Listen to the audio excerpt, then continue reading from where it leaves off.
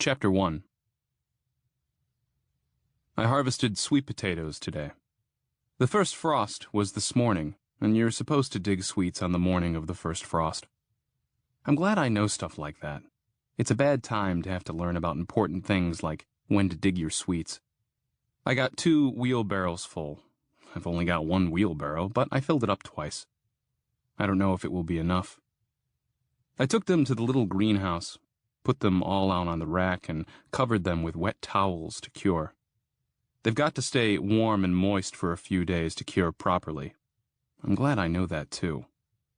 Sometimes I get to thinking about the people out there who don't know this stuff and how they have to learn it the hard way and how they might die because of it, or how they might kill me for what I have because they didn't learn how to take care of themselves before everything happened. It's been 8 months since Canton B took people's minds away. It was quick, too. In less than 24 hours, it had spread through my hometown of Clayfield, Kentucky. Population 12,000 and something. It didn't originate in Clayfield, but that doesn't matter. I remember scanning over a story online a few days before everything happened. It was about an epidemic in Europe, something that affected the brain. I didn't pay much attention, because the media were always trying to scare us with some new thing that was going around. It wasn't until after everything happened that I learned about it. Not that there was much to learn. Canton B was airborne, and the infected could be contagious as much as 36 hours before exhibiting symptoms. That was how it spread so fast. By the time they knew someone was infected, it was too late to quarantine him. A couple of days after that news story, the headline on the front page of the Clayfield Chronicle said, "Canton B suspected in U.S. patients." There was a picture of a woman being held down by men wearing surgical masks. I still didn't think much of it. Less than a week later, all hell broke loose in town. I was a museum director. It was the only museum in the whole county. In the permanent collection, we had artifacts from Clayfield's past, including Civil War cannonballs and a replica of a Prohibition-era moonshine still. There were some much older items, too, like arrowheads and fossils of prehistoric sea creatures. Every 3 months, we hosted traveling exhibits in our gallery space. The museum was a non-profit, relying on donations. Otherwise, it would never have made it. Some days I was there by myself with nothing to do. Other days I'd have a house full of kids on a field trip. It was a great job. Now, my only job is staying alive. I remember exactly what I was doing when I became aware of Canton B's arrival in Clayfield. It was a Thursday, around 11 a.m. I was supposed to have a group of senior citizens coming for a tour after lunch, and I was in the gallery sweeping. The show in the gallery was about the history of tobacco in Kentucky. That exhibit is still up, and it will be until the building falls in or the artifacts turn to dust. The local oldies radio station was tuned in, and they were playing Marty Robbins's classic El Paso. I used to love that song. But now, I just associate it with that day. I suppose it doesn't matter, since I'll probably never hear it again. Somebody crashed a car on North 8th Street. I didn't know what it was at first, because there was no sound of screeching tires. It was just a loud boom. It kind of sounded like a garbage truck emptying a dumpster. The building shook a little. It startled me, and I ran to the door to see the source of the noise. The Grace County Museum sits on the corner of North 8th Street and North Street, with the front of the building and parking lot facing North 8th. Directly across the street is an empty building with a for sale sign in the window. Jay's Transmission Repair is across the street to the left, and across the street to the right are the offices of the Clayfield Chronicle. I stepped out the front door, still holding my broom. It was a cloudy February day, and leftover dirty snow lined both sides of the street. The temperature was just below freezing, and I was uncomfortable in only my shirt sleeves. Off to my left, in the corner of the lot, a red Chevy S10 was ramped up onto the museum sign. The sign was splintered in half horizontally. I feel bad saying this, but the first thing I thought about was how it was going to be a hassle to get it replaced. My second thought was to check on the driver of the vehicle. I ran out to the truck. The driver must have had her foot on the accelerator, because the engine was roaring and starting to smoke, and white exhaust plumed out of the tailpipe. I guess it was in park or neutral, or the wreck had messed up the transmission because the tires weren't spinning. A young woman sat behind the wheel, her head resting on the back of the seat. The deflated airbag lay across her lap. Smoke from the engine poured into the cab through the vents. I tried to open her door, but it was locked. I ran around to the other side, but it was locked too. I could see her stirring, so I pounded on the passenger side window. "Wake up!" I shouted. "Get out of the truck!" Another car pulled into the parking lot. An older man, I guess in his late 60s, got out. "Break the window," he said, his breath fogging out of his mouth. I drove the end of my broom handle into the window, but it wouldn't break. Then I turned the broom and swung it like a baseball bat. The other man opened his trunk, retrieved a tire iron, and started working on the driver's side window. After several swings, the broom handle broke in half. Then I saw the driver's side window shatter. I ran around to the other side, where the man was already opening the door and trying to unbuckle the driver's seatbelt. "Call 911!" he yelled at me. I dropped my broken broom, took my cell phone from my pocket, and dialed the number. It rang, but no one answered. Another crash. Farther up North 8th, a white delivery van had driven up onto the sidewalk and struck the front of the Chronicle building. Just as I looked, the van tipped over onto its side. The only thing I could think of was that there must have been ice on the road. I had just started toward the van when I heard a scream to my left. The older man was on his back next to the wrecked truck, and the woman he had been trying to rescue was straddling him. It looked like she was kissing him. I stepped toward her, and she looked up at me. Her mouth was bloody, her eyes wild. I looked down at the man and saw that blood was dribbling from his neck and pooling around his head and shoulders. The woman stood and stared at me. She had light brown hair pulled back in a ponytail. No coat, just jeans and a flannel shirt, which were soaking wet. I could see steam coming from her wet clothes. Panting like an animal, she took a wobbly step toward me and fell. My brain wasn't making sense of any of it. It was surreal. I just stood there watching her crawl toward me, the man's blood smeared on her chin. Then another crash snapped me out of my stupor. It was farther away, but it was definitely a car wreck. A siren sounded. "What is happening?" I whispered to myself. The young woman attempted to stand again. I picked up my broken broom handle and backed toward the front door of the museum, keeping my eyes on her. I detected movement across the street. A man was staggering around in front of the transmission shop in his boxers. Something was very wrong. I retreated into the museum and locked the door behind me. Through the glass, I watched the woman. She got to her feet and looked around with an expression of bewilderment, like she'd forgotten what she was doing, then turned and limped across the parking lot and into the street. Another crash, this time from the direction of North Street. Someone screaming outside. 3 gunshots. I ran into my office in the back of the building to see what I could see. The Everly Brothers were on the radio singing Kathy's Clown. I switched it off. My office window looked out onto the rear parking lot of Kentucky Regional Bank. I could see across that lot to North 7th Street. Past that is another empty lot, then North 6th, where City Hall and the fire station are. There was a lot of activity going on between the fire station and City Hall. I could see 4 police officers in their black uniforms shooting at something out of my field of vision. The gunfire sounded like little pops from this distance. Closer, 2 nicely dressed women sprinted around the corner of the bank. The second one had on a dust mask. They were both wearing heels, but it didn't slow them down. Not far behind them was another well-dressed woman.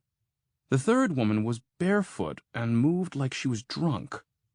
One of the first 2 skidded to a stop next to a black car that was parked near the drive-through ATM. She said something to the second woman and began digging in her purse. The second woman stopped beside the first woman's car. The third woman kept coming in a limping jog that reminded me of the movements of an ape. The first woman found her keys and unlocked the car. The woman in the mask took off a shoe and threw it at woman 3. It was a move that cost her time, and Woman 3 tackled her. The two of them fell out of view on the passenger side of the car. The first woman screamed, but didn't make a move to help. She got in the car, tore out of the lot, and headed up North Street toward the fire station. The two remaining women wrestled around on the asphalt for a few seconds. The masked woman finally broke free and stumbled over to another car, which I presumed to be her own vehicle. Leaning against it, she started crying. Unlike the other woman, she didn't have her purse or keys. Chapter 2. The woman in the mask recovered quickly from her breakdown and moved around her car, feeling under the fender wells and behind the bumpers. The whole time, she kept an eye on Woman 3, who was now seated next to the ATM, watching her. The masked woman finished her sweep for spare keys with no luck, then leaned on the car again in frustration. It was hard to tell with the mask, but she looked like she was in her late 40s to early 50s. She was wearing a knee-length brown coat, black dress slacks, a red hat, and a matching red scarf. A siren approached, and she turned to look in the direction of the bank. An ambulance sailed past on North 7th. She waved both arms, trying to attract their attention, but they didn't slow down. Woman 3 jumped to her feet again, seemingly agitated either by the noise or by the masked woman's movements, and began to shuffle toward her. This whole time I had been watching through the window, as if the series of events were a television program. I was still trying to process whether or not what I'd been watching was even real. A blue pickup truck came down North 7th, going the wrong way, and the masked woman waved to them too. Woman 3 was getting closer. It finally struck me that I had to help her. I ran out of the office, through the gallery, and out the back door of the building. I wasn't really thinking at all, and I didn't even feel the cold. I knew I was yelling, but I don't think I was saying any words. Both women looked in my direction. The masked woman screamed, realizing how close Woman 3 was to her, and now seeing this newcomer charging at her with a broken broom handle. She ran around the car, putting it between herself and us. I wasn't thinking. I don't know why I did what I did or how I even managed to make myself do it, but when Woman 3 noticed me, she came at me, and I hit her in the face with the broom handle. I kept hitting her. It was fear that drove me, and I didn't stop hitting her until the handle broke again, and she lay in a heap at my feet. I stood staring down at her, overcome with guilt for what I had done. I dropped what was left of the broom handle next to her body. I caught movement out of the corner of my eye. The woman in the mask had discarded her other shoe and was running away, headed toward the fire station. "No!" I shouted. "Stop! I was trying to help you!" She kept going. I started to run after her, but I noticed a group of people coming across the empty lot between North 6th and North 7th from the direction of City Hall. There were about 10 of them, and they were moving funny. The woman in the mask noticed them too. She immediately turned and headed for the back of the bank. I stood by the ATM wondering what I should do. The group noticed her, and 4 of them broke away, picked up their pace, and moved in her direction. "No," I yelled at her. "You can hide over here, in the museum." That attracted their attention, and they came toward me. 2 more of the original group perked up when they heard me, and they came as well. There was no rear entrance to the bank. The woman stopped by the building and looked at me. I could tell she wasn't sure about me. "I'm not one of them," I said. "Please." The group had just crossed North 7th Street. One of them tripped and fell over the curb, but the others didn't stop. She made up her mind that she would rather deal with me than with them. By the time we got inside the museum, the group was at the ATM. She ran in first, then I backed in, slamming the door shut and turned the deadbolt. There was no window in the back door, so I couldn't see if they were still coming or if, like the woman from the wreck, they had moved on once the door had shut. When I turned toward the woman in the mask, she was already on the opposite side of the room. She had picked up a tobacco stake from one of the displays. "Stay the hell away," she said. "It's okay," I said, hands raised. "I won't hurt you." "No," she said. "It ain't okay. You could have it." Just then, there was a heavy thump against the door. The woman yelped a little, then backed farther away from me and the door. At the time, I was still oblivious. "Have what?" I asked. "What is going on?" "You know, Canton B." I thought for a moment and remembered the news reports to which I'd only given cursory attention. "That flu that's going around?" I asked. "Ain't no flu," she said. "Haven't you been watching CNN at all?" "No." "It's bad," she said, maintaining her defensive posture with the tobacco stick. "I need to use your phone. Where's your phone?" I pulled out my cell phone and offered it to her. "You got some Lysol or something?" she said. "Yeah, in the supply closet." "Spray the phone first," she said. "What?" "Spray the damn phone. I need to use it." Up to that point, I'd been addled, but now I was pissed. I put the phone back in my pocket. "Go bum a phone from one of your friends outside, lady." I expected her to soften, but she didn't. "I don't have time for this shit. In case you haven't noticed, it's the end of the world, asshole." There were scratching noises at the back door. "Where's the damn supply closet?" she said. I stared at her a moment, thinking how much she reminded me of my ex-wife. They didn't resemble each other, and this woman was older, but they had the same personality. I seemed to bring out the best in women. "In the other room," I said, "behind the agricultural display." She eased into the room housing our permanent collection without turning her back to me. I continued to stand there, pondering what she'd said. The end of the world? She came out of the supply closet with a can of generic disinfectant and a rag. She sprayed the rag and pitched it toward me. It made it half the distance between us. "I'm not trying to be rude," she said. "Please just come get the rag, then put it over your nose and mouth." She seemed to know more about what was happening than I, so I did it. The rag was damp with disinfectant, and the concentrated fragrance was sickening. "Here," she said, and tossed me the can. "Please spray your phone. I need to call for help." "I already tried the police," I said, taking my phone from my pocket and spraying it. "Not the cops," she said. "They're never any help. I'm calling my brother." I stepped toward her with the phone, but she held up her stick. "Just put it on the floor if you don't mind. You and I need to keep our distance, just in case." I shrugged. "Fine, make your call. I'll be in my office." I walked around her, staying as far from her as possible, to make her feel at ease, and went into the office. I put the rag on my desk, picked up the office phone, and dialed my mother's number. But there was no answer. Through the window, I could see that the group that had chased us into the building was in the parking lot. Some were shuffling around, some were fighting. It reminded me of those animal programs on TV showing activity in a pack of wolves. All 10 were there, 7 men and 3 women. Of the men, 1 was a city police officer. 3 of the men were dressed like me, in long-sleeved shirts and ties. The rest of the men were dressed casually. I recognized one of the casual fellows as Stuart Wall, one of the city council members. I knew 2 of the women to be employees at the mayor's office. None of them was wearing a coat. I could hear the woman in the gallery having a discussion on the phone, but I couldn't tell what she was saying. I sat down at the computer and typed in the address for CNN.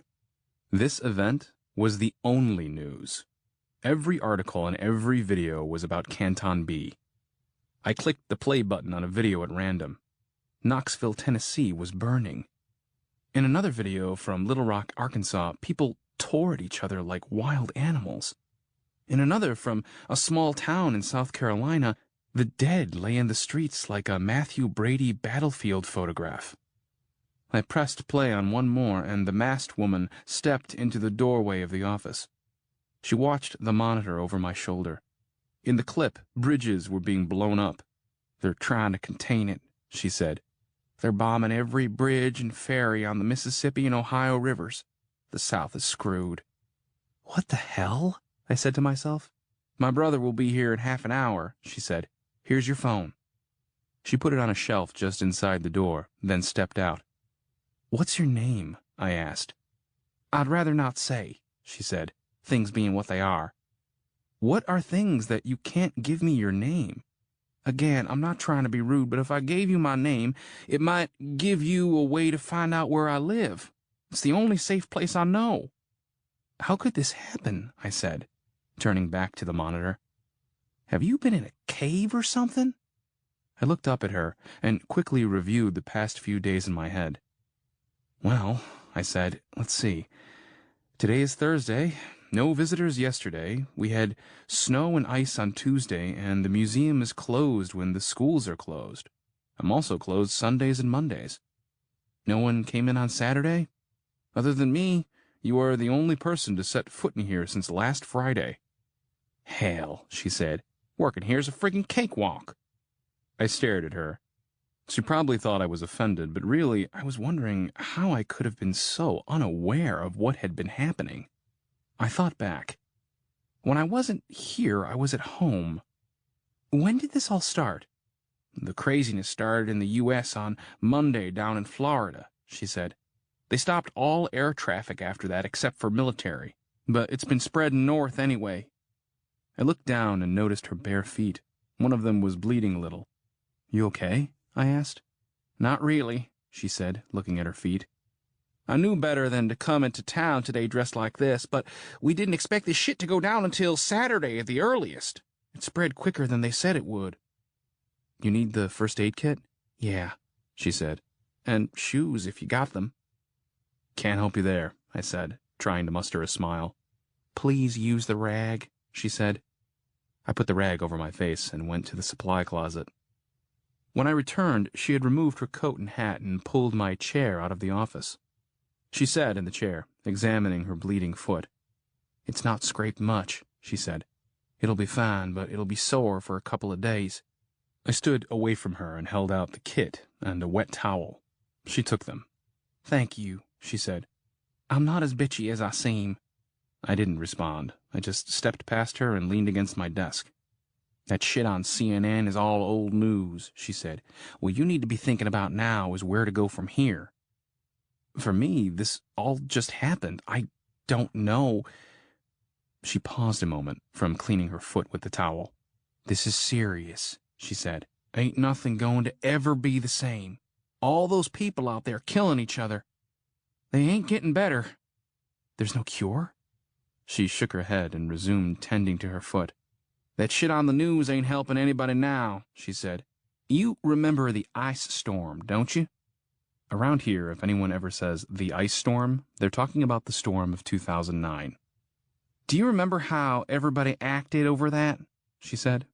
I nodded. That was nothing, she said. This right here, this that's happening today, this could be the end of everything we know. It's going to be like the Wild West out there pretty damn quick. Maybe worse. The Wild West wasn't full of zombies.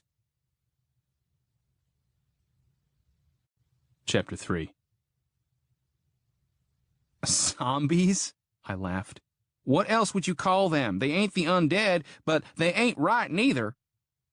How long do they have? I asked. How long before the disease kills them? It doesn't kill them, she said. I noticed her looking into the other room. She stood and walked into our permanent collection. There was an old Red Cross nurse's uniform on display in the corner. There's some shoes, she said, and about my size. I followed her, and she raised her tobacco stake to make sure I didn't get too close. You can't wear those, I said. They're part of the display. She picked them up, stood on one leg, and compared them to her foot. They might be a little big, she said. They're part of the display, I said. Who cares now? I care. Don't you get it? This doesn't matter anymore. All of this.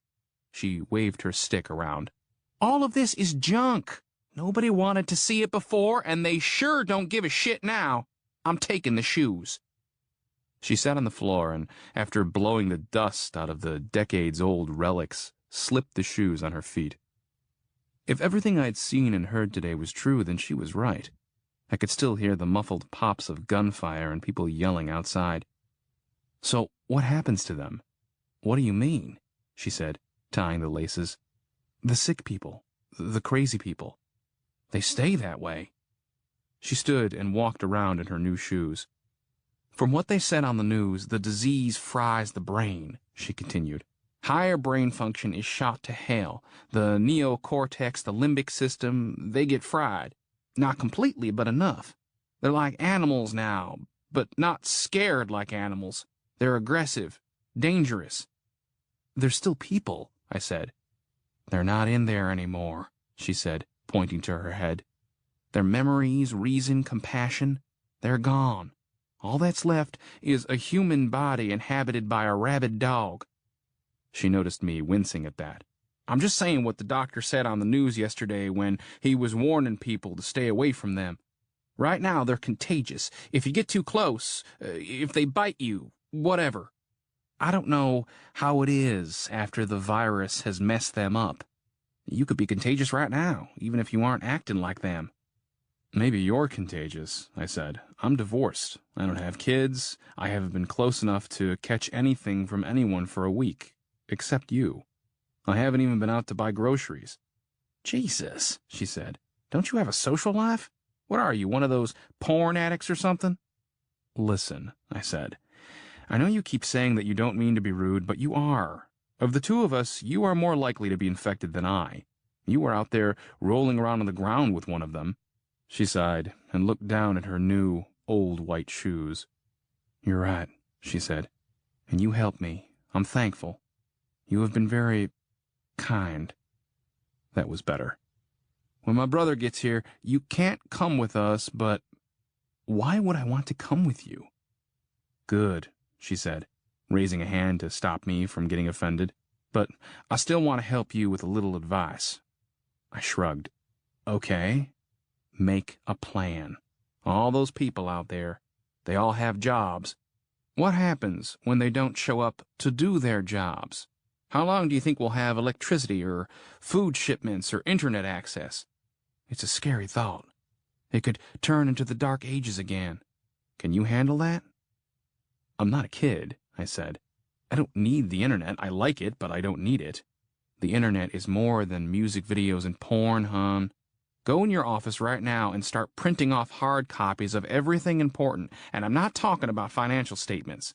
If you don't know how to purify water, find a website that will tell you how, and print out instructions. If you don't know how to store food, find out how. Print out manuals for shit.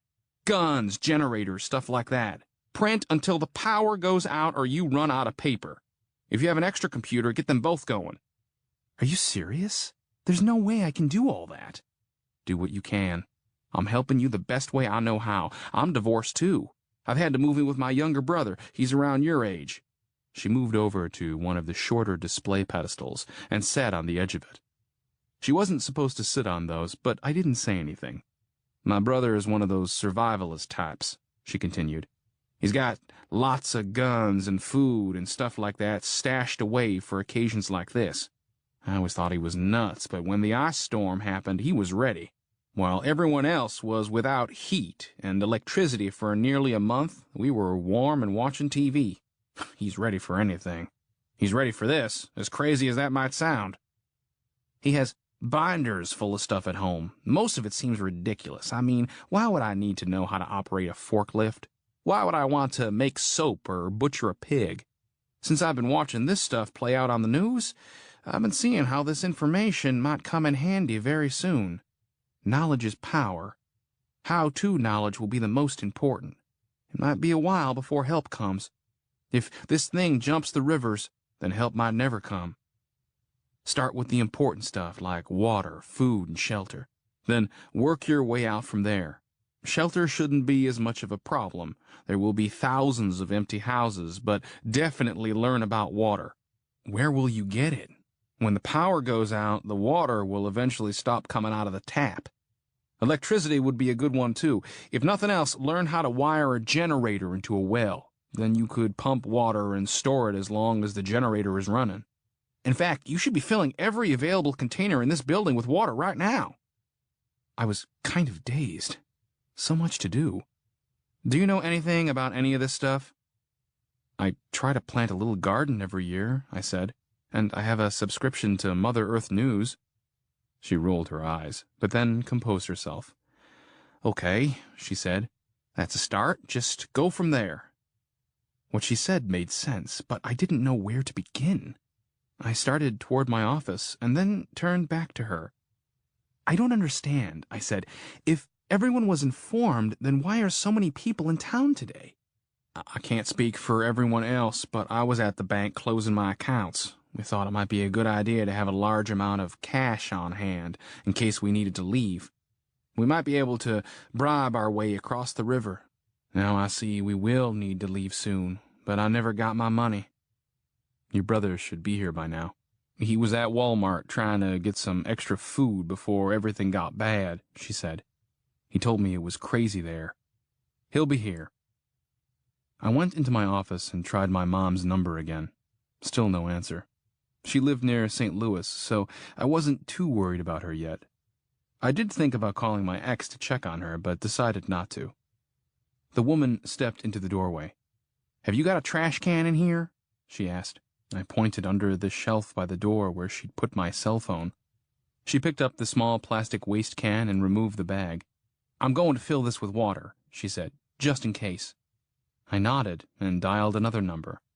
It was my friend Blaine. Blaine, his wife, and their 2 small children lived in a manufactured home out in the county near the little community of Gala. He had a few acres of land, grapevines, fruit trees, some chickens, a pond stocked with fish, and he always planted a big garden. I thought that if I needed to stay somewhere until this all blew over, Blaine's would be the place to do it. I knew I couldn't realistically stay in my little house on 17th Street. I had electric heat, and if I had to stay there for very long, I would either freeze or starve. The woman was right. I needed a plan. The call went straight to voicemail. I hung up and dialed his home landline. It rang a few times, then the answering machine picked up. This concerned me, but I decided to go out there anyway and hope he wouldn't turn me away. I left the office to have a look out the front of the building, and that was when the power went out. "Shit," the woman said from the back room. "Well, there it goes. Damn it." I looked out the window and the front door. That little red truck on the museum sign was still running. I could see faint exhaust fumes coming out of the tailpipe. The driver's door was still open, and the older man who had tried to help me was gone. Even his car was gone. Only a dark puddle of his blood and a shoe remained. There were several people out in the streets now. I looked south to Broadway, and I counted 12 standing in the intersection under the stoplight. Some were dressed for winter with coats and hats, but one man was completely naked. "I filled every container I could find," the woman said. She put the tobacco stick down and started putting on her coat. "I've plugged the sink, and I'm filling it now. Who knows how long you'll have water? Of course, if it gets cold enough, the pipes will freeze and burst anyway." She went into the office and looked out the window. "He's here," she said, pulling her hat down on her head. "He's out back." I went as close as the doorway to the office. I could see past her, through the window and into the parking lot. There was a white Dodge Ram 4x4 pickup idling outside. I could see a man in the vehicle looking at his phone. Then my cell phone rang on the shelf. "It's for me," she said. I stepped back so she could get the phone without getting too close to me. She grabbed the phone and went back to the window. "Yeah, it's me. I'm in the window," she waved. "I see you. The power is out here." Pause. "No, come around front. There's too many of them back there." I could see some of the infected coming around the truck now. "Watch them, hon. Lock your doors." One of the infected women crawled into the back of the truck. "No, don't you dare get out. Just come around front. We'll deal with her later." The truck began to back up, and then Stuart Wall ran at it and jumped onto the hood. The cop started pounding the driver's window with his fists. "Just go," she shouted into the phone. The truck surged backward, and Stuart rolled off the hood. The cop grabbed the mirror and ran alongside the truck, continuing to beat the window. The woman in the back was joined by a second, and when the masked woman's brother stopped to shift into drive, the 2 women fell into the bed. For a brief moment, their feet sticking up in the air almost looked comical. "Go, Danny, damn it, just go!" The woman in the mask was crying now. Danny went. The rear tires of his big truck smoked as he mashed the accelerator and peeled out onto North Street. The cop fell, taking the mirror with him. She pushed past me and ran to the front door. Before I could join her, she had already opened the door and run outside. I got outside just as Danny was pulling over the curb and into the museum's parking lot, just barely missing my car. He circled the truck around so the passenger door would be closest to us. The truck jerked to a stop, and the passenger door flew open. The masked woman jumped in and started to shut the door, but one of the women in the back stood, reached around, and stuck her arm into the cab. The masked woman slammed the door on her arm, and the infected woman howled in pain but didn't pull it out. By this time, the cop had recovered and was limping around the corner of the building. "Go!" I shouted. "Just drive!" The cop grabbed the truck door as Danny put it in drive again and pulled away. The woman who had reached in fell out of the truck as Danny turned onto North 8th Street. She landed on her head and stayed there. The cop continued to run beside the truck, but he couldn't keep up. Danny cut through the corner lot at Jay's Transmission and headed west on Broadway. The infected crowd from the intersection was agitated by the commotion and chased after the truck. I quietly backed into the museum and locked the door. I was alone. There was a splattering sound from the other room. My heart jumped as my imagination told me it was something horrible. I looked around in the small gift shop for something I could use as a weapon. I grabbed a short metal postcard rack from a display case. The postcards spilled to the floor. Then I peeked around the corner into the permanent collections. The sound was coming from the back room next to the supply closet. She'd left the water running, and the sink was overflowing onto the floor.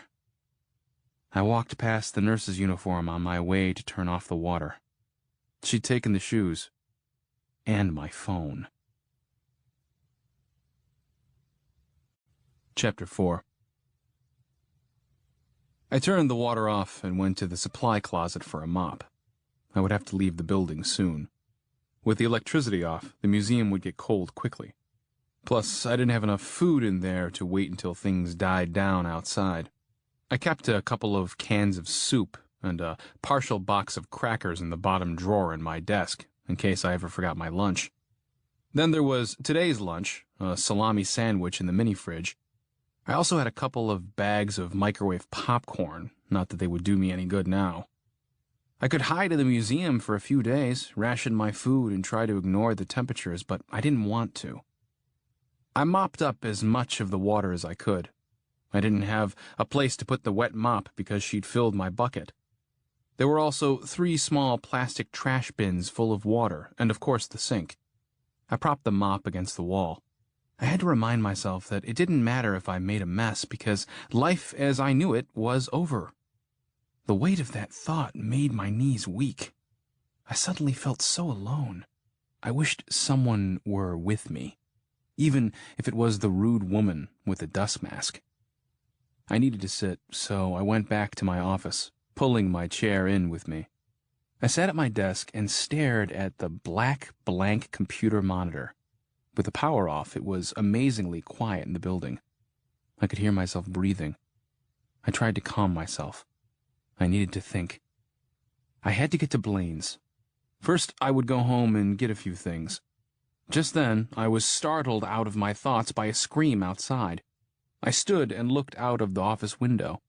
Off to the left, on the other side of North Street, I could see a man and a woman on the sidewalk, clawing and slapping each other.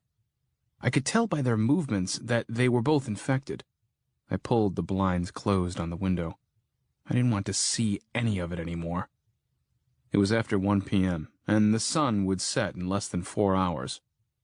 If I was going to go home and get to Blaine's before dark, I needed to go right then. Blaine's place was less than a 10-minute drive outside of town, but who knew what sort of problems I would face between here and there, or what problems I might encounter once I got there. The more I thought about it, the clearer it became that I just needed to go straight to Blaine's house and see what kind of plan he had. Then maybe he and I could venture back to town later for the things I might need. I put my coat on, and then I went to the mini-fridge to get what was in there. I pulled out my salami sandwich and 2 bottles of water. All that was left were 3 fast food ketchup packets. I brought the stuff back to my office and put the sandwich and water, along with the soup and crackers, in a plastic garbage bag the woman had left on the floor. She'd left the first aid kit sitting on the floor just outside the door. I grabbed it, too. I tied the rag over my face, picked up the bag of supplies and her tobacco stick, and went to the front door. To the south, I could see a man over at the transmission shop, but he was far enough away not to be a problem. To the north, I could see a group of people gathered around the overturned delivery van by the newspaper office. They, too, were far enough away, so long as I got to my car quickly and got out of the lot before they blocked my path. It looked like a good time to go. As quietly as I could, I exited the building. Out of habit, I started to lock the door behind me, but stopped myself. I might need a place to which I could retreat. I made it to my car without attracting any attention. I knew that once I started the vehicle, they would come. I unlocked the door, put my food on the floorboard behind my seat, and tobacco stake in the passenger seat, and climbed in. The seat was cold, and I could see my breath. I pulled the door shut gently. My hands shook as I slid the key into the ignition. "God help me," I whispered. I cranked the car, and immediately the group at the newspaper office turned toward the noise. There must have been 20 of them. They came at me fast. I put the car in drive and jumped over the curb onto North Street. I turned right and headed east toward the fire station. I could see them chasing me in my rearview mirror. Then the couple I'd seen fighting earlier jumped in front of my vehicle. I tried to swerve, but I hit the woman. She flipped up onto the hood, struck the windshield, and rolled out into the street. I didn't slow at all. The crowd shrank in my mirror as I sped down North Street. I kept looking in my mirror at the woman's body in the road. I'd already hurt 2 people that day. The masked woman had said they weren't people anymore, but I still didn't believe that. The night before, when they went to bed, they'd been human beings with families. What if their families were looking for them or worried about them? What about their kids? The thought brought tears to my eyes. When I got to North Fifth, I took a right so I could connect with Broadway. I immediately wished I hadn't. The intersection of Broadway and North Fifth by Clayfield Water and Electric was blocked by a head-on collision. It was bad. The driver of the car on the right was halfway out the windshield.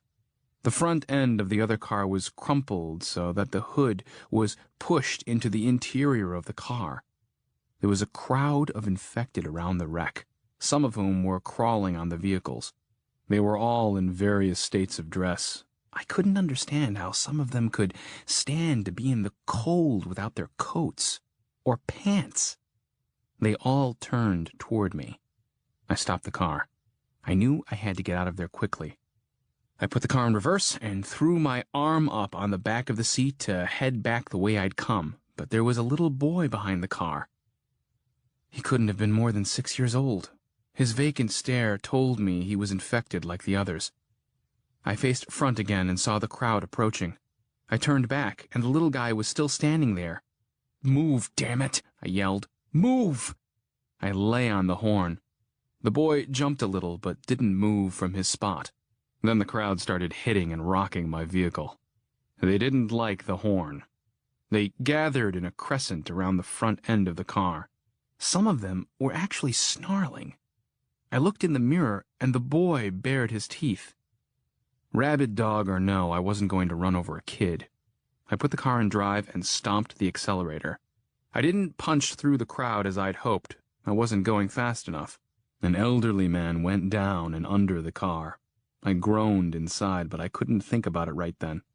Suddenly, the car just wouldn't go. I kept the gas pedal on the floor. I could hear the rear tires squealing. The people crawled up onto the vehicle, fists and faces pressing against the glass. I looked into the mirror again, and the little boy was on the trunk. I didn't hesitate. I took my foot off the gas and put the car in reverse, then stepped on the pedal. The vehicle jumped backward, but I was crazy with fear and lost control. The car hooked around the left and T-boned another car parked on the street. The boy flew off the back and bounced off of the other car. The crowd was coming. I crawled across and out of the passenger side of the car, grabbing my stick on the way out. I just ran. I had no plan at that point. I just needed to get away. They chased me, but the disease had affected their coordination enough that they weren't fast enough to catch me. I ran 2 blocks north to Ann Street before I looked to see how close they were. I had outdistanced them by a full block. This made me feel better about my chances. My lungs burned from the cold air. There was no way I'd make it to Blaine's on foot by nightfall. I could either go home or head back to the museum.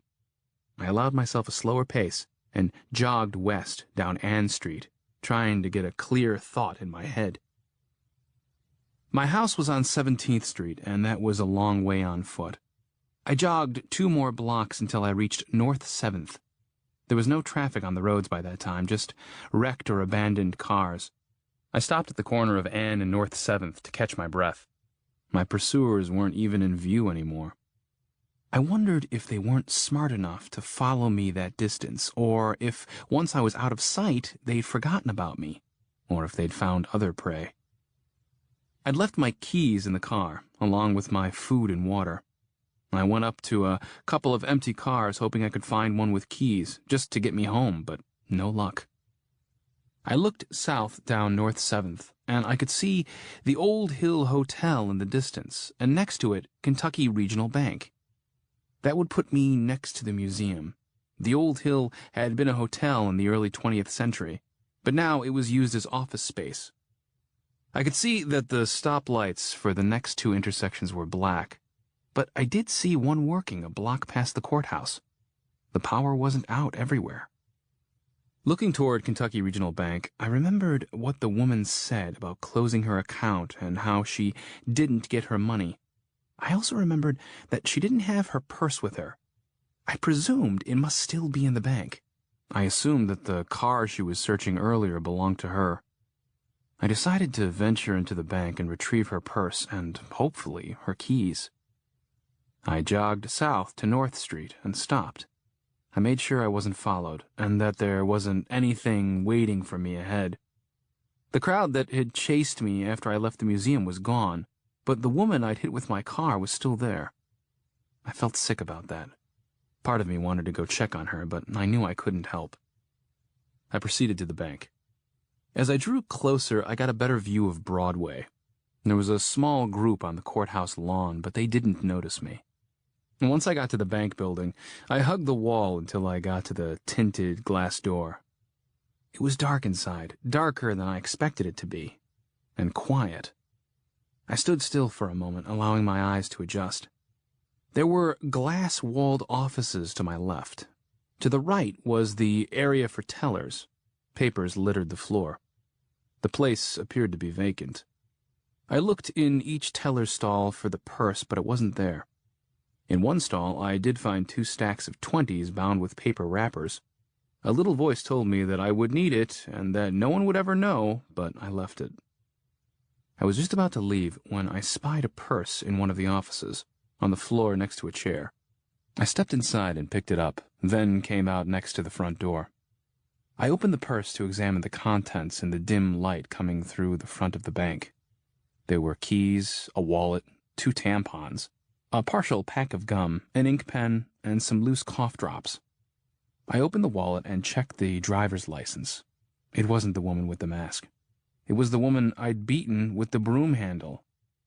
I felt a twinge of guilt, then sadness as I looked at the face in the photo. She was smiling. Her name was Rhonda Leslie Stern. She lived out on Foster Road. She was 5'6" and 135 pounds. She was 2 years younger than I. I didn't recognize her, but we might have gone to high school together. I might have seen her around town. She might have visited the museum. She was still alive, judging by the fact that she wasn't on the ground behind the museum anymore. But her life was over. I took her keys and left everything else. Once outside again, I had to figure out which car was hers. I could hit the unlock button on the keychain, but that might alert the small group of infected at the courthouse. The key was large, with a Chevrolet symbol on the back. I remembered a black Chevy Blazer parked around the rear lot. I crept around the corner of the building and bumped into a man. I stepped back away from him. I knew he was infected. Even though it was 10 degrees below freezing, he was in short sleeves. He growled and stepped toward me. I raised my stick. When he attacked, it took me by surprise, even though it shouldn't have. He grabbed my stick, and we twirled around and slammed against the back wall of the bank. I stumbled and went down backwards. He fell with me, snarling in my face. Chapter 5.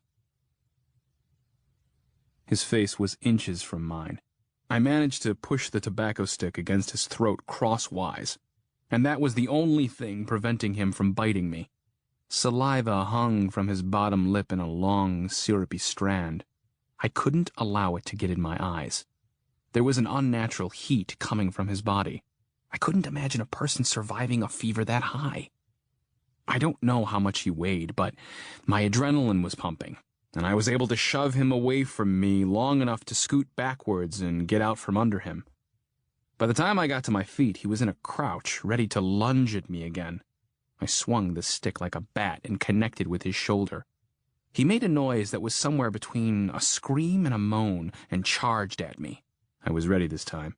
I turned the stick again and leaned in. The stick caught him across the chest. He grabbed it, but I was able to turn him and press him back against the wall. I got the stick against his throat again and put my weight against it. He didn't have the leverage to push me away. Slobbering and eyes bulging, he slapped me and tugged at my coat. I just kept leaning in. I didn't even feel like it was me doing it. I noticed a couple of men approaching from the direction of the museum. They didn't seem interested in me just yet. I had to go, but this guy was still fighting me, and where were the keys? I dropped them during the scuffle.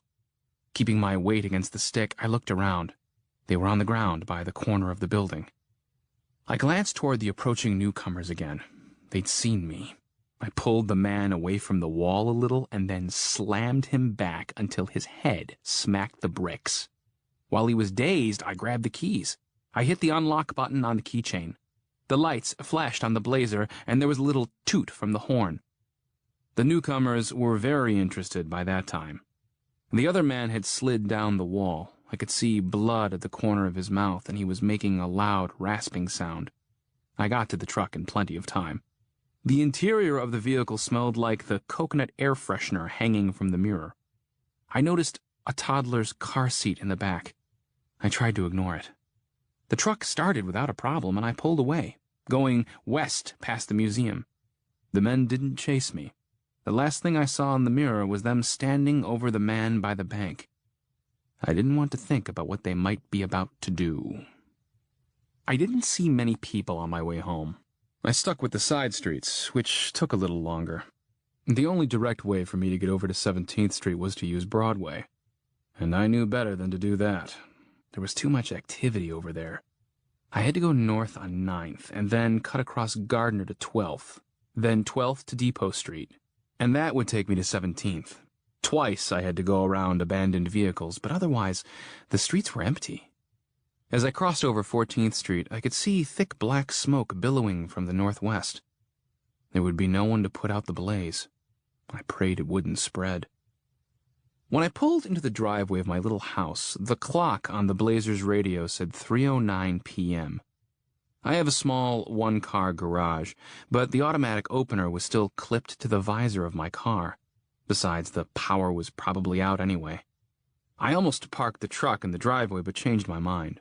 I would be leaving within the next couple of days, and I would need to load it with supplies.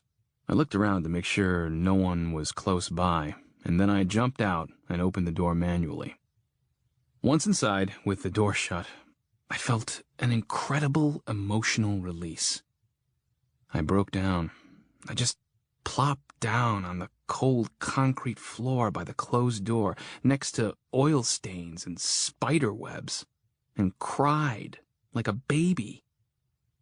Once I was able to compose myself, I continued to sit there, listening to the Blazer's cooling engine pop, smelling the stale fumes of gasoline. I hadn't noticed it right away, but the light on the motor for the garage door opener was on. This side of town, or at least my house, still had power.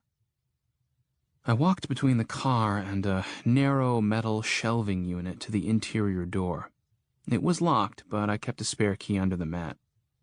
The house was warm. It felt good. The first thing I did was to try to call my mom again. There was still no answer. I told myself she was shopping. Then I stripped down and took a hot shower. It might have been frivolous, but I needed it. It comforted me. It was the last hot shower I would have for a long time. I turned the water off when the ends of my fingers started to wrinkle. I stood there for a moment, watching the steam swirl and listening to the dripping water. There was a clean, clear drop hanging from the shower nozzle. It grew, then fell, and another replaced it. I could hear the voice of the woman in the mask in my head. Start with water. I didn't know how to purify water. I knew I could add bleach to it, but I didn't know how much. I knew I could filter it, but I didn't know if that was enough. I stepped out of the shower and dried myself off quickly. I had a lot of work to do, and I'd already wasted too much time. I grabbed a pair of pants from the pile of dirty clothes on my bedroom floor, put them on, and went into the living room. It was dusk. I was afraid light would attract the infected, so I didn't turn any on. I shut all the blinds and curtains, and I made sure all of the doors were locked. Okay, think. What are my priorities? Water, food, and shelter. She'd said to fill every container with water, so I did. I plugged the tub and filled it. I filled every bucket and plastic trash can, but I couldn't imagine drinking from any of those things. I also filled the empty juice and water bottles in my recycling bin. With that done, I turned on the TV and put it on CNN. I just wanted to listen while I worked on other things. They were reporting that the disease had been contained and that it hadn't spread any farther north than Pennsylvania in the east and Kentucky in the west. But I wasn't sure I believed that. I turned on my laptop. The internet was still working. The news stories on my internet provider's homepage were about Canton B. One headline said, "Protect yourself with alcohol."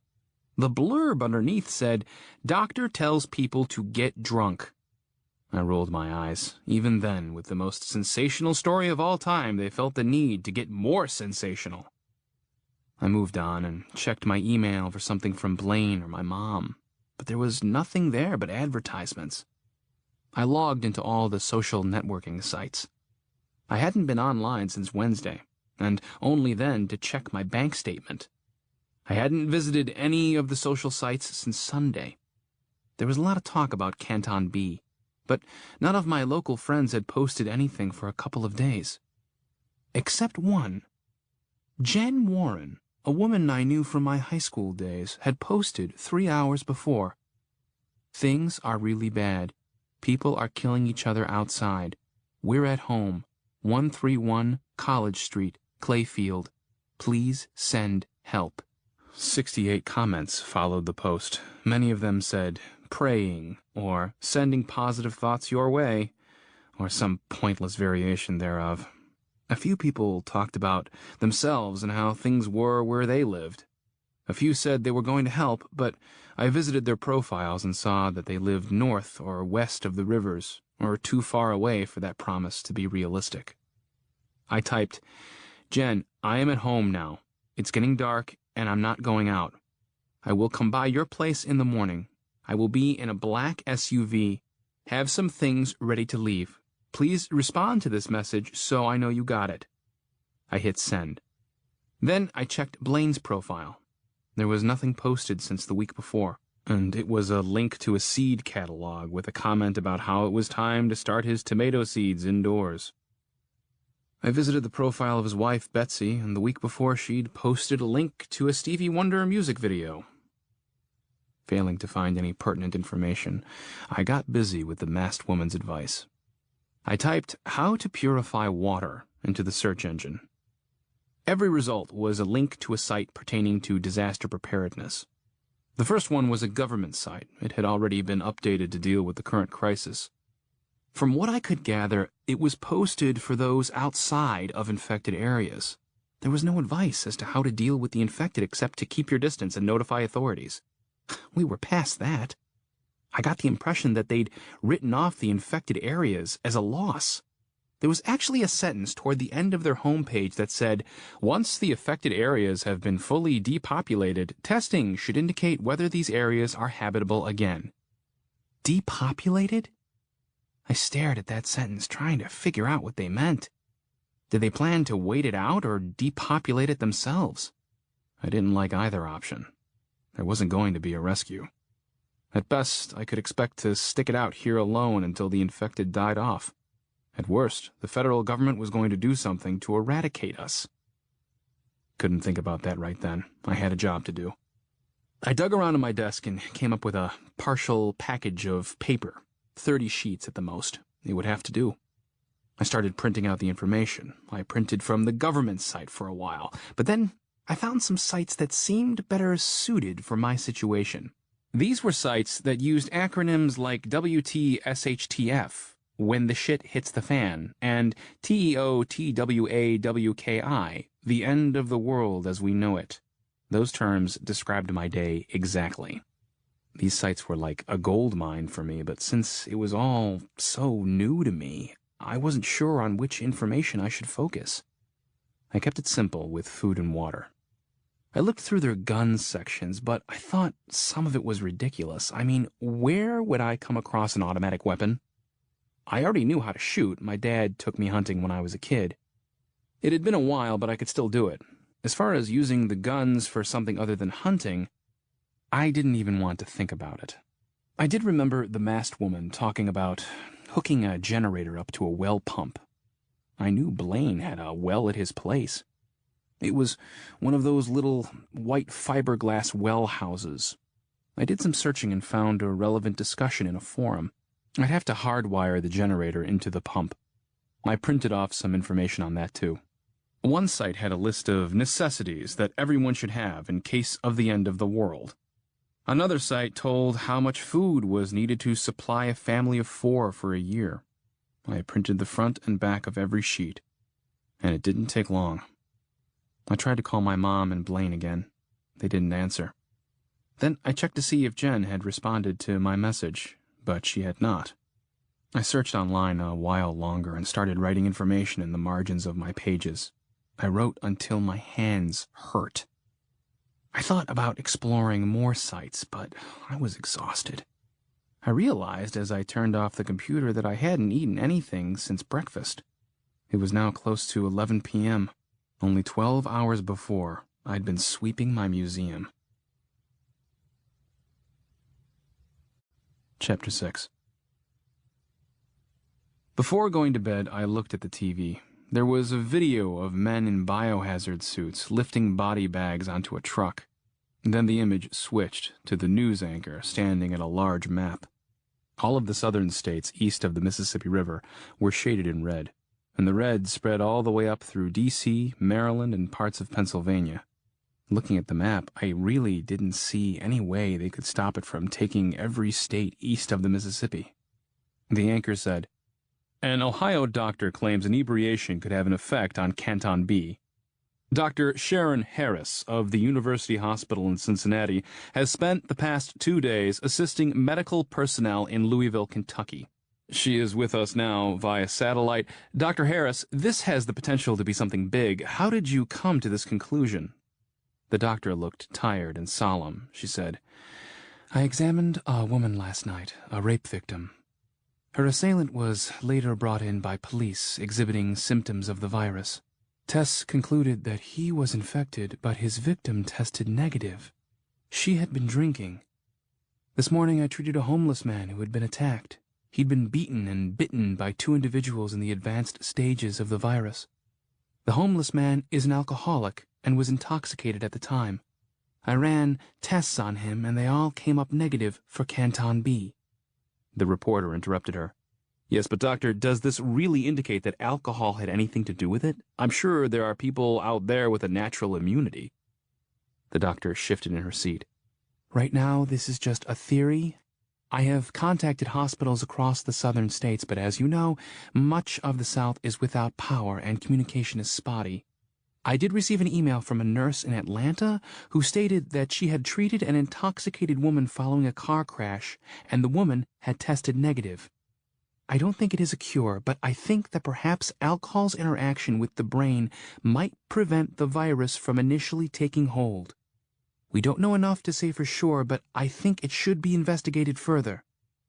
Doctor, isn't there a danger in telling people to drink? I would think that now more than ever, especially in the infected zones, people wouldn't want their judgment impaired. I'm not telling anyone to drink. I'm trying to get information out there that has the possibility for saving lives. Doctor, how much should we drink to fight off the virus?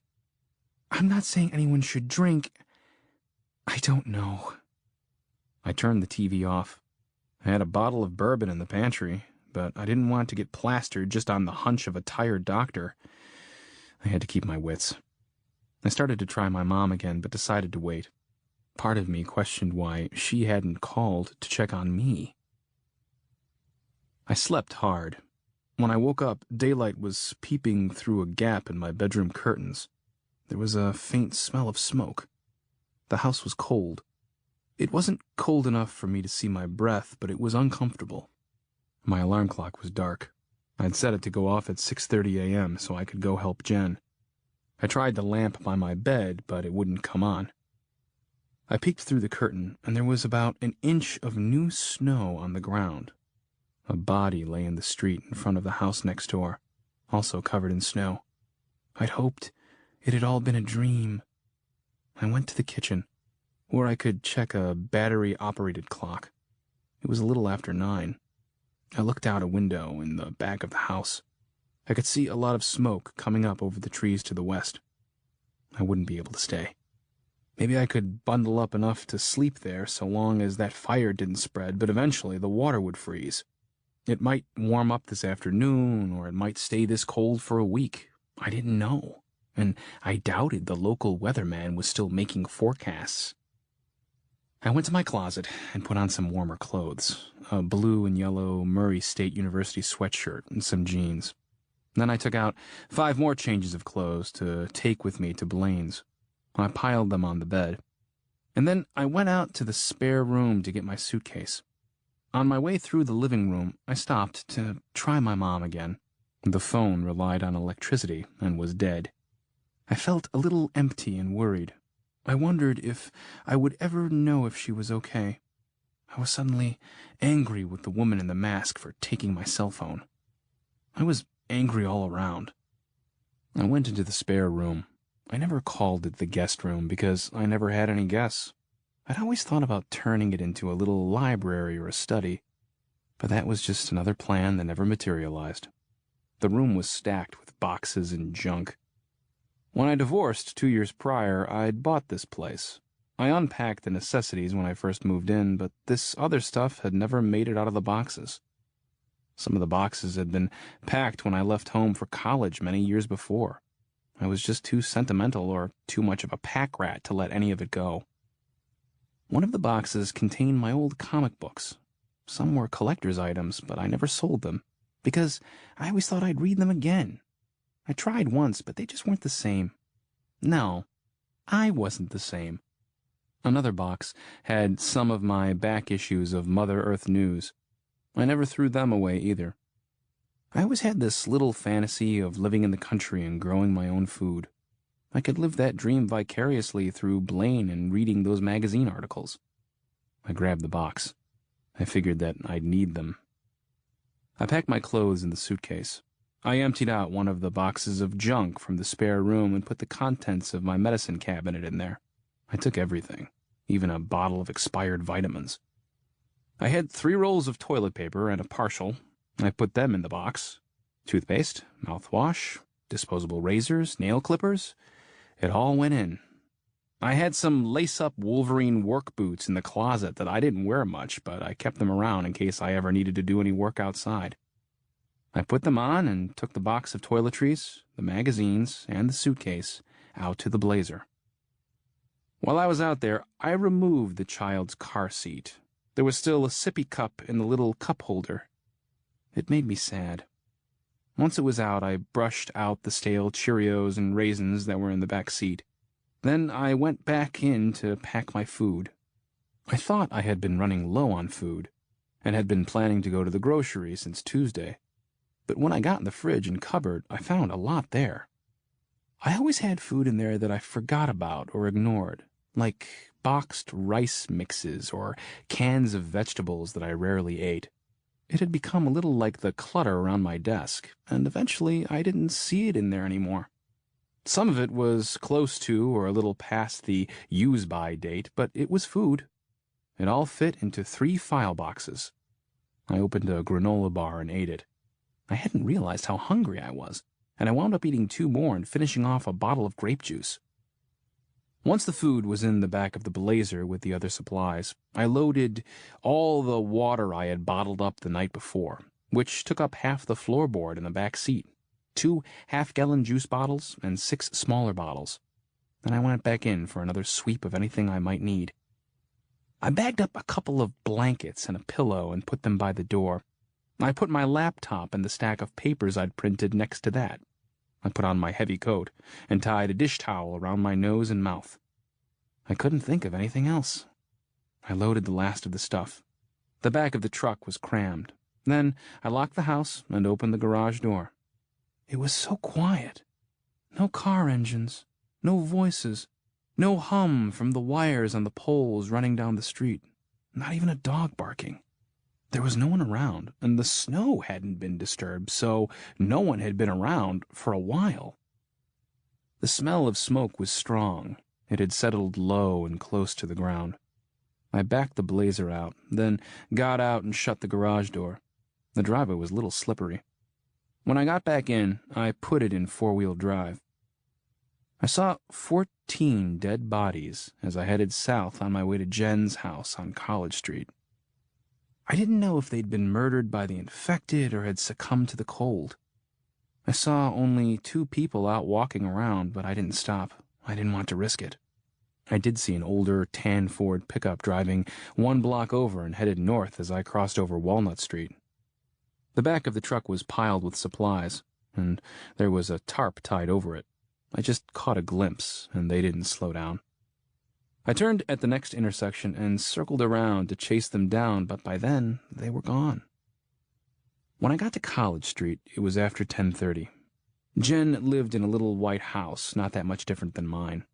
I pulled the truck up into the yard, with the passenger side close to the front porch steps. The front door was standing wide open. I waited a moment to allow her and anyone else inside to come out, but no one did. "Shit," I said. My own voice sounded odd. Then I realized I hadn't said a word since the day before, when I'd screamed at the boy behind my car. The tobacco stick was still in the front seat. I grabbed it and got out, leaving the engine running. I noticed footprints in the snow on the steps, coming out of the house and headed down the street. Cautiously, I stopped in the doorway and looked inside. To the left, along the wall, there was a door, and next to that was a couch that had been folded out into a bed. The bed was unmade. On the other side of the room, a lamp lay on the floor. Pictures hung crooked on the wall. I could smell feces. I wanted to leave right then, and I almost did, but I'd promised her I'd come. Just inside, there was an opening to the right, which led into a small dining room, and behind that, the kitchen. A laptop sat open on the dining room table. Next to it was a coffee cup with the string of a tea bag hanging out of it. One of the chairs was overturned, and there was a pile of human excrement on the floor next to it. I entered the living room and tried the switch by the door. No power there either. I went around the fold-out bed to the other doorway. There was a bathroom in front of me and a bedroom on the other side. All of the doors were open, and there was no one inside. Both bedrooms were a mess, but the one on the left was worse. The dresser was turned over and leaning against the bed. The floor was littered with clothes and cash. I stepped in and looked around. I saw a stain on the wall that I presumed to be blood. I hadn't gotten there in time. I went over to the dresser and righted it against the wall. The top drawer hung open, and women's underwear spilled over the side. I just started pushing them back into the drawer when I heard movement in the closet. I held up my stick. "Hello?" I said. No response. I stepped closer. "Jen?" Silence. Then the bottom of the closet door exploded outward, and the lamp on the nightstand by the bed shattered. I peed myself a little. "Jesus!" I said, falling backward over the corner of the bed. "Get back!" said a woman's voice from the closet. "Jen?" I said. "I've come to get you." The long barrel of a shotgun eased out of the bottom half of the splintered closet door, followed by Jen's face. Her eyes were red, her hair was tangled, and she was shivering. I pulled down the dish towel from my face so she could see who it was. "You came," she whispered. Then she lifted her gun at me. "Are you sick?" "No," I said. She disappeared back inside, and then the door opened. She stepped out with a shotgun in one hand and a bottle of tequila in the other. Her brow furrowed. "What you doing with those?" I looked down to see what she was talking about. I was holding a pair of her panties. Chapter 7.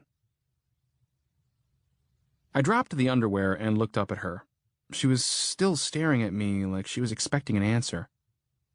"We've got to go," I said, stepping past her to the bedroom window. "That gunshot will probably attract them." She just stood there swaying. Her gaze had drifted a million miles away. "It's been hell," she said in a hoarse whisper. I could see 3 men at the corner of the street 2 houses away. "They're coming," I said. I grabbed her arm to lead her out, but she wouldn't move. "I'm so drunk," she said, continuing to stare. "Have you been infected?" I said. She shrugged. I took her shotgun and the bottle. She didn't resist.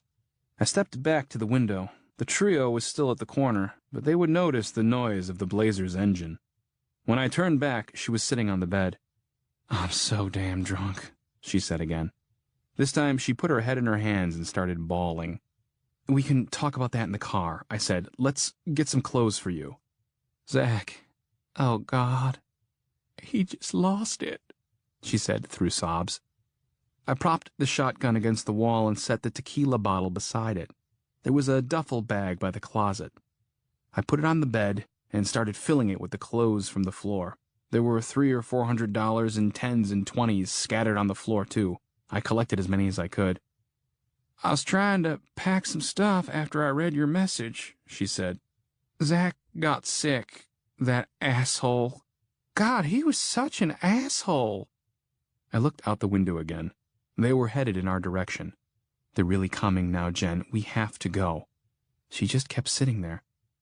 "As soon as he said he had a headache, and I mean the very second he said he had one, I opened the bottle and started drinking. Just like that doctor said. I knew he'd get sick. That was just like him." "Tell me in the car, Jen," I said. I put the tobacco stick in her hand. She took it. I pulled my towel up around my nose and mouth, hung the strap of the bag around my neck, and took her by the elbow. I stood her up and grabbed the shotgun. We made it to the living room, but had to stop. There was the silhouette of a man in the doorway. Out the front window, I could see the other 2 by the Blazer. "There he is," she said. "What an asshole. You hear me, you son of a bitch?" She broke away and vaulted over the fold-out couch and at the man in the doorway. When he stepped inside, she nailed him in the crotch with the stick. He folded up into a neat ball at her feet. The other 2 men were on their way up the porch. I got to her before she made it outside and pulled her through the dining room. I could see the back door in the kitchen on the other side of the refrigerator. "We'll circle around," I said, but I knew I was just talking to myself. Out back, there were shallow footprints in the snow that had been filled in with newer snow. A snow-covered gas grill sat to the right of the steps, and a snow-covered garbage can to the left. The backyard was fenced, so we headed for the gate. I realized then that she wasn't dressed for the cold. She was wearing sweatpants, a lightweight sweater, and some house slippers. I stopped her underneath the kitchen window next to the garbage can and leaned her against the house. "I'm cold," she said. "I know. I'm going back for your coat and shoes. Stay right here." She looked like she was going to say something, but I left before she could. Back in the kitchen, I peered into the dining room, shielding myself with the refrigerator. There was no one there. As quietly as I could, I made my way toward the living room. All three men were out on the front porch again. I was about to try sneaking past the open door to Jen's bedroom when I noticed a row of coats hanging on pegs behind the front door. Beneath them was a row of shoes. The men were heading down the steps toward the blazer. Quickly and silently, I ran to the coats. I took a bulky brown one from its peg and draped it over my arm. Then I picked up a pair of pink and white running shoes. I would need to get the men away from the truck so Jen and I could leave. I went to the doorway. "Hey, I'm up here!" Their heads jerked up, and they came at me. I ran back through the house. When I got to the fridge, I stopped to see if they were still following. As soon as they entered the dining room, I ran out the back door. Jen was bent at the waist, leaning on the stick. The snow at her feet was brown and melting. "They're coming," I said as I ran past her. "I puked," she said. I got to the gate and nudged it open with my foot. "Now, Jen!" The back door flew open and one of the men fell out into the snow. A second man stumbled out on top of him. Jen seemed to come to her senses and bolted away from them. She was having trouble getting traction in the snow in her slippers, and her feet would run in place for a few steps, make progress, and then she'd fall to one knee. The third man leaped out of the house. When his feet hit the ground, they slipped in the snow and he landed on his butt. The whole scene had a grotesque, cartoonish aspect. I backed against the gate to hold it open. Jen made it to me before the men could recover. I closed the gate and looked for something to hold it closed. I started to use the shotgun, but Jen stopped me. "Are you out of your mind?" she said, looking at me like I was an idiot. She jammed the tobacco stick into the ground and leaned over it so that it was wedged under the gate's latch. Then she took the shotgun from me. More people were coming down the street. They didn't seem to be a group, just 9 loners, spaced out and staggering toward us, attracted by the noise. We got in the blazer and pulled away before they could reach us. I drove around and past the people in the streets. Some stopped and with slack jaws watched us pass. Others chased us. I couldn't get over how little some of them were wearing. How could they stand the cold? The thermometer on the dashboard was showing the outside temperature at 18 degrees Fahrenheit. I headed east on College to 6th Street, then took that to Braggisburg Road. "Are we going to your house?" Jen asked softly. She put the shotgun in the back seat and was resting her head against the window. The big brown coat covered her like a blanket, pulled up to her chin. "No," I said. "A friend owns a place out between Gala and Farmtown. I'm going out there." Her distant stare was back. "Are you okay?" I said. "No." I didn't know what to say. She and I were friends on Facebook, but that was the extent of our relationship. We had only been acquaintances in high school. We didn't run in the same circles. I might have seen her 3 times around town since graduation. I didn't know anything about her. "You grabbed the wrong coat," she said. "This is Zach's coat, my boyfriend." "Sorry," I said. "It was the first one on the rack." She was silent for a moment. She pushed her hands down in the pockets of the coat, and a slight grin crossed her lips. "Score," she whispered, and fished out a pack of cigarettes. She stuck one in her mouth. "Do you mind?" she asked. I did mind, but I said, "No, go ahead." "Want one?" "No," I said. "I quit years ago." "Hell, good for you. But I think we've earned it."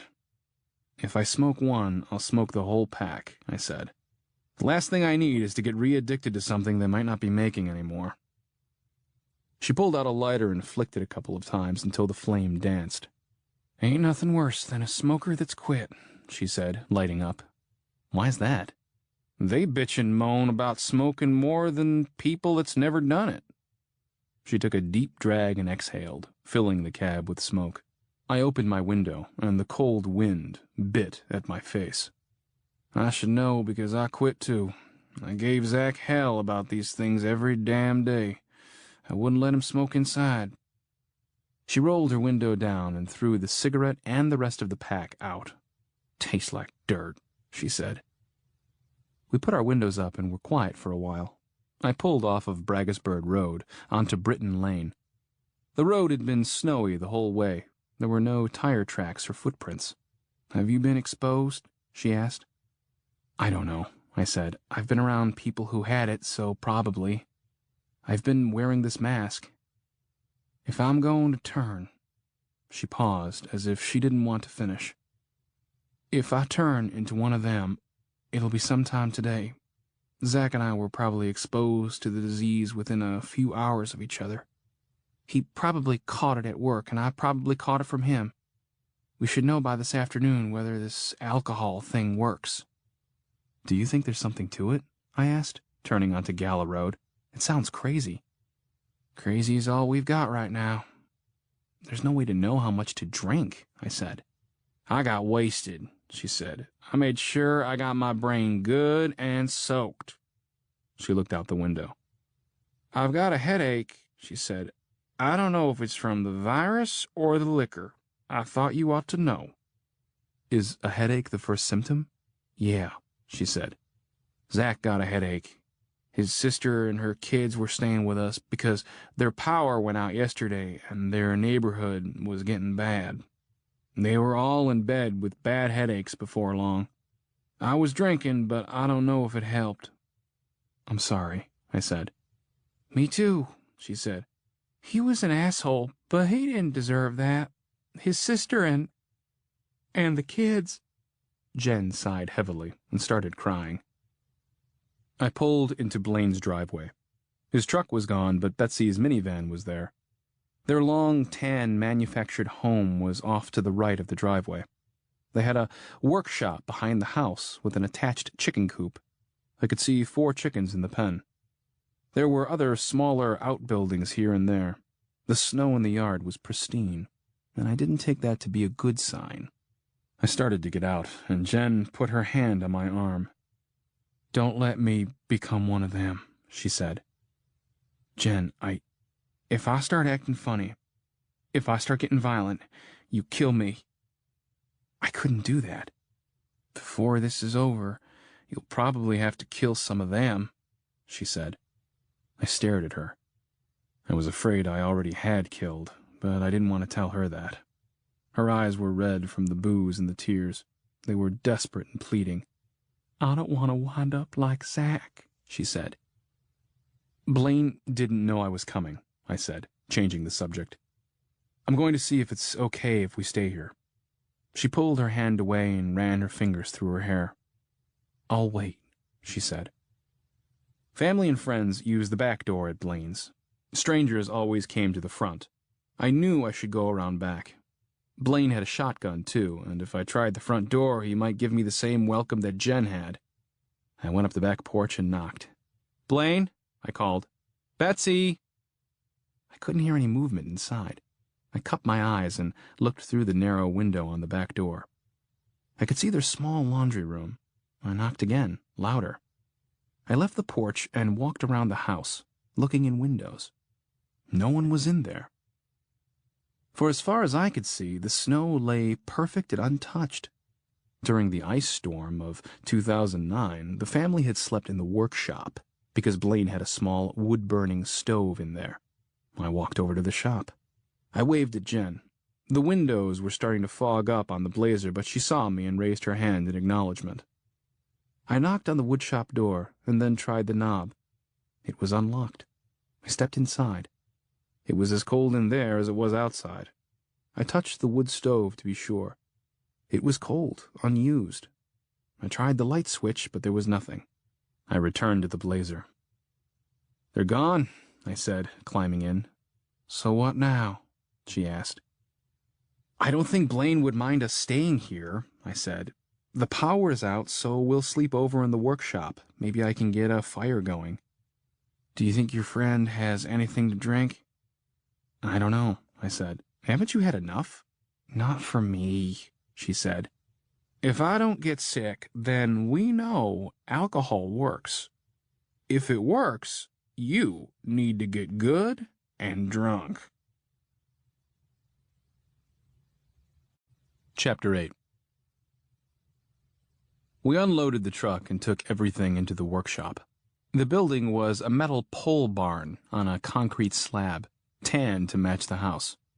Along the two shorter walls to the left and right of the door were counters lined with tools, grinder, miter saw, vise, drill, and such.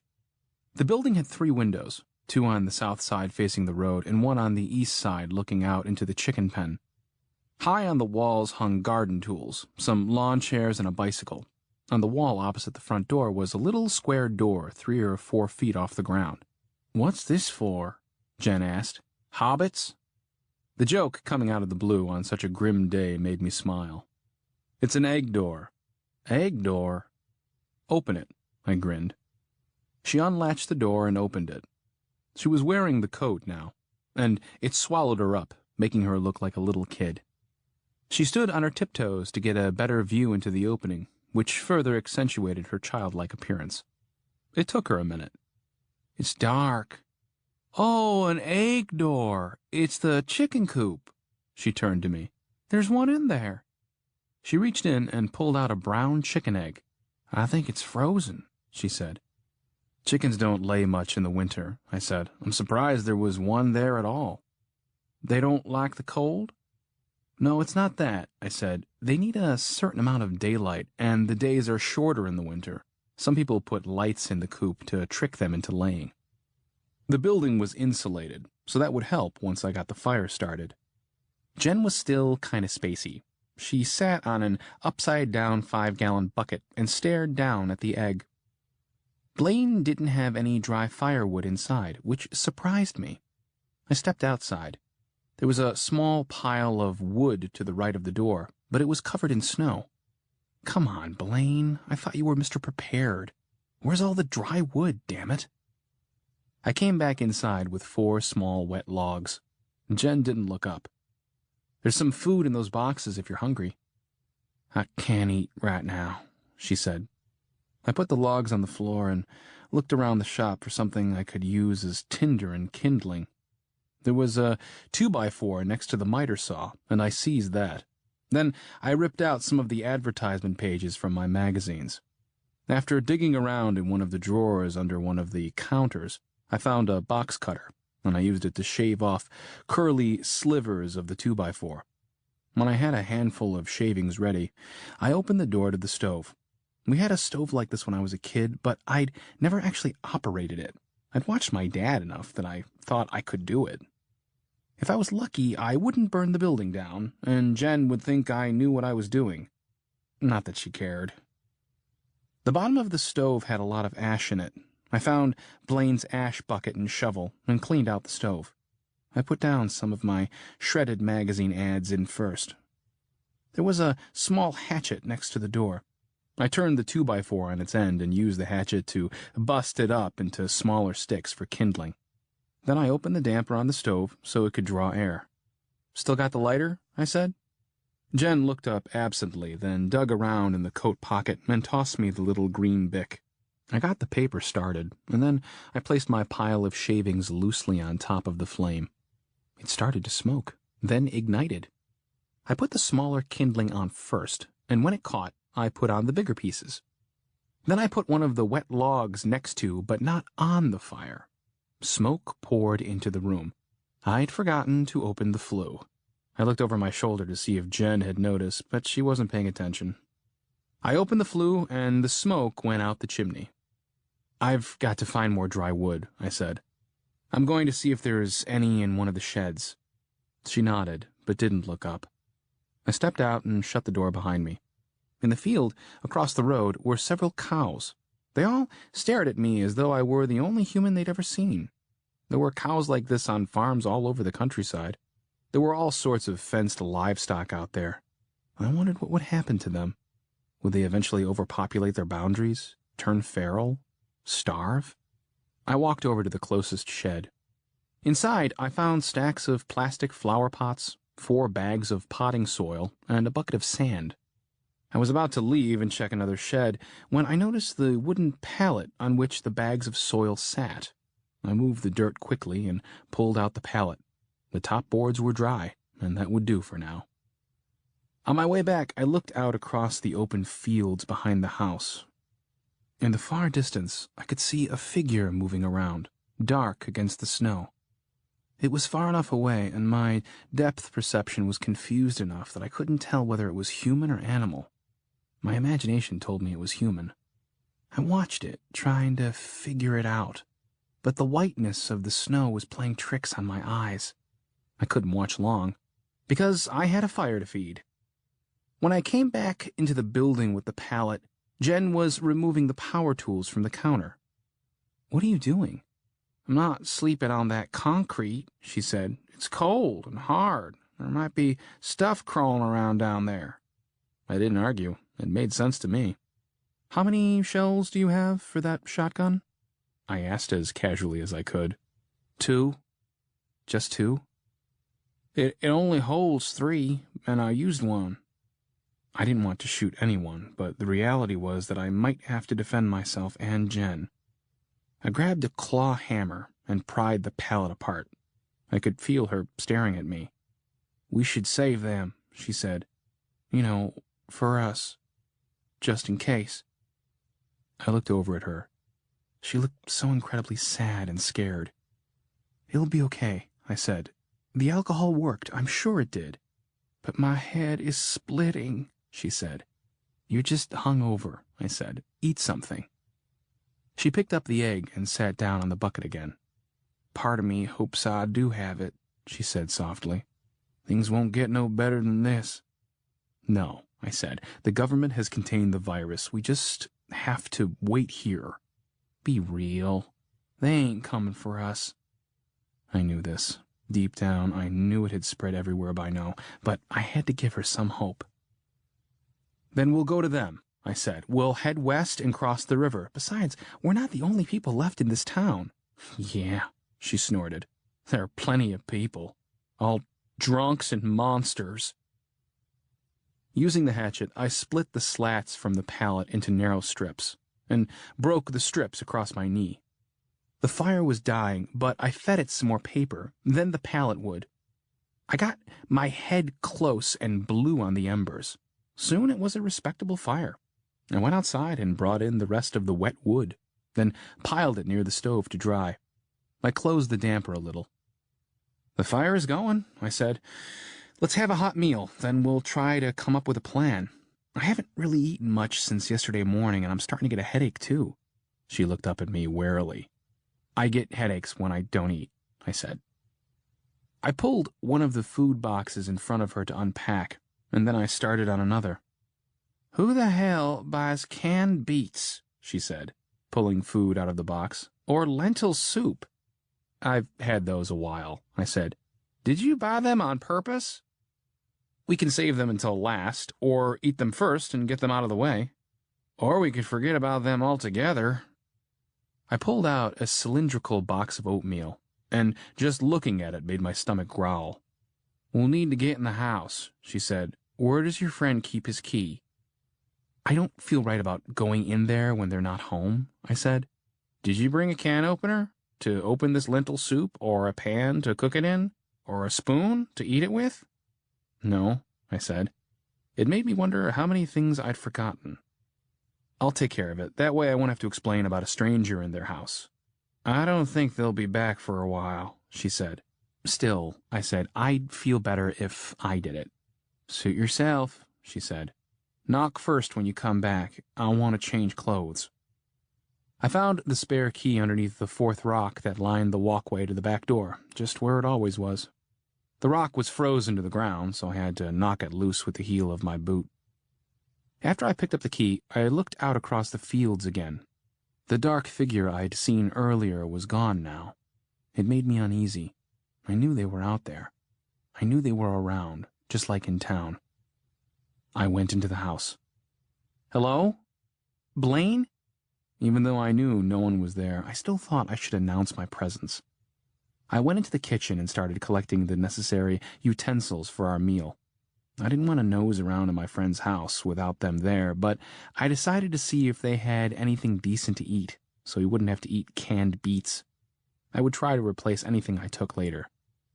The pantry was empty. Completely empty. I opened the refrigerator. There was a stick of butter on the door and an open jar of pickles in the back, but otherwise it was empty too. I left the kitchen and went into the living room. The pictures of the kids that Betsy kept on the bookcase were gone. Some of the bookshelves were bare. I went to the kids' bedrooms. Their closets had very few clothes. I went to Blaine and Betsy's bedroom. The chest of drawers was open. Blaine's gun rack was empty. I stepped over to the walk-in closet. "They bugged out." The voice startled me, and I jumped. Jen had come in and was standing behind me in the doorway. She'd already changed her clothes. "What?" I said. "Got the hell out of Dodge," she said. "It looks like they moved." "Well, it looks like they plan to be gone a while," she said. "Did they have family somewhere else?" "Betsy's family lives in Missouri. I don't understand. Why didn't he tell me?" She looked around the room. "Do the kids have twin beds?" she asked. "Huh? I don't know. If they do, we should move them out there to sleep on. It'll beat sleeping on those countertops." She left me. I sat down on the bed. He could have told me he was leaving. He could have at least warned me about the virus. "There are twin beds in both rooms," she said when she returned. "After we eat, we should move the mattresses into the shop before it gets dark." "How could he do this to me?" I said. "He just left." "Don't be hard on him," she said, sitting next to me. "He had kids to worry about." I still felt a little betrayed. "Come on," she said. "Let's eat those lentils. Maybe this headache will go away." We didn't eat the lentils. We ate oatmeal instead, and it was the best oatmeal I'd ever tasted. It felt good to have my belly full. Jen seemed to feel better too. We moved the kids' mattresses out to the workshop with the intention of moving the beds out there the next day. I went out and checked the clock in the Blazer. It was after 2 p.m. "Our priority now is to get you drunk. I think the tequila killed it. I feel good. Well, as good as I can, considering." "I didn't see anything to drink in there," I said. "We'll have to get some somewhere. Maybe one of the neighbors?" "Break into somebody's house?" I said. "I'll do it if you feel weird about it," she said, "but we need to do it now. It'll get dark soon. We might want to find some candles while we're at it." We headed outside. "Another thing," she said, "we need a toilet. We can just use the ones in the house."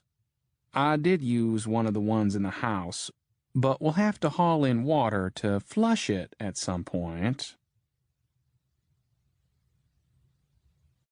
Chapter 9. There were no liquor stores in Clayfield. In fact, the whole county had been dry since Prohibition. I figured Grace County probably had a higher rate of infected for that reason. It wasn't that there was no alcohol here, it just wasn't sold legally. People drove over the county line and bought it, or got it from bootleggers. It was likely that one of the neighbors would have something stashed away, but finding the right neighbor would be the key. Blaine's nearest neighbors were close enough that we could see their houses, but not close enough to walk there quickly. I drove, and Jen rode shotgun. Literally. I pulled into the driveway of the nearest house. The name on the big black mailbox was Kaler. It was a brick home with a large red barn off to the side. There were 2 cars by the house, under a carport, and a small blue tractor by the barn. "Next house," Jen said. "Huh? Why?" "Look at the gray car. There's a Jesus bumper sticker." "So? Not likely to have booze, so it'll be a waste of time." "Okay," I said, putting the Blazer in reverse. "We'll come back, though," she said. "There's a 4-wheeler parked in the barn. It's painted camouflage. You know what that means." "What?" "Somebody in that house hunts, so there'll be guns in there." I laughed for the first time in days. "You're a regular Sherlock Holmes." "Well, yeah," she said. "Elementary, my dear dumbass." She smiled. It was a real smile, like in her profile pictures. I hadn't been thinking about it before, but she was pretty, in a rough-around-the-edges kind of way. We passed another field of cows and pulled into the driveway of a large white house with a wraparound porch. The mailbox at the end of the driveway was painted to look like a largemouth bass. "Ah," Jen said. "Another sportsman." I stopped behind an older pickup truck. "Well, Sherlock, what's the verdict?" "Let's try it." I turned off the blazer and we got out. We both stood still a while to listen and wait in case someone was inside. We didn't want to bust in on an occupied home and get shot. "I think it's fine," I said, "but I'll go knock on the door. You okay with the gun?" She nodded and brushed her hair away from her face with her forearm. Her long coat sleeves were bunched up, stopping at her knuckles. The only thing preventing her hands from disappearing inside was her grip on the shotgun. I stepped up onto the long wooden porch and walked down to the front door. The screen door was closed, but the main door stood open. I felt a sinking in my stomach. There was no reason for that door to be open. I looked down the porch to Jen, who was standing by the truck. She raised her eyebrows and started forward. I shook my head for her not to come. There was a noise from inside.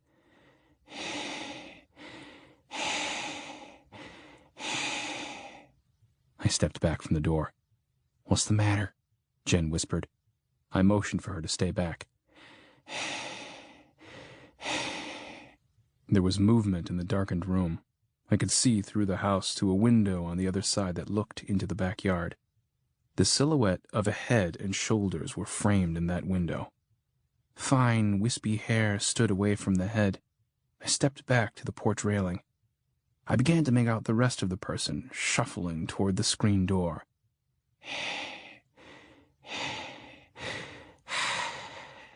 It was an old woman. Her long gray hair had been pulled back in a bun, but was coming loose, part of it draped across her shoulder. She wore a nightgown that was ripped from her left shoulder, and one bare, shriveled breast hung out. Her chin was black with dried blood. It was her breathing. I couldn't move. Jen stepped onto the porch.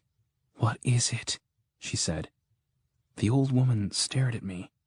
Her eyes looked like those of a hungry animal. She charged, slamming into the screen door. I yelped, flipped over the railing, and tumbled out into the yard. I could hear Jen running back toward the blazer.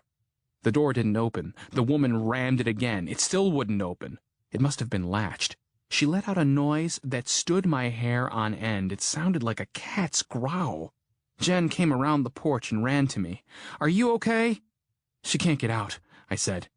Jen looked up to the door and got her first view of the woman. "Holy shit," she said. "She can't figure out how to unlock it," I said, fascinated and terrified at the same time. "Let's go," I said. "We'll try another house." "No," Jen said. "We need to get you something to drink, and we are liable to find something like her at every house we go to. She looks kind of frail. We can handle her. I'd rather face her now than have to deal with you later. But there's no guarantee there will be anything in there. She doesn't look like a drinker to me." Jen nodded and made a face. "Okay, but we've only got a couple hours till dark." We went back to the vehicle. Before Jen got in, she went over to the pickup truck, opened the passenger door, and searched it. I had the blazer cranked when she returned. "I was hoping to find a flashlight," she said. We drove another quarter-mile past woods and a sleeping cornfield. We passed a little Baptist church. I was still shaken from my encounter with the old woman, and I knew I'd have nightmares about her. "Maybe we should just head back the other direction and check houses that way," Jen said. "I'm starting to worry. When were you exposed for the first time?" "Around noon yesterday, I guess." "It's getting close for you then." "I feel fine." "Zach did too," she said. "It'll hit you fast." The next house was a mobile home. There were 2 junked cars in the front yard, and one had a blue plastic tarp over it. To the side of the house was a huge oak tree with an engine block hanging from one of its limbs by a chain. The driveway wound through trees and circled around to the back, then continued a few hundred feet farther into a wooded area to a concrete block building with a garage door. I pulled around and parked by the back door of the home. When I got out, I could hear a sound like an engine running. It was coming from the direction of the block building. "What's that noise?" Jen asked. "Kind of sounds like a lawnmower." "We should leave," I said. "Someone is there," she insisted. "Maybe they can help us." "They don't look like the sort..." "You haven't seen them to judge whether they're the sort," she said. "Let's at least go take a look." Reluctantly, I agreed. We walked out toward the building. The snow was all trampled down and muddy. There had been a lot of activity there that day. I stepped over near one of the trees and picked up a stick. It wasn't long like the tobacco stake, but it would make a good club. There weren't any windows in the front of the building, but I could see a couple on the left side. There was a gravel footpath that led around that side of the building to the rear. There was a lot of rusted metal and junk piled along the way. Jen nodded toward some broken beer bottles and said, "Looks promising." "I think the noise is coming from behind the building," I said. "Let's go around." I tried to look in the windows on our way past, but they were too high. "Oh, God," Jen said, grabbing my arm. She was staring into the trees to our left, at a doghouse that had been pieced together with scraps of siding and plywood. A food bowl sat beside a stake that had been driven into the ground. Attached to the stake was a chain, and the chain was attached to the mutilated remains of a mutt. It had been ripped apart. There was blood in the snow. This wasn't good. Now I'd have to check on the noise to see if someone was in trouble. I stepped away from her and eased toward the back of the building. "No," she whispered. "Let's get out of here." I ignored Jen. I didn't want to leave if there were people who needed our help. I crept to the corner of the building and peeked around. There was a small gas-powered generator beside the back door. The door was cracked enough to allow an orange extension cord inside. Standing next to the generator with his back to me was a large man in dark blue coveralls. He was hunched over a little, and I couldn't see what he was doing. I scanned the rest of the area behind the truck for others, but all I saw was more junk and trees. I looked over my shoulder. Jen was still by the dog, motioning me back. I returned to her side, but I didn't plan on leaving just yet. "There's a man back there," I whispered. "I can't tell whether he's infected. I'm going around to the other side to see if I can see his face. Is anyone inside?" "I don't know," I said, "but there's a generator running back there, so probably." She didn't offer to come with me. I went around the right side of the building. There were no windows on this side. I looked around the corner. The man wasn't there anymore. I presumed he had gone inside. The noise of the generator would mask the sound of my movements, so I wasn't concerned about that. I went up to the back door and put an eye up to the crack. It was a garage, judging by the tools and oil stains. There were 5 cots set up in the middle. One was occupied. The extension cord coming from the generator was connected to a television, a space heater, and a small lamp. Then there was a shotgun blast. I ran around the building. Jen was still where I'd left her. The man in blue coveralls lay on his back on the ground between us. "Motherfucker!" Jen cried. She stepped closer to him, pumped the shotgun, and fired again. The coveralls near his stomach blew out like confetti. The sound echoed through the woods behind me. "Mother—" She dropped to her knees, the shotgun rolling down her lap to the driveway. "Jen, are you okay? Did he hurt you?" She grabbed a handful of gravel from the driveway and threw it at the body. When I made it to the man, I paused to look at him. He was a bearded, middle-aged fellow with a buzz haircut. Something that looked like an uncooked sausage link hung from the corner of his mouth. In his left hand was one of the bloody dog legs. Jen was sobbing now. I ran over, lifted her to her feet, and pulled her to my chest. "He was eating it," she said. "He came at me." I didn't want to be insensitive, but we didn't have time for this. The gunshots would attract more of the infected, and it was getting late. Here in this wooded area, the light was already fading. I had to get some alcohol, and we needed to get back to Blaine's very soon.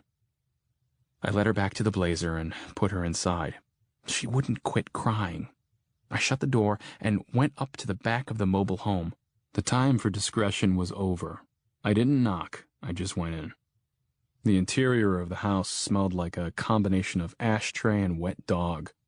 It was hard to see anything in the low light, but I could tell that I was in the kitchen. There was a small table in there piled with mail and small parts from car engines. The white refrigerator had greasy black handprints on it. The sink was full of dirty dishes, the floor littered with trash. How do people live like this? I started on one side and went around opening all the cabinets. A quarter of the way around, I noticed the bottles on the shelf over the refrigerator. "It's about damn time," I said out loud. I pulled up a chair, stood on it, and got them all down. Some were empty, but 3 had a little left in them, and 1 was completely full. I didn't take the time to read the labels. They were liquor bottles, and that was all that mattered. I hugged them to me and ran out of the house, the bottles clanking together the whole way. As I came down the porch, I noticed an obese woman coming out of the woods near the block building. She was bundled up for the cold, but that didn't mean anything. I ran to the truck. "Jen, open the door." She did, and I passed the bottles to her. The big woman limped toward us. A girl in pink pajamas came into view, followed by a man in his underwear. I ran around and jumped into the Blazer. Jen was staring out at the approaching figures. "I'm sorry," she said. I backed down the winding driveway toward the road.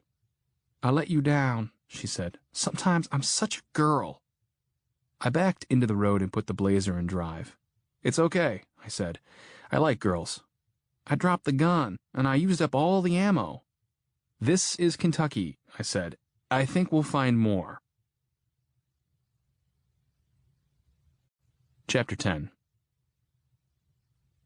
We were both in a daze as we drove back. The sun had all but set, and the snow was taking on a blue hue. Jen opened the full bottle and passed it to me. "Get started," she said. "It's Southern Comfort." I took a sip from the bottle, and the sweet liquid trickled down my throat, warming me all the way to my belly. "You'll have to do better than that," she said. "Drink up." "I'm driving, you know." "It ain't far, and I don't see no sobriety checkpoints." I put the bottle to my lips again and took a bigger swig. It burned. I almost didn't get it down. I passed the bottle back to her. "I'm not much of a drinker," I said, "and I never drink it straight like that." When we got back to Blaine's, she handed me the bottle again. "You go work on that," she said. "I have to use the restroom." I waited until she went into the house, and I took a leak behind the truck. The air was bitter cold, and the sky was clearing. The sun was down below the tree line, and the first stars were starting to arrive. Off to the west, I could see a glow where Clayfield was. Either the power had been restored, or there was a big fire in the town. I zipped up and went into the workshop. The shop was dark, but warmer than it had been. I couldn't see to get around in there, and I didn't want to trip and hurt myself. I went back out to the truck and turned on the headlights so they would shine through the front windows of the building. Then I went back inside. At least I could see enough to get the fire going. I blew on the embers again until the fire flared up, and I fed it some wood and air. The wood I'd brought in earlier was dry enough, and I put 3 logs on it. I left it open to get the fire hot. And then, before bed, I would close it up and shut the damper down. Maybe we'd have heat all night. I took another drink. This one went down more easily. I was already feeling the effects. Jen returned. She looked out at the truck. "What about the headlights?" "We can turn them off now." She handed me a glass dish that contained a used scented candle. "I found it on their nightstand," she said. We lit the candle and turned off the headlights. Then we made sure the building was locked up so we wouldn't have any surprises while we slept. It was only around 6:30 in the evening, but we were both exhausted. Jen hadn't really slept at all the night before, so she was in worse shape than I. However, we couldn't sleep yet. I had to get drunk, and she had to make sure I got drunk. "It shouldn't take long," I said. "I'm kind of a lightweight." Jen sat cross-legged on her mattress on the floor. She'd removed her shoes, but she was still bundled up in the coat. "I killed him," she said, staring at the lit candle on the upturned bucket between us. I took another drink. I had a strong buzz going by that time. "He was eating that dog," she said. "You had to," I said. She shrugged. I could have run. I didn't have to shoot him twice. You said yourself that we were going to have to kill. That was before I had to do it, she snapped. I took another drink. Pass me that bottle, she said. I did, and she took 2 swallows. In the candlelight, I could see a tear running down her cheek. I stepped over to her. I intended to sit by her and put my arm around her to comfort her, but she gave me a look that warned me not to even think about it. Instead, I took the bottle. I went over to my own mattress, sat, and removed my boots. I took another drink. It was getting warm in the room. Put a big log on the fire, I said. Then close down the damper. I don't think I can do it in my state. She slipped her shoes on and took care of the stove. Do you think it's working? Are you drunk? I'm getting close, I said. I probably had enough. Just need to wait for it to do its thing. Outside, there was a howl. Hopefully a dog or a coyote. If you feel uneasy about me, I said, you could restrain me. That way, if I turn, I won't be able to hurt you. No, she said, returning to her bed. Another howl outside. I'm going to bed now, she said. Can I put the candle out? Yeah, I said. I took another drink, and the room got dark. I screwed the lid onto the bottle and fell back on the mattress. My head was swimming. Just before I passed out, I could hear Jen softly crying on the other side of the room. When I woke up, the sun was glaring through the window on the east side of the building. I could see water dripping past the windows from the snow melting off the roof. The shop was cozy, and the faint smell of wood smoke was comforting, briefly bringing back memories of Christmas morning. Jen's bed was empty. I figured she was in the house. I sat up slowly, expecting a hangover, but I was surprised at how good I felt. There was no headache, and I was rested. I hadn't had coffee in 2 days, and I really wanted some right then. I put on my boots and stepped outside to relieve myself. The blazer was gone. I panicked for a second, worried about Jen.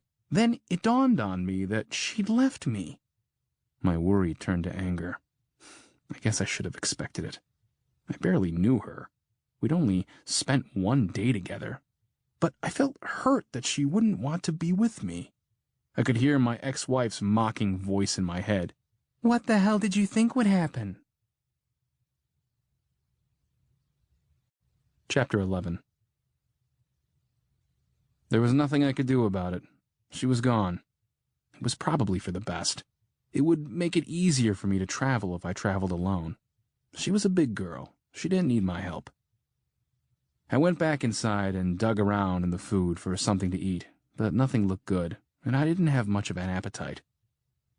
I decided to go in the house and conduct a thorough search for useful items. I needed to find the keys to Betsy's minivan anyway. I didn't feel so bad about pilfering now, since I'd realized they'd abandoned me. I was in a really bad mood. On my way up to the house, I looked out across the fields again. It was still cold, but the sun was out now, so the snow was melting, and the ground was showing in places. I heard a car alarm very faintly in the distance, a horn blaring over and over. One of the infected must have set it off during the night. I went inside. I wasn't sure what I was looking for. It appeared that Blaine and Betsy had taken the important stuff. After fumbling around in the dark the night before, I decided to look for a flashlight or more candles. I opened drawers in the kitchen just to see what was there. But I didn't find anything that struck me as immediately useful. I went into Blaine and Betsy's bedroom. I found a little book light and another candle in one of the nightstands. I stepped into the walk-in closet. Most of the clothes were gone, but there were still some left, mostly impractical things like suits and some of Betsy's dresses. I noticed one of Betsy's coats that I thought might fit Jen, then had to remind myself that it didn't matter. I pushed the clothes across the closet rod, one at a time. I slid a black dress over, and next to it was a lacy red chemise. I paused. It had been too long. I wondered how Betsy might look in it. and then I felt disgusted with myself for thinking it, especially now that the world had gone to hell. I'd been divorced for a while, but it was still difficult for me to get in the single mindset. I hadn't put much effort into dating again. Betsy had set me up with one of her friends, but that didn't work out. My mom was always on me about going to church so I could meet a good woman. Now the selection of available women had shrunk dramatically. The selection of good women, well, right now, the world being what it was, a good woman meant a woman who knew how to take care of herself and would care enough about me to put a bullet in my head if it ever came to that. I slid another dress in front of the laundry and turned my attention to the shelf above the clothes. There were some small boxes and photo albums. I pulled the boxes down. One was full of old Valentine's Day and Mother's Day cards. Two of them held loose photographs. I pulled a picture from one of the boxes. It was Betsy and the kids opening presents 2 Christmases before. Tears welled up in my eyes. Seeing their smiling faces took away the anger I'd felt toward them. They'd been good friends to me. I hoped they'd made it someplace safe. A vehicle pulled up outside. Jen. I put the box of photos on the bed and ran to the back porch. It wasn't the Blazer. It was an older red and white pickup. I stepped back inside the house and looked around for something to use as a weapon. I ended up retrieving an umbrella from the corner. I went out onto the porch to ascertain the intentions of the driver. It was Jen, after all. I ran out to her, resisting the urge to hug her.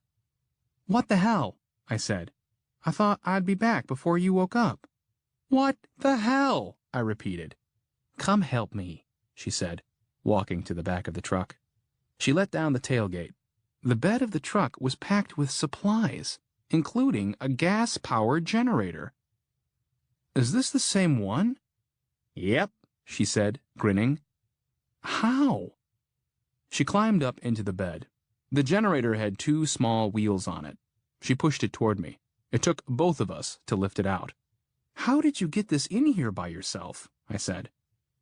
"I backed the truck to a low spot so that the tailgate was close to the ground. Then I just wheeled it in. My granddad used to load his riding mower that way." "But what about the people?" "I parked the Blazer down at the church early this morning. Then I set off the alarm and hid.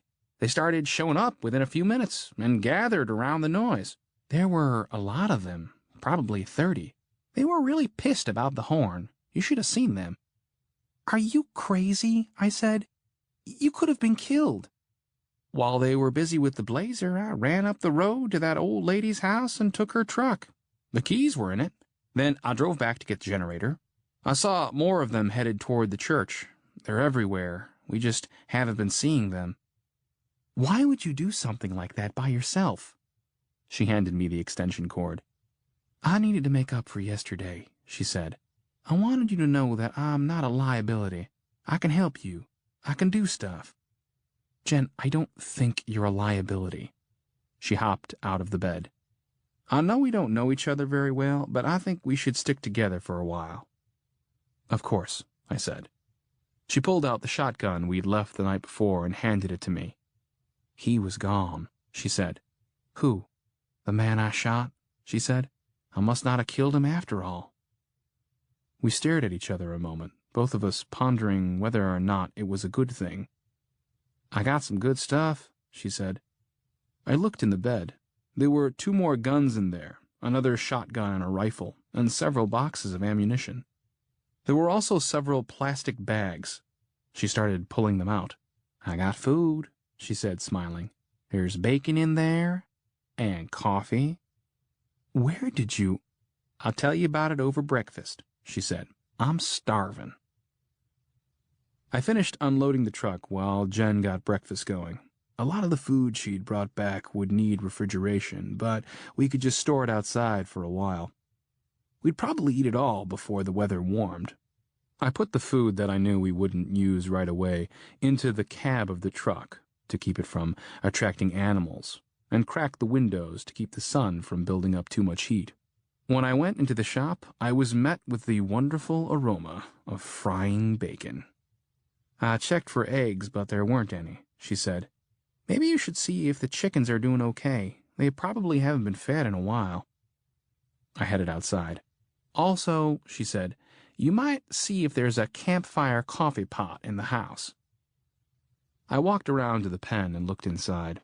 It was muddy in there. The snow was nearly gone. There were 3 chickens in there, scratching around. It looked like 2 barred rocks and a Rhode Island red. They would need water, too. Their automatic dispenser that kept the water from freezing was operated by a little solar panel, but it was almost empty. I opened the gate and went in with them, then walked over to the coop, which was really just a back room of the workshop. It had a larger door for people, with a smaller door set in the bottom for the chickens. There was a wooden bin just inside the door that had a partial bag of chicken feed in it.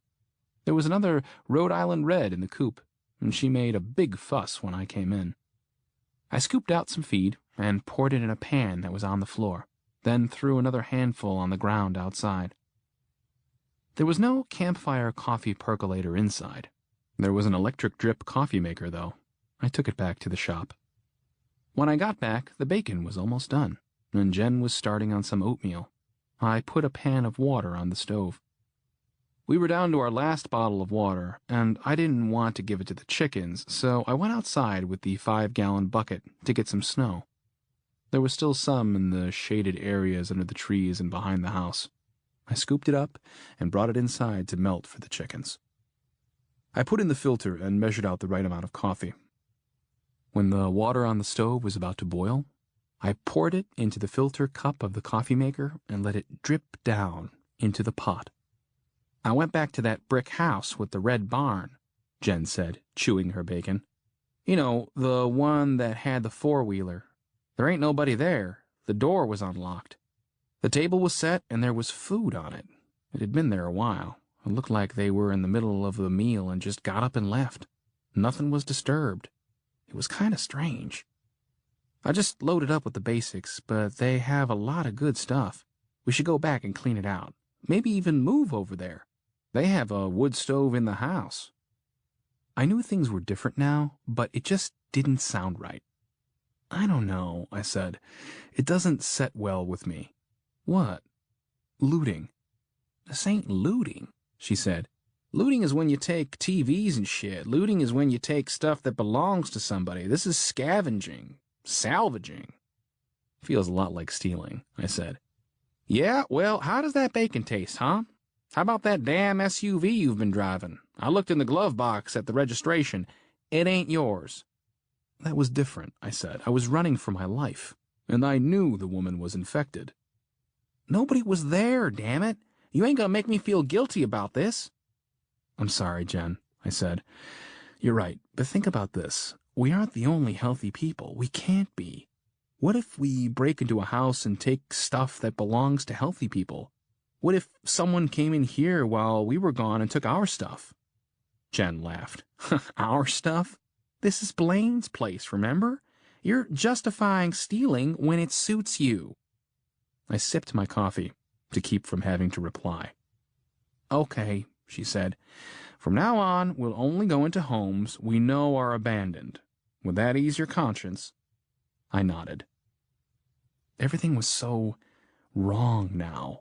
I hadn't even had time to really think or process exactly how different life would be. I'd hate to leave this area, I said. I grew up here. It's home. But maybe we should try to get across the river soon. Try to get to a safer place. I don't think they stopped it, she said. I think the whole world is screwed. I tried the radio in the truck this morning. Most of the stations aren't broadcasting anymore, and the ones that are keep airing a recorded message telling people to stay indoors. But we have the generator and your laptop, she continued. So let's see if we can get online. If there is any safe place out there, they'll still be broadcasting. Do you really think the internet will be working? I asked. Should be, she said. I'll bet those servers have backup power. I don't know how it all works exactly, but my cousin used to tell me about internet backbones or something like that. He said it would be impossible to destroy the entire internet all at once. It's only been a couple of days since the disease hit Clayfield. I don't see why there still wouldn't be cities with electricity. I would think those power plants would run for a little while without people around. We probably just lost a substation in Clayfield or something. No, I said. On the news they were saying that a lot of the southern states were without power. How would they know? She said. Everybody down here is sick. Besides, I don't think that will affect the internet. I shrugged. I didn't know. I guess it wouldn't hurt to try, except that generator makes a lot of noise. How do we run it without everybody in Grace County showing up on our doorstep? Chapter 12. The ideal solution would have been to put the generator underground to deaden the noise. But Blaine and Betsy didn't have a basement or root cellar. Even if they did, we would have to be in a different location because of the gas fumes and carbon monoxide. We considered running it in the workshop while we were in the house. But even then, it might be heard and alert everyone to our location. The generator's previous owners had left it outside like they were supposed to, but they wound up dead from something far worse than fumes. Why don't we forget the generator? Jen said. If you have enough charge on your battery, we could drive around, maybe find a signal. Those modems and routers need electricity, though. I wonder how the cell towers are doing. Neither of us has a phone, so... There are lots of people out there not using their phones, she said. We can just search houses until we find one. That might involve coming in contact with them, and I'd like to avoid that as much as we can. How about this? Jen said. We put the generator in the back of the truck and run the cord into the house. One of us sits in the truck with it running while the other is inside logged on and getting news. If they show up, the one in the truck just drives away, but slow enough for the infected to follow. Once they've been led far enough away, just speed up, circle around, and come back home. That's a bad idea.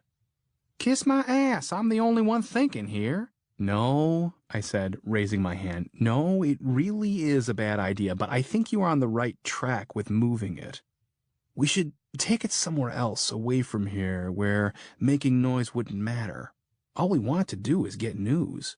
Eventually, we might need to use it to pump some fresh water, but if we can find bottled water... So we just need a place that has an internet connection and a basement, she said. Yes, or an easy escape. I'm thinking the museum. Where you worked? But that's in town. We were going to have to go into Clayfield for water and other supplies eventually anyway, I said. Why? The whole countryside is full of unoccupied houses loaded with supplies. There must be houses out here with internet connections and basements or easy escapes. But going to the museum would save us from running into situations like we did yesterday, where we don't know if we'll find what we're looking for. There's no need to risk it for an uncertainty. It's all uncertain now, she said. I thought you wanted to avoid the sick people. There shouldn't be anyone at all in the museum. If we pull right up to the door, we can run in and lock up. The place is solid. Plus, the building is large enough, and the doors are spaced far enough apart that if we distract them on one side of the building, we can get out on the other side. This sounds like a pain in the ass, she said. I went out by myself and got all this good stuff without getting too close to anyone. I say we stay in this area and try to find a charged phone and access the internet that way. We're also out of drinking water, I said.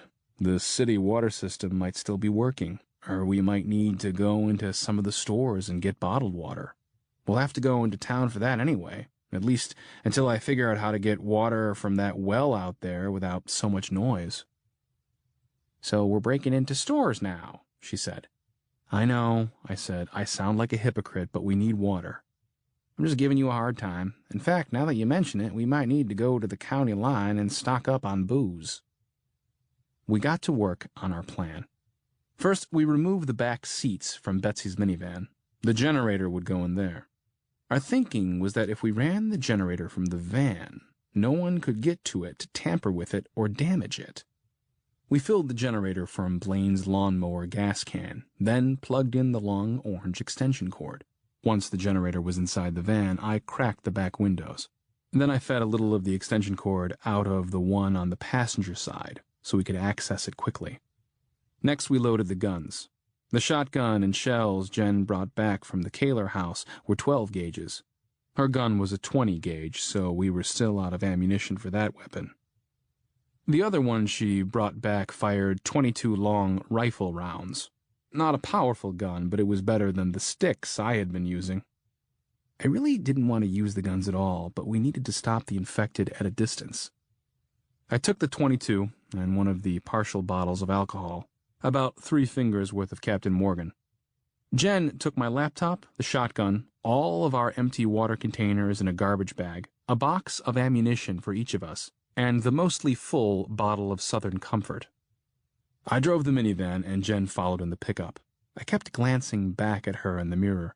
She had a red bandana tied around her nose and mouth, and she looked like a bandit from one of those old westerns. I could see the shotgun propped up in the seat beside her. I was so relieved to have her back, though I couldn't say if it was because of her company or if I was just glad I wasn't alone. I adjusted my own mask. I still didn't know if the masks worked, but we could find out about that when we got online at the museum. I hoped we'd also find out about the necessary amount of alcohol. Hopefully we wouldn't need to get drunk every time we had an interaction with the infected. Even though it was a longer route to the museum, I took Braggisburg Road again. Gala Road would have been faster, but I worried about encountering wrecked or abandoned cars that would block our path. Our last drive down Braggisburg Road had been clear, and I didn't want to stop until we got to the museum. I took it slow. I wanted to check out the houses on our way into town. The infected were out, and there were a lot of them.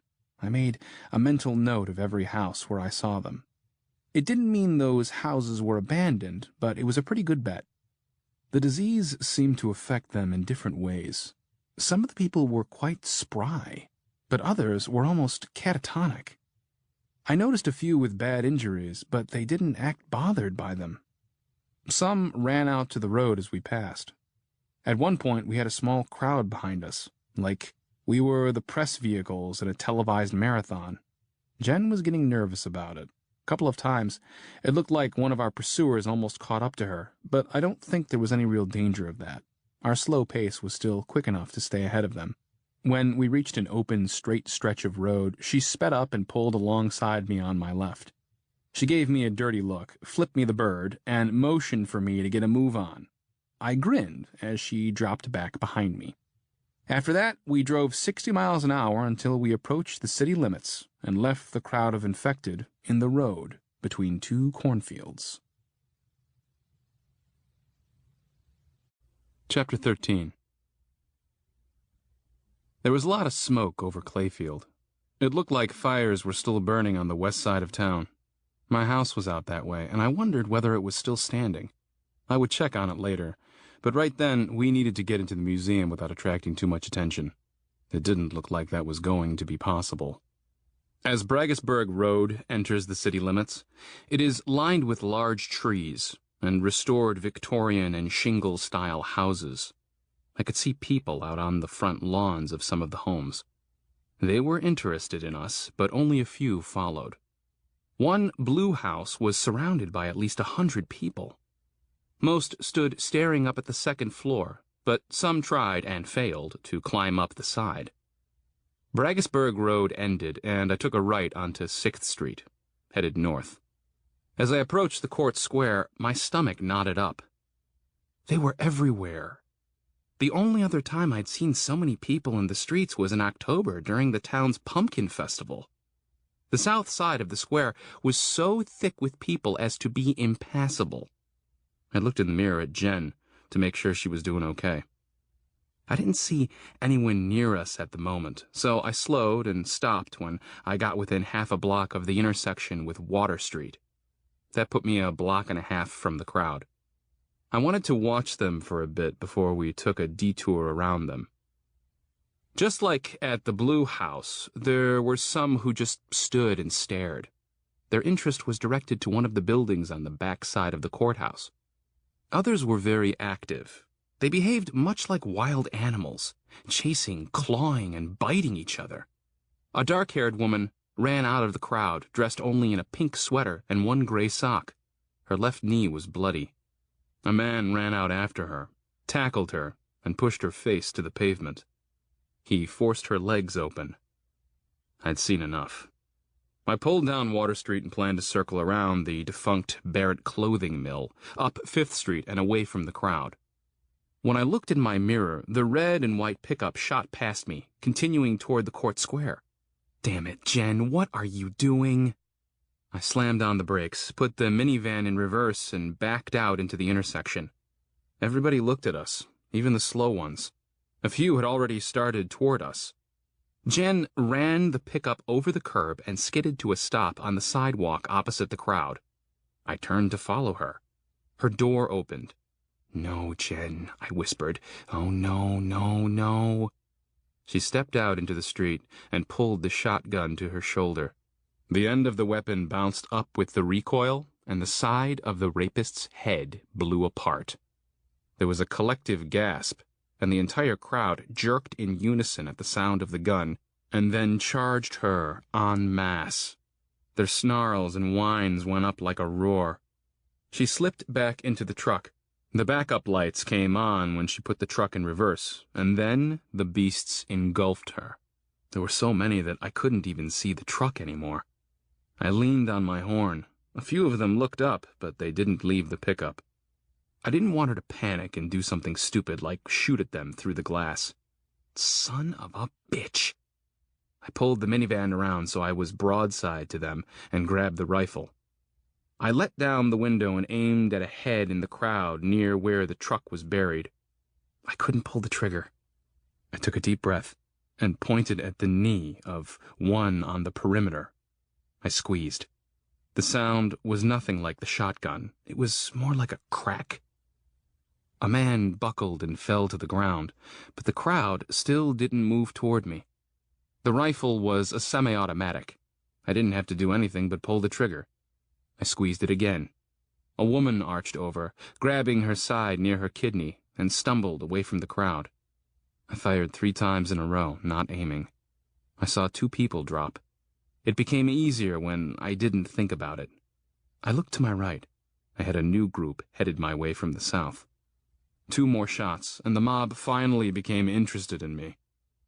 They cleared up for her in front first, and when I saw the truck lurch forward, then pull away across a corner lot and down South Street, I mashed the gas and headed down Water Street. We were running parallel to each other, and we each had a group chasing us. We crossed over 5th simultaneously, a block apart, and sped down to the next cross street, which was 2nd. By then, the crowd was far enough behind us not to matter. She stopped at the intersection and waited for me to turn north and pull back in front of her. When I got to the intersection of South and 2nd, where she sat idling, I stopped in front of her, perpendicular to her vehicle. I glared at her. Her eyes narrowed. This time, I flipped her the bird. Our original route changed, but our plan did not. I was pissed that Jen had put us in unnecessary danger like that, but I hoped that some good would come of it, and that the noise of the gunfire and horn would draw people away from the museum. I took a left onto Broadway, then a right onto 5th. I had to drive up on the sidewalk because that was where the head-on collision had taken place. It was also where I'd wrecked my car. The cars were all still there, but not the bodies. The old man I'd hit with my car might have lived, but there was no way the man in the other wreck had survived. They were both gone. There must have been other healthy people out disposing of bodies. I escorted Jen to the front of the museum. She pulled in close with the passenger side of the pickup near the front door. She got out, pulled out the garbage bag of supplies and the shotgun, and ran inside.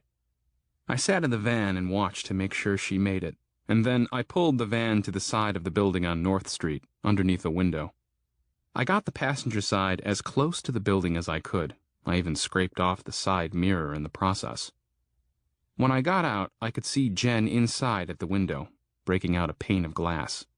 I fed her the extension cord, and then I ran around and climbed into the back of the van, where I started up the generator.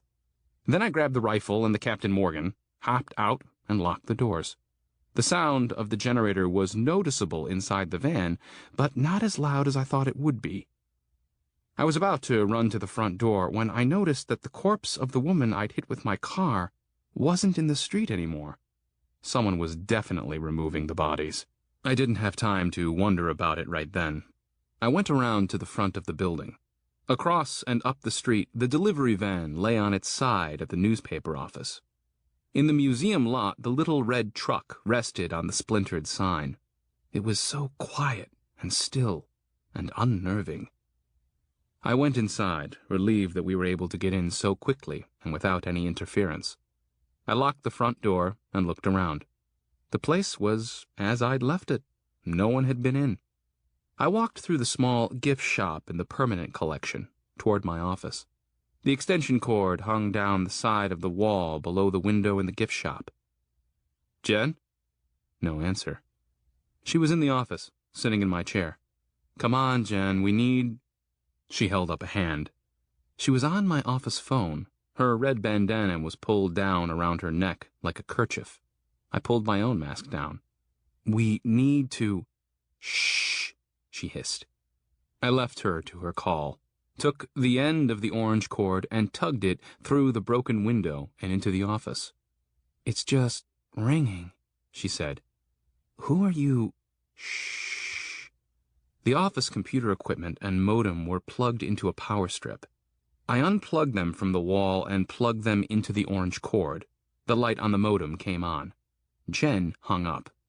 "I was checking on my brother," she said. "He lives near Kansas City. Nobody answered." I went straight to the phone and dialed my mom. I listened to it ring and watched Jen turn on the computer. "What the hell were you thinking back there?" I said. "I won't put up with that shit," she said, not looking at me. "You could have gotten both of us killed." "You didn't have to stay." "You know, if what they say is true, and they're just running on base instincts, then we're going to see a lot more of that," I said. "Then you're going to see a lot more killing," she said. The phone rang almost 20 times, so I hung up. "It's working," she said. "I'm online." I got out my laptop and plugged into the power strip and one of the other ports on the modem. "I'm on CNN's website," she said. "No new stories there since yesterday. The last story was posted yesterday morning at 10. It is about a state of emergency in Minneapolis." She looked at me. "Which side of the Mississippi River is Minneapolis?" "The wrong side, I think. Any mention of St. Louis? My mom lives there." She shook her head. I checked my emails. There was nothing there from my mom. "Check all the social sites," Jen said. "That's where we'll find out what's happening." There were no new posts on any of those sites.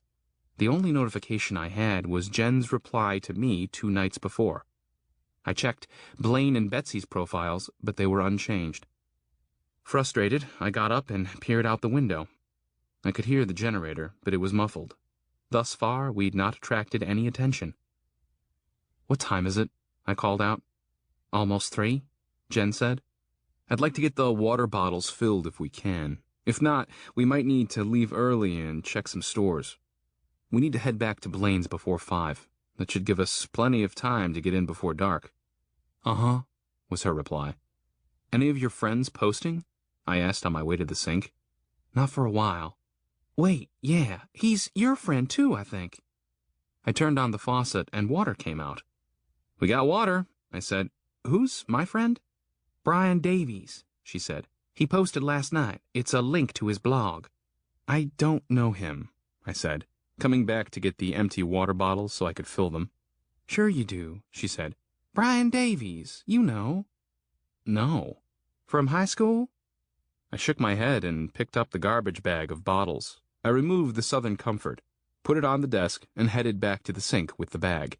"He was a couple of years younger than us," she said. "He's a professional blogger now." "They have those?" "Yeah, and he does that Michael Jackson act sometimes. He was in the paper last fall. He did that concert to raise money for those kids." I topped off one of the bottles and started on another. "Michael Jackson act?"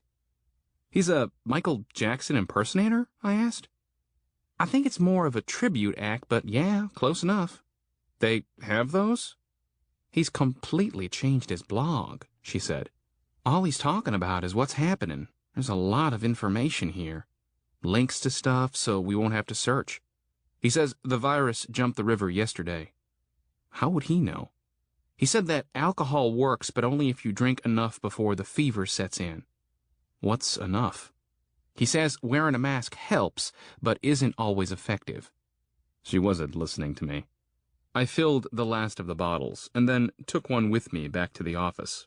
I handed it to her, and she took a drink. I checked on the van. We were still okay. I'm going to share the link, she said. Get on your laptop and check it out. Chapter 14. Brian Davies' professional blog didn't look very professional to me. The top banner was a still image from Michael Jackson's Thriller video, and most of the page was loaded with links. I recognized a few of the sites as ones I had visited that first night. I suppose I shouldn't be too critical. Jen did say he'd completely changed his site since the virus hit. Also, he'd taken the time to provide a little description with each link, so visitors could find things easily. Not that there were many visitors. When he did do any writing, he was describing what was going on around him, what he'd experienced, what he observed out his window, and what others were telling him from other parts of the world. His site didn't look like much, but it was actually loaded with pertinent information. I read through several posts and followed the links when they looked relevant to our particular needs. According to the links he'd provided, it wasn't necessary to get drunk, but only to begin to feel the effects of the alcohol. Also, masks worked, but the disease could still be spread through bites, scratches, and sexual contact. I read one of his journal entries. There has been a group of them outside for more than 12 hours. I've been watching them through the window. I feel like Diane Fossey observing her gorillas. There are 8 of them. 3 men, I hesitate to call them men, and 5 women. There is a clear alpha male in the group. He has been having sex with all the women. The other 2 males are submissive, but do attempt to initiate sex with the women when the alpha isn't looking. It is fascinating and grotesque. 4 of them are mostly naked, yet they don't act like they are uncomfortable. I have noticed what looks like frostbite on some of their feet. Last night I saw them all huddled together under my maple tree. I presume this was for warmth. I have to keep reminding myself that these were the same people I saw in restaurants and theaters. These were all people once. Where does he live? I said. He's still in Clayfield, Jen said. I see him and his boyfriend out all the time. Do you think they need help? His journal says he has infected out on his lawn. I'll send him a message, she said. I'm going to take the water out to the truck. On my way, I took a look out the window. The minivan had an audience now. There were 6 of them out there, walking around. They weren't trying to get into the vehicle yet, but they were curious. They found the generator, I said. Jen joined me at the window. We should go before many more show up, she said. I'll get the water loaded, I said. You get a message to your friend. If he doesn't reply within 15 minutes, we'll just have to try him again another time. I went into the supply closet and emptied out a cardboard box I'd been using to store cleaning supplies. I was able to fit most of the water bottles in it. I carried it to the front door. No one was out front, so I took it out as quickly and as quietly as I could and put it in the back. I could hear them pounding on the minivan now. Their noises would probably bring more. I went back inside and locked the door.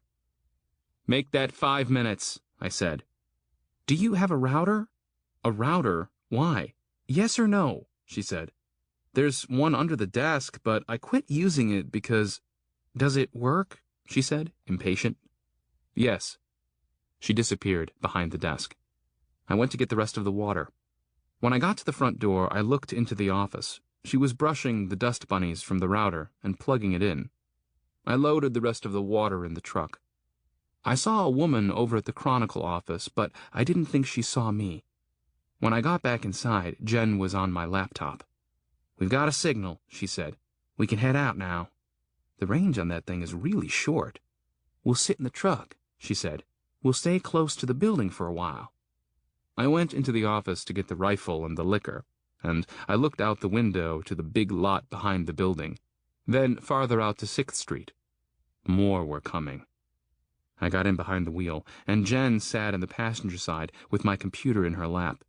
We pulled the doors shut gently so the people around the other side of the building couldn't hear us. A boy in his early teens crossed the street near the transmission shop and headed our way. We sat very still inside the pickup, and he walked right by. He was shirtless, and there was a terrible gash in his chest. It had bled a lot, but at that time the blood was all dried down his body and right leg. "I think there were people in that blue house," Jen said. "Those things were interested in something there. On the court square, too." I nodded, suspecting she was right. "There ain't many of us left," she continued.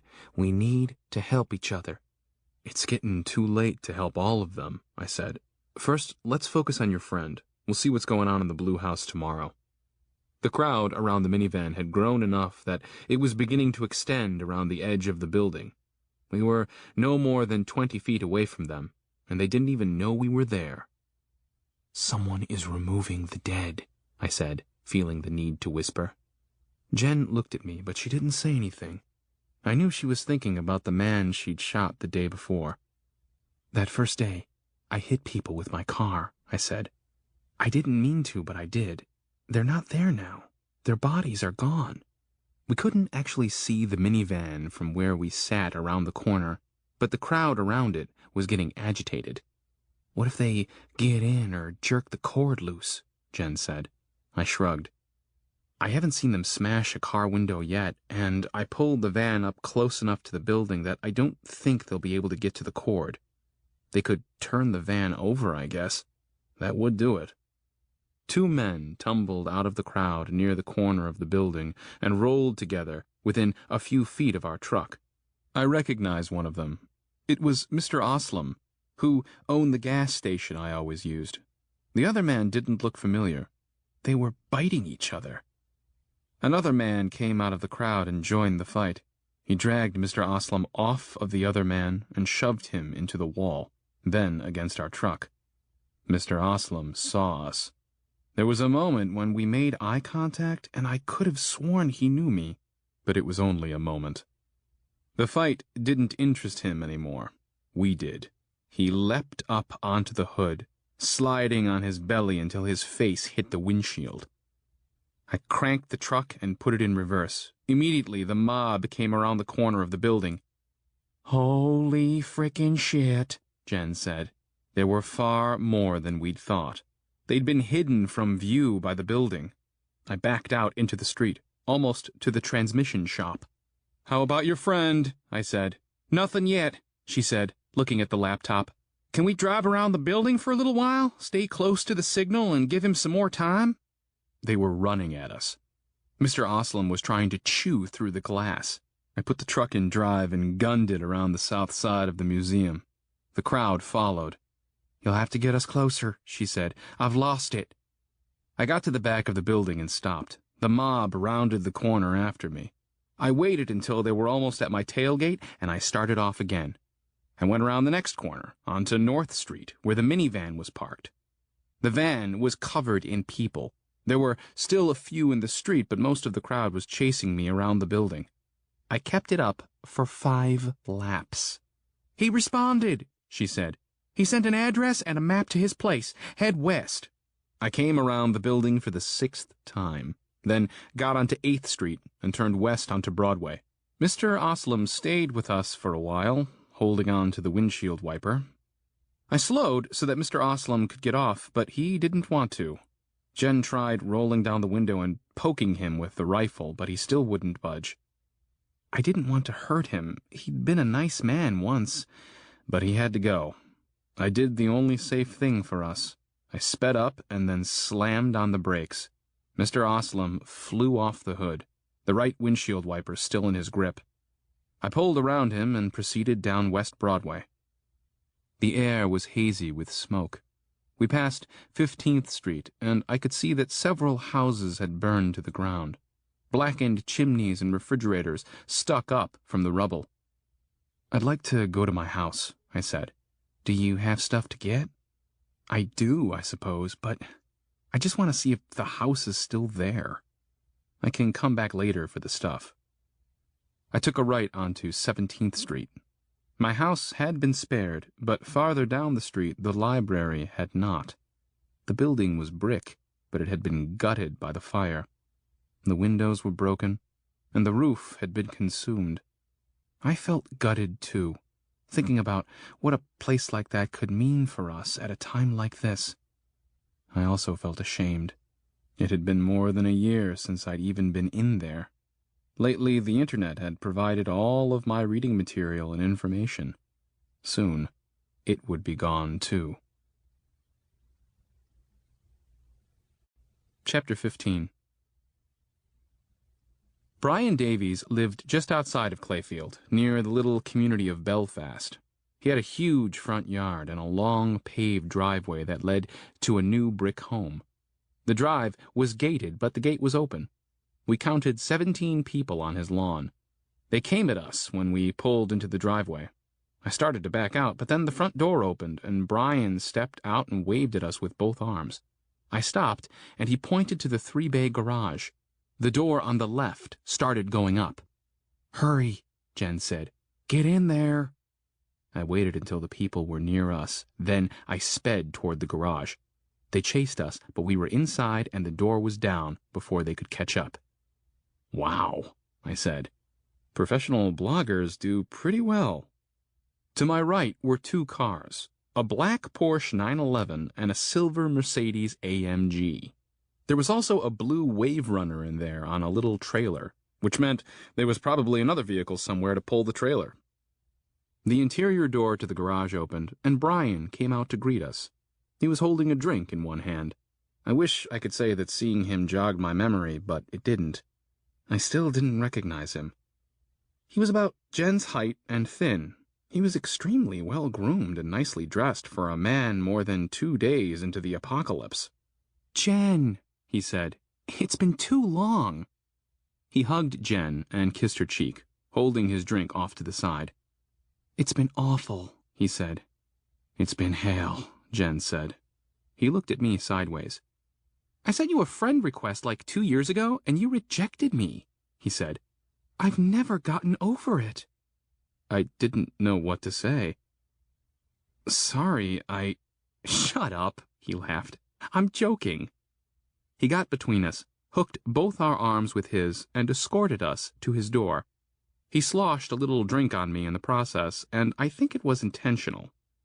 The house was beautiful, showcasing art and antiques, aquariums and terrariums, specimen bonsai trees. It felt more like a museum than my museum did. "So, how's my favorite nerd from the history club?" he asked. It took me a second to realize he was talking about me. I had been in the history club in high school, but I was surprised that he remembered. "Fine," I said, considering. "Everything is relevant," he grinned. "Relative?" I said. "That too." Jen was looking at an enormous aquarium set in the wall. It was lit. "So how is it that you still have electricity?" she asked. "We have a windmill out back," he said. "One of the big ones. Didn't you see it?" "I didn't notice." "Well, it's huge," he said. "It makes a lot of noise. We're used to it, but I'm sure that's what's drawing them here." I was blown away by all the lovely things.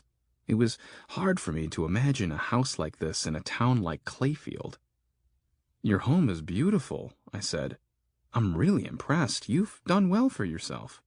"You have too," he said. "I see you in the paper all the time with stories about the museum. You're really doing something important over there.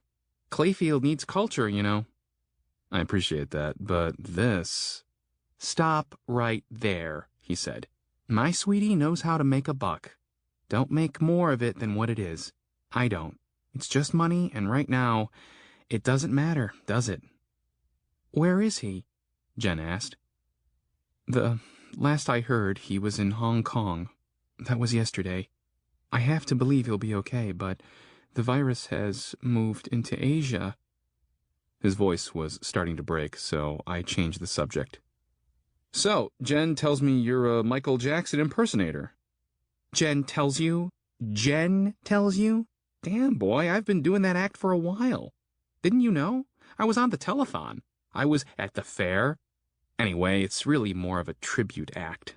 And it doesn't matter anymore either. Come on to the kitchen. I'm cooking us some dinner. We followed him through the dining room into the ultra-modern kitchen. It looked like something from one of those cooking shows on TV. I'm baking some tilapia, he said. We'll have steamed asparagus and rice. Thank you, Brian, Jen said, but we want to get back before dark. We came because we thought you needed help.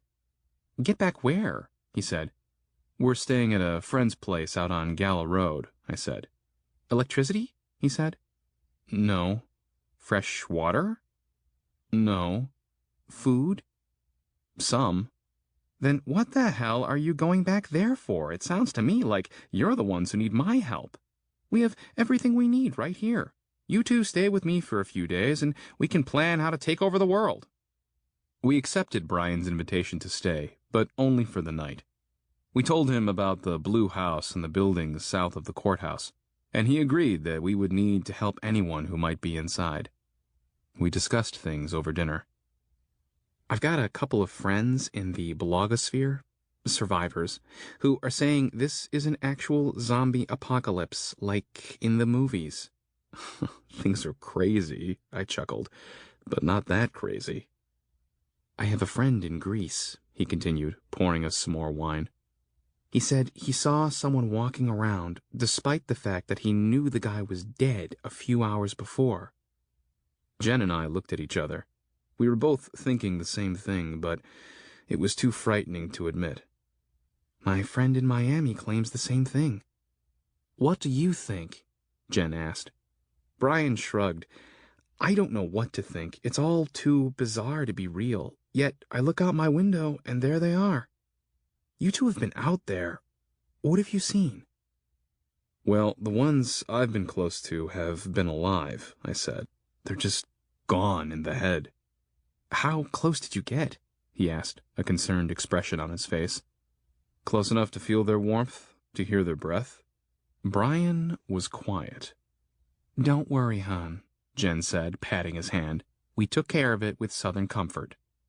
Bless your heart, he said, returning to his meal. That's some bad medicine. There are bodies missing, Jen said with some hesitance, looking at me, as if for permission. We just figured there were people out clearing them away. Could be, Brian said. Or I suppose coyotes or dogs could have dragged them off. Jen and I nodded. Another possibility, Brian continued, and I'm sorry to bring something like this up at the dinner table, but another possibility is that they are eating each other. My friend in Greece suggested that. We were quiet for a while. I hope everyone has room for dessert, Brian spoke up finally, in a cheery tone. I have a Sara Lee cheesecake in the freezer. He got up from the table, and Jen helped him clear the dishes. I stepped over to the large dining room window and looked out onto his backyard. It was dusk, but I could see neat rows of small trees to the left.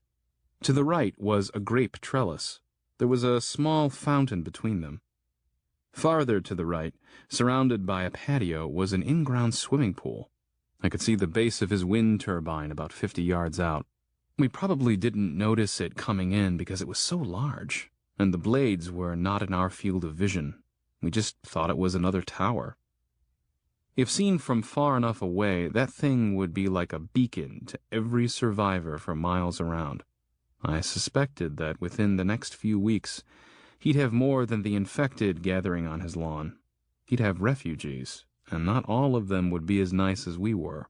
I mentioned it to him as I closed the shades. The more the merrier, he said. But what about those who would take this place for themselves? I think you've watched too many Mad Max movies, he said. I think a crisis like this will bring us all together. I didn't want to argue with him, but I feared that this would soon be a dangerous place to live. We had our cheesecake and wine in the living room by the glow of the fireplace. The curtains were closed, and we avoided the topic of current events. When we were done, feeling full and relaxed from the wine, Jen stood. Brian, I'm going to impose on you. Please do. I would love a hot shower. Would it be okay? Of course, both of you make yourselves at home, at the end of the hall and on the right. I'd be happy to wash your clothes, too, if you didn't bring more. Oh, that would be great, she said. I'll leave them outside the bathroom door. She smiled and left us. When she was gone, Brian poured the last of the bottle into my glass. How long have you two been together? Since yesterday morning. I took you to be a couple, no? No. You have no idea who I am, do you? Sure I do, I said. We went to the same high school. You were a couple of years behind me. That's what Jen tells you, right? No, I said. I mean, I didn't remember you right away, but now I do. I didn't. It's okay, he said. I saw you on Facebook a couple of years ago, and I didn't remember you right away either. I guess I didn't make a big impression, I said. He stared at his empty glass for a moment.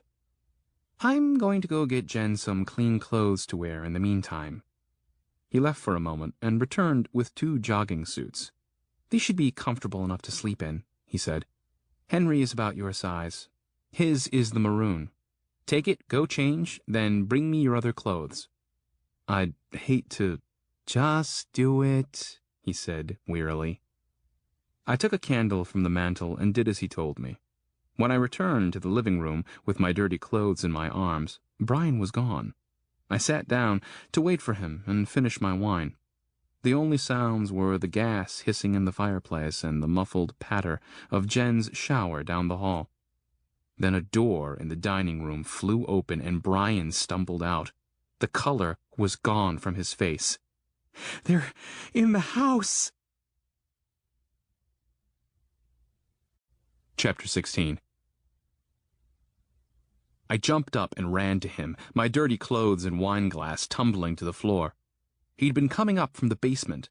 He turned and tried to shut the door, but an arm reached in and prevented it. I joined him, pushing on the door. I forgot to turn the light off when I was down there today. I've been distracted with making dinner. I guess when it got dark outside, they could see it. They've broken through the basement window. How many? There were 3 down there by the washing machine, more coming in. But the light is still on down there? I said, shoving my weight against the door. Yes, he said. Then it dawned on him what that meant. They would just keep coming. The infected man who had chased Brian up the stairs was forcing his way in, his head and left shoulder pushed through the opening. Brian and I leaned against the door, but the man had help. We could hear and feel more of them on the other side against the door and walls. If we can get the door closed, I think we can block it, I said. Maybe we should let him through and then shut it behind him. Brian hit the man in the head with his fist, but the man was unfazed. Oh, God, he's getting in, he yelled. The door bulged outward, and we pushed back. The man fell, and a second person reached through the opening. The first man grabbed Brian's ankle. No, he bit me. I kicked out at the man, but missed. I didn't want to let up on my pressure against the door. Then Jen was there, dripping wet and wrapped in a white towel. She had the .22, and she put it against the man's head. There was a pop, and he quit moving. Then she stepped around him and shoved the rifle barrel through the crack in the door. Pop, pop, pop! The other arm slipped back through the crack, and we could hear them falling down the stairs. She pulled the rifle out, and the door shut. There was an odd smell in the air that I realized was the mixture of gunpowder and Jen's shampoo. Brian put his weight against the door, gripping his ankle. He stared at the dead man on the floor. Oh, my God, you shot him. Jen and I dragged the body out of the way. It's best not to think of them as people, she said. But they... Brian started. They're not people anymore, Jen said. It's okay, sweetie, Brian said. I'm not judging you. I'm just... Well, you were so brave. Thank you. Jen nodded and forced a smile. We moved the dining room table to block the basement entrance. They continued to pound against the door, and every time they did, the table jerked. Brian crawled into the living room next to the fire, and Jen went with him to check on his wound. I stayed in the dining room. piling up every heavy thing I could find on and around the basement door. When I finally got into the living room, Jen stood. "It broke the skin," she said. "Get him drunk. I don't care what that website says. Get him plastered." She noticed me looking at her. She adjusted her towel and handed me the rifle. "Get your eyes back in your head," she said. "I'm going to get dried and dressed. I'll look for a first aid kit for that ankle." I watched her walk down the hall. When she got to the bathroom door, she turned and looked at me before going inside. "I saw that," Brian said. "You too." "Where do you keep your booze?" I interrupted. "You've got some drinking to do." Brian was pouring his third shot of Maker's Mark when Jen returned from the bathroom. She was wearing Brian's gray jogging suit. I handed her the rifle. "I'm going to change back into my regular clothes in case we have to leave soon," I said. "Where are my clothes?" she asked. "In the basement," Brian said. He downed the third shot. "You know, you two should be drinking too. I mean, he's right there, bleeding on the floor. Jesus, there's a dead man in my dining room." Jen took a drink from the bottle and held it out to me. "I'm still feeling the wine," I said. "I'll have something when I get back." I hadn't realized how bad I smelled until I changed back into my dirty clothes. It wasn't only sweat. I reeked of smoke from our fire at Blaine's and from the fires in town. I wondered how Brian stood to be around us without insisting that we bathe and change. He was a good host. I was disappointed. I'd been looking forward to a shower. I didn't want to risk it now. We might need to make a quick getaway. When I came back, Jen was putting a bandage around Brian's ankle. I went into the dining room and checked the basement door. It was holding, but I could hear them on the other side of the door on the stairs. I could hear movement below us, too. "Brian, where's the breaker box? Maybe we could kill the lights down there with that." "Garage," Brian replied. I started for the garage, and on my way peeked through the curtain of the front window. The crowd on the lawn was gone. They were all likely in the basement by then. I changed my mind. I'd leave the light on down there. By morning, everyone who gathered outside would have gone into the basement. Maybe they wouldn't be able to find their way out. Jen looked up at me when I returned. "His ankle is starting to swell." "Does it hurt?" I asked. "I have enough whiskey in me that you could pull my teeth," Brian replied. Jen stood and moved close to me. "I think we should watch him," she whispered. "I ain't dealt with bites." "When he falls asleep, we can tie him to a heavy piece of furniture just in case," I said. "You two talking about me?" Brian said from the couch. "Yep," Jen said. "Do what you've got to do, Jen," he said. "You've always been nice to me. I trust you." "We'll sleep in here tonight," I said. "The garage isn't far if we need to go. We should take turns keeping watch." "Okay," Jen said. "You sleep first, since you're feeling your wine." I nodded. "Wake me around 1.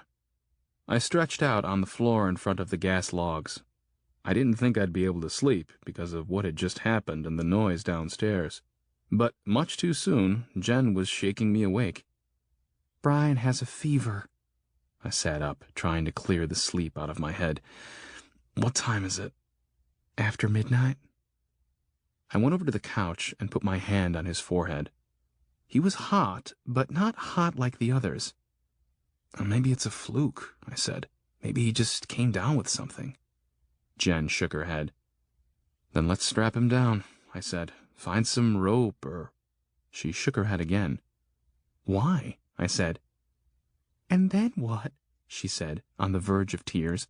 "And then I just tie him down and shoot him? Is that it?" "Jen, "No," she said. Jen, maybe he just has a bug. Maybe he has a fever from the bite, but not the virus." "I don't want to see him turn," she said. "Okay," I said. "I'll sit with him. You go sleep.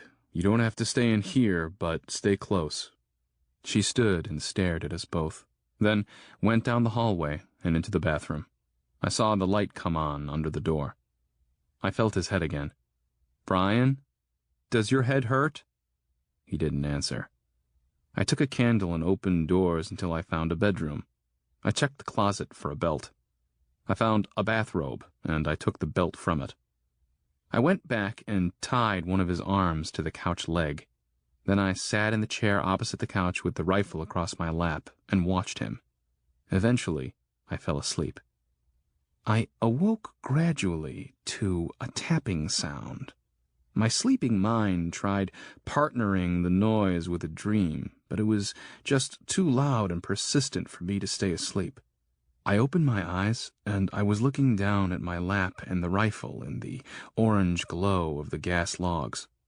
I had a crick in my neck, and I felt like an ass for falling asleep on watch. It was still dark outside. I looked around for the source of the noise. One of our downstairs visitors had figured out how to operate the knob to the basement door. The door would open an inch, hit the dining table, and then shut. Open, shut, open, shut. Tap, tap, tap, tap. I looked at Brian. He was still sleeping on the couch. I rubbed my neck and stood to push the door closed again. When I stepped into the dining room, I became aware of another sound. It was a rustling noise, very soft, in the darkness near the kitchen. I backed out of the room to get a candle from the mantel of the fireplace. They'd all burned down to stubs, and only 2 were still lit. I grabbed one in a wide glass dish and went back into the dining room, straining to see. The rustling increased, and then stopped. "Please be a mouse," I whispered. I decided right then that the first thing I would do when morning came would be to find a damn flashlight. For the moment, however, I would have to make do. The curtains and shades were closed, so I thought I could risk turning on the light for just a second. I felt on the wall for the switch. I flipped it on quickly and then off again. The man had moved. He was now a few feet from where we left him, and there was a smear of blood connecting the 2 spots. "Okay," I whispered to myself. "Okay, okay, okay, okay." My hands shook. I turned the light on again, and then off again. He had definitely moved. "Okay, shit. Okay." I put the candle on the floor, then grabbed one of the dining room chairs from the pile of stuff in front of the basement door. I approached him like a lion tamer, using the chair as a shield, rifle aimed forward from my hip, and scooting the candle along with my foot as I went. When I got close enough, I poked him with the end of the gun. He didn't move. I poked him again, but still nothing. Maybe the movement was my imagination. Maybe Jen moved him again while I was changing or sleeping. I left the candle and went to find her. There was still light coming out from under the bathroom door. I knocked. "Jen?" "What?" She sounded hoarse. "The man in the dining room? Did you move him?" Silence. Then, "No." The light went out and the door opened. "Is he gone?"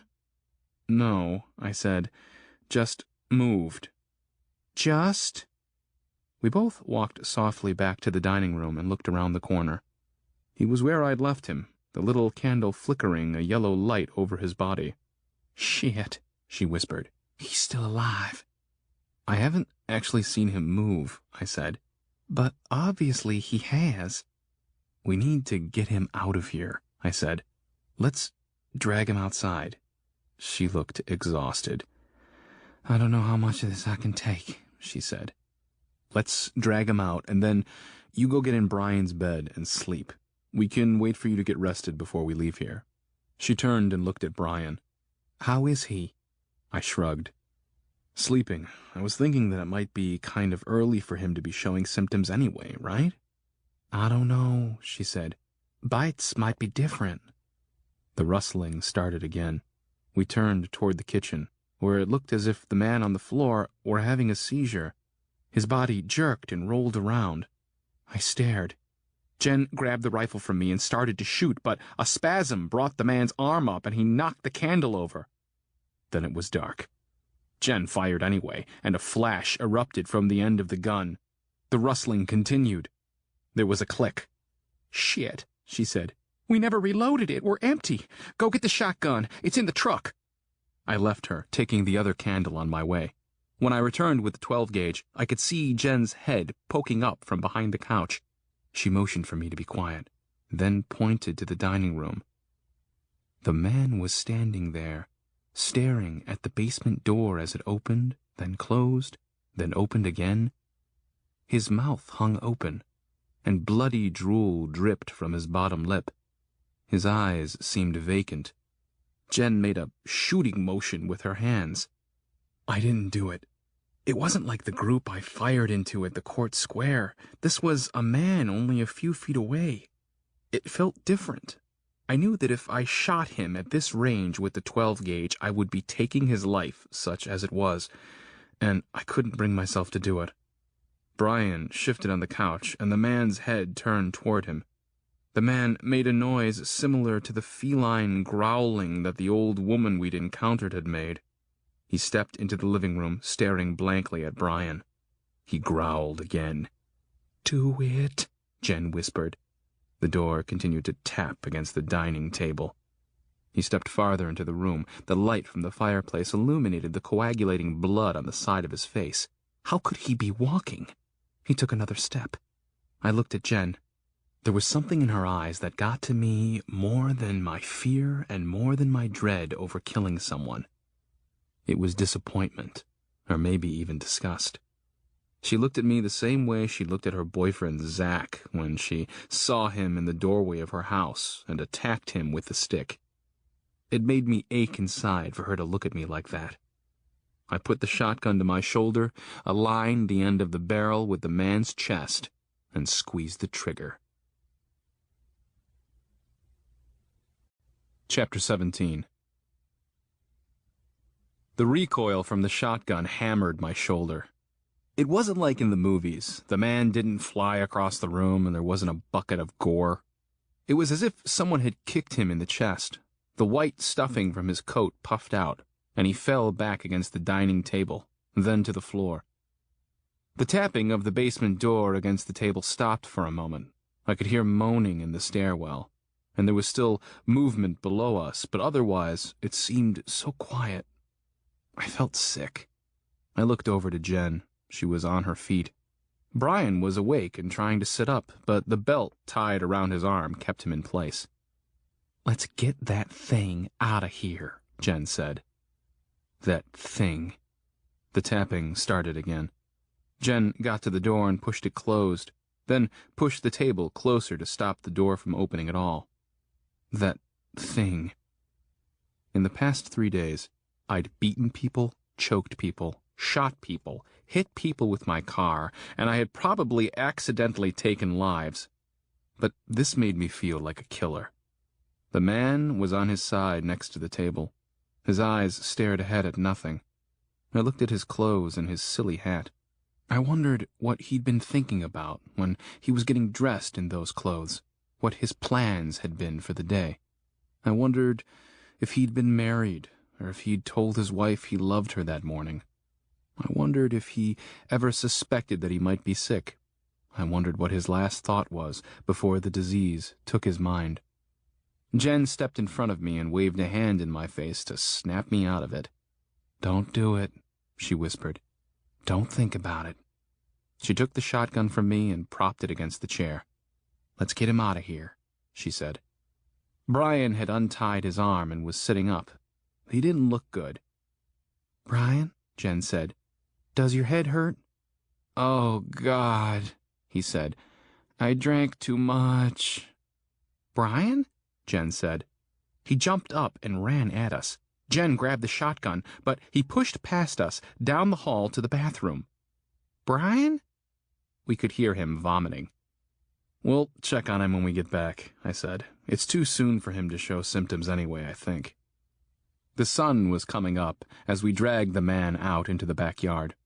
We left him by the grape trellis, and Jen started back inside. "I'll catch up to you," I said. "I want to check something." She hesitated, then nodded and went inside. I walked past the swimming pool and went around the side of the house. I could see the broken basement window. There was no one around. I noticed that there was a fence across the front of the property, but the rest of the land was enclosed by a line of trees. There would be no way to keep them out, even if we shut the gate. I stepped up to the basement window and squatted to look in. It was packed. There were people crawling over each other on the stairs.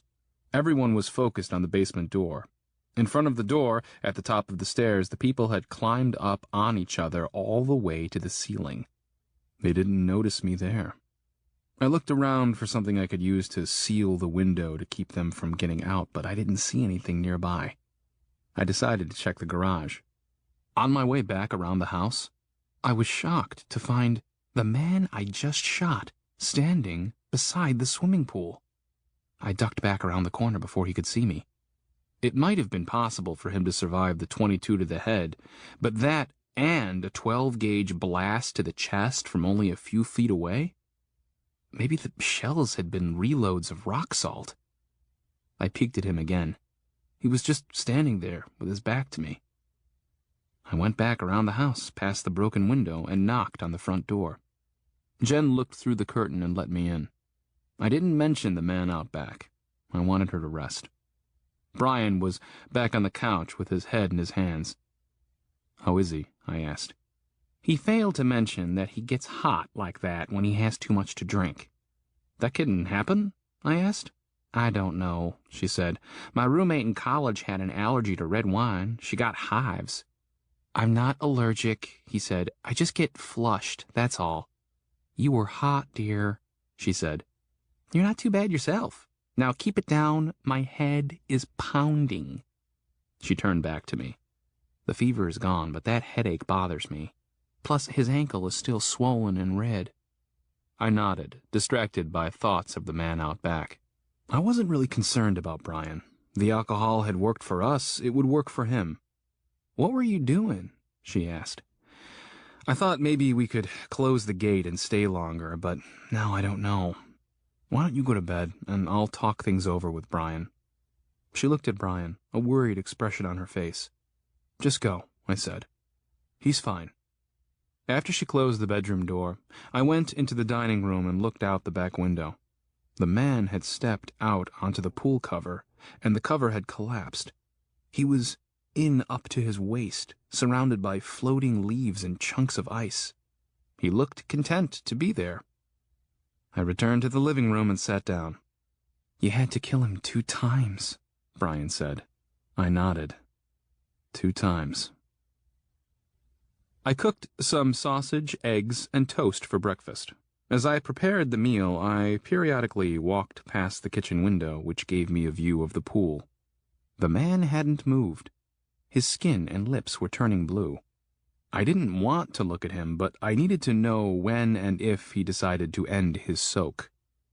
I took a plate into the living room to Brian. He balked at eating. "It'll make you feel better," I said. "You need protein and bread. It'll take care of that hangover."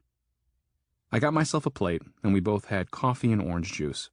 I got to thinking about how coffee beans and oranges didn't grow in Kentucky, and how one day I wouldn't have them anymore unless I relocated. "It's not safe here," I said. "But I have electricity here," he said, "and I need to stay near a computer in case Henry tries to contact me." "I understand," I said. "I haven't heard from my mom either." "I'll stay indoors. When I've heard from Henry, I'll load up the car and leave.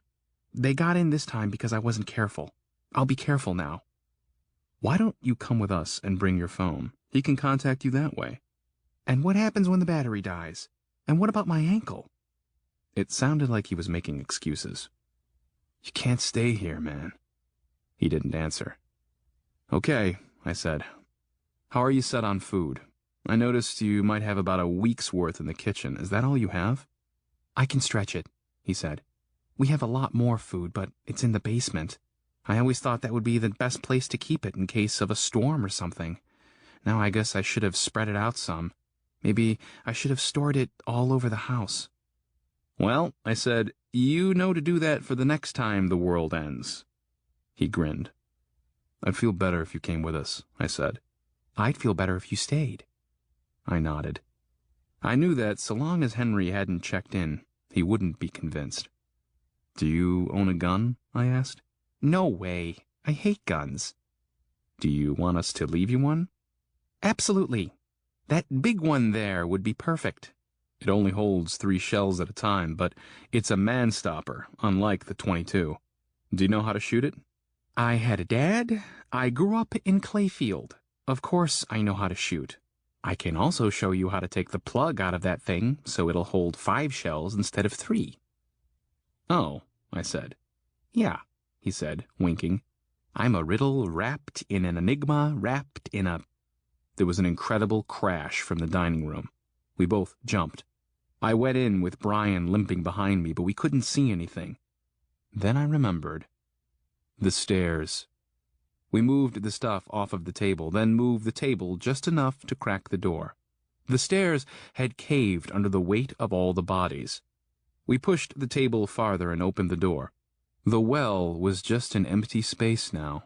They were all piled on each other 10 feet below us. Some of them had confused, almost comical expressions on their faces, while others had already recovered and were reaching for us. It smelled like a sewer down there. Ugh, Brian said, looking at me. The stench alone might... His voice trailed off. He was looking past me, out the window. What the hell? He said. He moved over to the window. He'd seen the man in the pool. Oh my God, he said. It's true. No, I said. It doesn't mean anything. He's been dead twice, and now he's standing in my swimming pool. My icy swimming pool. Yeah, I admitted. It looks bad. I didn't want to upset either of you. We're not children. It was Jen, woken by the collapse of the stairs and standing behind us. You don't keep stuff like this from us. She peered down into the hole where the stairs had been, made a face at the odor, and shut the door.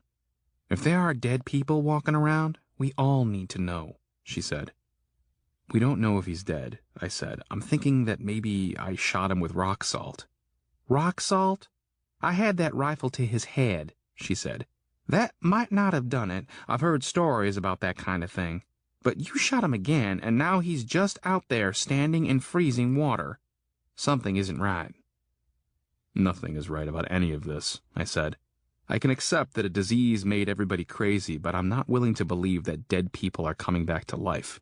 It's just too much. She went over to the spot on the floor next to the basement door where she'd shot the man. She started to stick her finger in the thick, sticky blood. Jen, no, I said. The virus. I don't want to have to get drunk again because of something careless. I don't have to touch it anyway, she said. I can see the hole in the floor. The bullet went clean through. So? Brian said. Well, she said, I saw on TV once that a .22 bullet has the power to get into the head, but not enough to get out. It just bounces around in the skull and kills the person by destroying the brain. This bullet wasn't able to do the damage it could have done because it went all the way through the head and into the floor. It doesn't mean it couldn't have killed him, but... I don't know. There you go, Brian said. Take off your sunglasses and... CSI, Grace County. Asshole, Jen said. I'm this close to shooting you anyway, just to be on the safe side. Come on to the couch, sweetie, Brian said, limping and leading her by the elbow. This good man made us some breakfast. He tells me you two will be leaving soon. Does he? He does. Jen looked at me, but I couldn't read her. Maybe the two of you could run by Walmart for me while you're out, Brian said. I'm getting low on milk and ammunition for my new big gun. Chapter 18. Brian gave us 3 bottles of wine and a case of bottled water. His well was still working, and he felt content that he would not need to go to bottled water for a while. We left him the 12-gauge and the box of shells we'd brought. Jen was quiet as we prepared to go.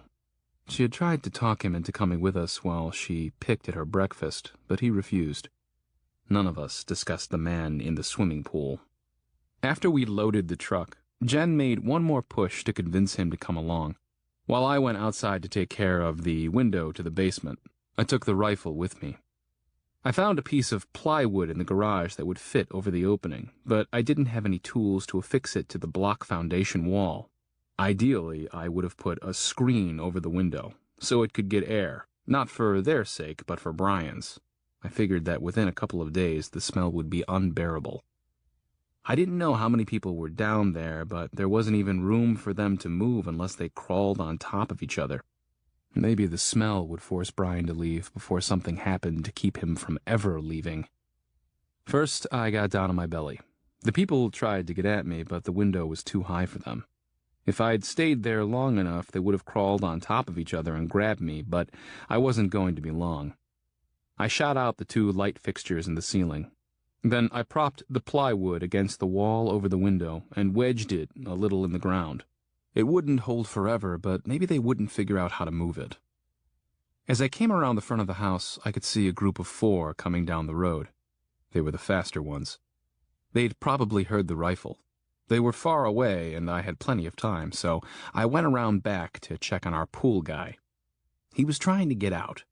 He would never make it. He was splashing along the side of the pool, as if trying to find an opening.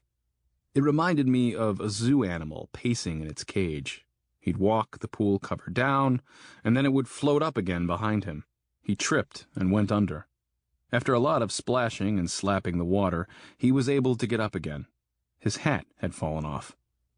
He'd been standing still in that frigid water for almost 2 hours by that time, yet he was able to move around. Perhaps it was true. Perhaps he wasn't human anymore. I doubted any human could do that. I went in through the back door and made sure it was locked. "We've got some on their way," I said. Brian hugged Jen. "If Henry hasn't called in a week, I'll just leave," he said. "I have directions to your new place." "I'm going to worry about you out here by yourself," Jen said. "I'll be fine," he said. "Your new beau schooled me on the ins and outs of firearms. I'm a regular commando now." She looked over her shoulder at me, as if to see if I had been listening. I pretended that I hadn't been. "A week is a long time," she said. "We'll come check on you before then." "I'm fine," he said. "Go check on that blue house first." We got into the truck, and Brian stood in the doorway with his finger on the automatic door opener. Jen rolled down the window. "When you come, drive the Porsche," she said. "I've always wanted to ride in one of those." Brian smiled and pushed the button. The door went up, and as soon as we had enough clearance, I drove out. He waved to us as the door went down again. The 4 new visitors chased us, and I drove slowly enough to give them hope of catching us so I could lead them away from his house. Jen was quiet. She didn't even acknowledge that for a short time there was a woman running right outside her window. "We should have made him come," she said. "We should have just taken him." "Are you okay with leaving?" I asked. "Yeah," she said. "We couldn't stay there. I had hoped we could, but after they got in, and then there was the smell. And I got to thinking about what you said about people taking the place. I've been so focused on the infected that I never thought about how dangerous the uninfected might be." "I wouldn't be too worried about that, but it is something to keep in mind," I said. "I hope Brian is right and this brings us all together. Who knows, maybe when it all settles down, we'll have utopia." She looked in the mirror at a woman jogging just behind the truck. "Poor thing," she said. "She has no control over herself. All she wants to do is get us. I wonder why.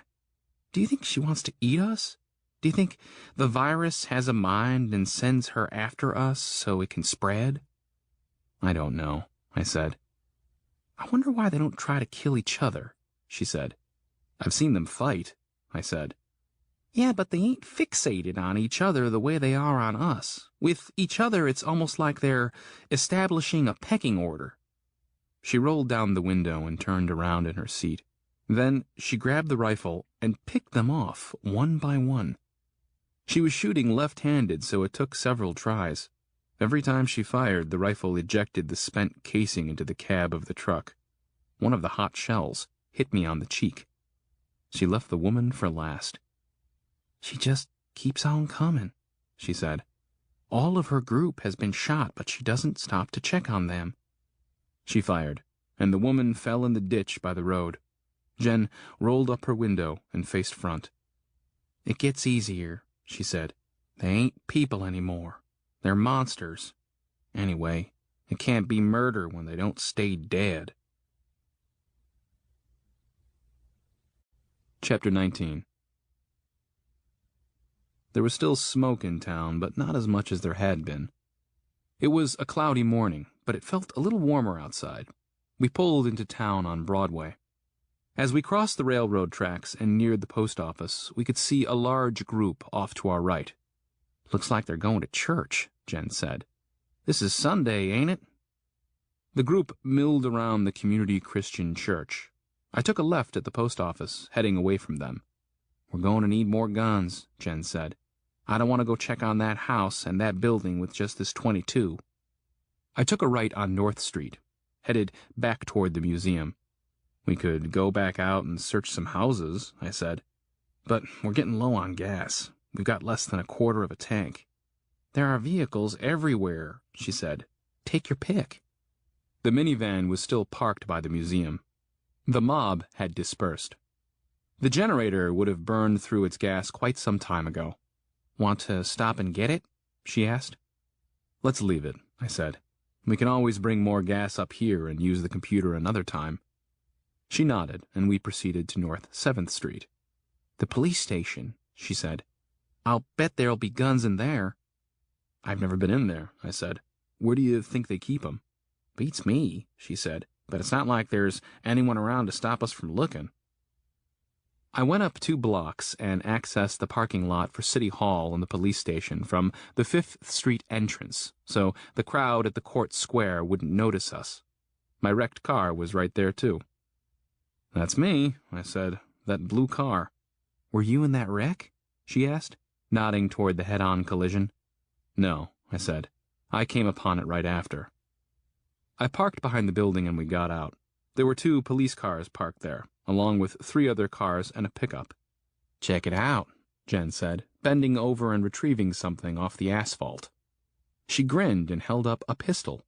"Look," she said, "there's another one over there by the grass." I went over and picked it up. It was scratched up and had some water in it from the melted snow. "I wonder if this is a 9mm, Jen said. "Cops use 9mm, don't they?" "I don't know." "I don't know either," she said. "This one looks like Zach's gun, and his was a 9mm. They all kind of look alike to me." "They were doing a lot of shooting here when it all started," I said. "I guess they were overpowered." "Or they turned into them," she said, sliding the clip out. "It's empty." "Do you know how to shoot one of those?" I asked. "Yep." "I've never used a semi-automatic handgun," I said. "I could figure it out. I have seen it enough on TV. "I guess I'll have to school you," she said. "I gotta make sure the new beau knows the ins and outs of firearms. Ain't that right?" "That was all Brian," I said. "I know," she said. "I'm just joking. Hey, there's another one." This one was under a shrub next to the building. It was a snub-nosed revolver. I knew how to use a revolver. I picked it up and opened the cylinder, but there were no live rounds, just used casings. I pulled one out and read the rim. It was a .38. I put it in the pocket of my coat and stuck the other one in the waistband of my pants. The doors were unlocked, and we went inside. There was a round desk in the middle of the room that acted as an information center. There were some potted plants here and there, and big poster-sized photographs of how Clayfield looked in the 1890s, 1920s, and 1950s. I had similar, smaller prints at the museum. The police station section of the building was to the left, and the city offices were to the right. I saw a closed door with a placard that said, "Office of the Mayor." The office was in the front of the building with a view of the Court Square. There was a window that looked into the interior of the building, too, but the blinds were closed.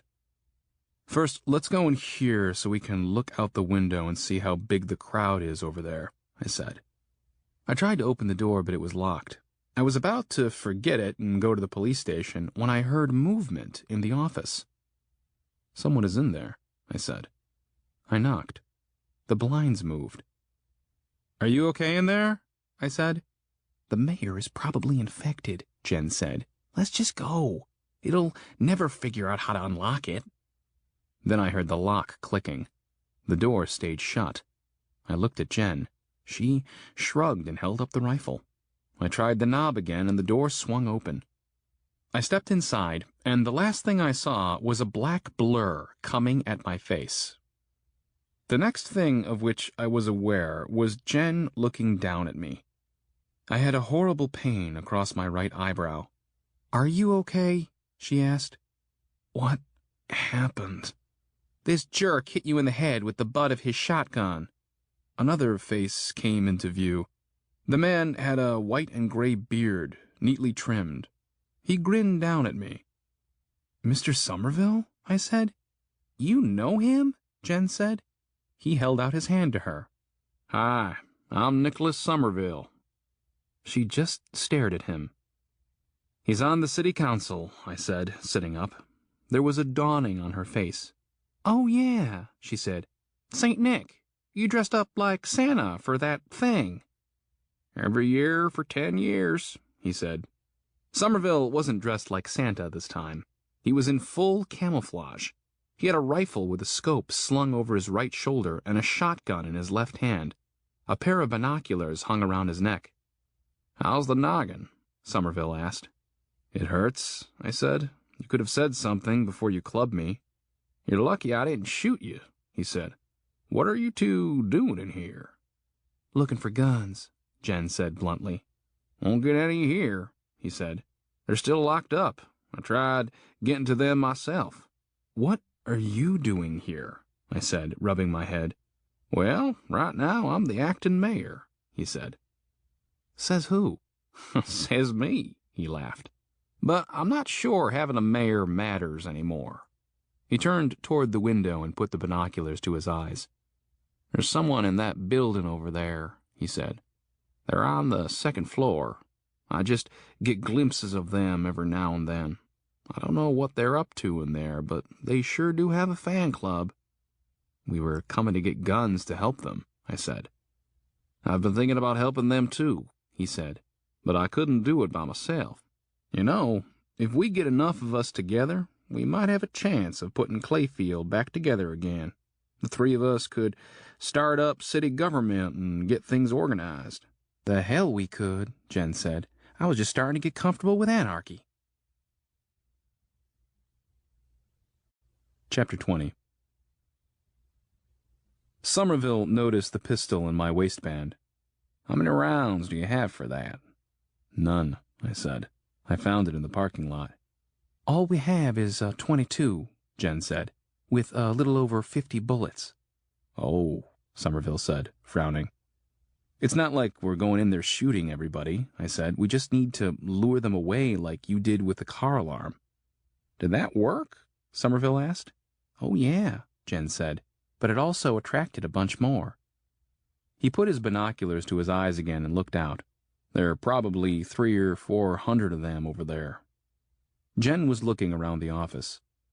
Have you been in here all this time? She asked. No, he said, sounding distracted. I got here early this morning. I shot one of them in the street in front of my house the night before last. I noticed it was gone yesterday afternoon, so I thought the mayor had a crew working. I thought I'd come up here and help out any way I could. No cleanup crews, Jen said. They're just walking away. Somerville laughed. Not this one. I shot him with my .30-06. He was stone cold dead. I'm telling you, he walked away. She's right, I said. Either they're not dying or they're coming back to life. Nah, he chuckled. There's a cleanup crew. They're probably just operating from another location. I'm thinking the fairgrounds or one of the high schools. Whatever, Jen said. If we're going to help the people over there, then let's do it. There's a house out on Braggisburg Road that has someone in it, too. There are 2 police cars outside, I said. Why don't we just turn on a siren? Or better yet, Somerville said, let's turn on the emergency siren. The one the city uses to warn people about tornadoes. That one is really loud, though, I said. I've been out at Blaine's house and heard it way out there. Who's Blaine? Somerville asked. That'll be too loud, Jen said. We don't want to draw them in from everywhere, do we? Besides, wouldn't it run on electricity?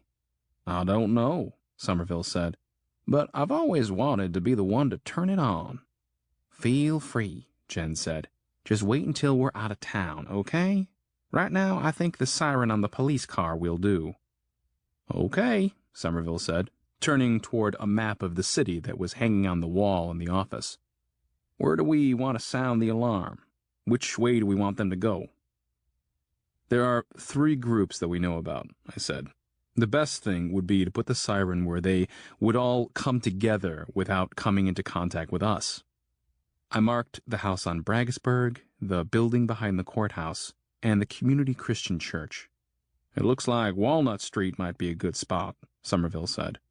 It's a couple of blocks from all 3 groups and away from each other. Too bad we couldn't contain them there.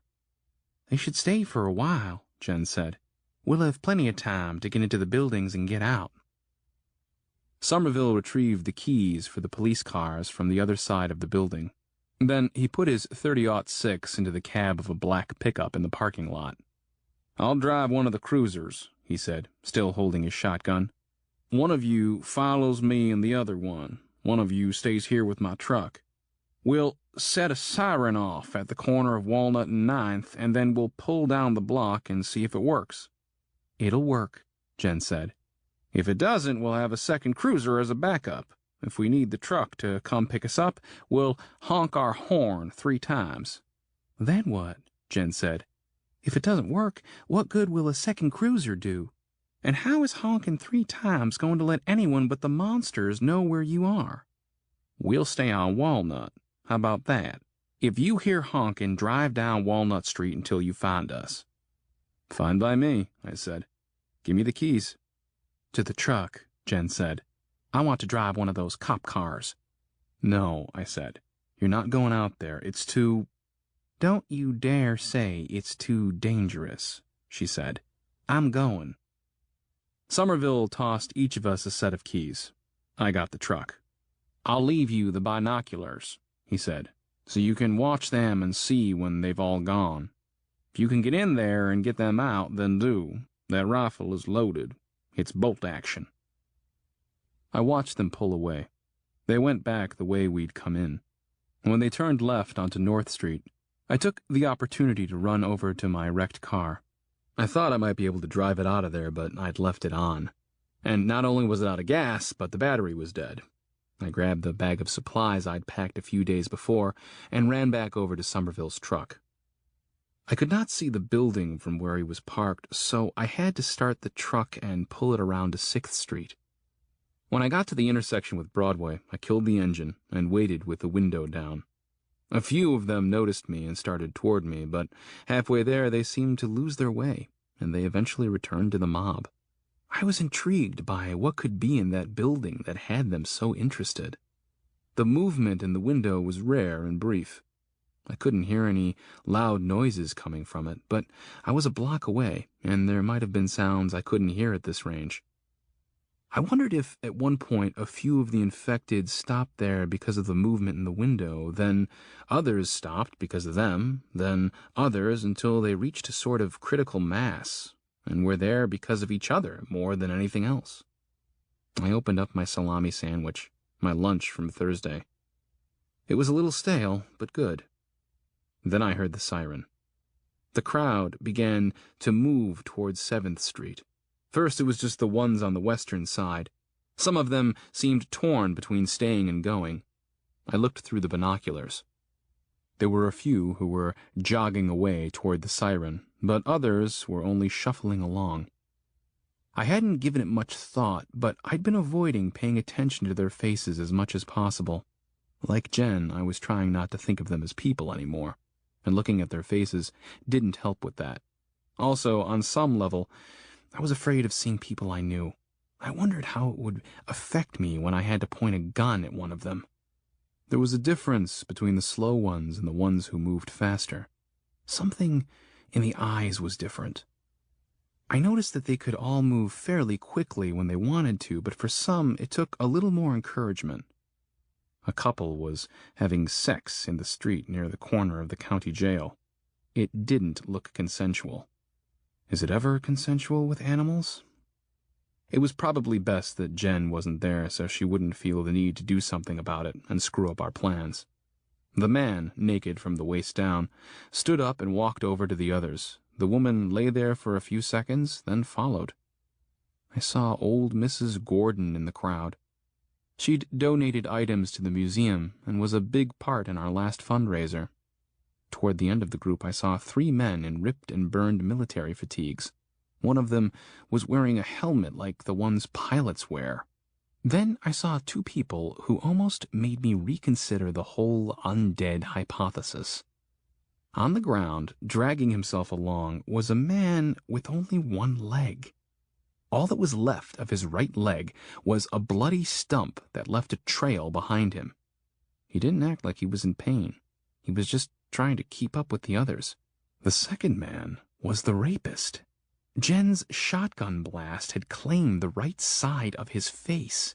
He was up and walking, but he was having trouble and kept veering away from the others and bumping into things. I felt a chill that wasn't from the air. A wave of nausea hit me, and I opened my door and puked up my sandwich. When most of them had disappeared from my line of sight, I cranked the truck and crept forward to get a better view. I watched all but the one-legged man go around the corner at 7th Street. The rapist Jen had shot was the last of those still on 2 legs to go, as his meandering caused him to fall behind.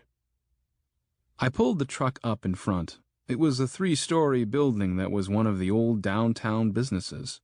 It was even in one of those photographs from the 1920s that were hanging in City Hall. It might have been older than that. It had been difficult to keep businesses downtown, since all the big chains constructed their superstores on the south side of town. Everybody wanted to be part of the little strip malls that sprang up around the giants. The right side of the old building was home to an antique store, but the left side of the building had been vacant for several months. We'd seen the movement on the 2nd floor of the vacant side. The building itself was situated between 2 others similar to it in age and architecture. One side was occupied by a photography studio and the other by a pawn shop. The one-legged man was past the pawn shop when he heard and saw me. He looked back at me, then to the corner where he'd last seen the others. He decided I was more attainable and turned around, dragging himself with his hands. It would be a while before the mob got to their destination, so I didn't expect Jen and Mr. Somerville back for several minutes. Rather than wait for them, I decided to go on inside and see who was in there. I pulled up my mask and got out of the truck. Chapter 21. This could never have happened in real life. Me going into an old building off the court square wearing a mask and carrying a .30-06 while a one-legged monster crawled after me. Never in a million years. If I'd been told the week before that this was what I'd be doing. Then I remembered what I'd been doing the Sunday before and laughed a little to myself. Exactly 1 week before, about the same time, I'd been sitting on my couch in my sweatpants with a game controller in my hand, playing a first-person shooter. The game was set in France during World War II, in a town about the size of Clayfield. My weapon had been a 7.62mm Mosin Nagant, and my targets were Nazis. But still, the similarities were striking. The one-legged man had made it to the front of the antique store just a few feet away. I didn't want to attract more of them by firing the gun, so I just let him be. Unlike in my video game, I didn't get extra lives. If they got me, I'd just start fighting for the other side. The man hissed at me. I stepped up onto the sidewalk in front of the building and tried the door. It was locked. I stepped back a little and looked up. "Hello up there," I said. The man hissed again. "Come down. We're here to help." The man tried pulling himself up on the sidewalk, but he slipped and hit his chin. He growled. I stepped back to the door and knocked.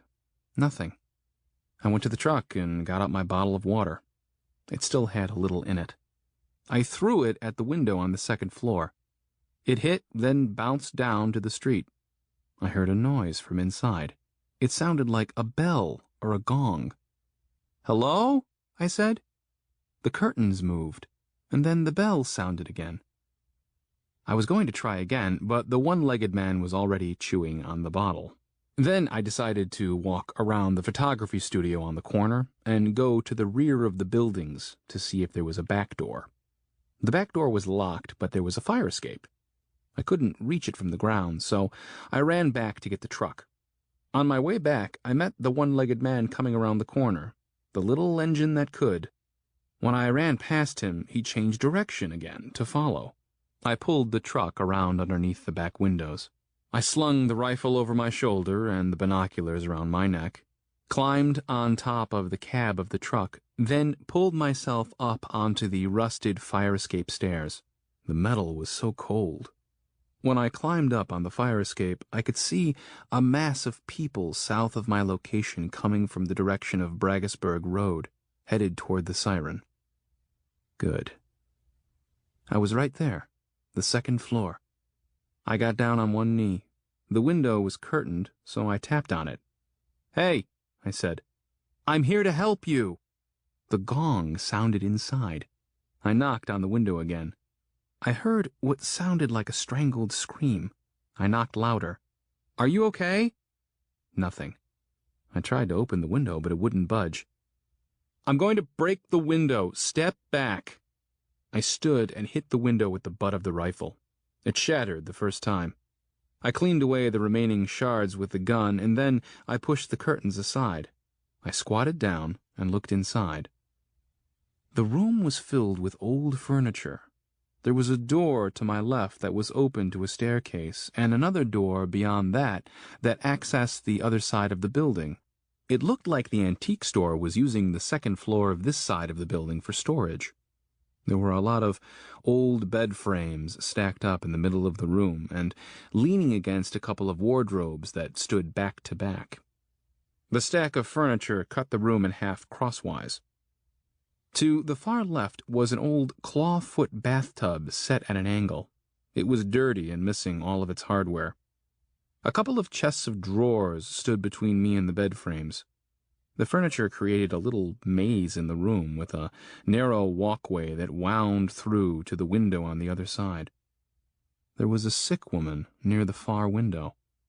I could tell that she had been beautiful once, but now she was a mess. She stank. Her clothes were torn and dirty. She paced, looking for a way to get to me. When she would get near the bathtub, the gong would sound. I looked down to see a pile of loose bed slats on the floor. She had stepped on the end of one of them, causing it to pop up and hit the tub. I eased through the window onto the broken glass and old hardwood floors. I had no intention of getting any closer to her. I just wanted to leave the building via the front door. Then, 3 honks in a row. Jen and Mr. Somerville were in trouble. Shit. I stepped back out the window to the fire escape and looked through my binoculars to the southwest. Trees and buildings obscured my view. I was tempted to go up to the 3rd floor, or even up on the roof to get a better view, but I didn't. If they were honking, then they needed me to come get them. The gong sounded inside again, louder. I parted the curtains with the barrel of the gun, and there she was. She came out of the building fast. The end of my rifle caught her in the chest and snagged on her blouse, and as she came forward against the tip of the gun, she pushed me backwards. I got as far as the railing, then went down in a crouch to keep from being pushed over the side. She kept on coming, and the muzzle slid right up her chest and under her chin. Her fingers were inches from my face when I pulled the trigger. The rifle jumped out of my hands, and the top of her head came off. 1,000. 2,000. Then bits of her rained back down. The horn honked again just as the woman's body slumped down. I pushed her, and she fell backwards through the window and landed hard. Her feet and legs, in black shoes and gray tights, still hung over the window sill from her knees. One of her shoes had fallen off, and the tip of her big toe poked out of a hole in her tights. The red polish on the nail was chipped. Something about that made me feel an overwhelming compassion for her. It was those little things, those human things, that got to me.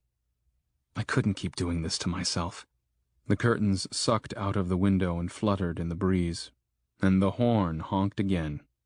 I picked up my rifle. There were little bloody pieces of the woman's head all around me and on me. I would need a bath, and I'd probably have to drink again, just in case. Much more of this, and I might become an alcoholic, for more reasons than one. Climbing down was going to be harder than climbing up. It seemed like no matter how I situated myself, I couldn't get in a good position to drop down to the top of the truck. The horn honked again, followed by 2 gunshots. I'd have to go through the window after all. I tried to step over the woman, but I wound up stepping on her. The way her body felt under my feet was sickening, firm yet soft at the same time. Once inside, I ran down the stairs and out the front door. When I got to the truck, I found the one-legged man underneath the fire escape and right next to the door of the truck. Figures, I said. I went around the passenger side, but it was locked. The keys were in the ignition. 4 more gunshots. They were a mixture of the .22 and the shotgun, clustered together and overlapping one another. I could still hear the police siren, too. Son of a... I went to the end of the truck and got the man's attention so he would drag himself away from that spot and I could get in. He took his sweet time. "Come on," I yelled. He hissed at me. Then I heard the roar of an engine.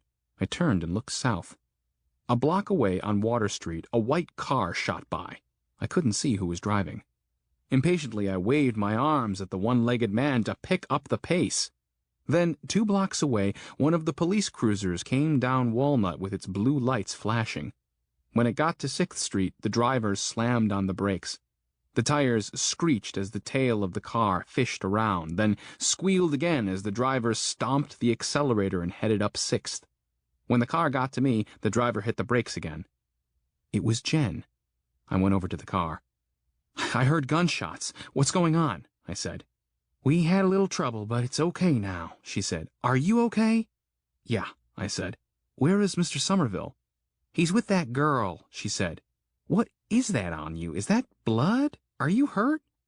"No, Oh, shit," she yelled, and brought the rifle up and fired. I turned to see the one-legged man on his face at the rear of the truck. He twitched a little, and Jen shot him again. "Are you okay?" she asked again. "Yeah, did you get them out? Were they up there?" I shook my head. "There's no one up there." "But we saw someone." "No," I said. "She was sick. I shot her." "Oh," she said. She looked sad for a moment, and I knew it was sympathy for me and not for the person I'd shot.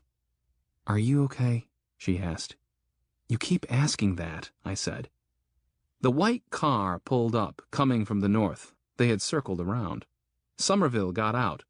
There was blood splattered on his right pant leg, but it wasn't his. Then the driver got out. She looked like she was in her late teens or early 20s. She was plump, but in all the right places. Her reddish blonde hair was cut short. She was wearing a red and black Clayfield high school letter jacket. There was a smudge on her cheek and a 2-foot length of rebar in her hand. Unlike the rest of us, she wasn't wearing a mask. She was very cute.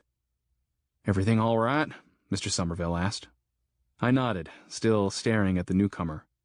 "This is Sarah," Somerville said. "Hey," I said. She raised her hand, timidly. "Nice to meet you, Sarah," Jen said politely. "Hey," I said again. Jen turned to me and said under her breath, "Don't get all googly-eyed, she's just a baby." I ignored that. "Have you been up there yet?" Somerville asked, looking up to the 2nd floor of the building. "Yeah," I said. "They were infected." "Oh," he said. "That's too bad. I had hoped there were more of us." "Looks like there are," I said, nodding to Sarah. "Yeah," he said. Sarah told me she's been hiding over at the Community Christian Church. She really saved my butt back there." "Are there more over at the church?" Jen asked. "No," Sarah said. "Just me." "How long have you been there?" Jen asked. "Have you been eating?" "Since Friday morning," she said. "They had food in the fellowship hall, mostly crackers and ketchup." "What happened?" I asked. "Why were you honking and shooting?" "I set off the siren," Somerville said. "Then we pulled down the street in the other car to watch. For some reason, the ones from the church came in from behind us instead of in front of us. Before we knew it, they were all over the car." "I honked so you could get them off of us," Jen interrupted. "Then she came. They left us for her really fast. It didn't take long for her to be covered, too. Mr. Somerville got out to help her, and he got cornered. Anyway, it didn't go exactly as planned, but it went." Somerville nodded. "It went. Well, that's 2 buildings down and 1 to go. Let's check on that other house while they're distracted with the siren. The more of us there are, the better chance we have." Chapter 22.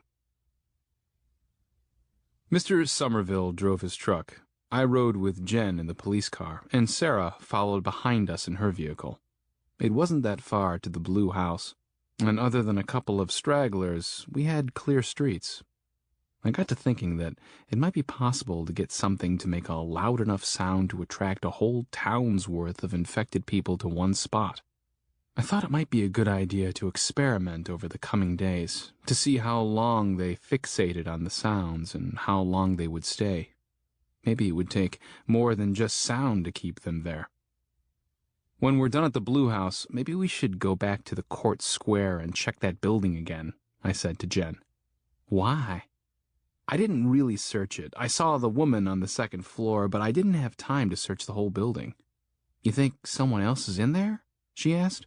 "I don't know. From what we've seen, it doesn't make sense that the crowd would be hanging out down there because one of their own was making a little noise." She took a left onto Braggisburg Road.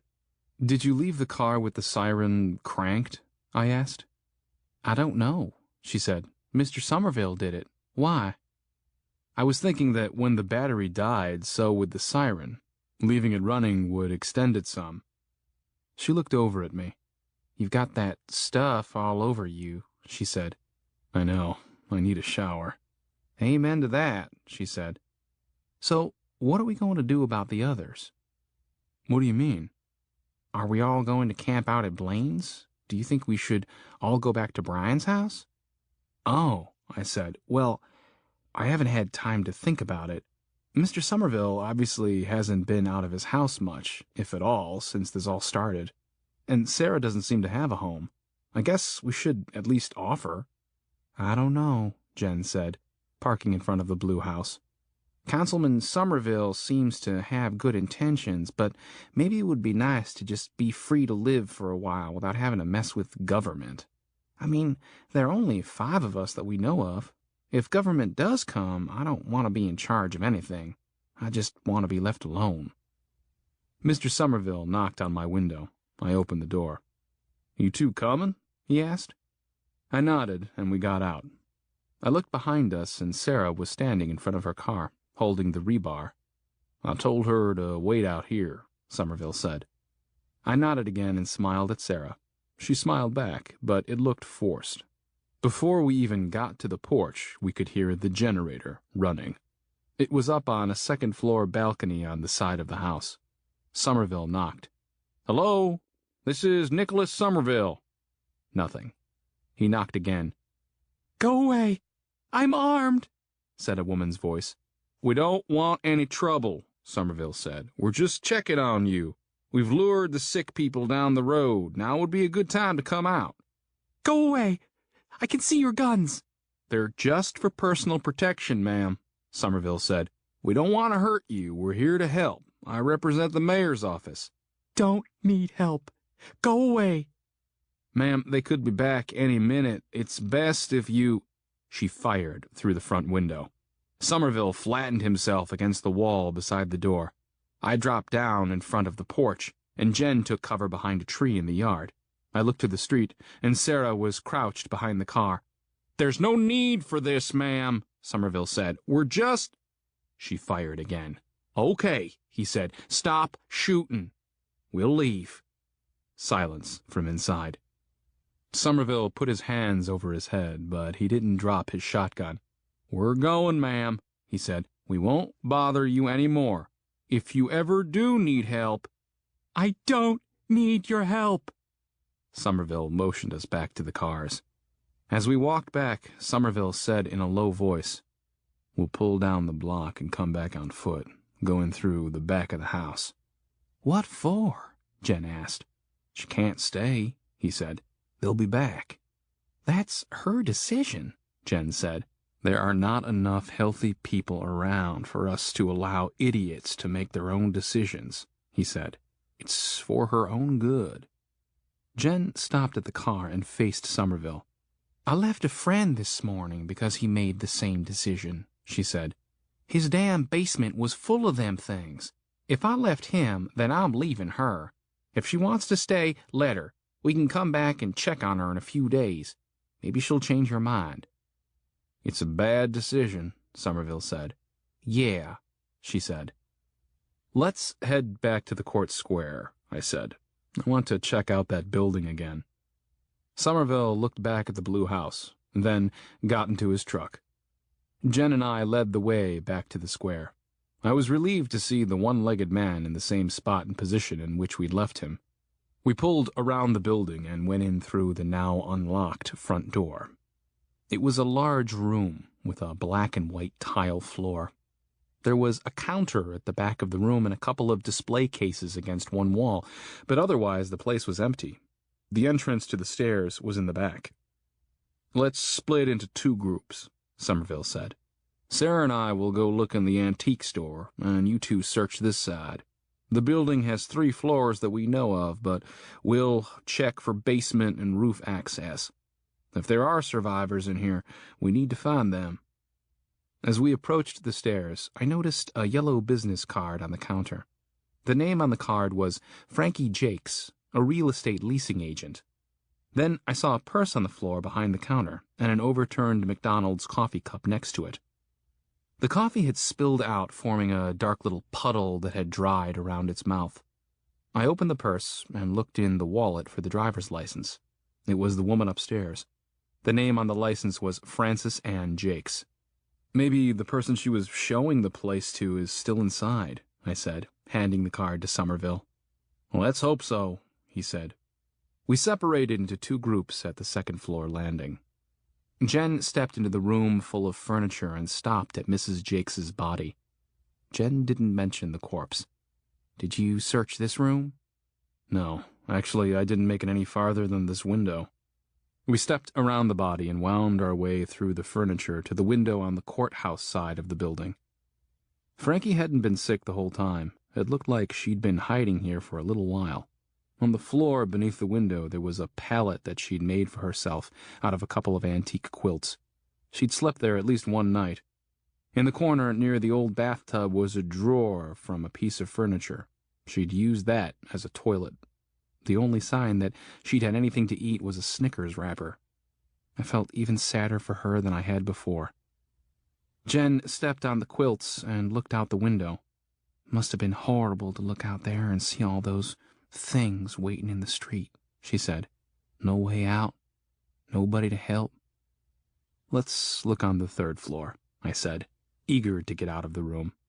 We took the stairs to the 3rd floor. There was an access door on the landing, but it was locked. Jen knocked. "Anyone in there?" She knocked again. "I'll go up the fire escape and see what I can see," I said. I went back down to the 2nd floor, did my best not to step on Ms. Jakes, then climbed out the window and back up to 3. There were no curtains on the 3rd floor windows. I cupped my eyes and pressed my face to the glass. The room was completely empty except for a small table lamp sitting on the floor next to the door. I broke the window with the rifle and climbed inside. I opened the door for Jen, but she wasn't there. "Jen?" I found her down on the 2nd floor landing, talking with Somerville. She looked up at me as I came down the stairs. They found another woman, Jen said, but we'll have to carry her. Let's carry her out then, I said. She's really heavy, Somerville said. I don't know if we can carry her down the stairs. What happened to her? I don't know. Sarah found her in a back room. She's unconscious, and her ankle is bruised and swollen. I don't mean to sound callous, I said, but can we take care of her even if we get her out? We can't just leave her, Somerville said. Sarah cleared her throat.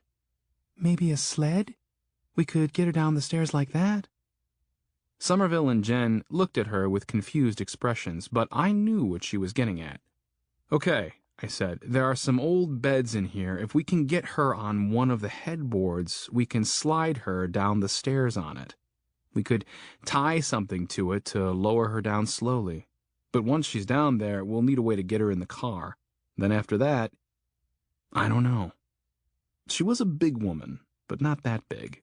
Once we managed the stairs, I didn't see any reason why the four of us couldn't carry her to the car. Jen and Sarah retrieved the old quilts from the other room. Tugging on her clothes on one side, Somerville and I were able to lift her up enough for Jen and Sarah to put the quilts under her. We dragged her to the landing on the quilts. Somerville and I went into the other room for a headboard. These are all too wide to go down those stairs, he said. He looked around the room. Then we went over and picked up a couple of bed slats. We might just have to make a stretcher and carry her out. Then he parted the curtain on the window. Damn it all to hell, he said. There are 2 of them out by the vehicles, and I see 2 more coming down the street. Are they headed toward the siren? Nope. Chapter 23. Everybody grab a corner, Somerville ordered as he pushed past me onto the landing. We have to go right now. He grabbed the corner of the quilt by the woman's right foot and looked back at us until we'd all grabbed our own. It was a bumpy ride for the woman. It was a good thing she was unconscious. Once we had her on the first floor, Somerville reached inside his jacket, pulled out 3 12-gauge shells and started loading his gun. Are you 2 loaded? We nodded. Are you ready? Here we go. We dragged her from the stairs to the front door. Somerville pulled the door open. Sarah, darling, hold this door for us. Then he stepped outside and pumped off 2 rounds, dropping both of the close ones. The other 2, who were up the street, came toward us in a trot. He fired again and caught one of them in the face. Jen and I got the woman onto the front sidewalk while Somerville reloaded. There was a drop from the sidewalk to the pavement. We'll never be able to lift her into the car, I said. We'll have to put her in the back of the truck. I ran to Somerville's pickup and backed it up to the sidewalk. Somerville shot the 4th of the infected. Jen let down the tailgate. It was above the sidewalk about a foot, but that was manageable. The shotgun fired again. I looked up, and there were 3 more coming down South Street. Jen, Sarah, and I pulled the woman into the back of the truck. Sarah, hop in and drive, Jen said. Pull us up behind City Hall next to the red and white pickup. Somerville fired again, and I got out of the truck to help him.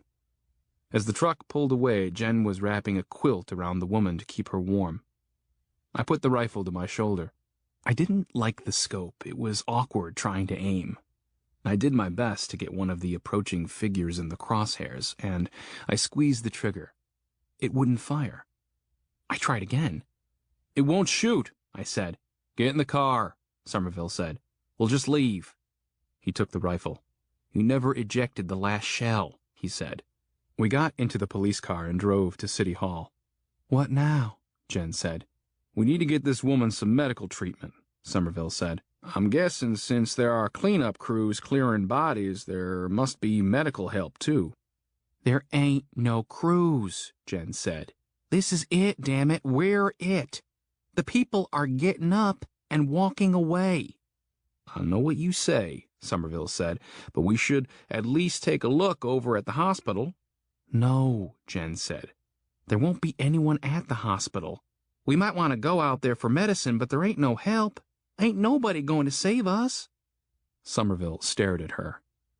Okay, he said. Cover her up good, and I'll take her to the doctor by myself. Jen's right, I said. It'll be a wasted trip, probably a dangerous one, too. I said okay, Somerville said, angry. I'll take her by myself. Why don't you come with us? We're staying at a friend's place out in the county. We've got a wood stove and... No, Somerville said. I'm going home this evening. Judy is expecting me back before dark. What? Jen said. Your wife? Is she safe there? She'll be fine, he said. She's got a .357 and a taser. Do you have booze? You've been exposed, you know. We can't stand around here shooting the shit all day, Somerville said. They're coming down the street. Sarah, are you coming with me? Sarah was over at the police car, digging through the trunk. Look what I found, she said, holding up a large first aid kit. She bent over the trunk again and pulled out a black 12-gauge with a pistol grip. Better let me have that, darling, Somerville said. Sarah slid the forestock back slowly. A shell poked out of the ejection port, and she pushed it back in. Then she clicked it back into place. Nah, she said. I think I'll keep it. Somerville grinned. Okay, then. You coming with me? Sarah nodded and climbed into the passenger side of his truck. He looked at us one more time. We'll follow you out to the hospital, I said, but we're not staying in town tonight.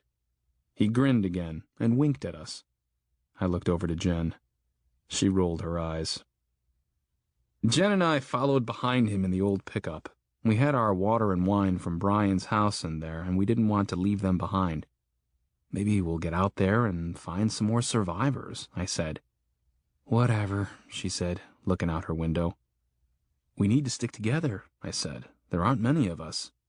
Sounds like he has a convert, she said. What's the problem? The problem, she said, is that you keep letting him call all the shots. And he's going to do it, too, because he's used to doing it. What do you have against him?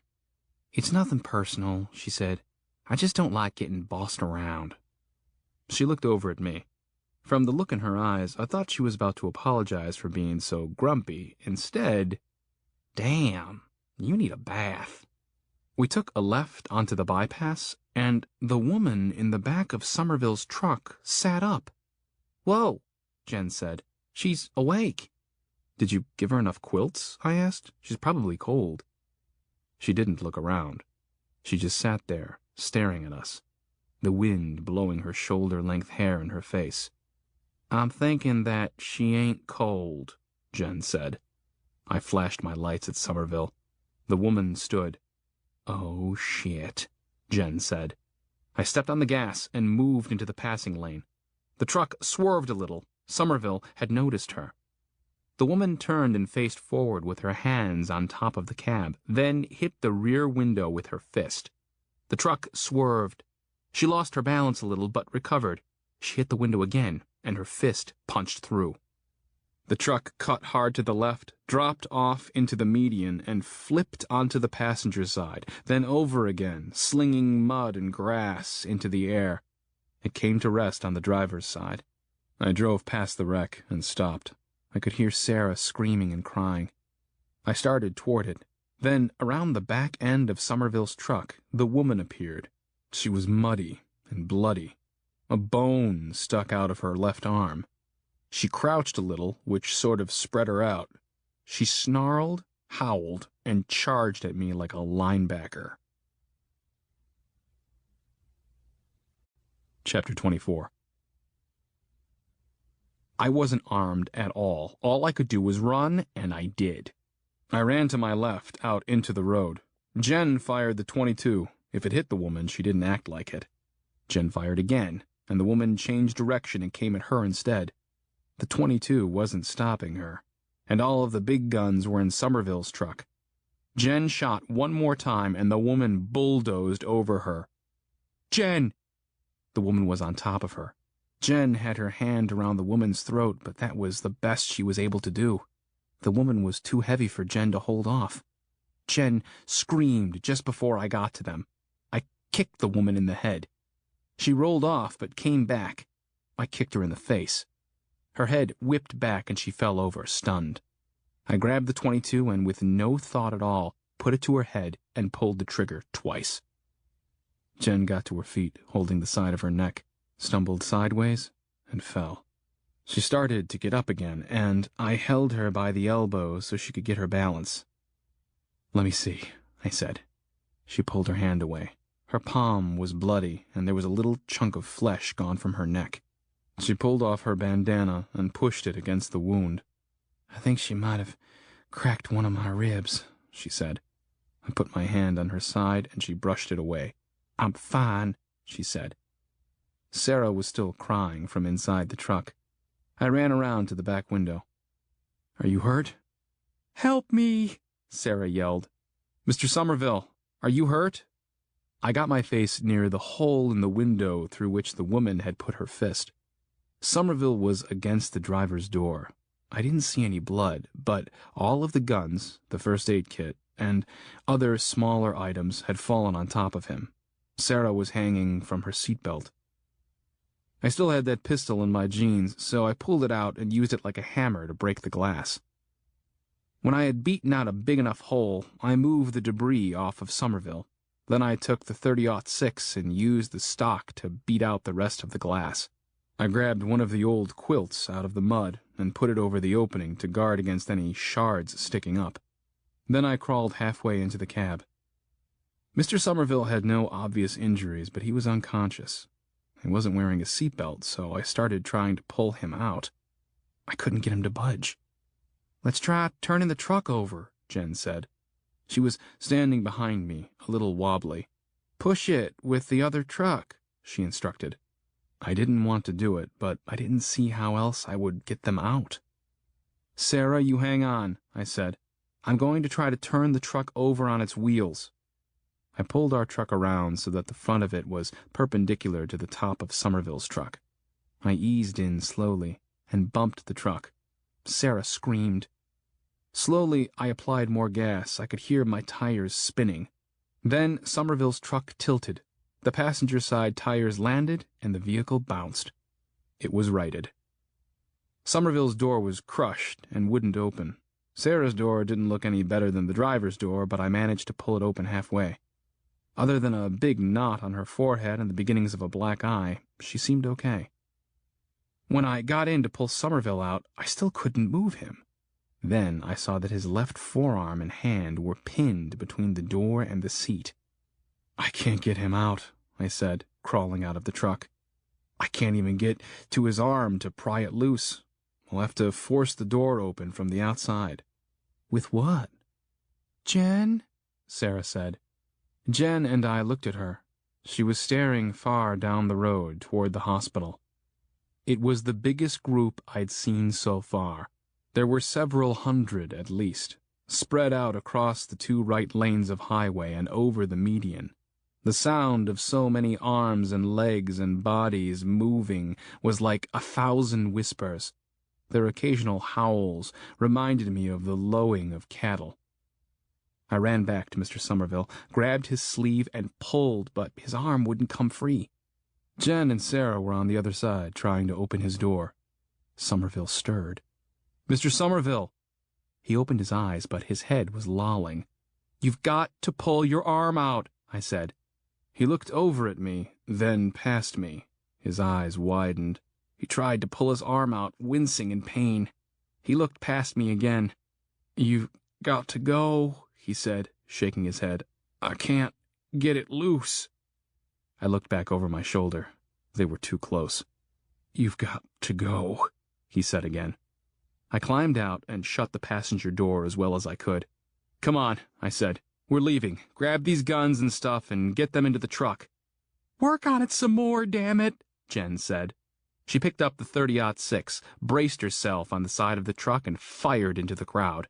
She'd never do any good. We all knew it. I picked up the shotgun Sarah had found in the police car and fed it through the back window to Somerville. He continued to stare out at the approaching horde, but he took the weapon. "I appreciate it," he said. I grabbed Jen by the arm. She jerked away. I grabbed her again and yanked her back. She looked over at Somerville, pulled away from me again, and got into the truck. Sarah seemed unsure what to do. "Get in the truck, Sarah. We're leaving." She stared out at the mob for a moment longer, then joined us in the truck. I put the vehicle in reverse and backed away a good distance, then put it in drive and headed in the opposite direction. Sarah turned in her seat. "Don't look," Jen said. Sarah faced front, but I looked back in the mirror. The black truck was swallowed up in the throng. Chapter 25. I headed back toward Blaine's place. I'd had more than I could take for one day.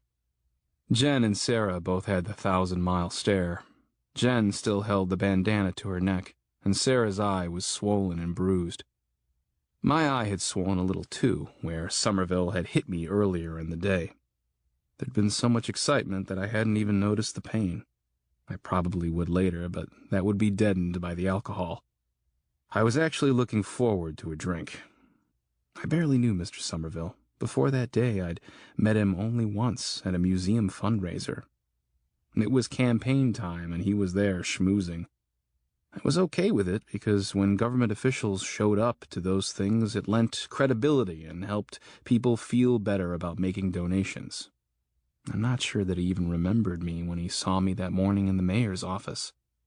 It didn't matter. Almost nothing that was before seemed to matter anymore. I kept thinking about Mrs. Somerville. She'd be waiting for him to come home, and he wouldn't.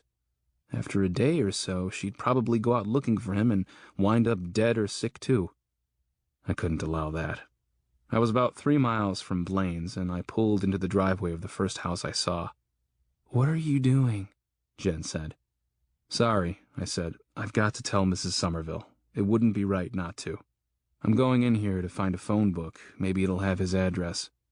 If you want, I can drive you and Sarah out to Blaine's, and I can go." "No," she said. I got out, grabbed Somerville's shotgun, and went up to the porch of the little yellow brick house. Jen and Sarah stayed in the truck. I knocked on the metal storm door. I didn't get an answer, but I didn't expect to. There was a little open shed off to the side of the house. There was a riding mower parked in there and some firewood stacked along the wall.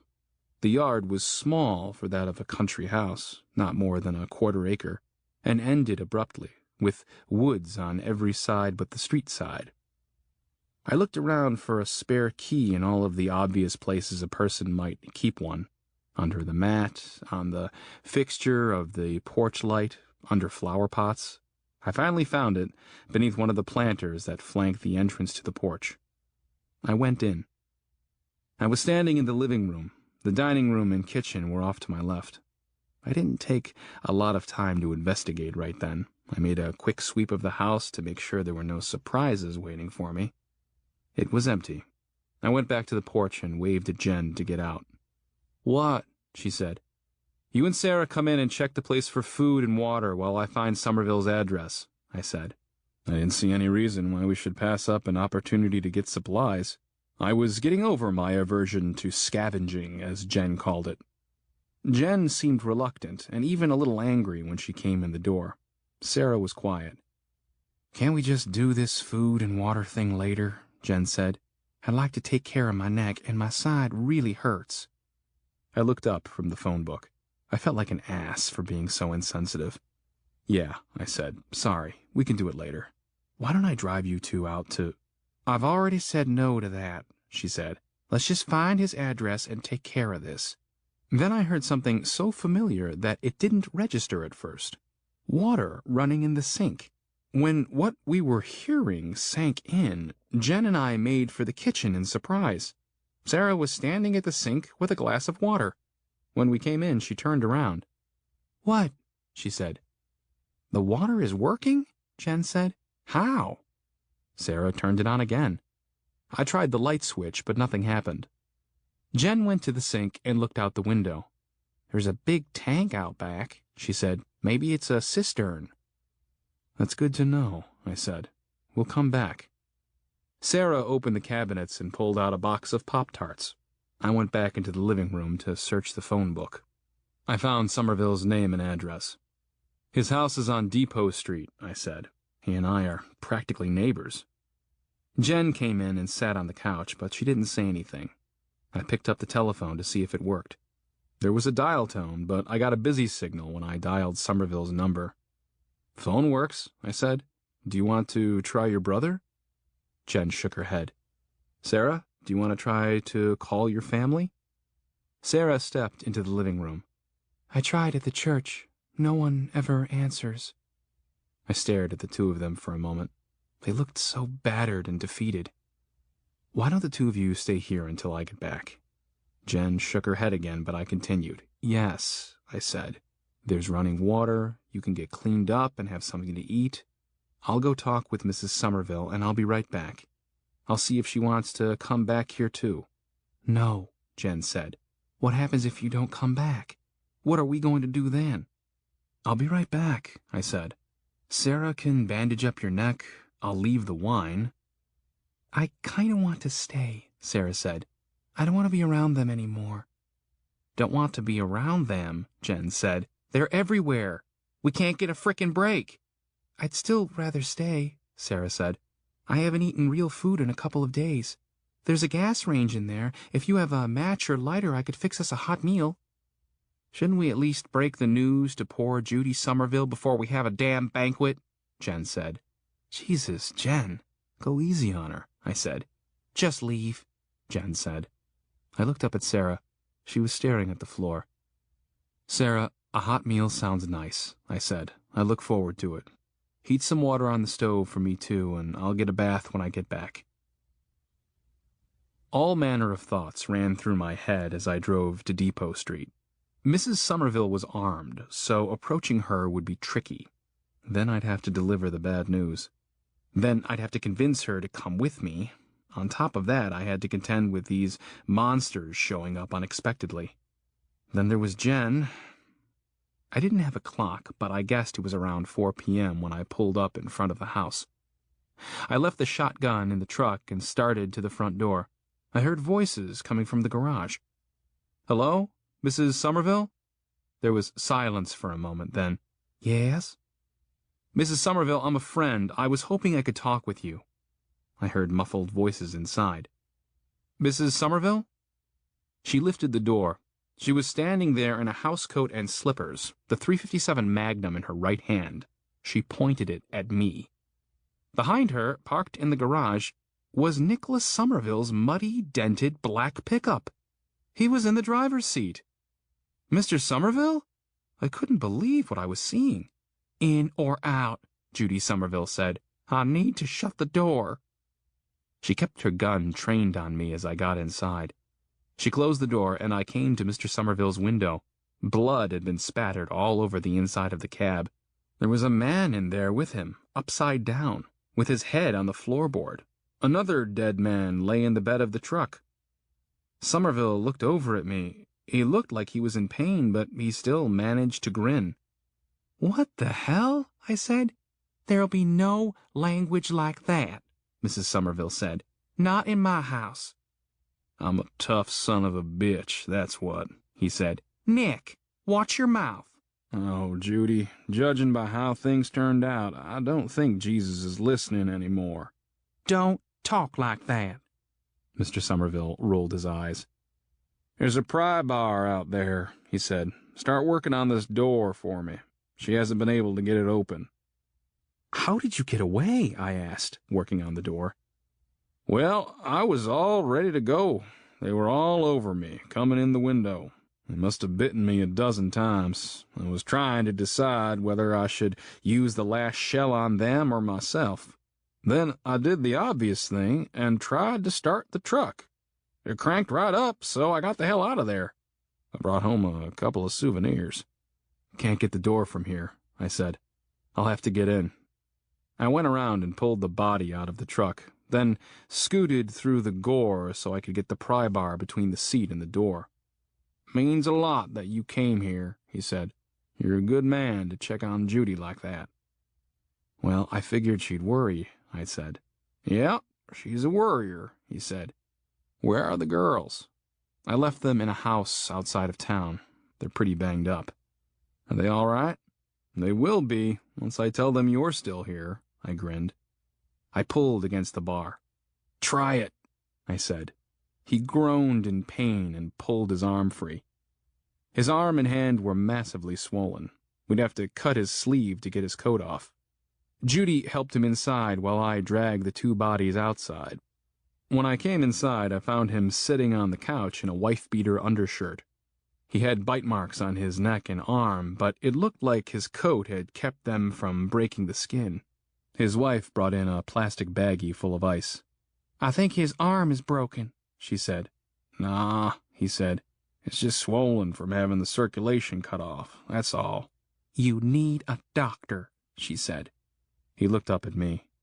"I don't know where the doctors are, hon." "What if the bone needs to be set?" "You'll have to do it," he told her. "I don't know anything about that, Nick." "Don't worry about it." He looked up at the window.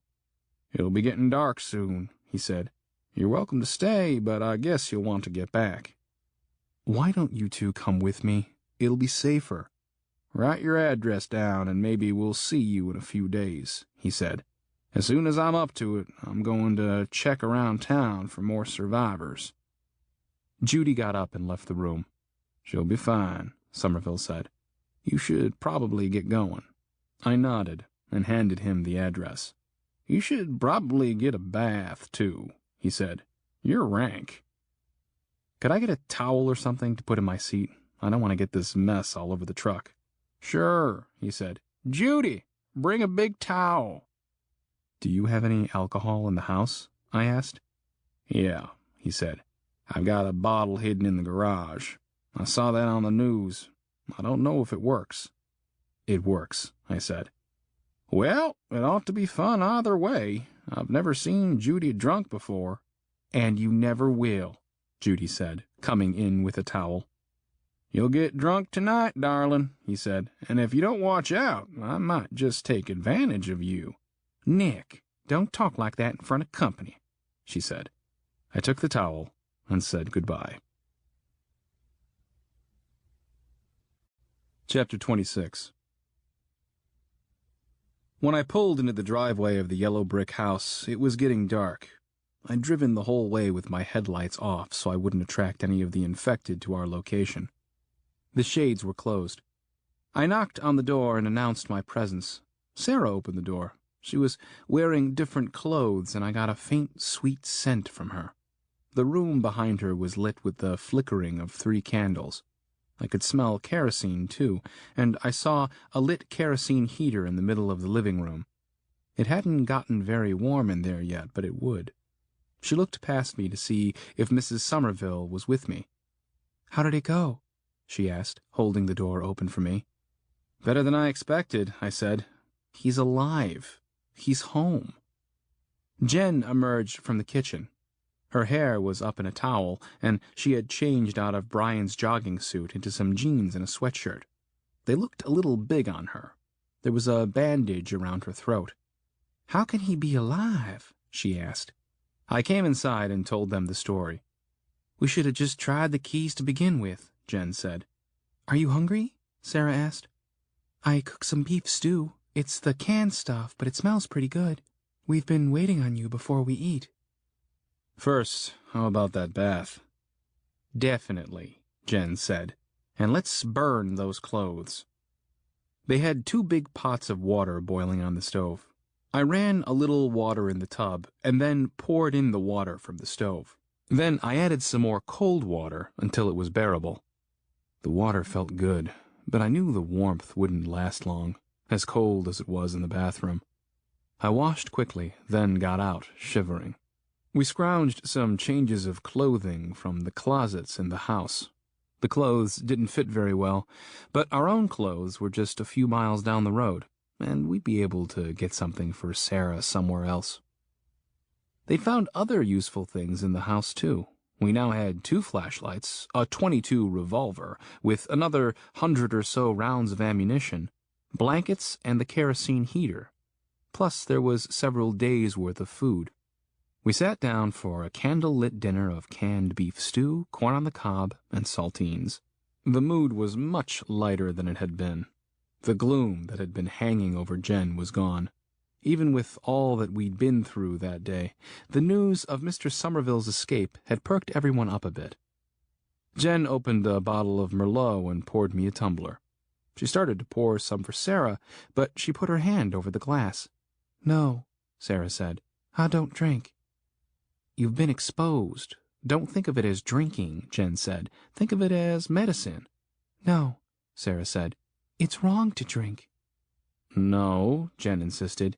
It's wrong to turn into a mindless monster when you don't have to. I'm only 19, she said. Jen laughed. Is this a religious thing? Because Jesus made wine, you know.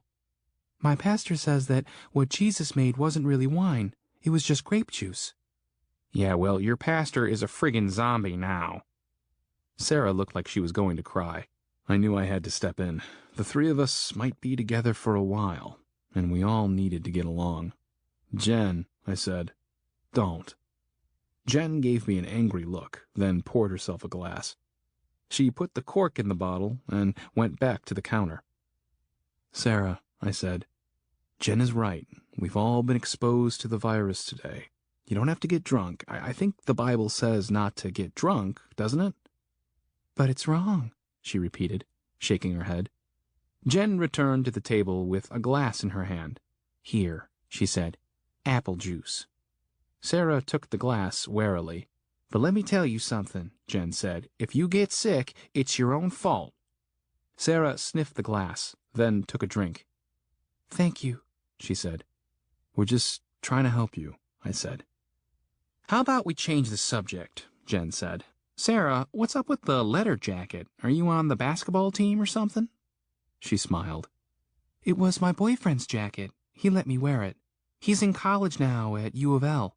What about you? Jen asked. Are you in school? I go to the community college part-time, and I work at the church part-time. With all of the questions, I realized that I really didn't know much more about Jen than I did about Sarah. We'd been together since Friday, but we hadn't really talked. We'd never gotten to know one another. We continued to eat and converse. Jen waited on us, refilling our bowls and glasses. After a half hour, I noticed that Sarah was really coming out of her shell. She was more talkative and smiled more. I was glad to see that she was warming up to us. Then she got an odd look on her face. I feel strange. My bottom lip is kind of numb. Is that a part of the virus? I don't remember that being a symptom, I said. I looked over at Jen, and she winked at me. Sarah, hon, you really should drink a little something before you start getting the fever. I can't, Sarah said. If you turn, then I'm going to have to shoot you, and I like you too much. Please don't make me do that. You don't have to drink much, just a little wine. They stared at each other. Then Sarah nodded. Okay, she said. Just a little wine. Jen returned with the Merlot. This is a dry wine, she said. That means it isn't very sweet. We do have some sweet wine if you'd rather have that. No, Sarah said. This will be fine. Jen poured her half a glass. She sipped it and made a face. We all moved into the living room. The kerosene heater was doing a good job of warming the room, but not the whole house. Why don't we stay here? Jen said. Well, yeah, I said. I don't want to go out in the dark. No, she said. Not just for the night, but for a while. It's a nice little house. There's a wood stove in the basement. I didn't start a fire because the kerosene was quicker, but it looks like the vents in the floor open to the basement, so it ought to heat the whole house. I like it here, too, Sarah said. I don't like how it's enclosed by woods, I said. We need to be able to see something coming from far away. True, Jen said, but I don't think Blaine's is ideal for a long stay. It just isn't comfortable. We'll be crammed in that little shop. If this is going to be a while, then we should try to make ourselves as comfortable as we can. I nodded. Sarah got up and went down the hall to the bathroom. When she'd shut the door, Jen grinned. Mix some of that sweet white wine with her apple juice. She never knew. If Jen had done that to Sarah the week before, it would have been appalling. But a lot had changed in the last week. I shrugged. Whatever works. When Sarah returned, we both smiled innocently. She smiled back, sat down, and continued to nurse her Merlot. I don't want to go into town any more than we have to, Jen said. I need time to rest and process this shit. It's just too much to have to deal with every day. They're out here, too, but there aren't as many of them. I think we should make a list of things we might need, then go in and collect them in a single day if we can. Are we going to look for other survivors? Are we going to meet up with Mr. Somerville again? Sarah asked. I don't know if I have it in me to search the town for survivors every day, Jen said. Somerville will probably need some help, though. I'm sure he'd take you in if you want to stay with him. I kind of like being with you two, she said. You're closer to my age. I appreciate that, hon, but I don't feel that young. We could live almost anywhere, I said. There will be more free houses than occupied houses. If it weren't for all the infected people walking around, it would be an exciting prospect, living however we want to. But the truth is, we have to live carefully, even more carefully than we did before. We can still have a comfortable and relatively safe place to call home, can't we? We could store up some stuff so we don't have to get out there any more than necessary, right? Sure, I said. But there are more like us out there, and I think it's important to connect with them if we can. We don't all have to live together, but we're going to need each other eventually. The three of us slept in the living room of that little house around the kerosene heater. It ran out of fuel in the middle of the night, and we woke up the next morning cold and headachy. We were all concerned about the headaches at first, but we quickly realized that the smoking of the wick after the burner had run out of fuel had probably irritated our sinuses. Our chests felt congested as well. It had started raining during the night. We didn't want to go out collecting supplies in the cold rain, so we decided to have some breakfast and wait it out. It was still raining after lunch, so we loaded up some of the stuff from the house and drove over to Blaine and Betsy's place. I got a fire started in the shop while Jen went into the house to change into her own clothes. She and Sarah planned to go through the clothes Betsy had left to see if something would fit Sarah. I checked on the food Jen had brought back when she went out by herself. The stuff that had been frozen was now thawed, but it was still cold enough that I didn't think it would be bad. I would need to find a thermometer somewhere so we could keep track of temperatures. We were in the latter end of February, and in this part of Kentucky, it could get down into the teens or up into the 50s. We would definitely need to save our canned and dry goods and start eating all this perishable stuff. The chickens needed water again, and they were hungry. I considered letting them out of the pen so they could fend for themselves whenever we were away, but I didn't want to lose them to predators. We were going to need their eggs soon. In fact, I thought we should probably add more chickens to our supplies list, and a rooster, too. A milk goat or cow would be good, but that could wait. Jen and Sarah returned. Jen had changed, but Sarah was wearing the same clothes. They each carried an armload of novels. Jen also had a notebook. If it rains for a while, we're going to need something to distract us, Jen said. I don't know what you like to read, but I got a little of everything. I nodded. I wasn't really interested in fiction right then. I thought it would be more important to read some of the information I'd printed off at my house that first night. I could see the need for escape, though, so I didn't insist that they read what I thought we should all be reading. I grabbed my bag and went into the house to change into my own clothes. It was too bad that Blaine's home wasn't equipped with a wood stove or some form of alternative energy. The house wasn't anything special, just a manufactured home, but the location was perfect. It was on a small hill, and there was nothing but open field to the front and back of the house, so we would be able to see anyone approaching. There was a large pond nearby that was home to bass, bluegill, and catfish. There were mature fruit trees, pecan trees, blackberries, and a small vineyard. It would be a good location to settle down. I was sure there were other places like this too, but how would I find them in February? I could probably identify certain trees and plants, but not in winter when there were no leaves. On my way back out to the shop, I looked across the road to the cow field. In the distance was a dead cow. A pack of 10 dogs was feasting on it.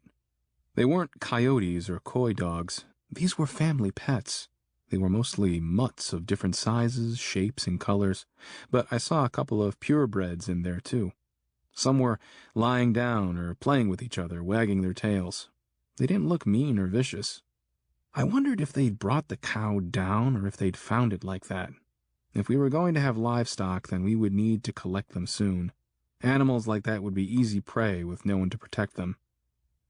Jen and Sarah were sitting on the mattresses and talking when I got back. They'd made coffee.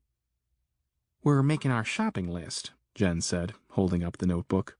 I took one of the old lawn chairs down and sat. "What do you have so far?" I said. "Other than food and clothes, we're having a little trouble figuring out what we'll need." I went over to the stack of papers I'd printed off. "I have a list in here somewhere. It might not fit us exactly, but it should give us an idea. Actually, there are several lists in here." I separated the stack into 3 smaller piles, one for each of us. "Look through what I have, and we can make our own list from these." I poured myself some coffee and took my papers back to my chair. "But you're right about the house," I said. "We should be as comfortable as possible. Put a house at the top of your list." Chapter 27. It rained steadily for the next 4 days. We ran out of firewood on the morning of the 3rd day. It was a big relief because we were all pretty bored by that time. We'd been doing nothing but sitting around reading and talking. We were starting to get edgy, and we were ready for a diversion.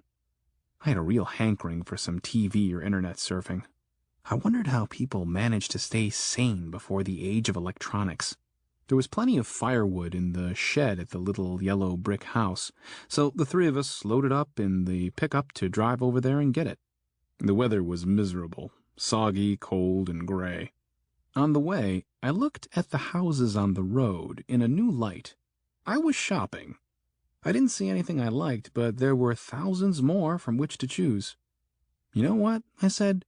"Let's go ahead and look for a new place now.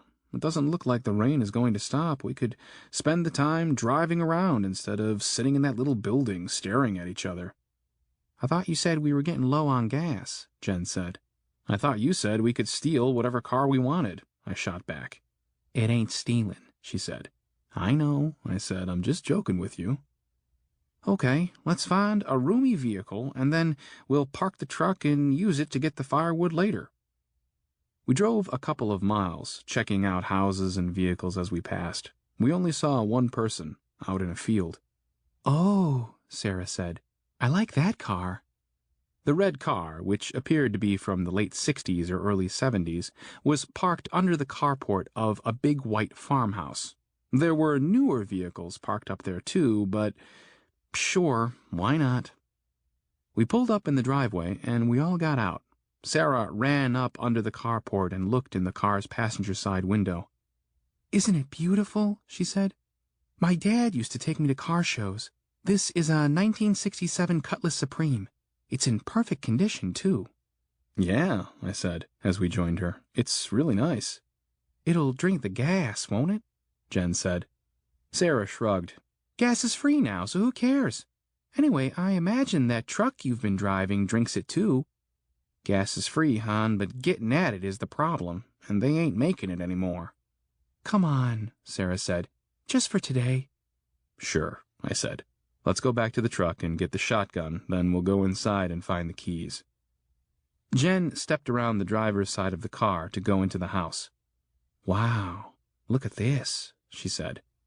I went around the car. Lined up between the car and the house were 3 5-gallon gasoline cans and 4 5-gallon kerosene cans. I went down the line, lifting them. All of the gas cans and all but one of the kerosene cans were completely full. Next to them was something covered with a tarp. I pulled the tarp away and found a wooden pallet stacked with bottled water and toilet paper. Jen and I looked at each other trying to make sense of it. And then we both came to the same conclusion. Sarah was opening the storm door to the house. "Sarah," Jen whispered, "get back to the truck." "What? Why?" Before Sarah could move, the door to the house opened and a gun barrel emerged, directed at her face. "Get off my property," a man said. Jen and I backed away to the side, out of the man's field of vision. Jen reached into her coat and pulled out the .22 revolver. "We're sorry," Sarah said. We didn't know anybody lived here. The man stepped out of the house, backing Sarah up to the classic car. Well, somebody does. He looked like he was in his mid to late 30s. He had dark hair, a new beard, and a little paunch. He'd clearly gotten dressed quickly. His jeans were fastened under his belly but not zipped. His blue flannel shirt was open. His hat was on crooked, and he was wearing green rubber boots. He looked at Jen and me, noticed Jen's weapon, and aimed his gun at us. We backed up even farther, until we were standing in the rain. No, I said, it's okay. We don't want to bother anybody. We thought the place was abandoned. We're almost out of gas, so you thought you'd steal mine. No, I said, we didn't know you were here. It's a good thing I was, or you would have robbed me blind. We're going to leave now, I said. We didn't mean any harm. Sarah sidestepped along the car until she joined us, and we all backed away toward the pickup. He kept his gun on us and walked up to the edge of the carport. Are there more of you? I stopped. There are more survivors, if that's what you mean. How many? 4 more that we know of, but they're not with us. He lowered his gun. Is that all? I nodded. Do you have any news? Has the government stopped the outbreak? Are they coming to help us? No, I said. Nobody's coming. The virus is probably worldwide by now. Probably. It crossed the Mississippi River a few days ago, I said. It moved into Asia, too. His brow furrowed as he thought about what I just told him. The 3 of us had stopped moving toward the truck. We just stood there in the rain. Oh, hell, he said. We really ain't here to hurt nobody, Jen said. He didn't answer. He just looked up at us, distracted and sad.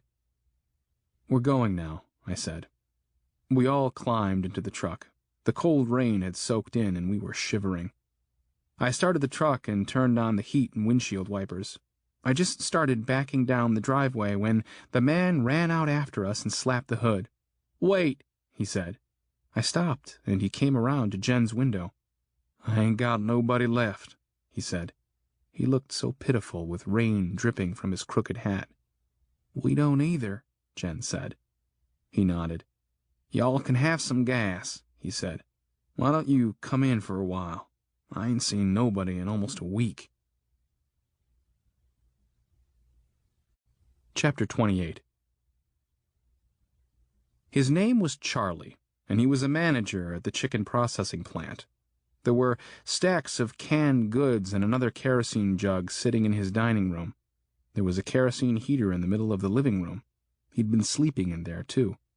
He had hung blankets over the doorways to help keep the heat in that room. There were blankets on the couch, and the ashtray on the coffee table was overflowing with ash and butts.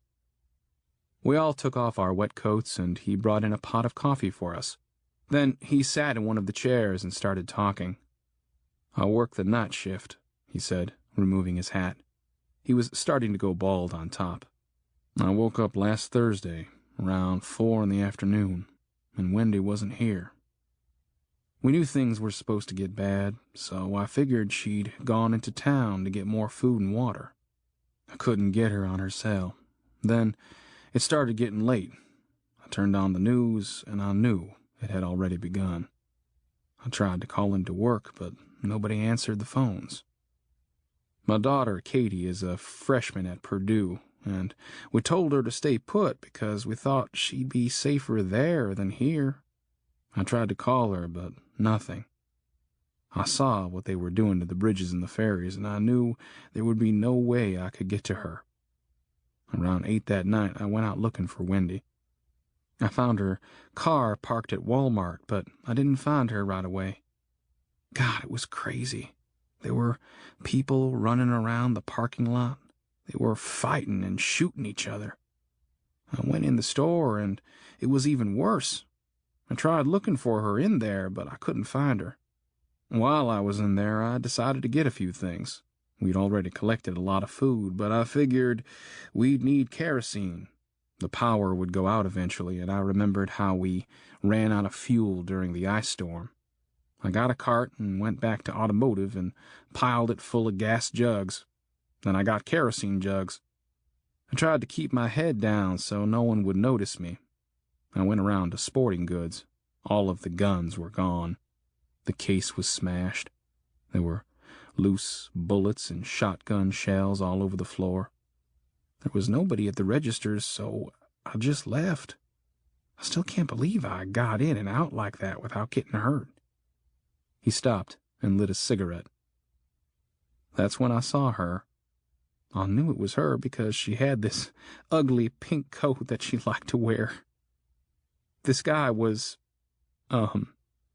he was on top of her, and he was assaulting her right there on the ground. I knocked him off her, then I just beat him and kicked him. I think he might have died. When I went to check on her, she scratched me and tried to bite me. I tried talking to her, but it wasn't her anymore. All she could do was grunt and growl. I couldn't help her, so I left her there.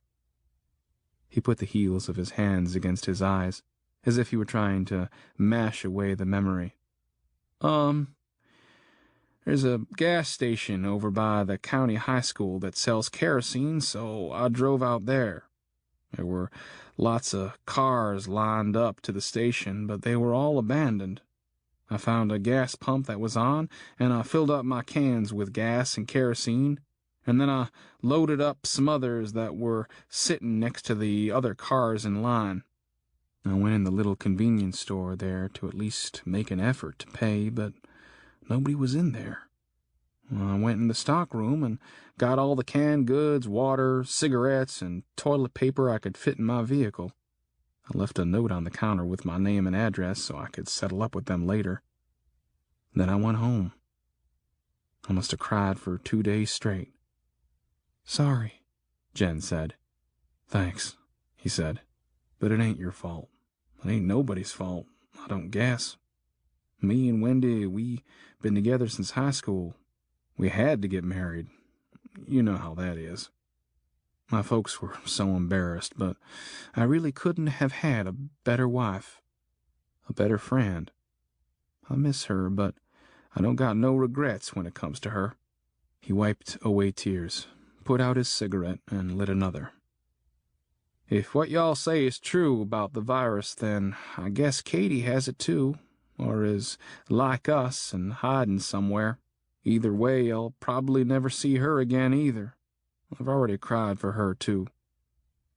"Have you been out since then?" I asked. "I went over to check on some of the neighbors, but nobody answered the door. I thought about driving north, trying to find Katie, but I wanted to wait until things died down some. But now..." "Things aren't dying down," Jen said. "It's as bad out there now as it was on Thursday." "What have y'all seen?" "It hasn't changed from last week," I said, "except maybe there are more infected people now." He stared at the smoke coming off the end of his cigarette. "I'm a mess," he said. "This whole thing with Wendy and Katie. I'm messed up over it." "We can understand that," Jen said. "But I'll help y'all any way I can. I don't know if I'll be any good to you." "We all lost somebody," I said. "We're all messed up." Charlie offered to help us collect supplies, and we accepted. We told him we'd be back when the rain stopped, thanked him for his hospitality, and left.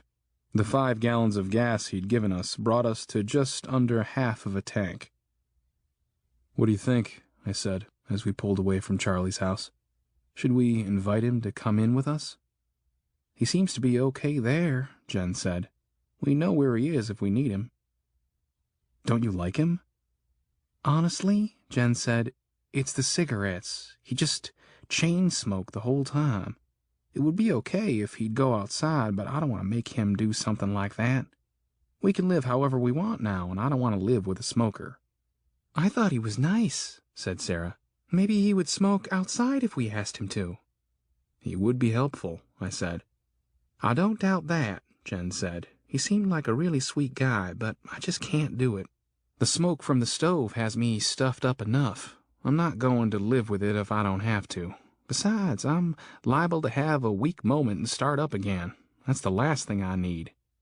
What if he asks to join us? We can't just turn him away. Then we need to lay down some rules, Jen said. We found the perfect house on Esther Lane. It was a huge 2-story brick house with a 3-bay garage set well off the road with a long paved driveway that circled up to the house, giving it access to the road in 2 places. It had 2 chimneys, one on the end and one in the middle of the house, which was something you didn't often see on newer houses. The property was open. There was a small lake with a dock behind the house, and there was a little building out back as well. There were also rows of trees to the side of the house. I wouldn't know until they leafed out, but it was likely that it was a little orchard. Plus, there was a new black Cadillac Escalade parked out front. I didn't think the house or the property was especially pretty, but who cared about aesthetics when the place was built like a fortress? Now that's what I'm talking about, Jen said. Pull in and let's check it out. I felt kind of bad hoping the house would be unoccupied because that would mean the owners were likely sick or dead. We pulled up close to the front door. We all pulled our masks up. I retrieved the shotgun and knocked on the door while Jen and Sarah went around looking in windows. When no one answered the door, I walked around the other side of the house and tried to lift the garage doors, but they wouldn't come up. I continued around and met Jen and Sarah on the back patio. There was an in-ground pool. The building in the back turned out to be a guest house. I tried the patio door on the main house, and it slid open. Jen grinned at me, and we went inside. It was a nice house like Brian's home, but much less tastefully decorated. We didn't care. Jen wanted comfort, and this place promised that, so long as those chimneys were functional.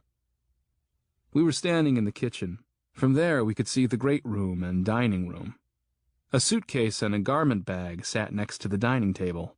On the table was a small lockbox and car keys. "What's that smell?" Sarah asked. "Yeah," I said. "I smell it too. We need to stay close to each other. Jen, give Sarah that revolver."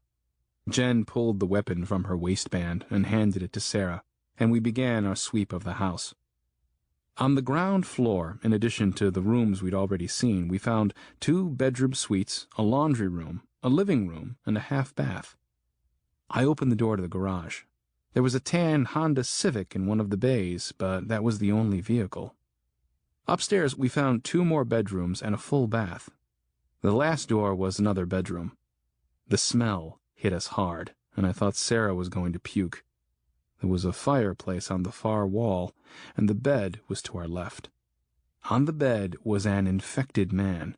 His hands were tied together and tied again to the headboard, and his wrists were raw. He lay there in his own excrement. His left ankle was opened up and scabbed over. It looked like it had been eaten. There was a dead cat in there, too. The man hissed at us. "My God, what is this?" Jen said. "They must have restrained him the way I did with Brian," I said. "Then I guess they left him after he turned. Maybe they were infected too." Jen grabbed the knob and shut the door. We all stood in the hallway. We could hear the man making noises inside. "Looks like we have a room to clear out," Jen said. "This place is nice," I said, "but we can keep looking." "It's just the one room," Jen said. "Yeah," I said, "but we'll have to get him out, then carry out that filthy mattress." "We'll just shoot him, then dump the body out the window," Jen said. "That mattress isn't going to fit out the window." It briefly hit me what an odd conversation that was. A week before, I would have never dreamed I'd end up discussing such matters. "What do you think, Sarah?" I said. "It's really gross." Jen rolled her eyes. "Well, there you go. It's not just gross, it's really gross. Thank you so much for your input, dear." "Why do you have to be so mean?" Sarah asked, as she walked down the hall to the stairs. We both watched her leave. "Yeah," I said. "Why do you?" "It was just a joke."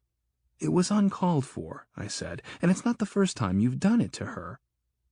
Jen walked down the hall and went into one of the other bedrooms. I followed her.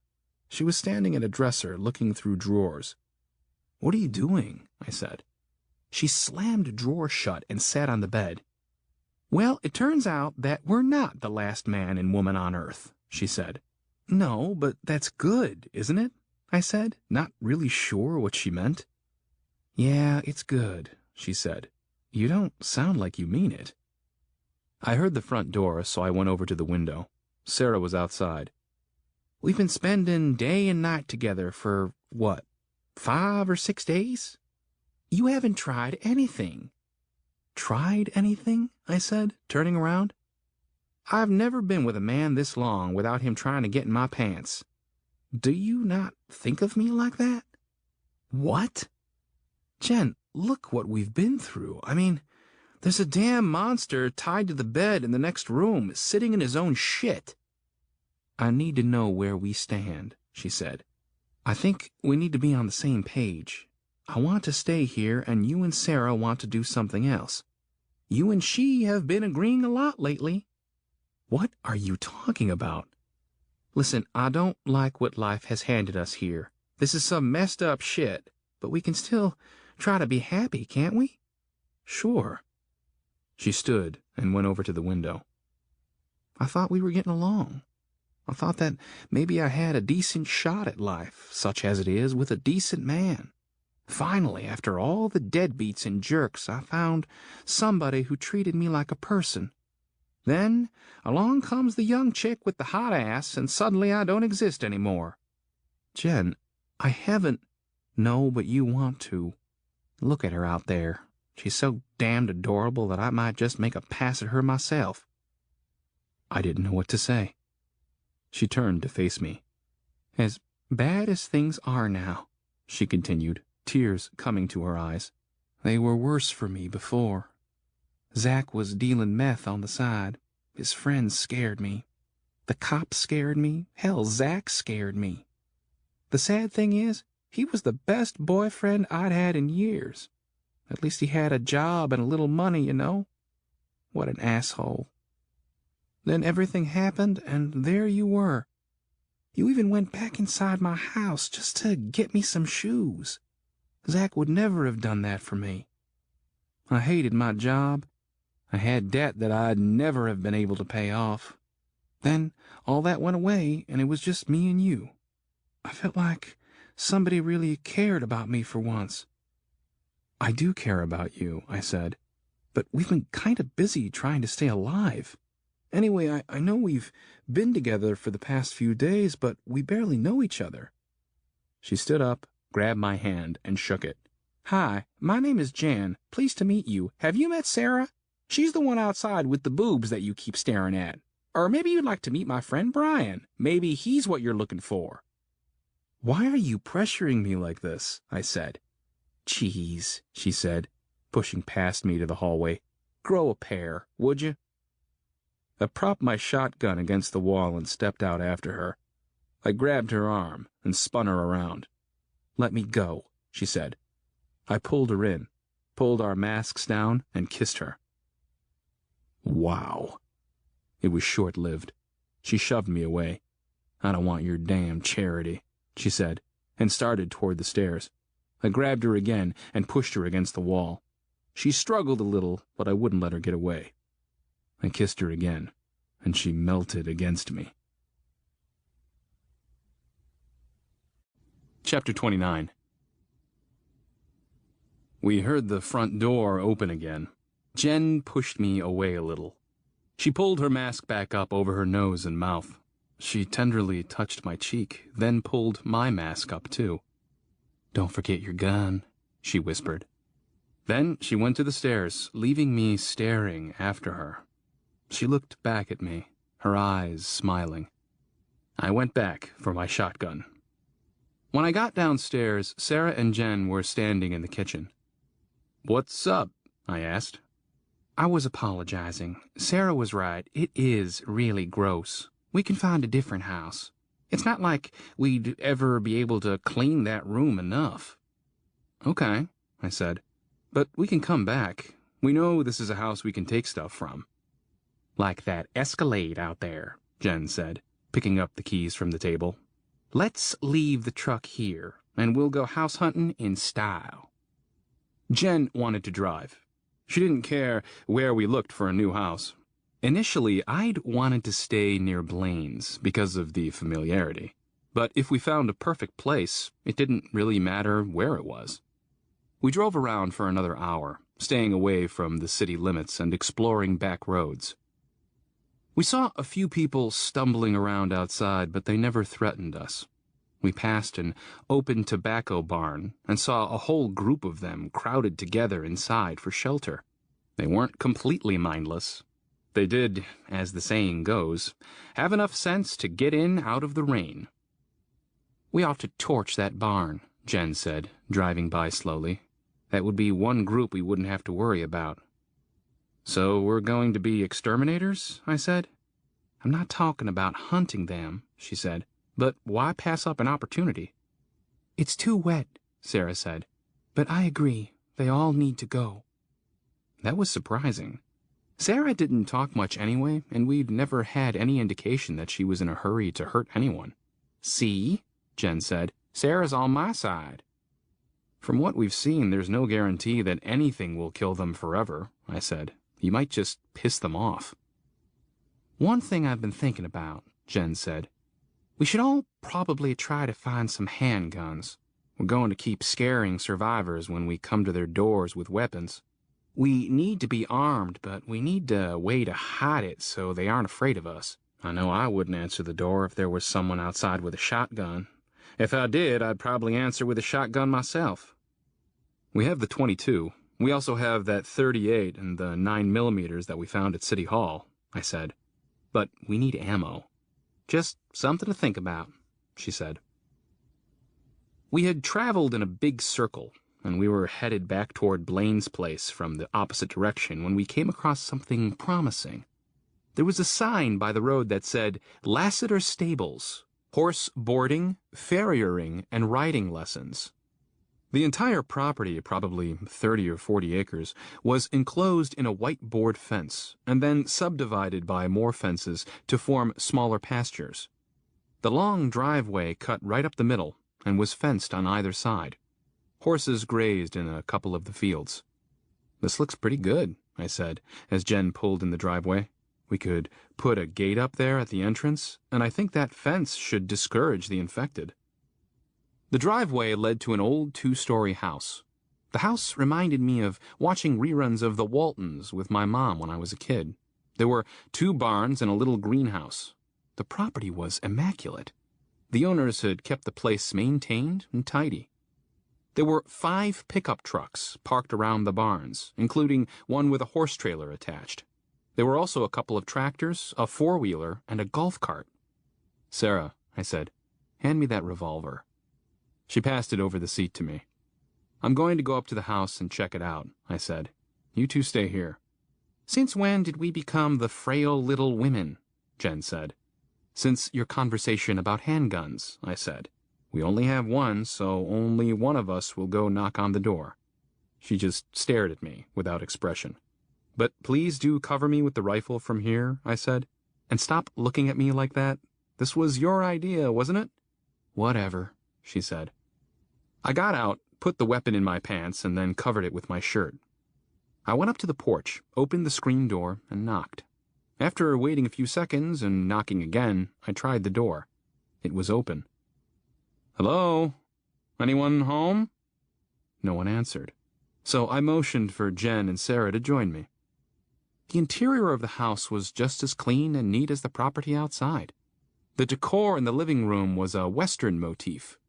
In the dining room, I found places set for 4 people. There were day-old biscuits, sausage, and gravy on the plates. Next to one plate sat a copy of the Clayfield Chronicle. It was dated last Thursday. The only thing out of place was one dining room chair that was overturned and a spilled cup of orange juice. No one has been in here in a long time, I said. We can check upstairs, but I think we're good here. There's a fireplace in the living room, Jen said. I like this place. What about all the horses? Sarah said.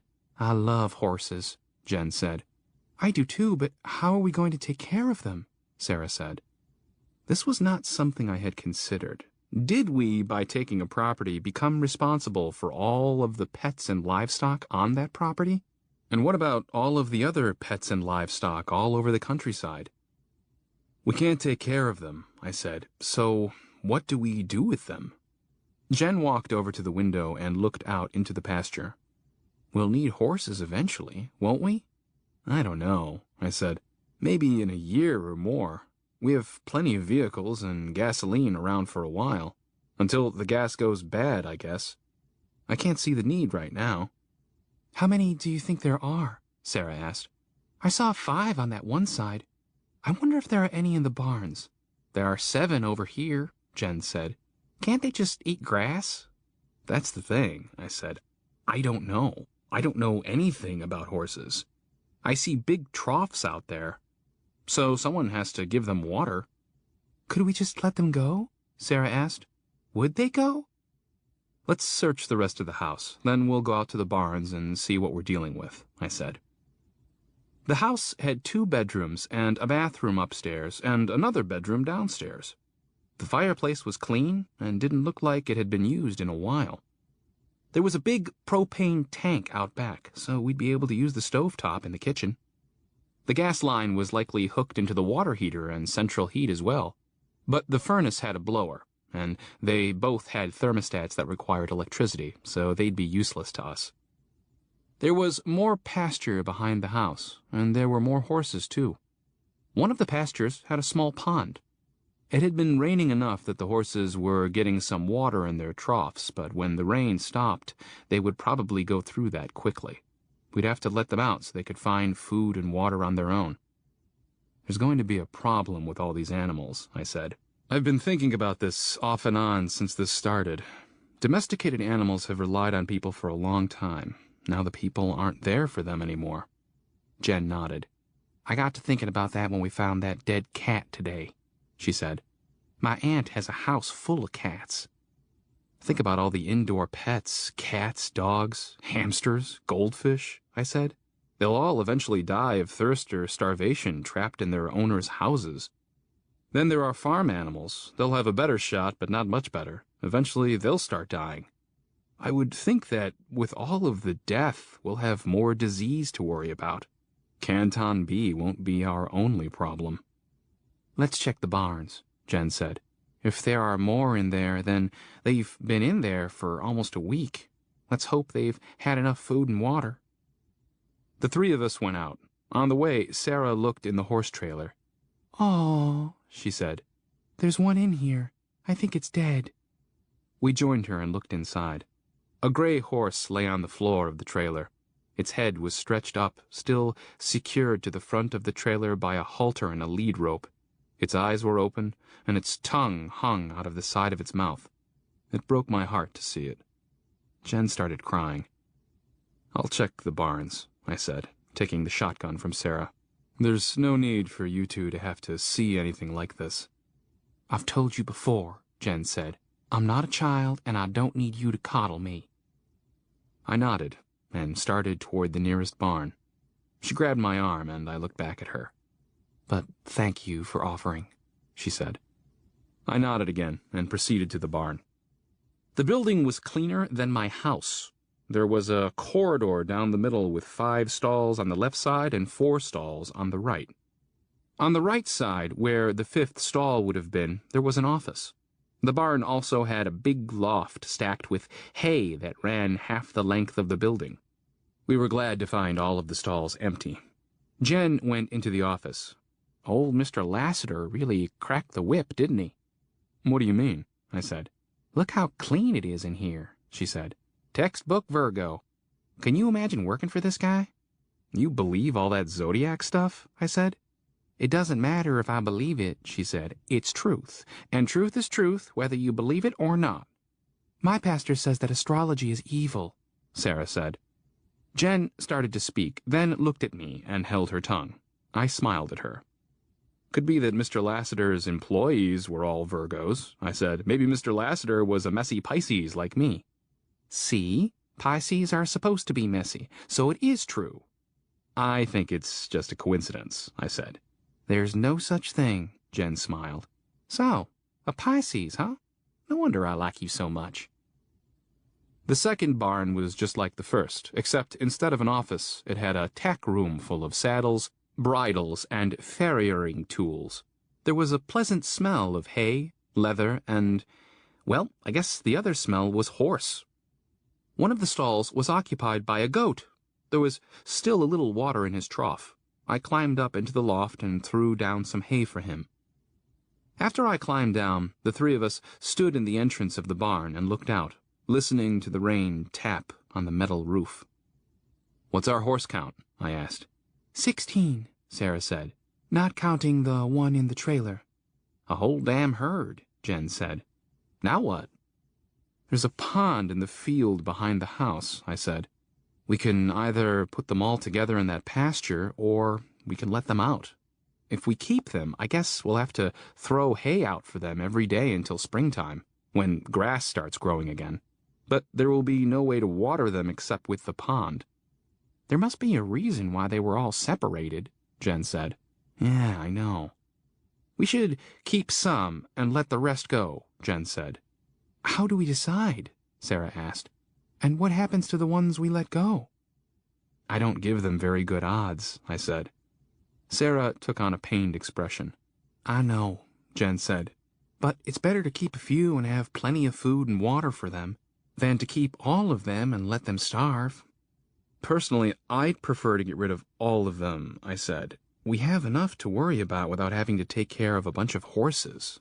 If we're going to have animals at all, we should have animals that will provide us with food." They didn't seem too happy with my input. "It's not something we have to worry about today," I said. "I wouldn't mind staying here for a while.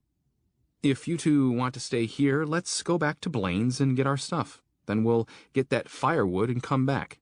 By the time we do that, it'll be about time to call it a day anyway." Chapter 30. It was late afternoon by the time we returned to the Lassiter house with our supplies and firewood. We didn't have anything to put the chickens into, so we fed them and left them where they were, with the intention of coming back for them later. As I pulled into the driveway, I realized it was the only entrance and exit for the property.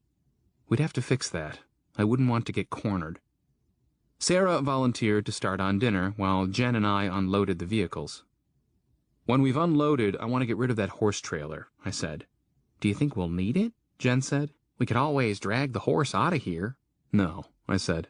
"There are horse trailers around at other houses if we ever really need one. I'd rather not mess with removing the horse." Once we got everything into the house, I stepped into the kitchen. "Jen and I are going to take care of that horse trailer," I said. "Will you be okay here by yourself until we get back?" "I'll lock the doors," she said.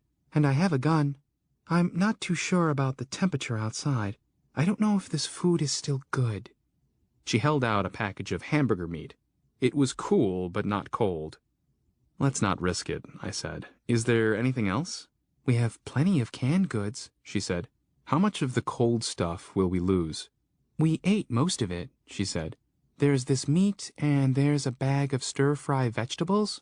They're kind of mushy. We have some cheese and mayonnaise left." "I'll feed the vegetables to the goat," I said. "Let's pitch the rest." I drove the truck and trailer, which was a new experience for me. Jen followed me in the Escalade. It was already dark by that time, and it was much too dark to drive without the headlights. I just hoped we could do what we needed to do without being noticed. I wanted to get the trailer far enough away from us that when the horse decomposed, we wouldn't smell it. I drove 2 miles away. I didn't know if it was far enough, but there was a church there with a wide lot, and I didn't think I'd find an easier place to park. I didn't want to leave the truck because it was practically new and had a full tank of gas, but I also didn't want to be out there in the dark trying to figure out how to unhitch a trailer. I parked and got into the Escalade with Jen. "You know," she said, as we headed back to the house, "this might be the first time in a while that I will actually be able to relax a little. It's going to be nice to finally feel safe and be in a comfortable house." "Yeah," I said. "I think this new place will be secure." In the distance, I saw light. I couldn't tell what it was exactly. It was far away, and it just looked like a glow moving over the trees. "What is that?" I asked. "Is that another car?" "I don't know," Jen said. "Quick, turn your lights off and pull off the road." "But there isn't a place to pull off," she said. "It doesn't matter," I said. "Just pull over on the shoulder." "There is no shoulder. Just stop the car and turn off the engine." She stopped and turned everything off. The light grew and moved. Then bright headlights came over the hill. "Get down," I said. We both hunkered down below the dashboard. The lights got brighter as they got nearer. "I left a note for Brian back at Blaine's house," she whispered. "I didn't want him to look for us and not find us. Maybe it's him." "We don't know who it is," I said, "and we don't know if they're friendly." The light filled the interior of the Escalade. The vehicle slowed to a crawl as it came by, but it didn't stop. There were abandoned vehicles on the roads everywhere, and ours looked like just one more. I sat up and looked out the back window once they had moved on. I watched the taillights disappear around a curve, then continued to watch the reflection of the headlights on the trees until they were gone. "I don't like feeling scared," Jen said, sitting up. "I should be used to it by now, but I'm not." "No," I said. "You shouldn't be used to it. No one should." Dinner was Vienna sausages and canned tomato soup. I was hungry enough that I didn't mind it, but eating like this every day would get old quickly. "I don't know why anyone would be out at night unless it was Brian or the Somervilles looking for us," Jen said. "We were out after dark," I said. "But I see what you mean." "Maybe you should have stopped them," Sarah said. "They were probably okay." "Probably," I said. But I was being careful. Stopping cars on a dark country road just isn't something you do. I didn't want to lead them back to us here either. Like Jen said in the car, I feel safe here. After dinner, I tried to start a fire in the fireplace. The smoke came back into the living room. I adjusted the flue, but the smoke continued to fill the room. We were all coughing and had to open the windows. "I don't understand what I'm doing wrong," I said. "My grandpa had a fireplace," Sarah said. "He never used it, so he sealed the chimney to keep the birds and squirrels out of it." "Sealed it permanently?" "I don't know," she said. "We're going to need a fire," Jen said. "We don't have any kerosene for the heater." "What am I supposed to do about it?" I said. "Someone needs to check the chimney," Jen said. They stared at me expectantly. "Oh," I said. "So you don't want to be coddled unless it's cold, dark, and raining and you need someone to crawl up on the roof." "You are the man," Jen said. "It's kind of your job, I think." "Funny how these gender roles conveniently pop up," I said. "Okay, let's find a ladder." There was an aluminum extension ladder hanging on hooks on the side of one of the barns. I carried it back to the house, while Jen walked with me under an umbrella, showing the way with a flashlight. I propped the ladder on the side of the house, took Jen's flashlight, and climbed up while she held the ladder for me. There was a piece of plywood over the opening of the chimney with a concrete block on top of it to keep it from blowing off. I pulled it off, and the smoke hit me in the face. My eyes burned, and I coughed a little. I left the plywood and block on the roof and climbed back down. "Problem solved," I said. "My hero," Jen said. "Whatever." The rain continued through the next day. Over breakfast, we discussed what to do with the horses. Jen and Sarah decided to keep 6, 1 for each of us, and 3 backups. We had no knowledge about horses, so we didn't know which 6 would be best. Sarah thought we should keep the most docile. She had an idea of calling them and keeping the first 6 that came to us, which made sense in a childlike way. Jen thought we should keep the healthiest. Once again, I made my point that we should rid ourselves of all of them, but I was outnumbered. We spent our time that day doing much the same things that we'd done at Blaine's, but we did it in a real house, which made a huge difference in our moods. Plus, we had plenty of room to get away from each other when we wanted. We also went through the house trying on clothes, looking through closets and drawers, and being generally nosy. I found a single-shot .410 shotgun and a box of shells in a bedroom closet.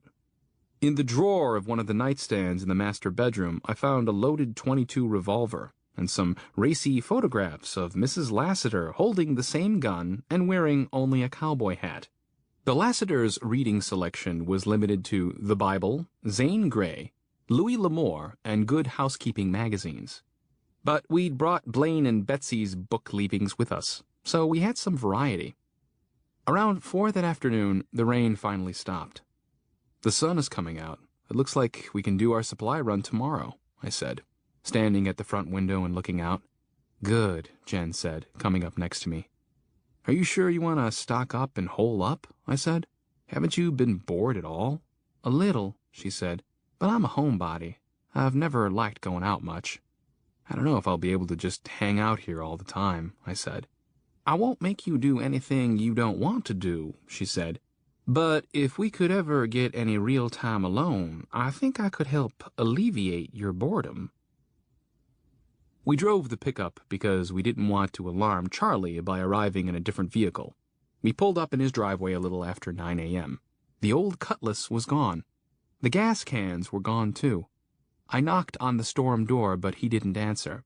I opened the door, and a piece of paper that had been wedged between the door and the frame fell to the carport. It was a note from Charlie. I have to know if Katie is okay. My brother has a little boat. I'm going to get it and cross the river. I probably won't be back. Take what you need from the house. Be careful. Charlie. When I got back to the truck, I handed the note to Jen. She read it and passed it over to Sarah. We'll come back and get whatever is left of his kerosene and food, I said. He'll never make it, Jen said. She's probably gone now anyway. I know, I said, but I can't blame him. He's just been sitting in that house all this time. He had to be losing it in there. At least he was alive, Jen said, sounding kind of defensive. That's no life. What do you want to do then? We weren't talking about Charlie anymore. I don't know, I said. Right now, I want to go collect supplies. Only because I want to do that, she said. What do you want? Why doesn't anyone ever ask what I want? Sarah said. Why do you treat me like I'm not here? It was shaping up to be an awesome day. Well, Jen said, tell us. I think Charlie was right to find his daughter. I think we should find more survivors, too. You could go live with Mr. Somerville, Jen said. That's what he wants to do.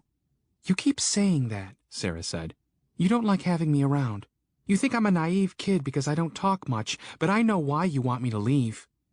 I don't see any reason why you shouldn't be happy, Jen said. If you want to look for others, then you should. You want me to leave because you feel threatened by me, Sarah said. I know what's going on. Bullshit, Stop, I said. We have a lot of stuff to do today, and it's going to be dangerous, and we have one less person helping us. Let's focus, okay? No, Jen said. If the two of you don't want to do this, then go do what you like. I can do this by myself. Jen, you can't do this by yourself, I said. That's the point. None of us can do this alone. They were both quiet. Jen, I said, I agree that it is wise to go out and collect supplies. There's no need for us to have to go out every day looking for food or fuel. It's too dangerous. But I also agree with Sarah. We should be trying to find others. If you don't want to go out, then you don't have to. I won't go every day, but I will be going. I need more of a purpose than just existing. It wouldn't be just existing, Jen replied softly. I plan on having a real life for once. I plan on that too, I said, taking her hand and giving it a gentle squeeze. Now let's focus on what we have to do today. Chapter 31. We approached Clayfield from the south. Our destination was the big chain stores and strip malls. The closer we got to the south side of town, the more obstructed our path became. There was a long line of abandoned vehicles in both directions, leading to the front entrance of Walmart. Across the street from Walmart was a Lowe's and a little rental place. Both of their entrances were blocked. We turned around and entered the Lowe's parking lot through the back and accessed the rental store that way. Our first goal was to get a moving truck. There were infected everywhere. Some were still in their cars, unable to figure out how to open their doors. They'd been trapped in there for more than a week without food and water, yet they were still alive. I parked in front of the rental store. There were 2 big box trucks parked out front. All of the infected in the street and in the Lowe's parking lot started making their way toward us. They were slow, but deliberate. I got out. "Honk if they get close," I said. "Be sure to give me enough time to get back." Jen scooted over to the driver's seat. "Be careful," she said. I ran inside the store. I had no idea where they kept the keys, but I figured they would be behind the counter or in the office.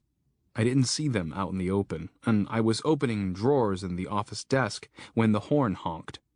I ran back outside and got in next to Sarah. "I didn't find them," I said. "Let's draw them away from the building, and we'll come back and try again." Jen pulled away slowly, and the people followed.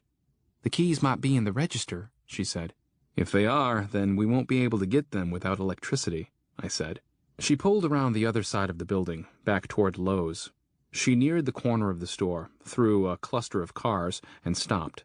On the outer edge of the group of cars was a black Porsche 911. "As far as I know, there's only one person in Clayfield who has one of those," she said. There were too many infected around for us to get out of the truck, so Jen drove slowly around to the rear of Lowe's. The crowd followed us. When she got near the loading bays, she sped up, leaving them behind. "I don't know why he would be here," she said. "He should have gone to Blaine's house like he said he would." "Maybe he's looking for supplies like we are," I said. "In a Porsche?" "You told him to drive it," I said. When we came back around the building, we saw 3 men hurrying away from the entrance farthest from us. One of them was almost to the Porsche. The other 2 were headed to a blue pickup truck. We presumed they were infected like the rest, but then they all turned to look at us, and they were wearing masks. One of them pulled a pistol from a holster at his side. Another waved at us with both arms, as if to attract our attention. Jen crept forward. "What do you think?" she said. "That one looked like he was going to get into Brian's car." "They're armed," I said. "So are we." "They could be nice," Sarah said. "We should at least go talk to them." "Stop the truck," I said. "I'll walk up there and say hello. If there's any trouble, I'll pull my mask down to signal you. Don't question, just do your best with the rifle, then get the hell away from here. Don't lead them back to the stables." "Why don't I just pull up there and—" "No," I said. "Stop the truck. If something happens in a couple of days, try to find Mr. Somerville. Okay?" Jen nodded. I stuffed one of the revolvers down the front of my pants and got out. I was more scared right then than I had been since it all started. At least I knew the intentions of the infected. These were healthy men, and I had no idea what sort of men they were. My legs felt wobbly as I approached them. The one who'd waved came out to meet me. He was a big guy in new clothes. There was even a tag still on the sleeve of his brown Carhartt coat. He was wearing a black cowboy hat, and he had a machete hanging from his belt. I didn't see a gun, but I figured he had one stashed away somewhere.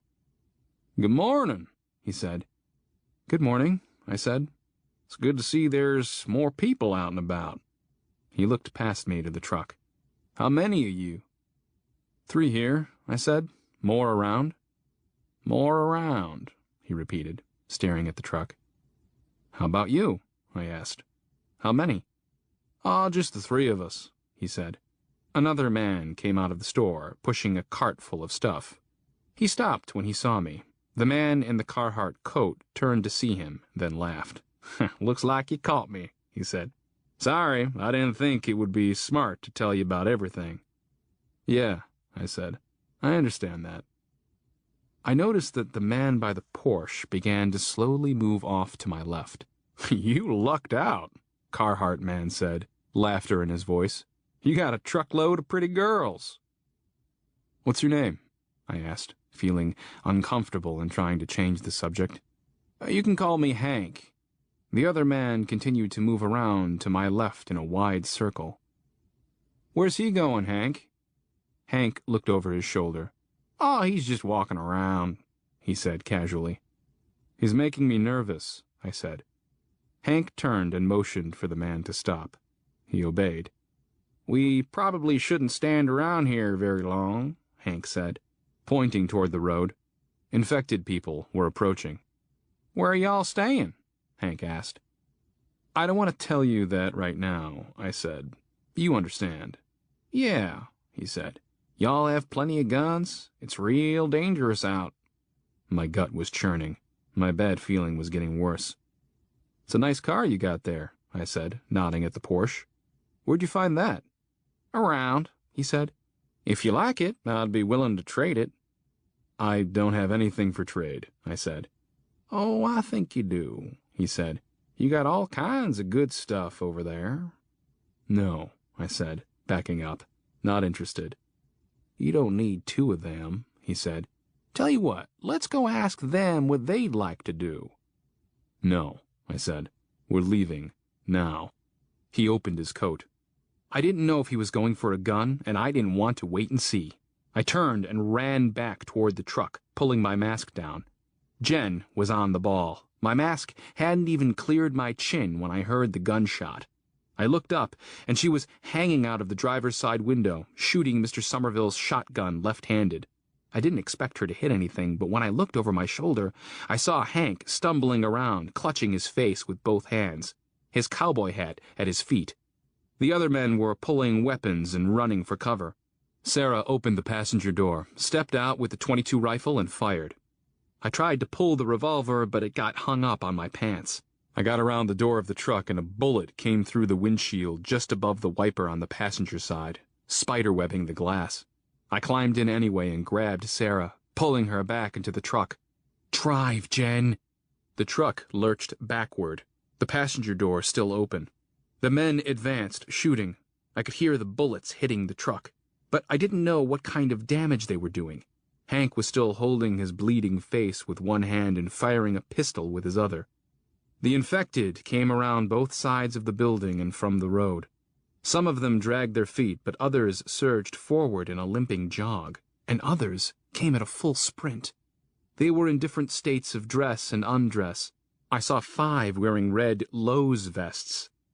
I leaned over Sarah and pulled the door closed. A few were interested in us, pounding on our windows, but most of them were headed toward the 4 men in the open. The men's fear was evident even from a distance. They turned their guns on the infected and backed toward their vehicles. Soon, their weapons were empty.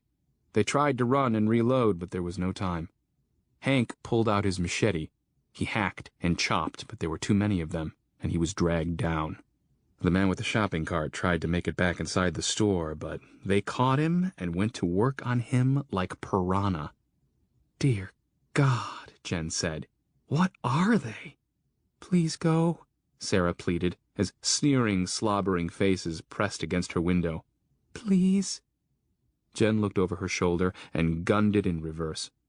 Before we got around the corner, I watched one of the men break free and make it to the Porsche. Jen continued backing up until she was well clear of the fray. Then she turned, put the car in drive, and pulled out onto the road behind Lowe's. I was shaking, and I couldn't make myself stop. Sarah was crying. What happened? Jen said. I asked him about Brian's car, and... Is Brian okay? Where is he? I don't know. He told me he found the car. He offered to trade it for one of you. For one of us, Sarah said. That's why you pulled down your mask? Jen said. Hell, that ain't no reason to shoot somebody. No, I said. I pulled down my mask because I thought he was going for a gun. He was, she said.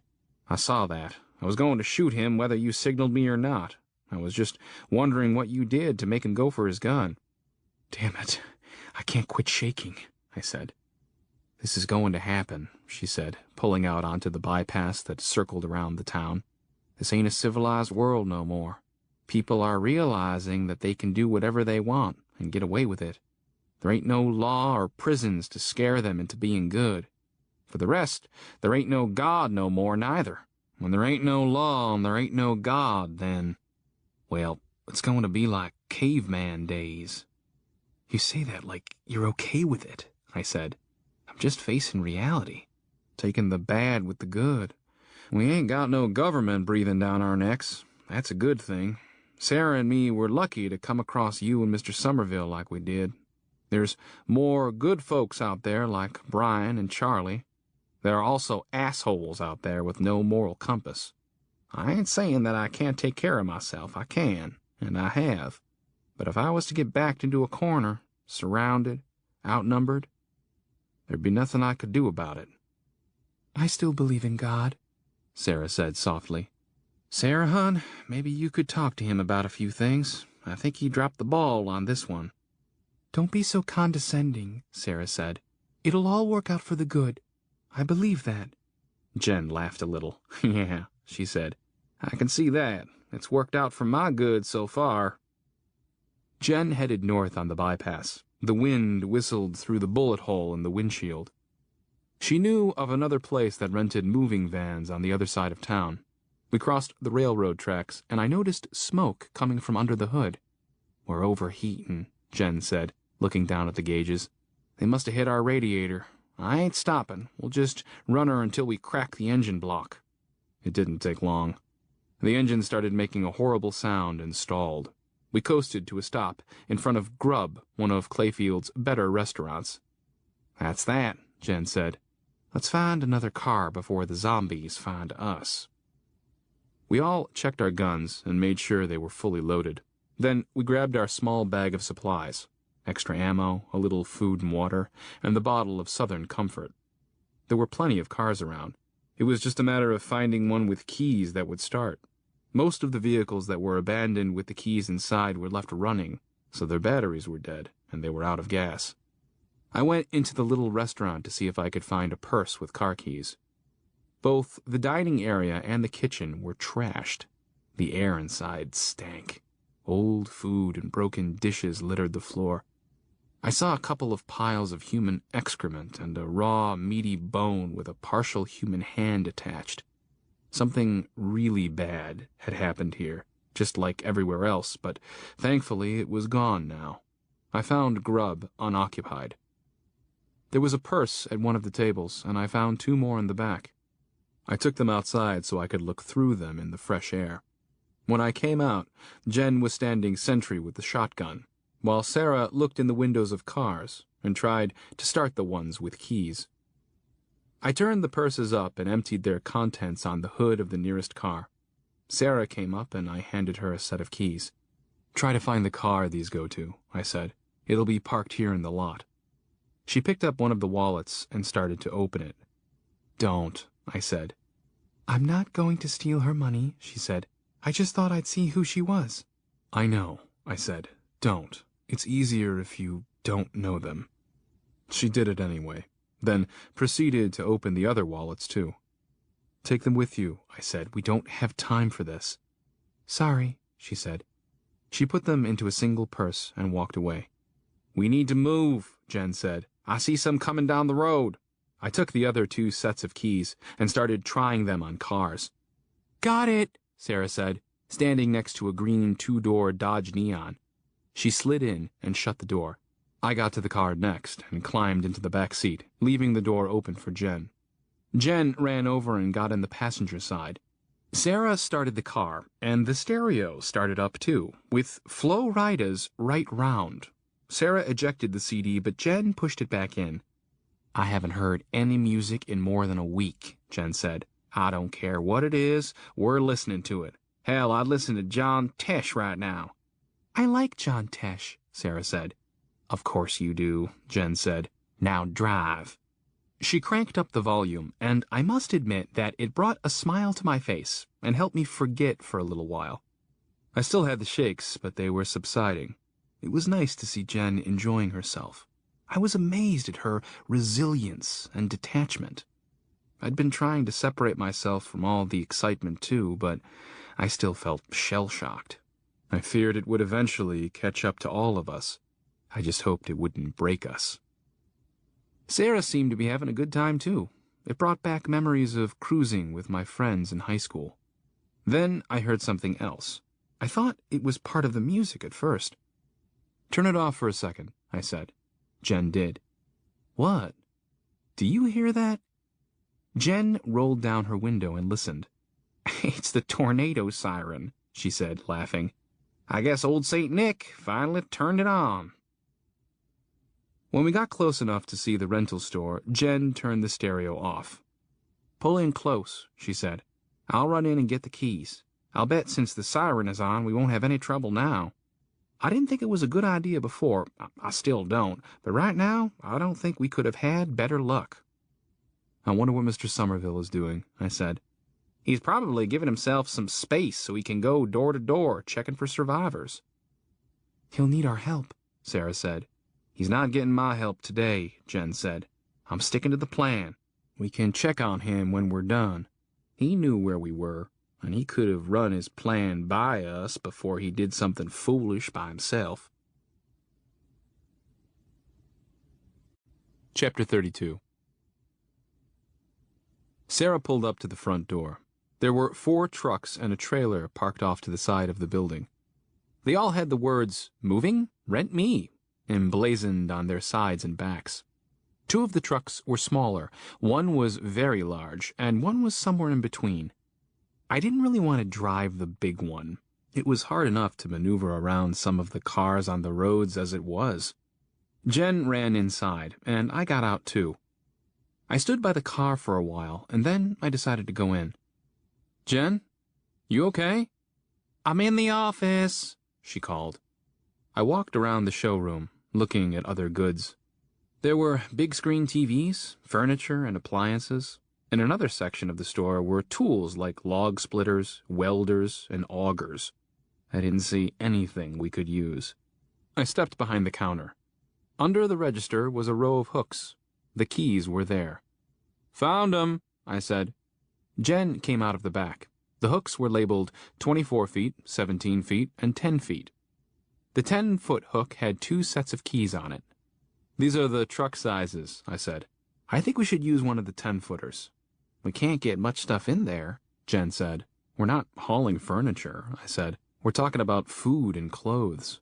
I think it will be plenty big for that, but small enough to get through tight places." "I really wanted to get as much as we could," she said, hesitant. "What about the 17-footer? "How about both of the 10-footers?" I offered. "I like that better," she said. "I like having a backup." "I don't see a need to keep the car," I said. "Is Sarah with you or me?" I knew she wouldn't like either option. "Sarah can ride with me," she said. "It'll give us time to talk." "I'm not sure if that's a good thing or a bad thing," I said. "I'll be nice," Jen said. "I promise." "Good," I said. Jen rolled her eyes. "You heard what she said to me at Charlie's. I'm not threatened by her." "There's no need for you to be, but—" "So you're going to take her side again?" "No, Jen, there are no sides here. We're all in this together, remember? Why are we having this conversation again? Sarah has done nothing to you. She's a good kid who has the terrible misfortune of being physically attractive. That's not something she can help. So why don't you give her a break?" "Why don't you give me a break?" Jen scoffed. "Would you be putting her through the same kind of hell if she weren't so good-looking?" "Would you be defending her if she weren't?" "I have been avoiding talking to her and looking at her just so you wouldn't feel uncomfortable. Can you imagine how she must feel to be ignored like that? She's alone, just like we are. She's got nobody. She doesn't even have us, really. I feel bad about that." "So it's my fault that she's not fitting in?" "Jen," I said, frustrated, I don't know what to do here. I suppose I should feel flattered that you'd be so jealous, but—" "Oh, yeah," she said sarcastically. "It's all about you." I don't know why, but the conversation suddenly hit me as incredibly humorous. It was like I traveled back in time and I was arguing with my ex-wife again, and every other woman with whom I'd ever had a relationship. Even during the apocalypse, I was attracting the same kind of woman. So far as I knew, all women were the same kind. There was absolutely no way I could win in these arguments. I laughed. I would never have done that in the past. In the past, I would have acquiesced and apologized just so I wouldn't have to talk anymore. But I was a different man since the world had ended. "Don't laugh at me," Jen said. "What's so funny?" "I should have traded you for that Porsche." She stared at me over her mask. I'd thrown her for a loop, and I was pleased. "So this is a big joke. Why didn't you, huh? Why didn't you trade me?" I shrugged and said the first thing that popped into my head. "I don't know how to drive a stick." I said it as dryly as I could, but I couldn't hold back the grin. I could see her eyes soften a little. I started laughing again. She stepped up to me and cupped my crotch. I gasped and froze. I expected her to squeeze and hurt me, but she didn't. Something like a jolt of electricity shot up my spine. She came in close, her eyes narrowing. "I can drive a stick, funny man," she whispered. "I can drive it real good." I couldn't breathe. I couldn't move. Every muscle in my body was tense. She removed her hand. "Sarah is riding with me," she said, grabbing a set of keys and acting as if nothing had happened.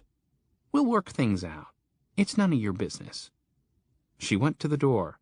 "You comin' or what?" she said, and walked out into the sunlight. She looked around, then headed toward the trucks. I was still standing in the same spot, watching her through the large windows in the front of the store. I realized I'd been holding my breath. I exhaled. Holy moly. The truck had CB radios, so we were able to communicate with each other.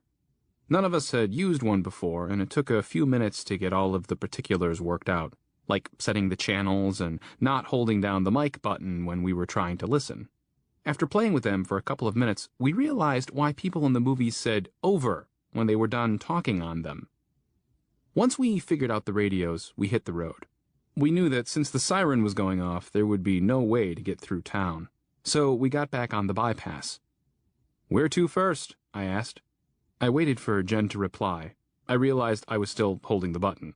I said, "Over," then released the button. The radio hissed static, and then Jen came on. "That was quite a broadcast you made there, bandit," she said. "Let's go to Walmart. If we can't get everything there, then we'll go other places." Static as she released her mic button. Then, "Over." I led the way, backtracking past Grub to the bypass. I looked in the side mirror. The women had their masks down, and they were talking. I was uneasy with this jealous side of Jen. Part of me was saying I should get out of this while it was still early. If I waited until after this thing was consummated, it would be a lot more difficult for both of us. And she was more than just jealous. She was also a tad unstable and unpredictable. All three traits could be dangerous. The other part of me, the part that usually did my thinking for me when it came to women, kind of liked that about her. Besides, did I really have the luxury of being picky? There wasn't exactly an abundance of fish in the sea these days. I got to thinking about how things would be if Sarah were replaced by a good-looking young man. Would Jen be acting the same way over me? Would I feel threatened in that situation?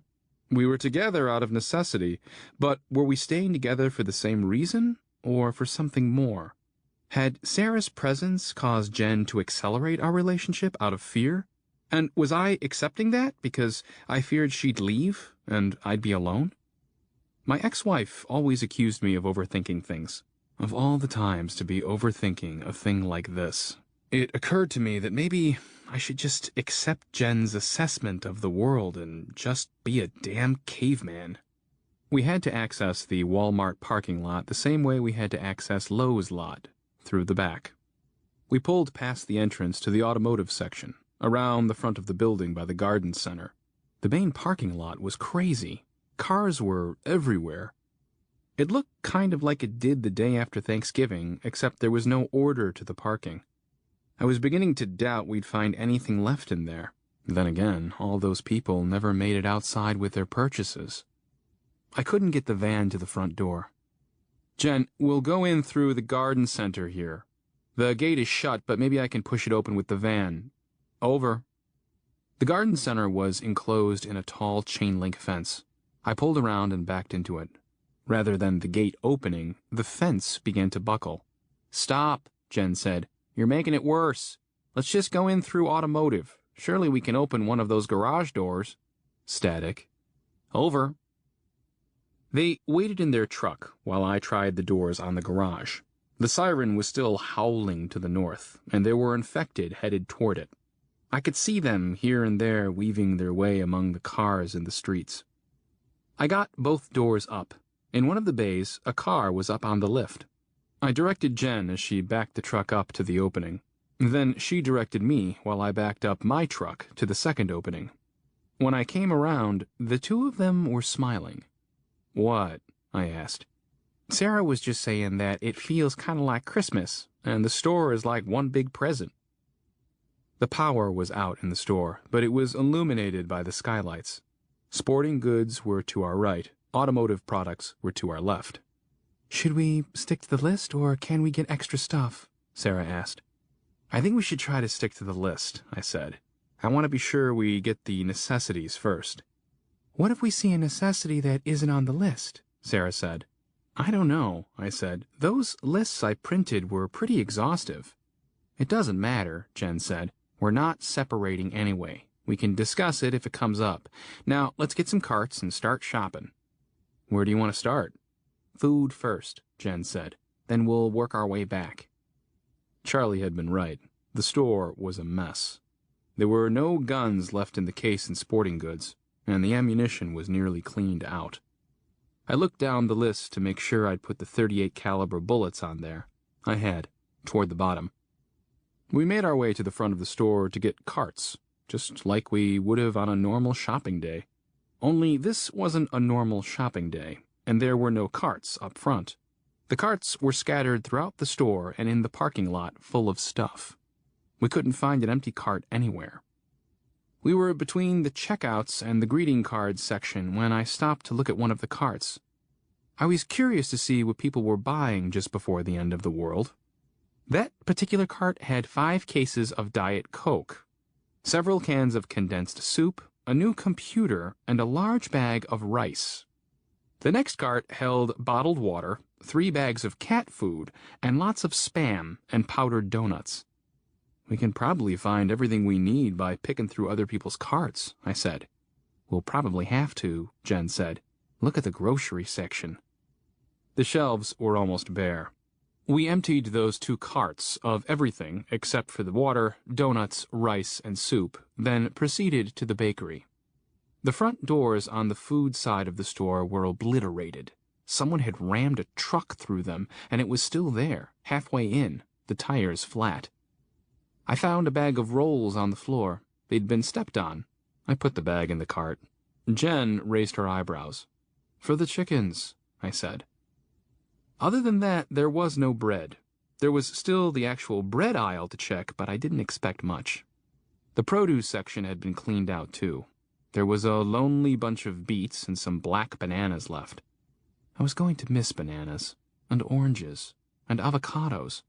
There was so much produce that I loved to eat that didn't grow here. "Look," Jen said, putting the beets in the cart. "Your favorite." I remembered the canned beets from our first day together and smiled. I spied a couple of small sweet potatoes on the floor next to one of the center produce displays. I picked them up and brought them to the cart. "These aren't for eating," I said. "I'll use them to start plants for the garden." "We have a garden?" Sarah said.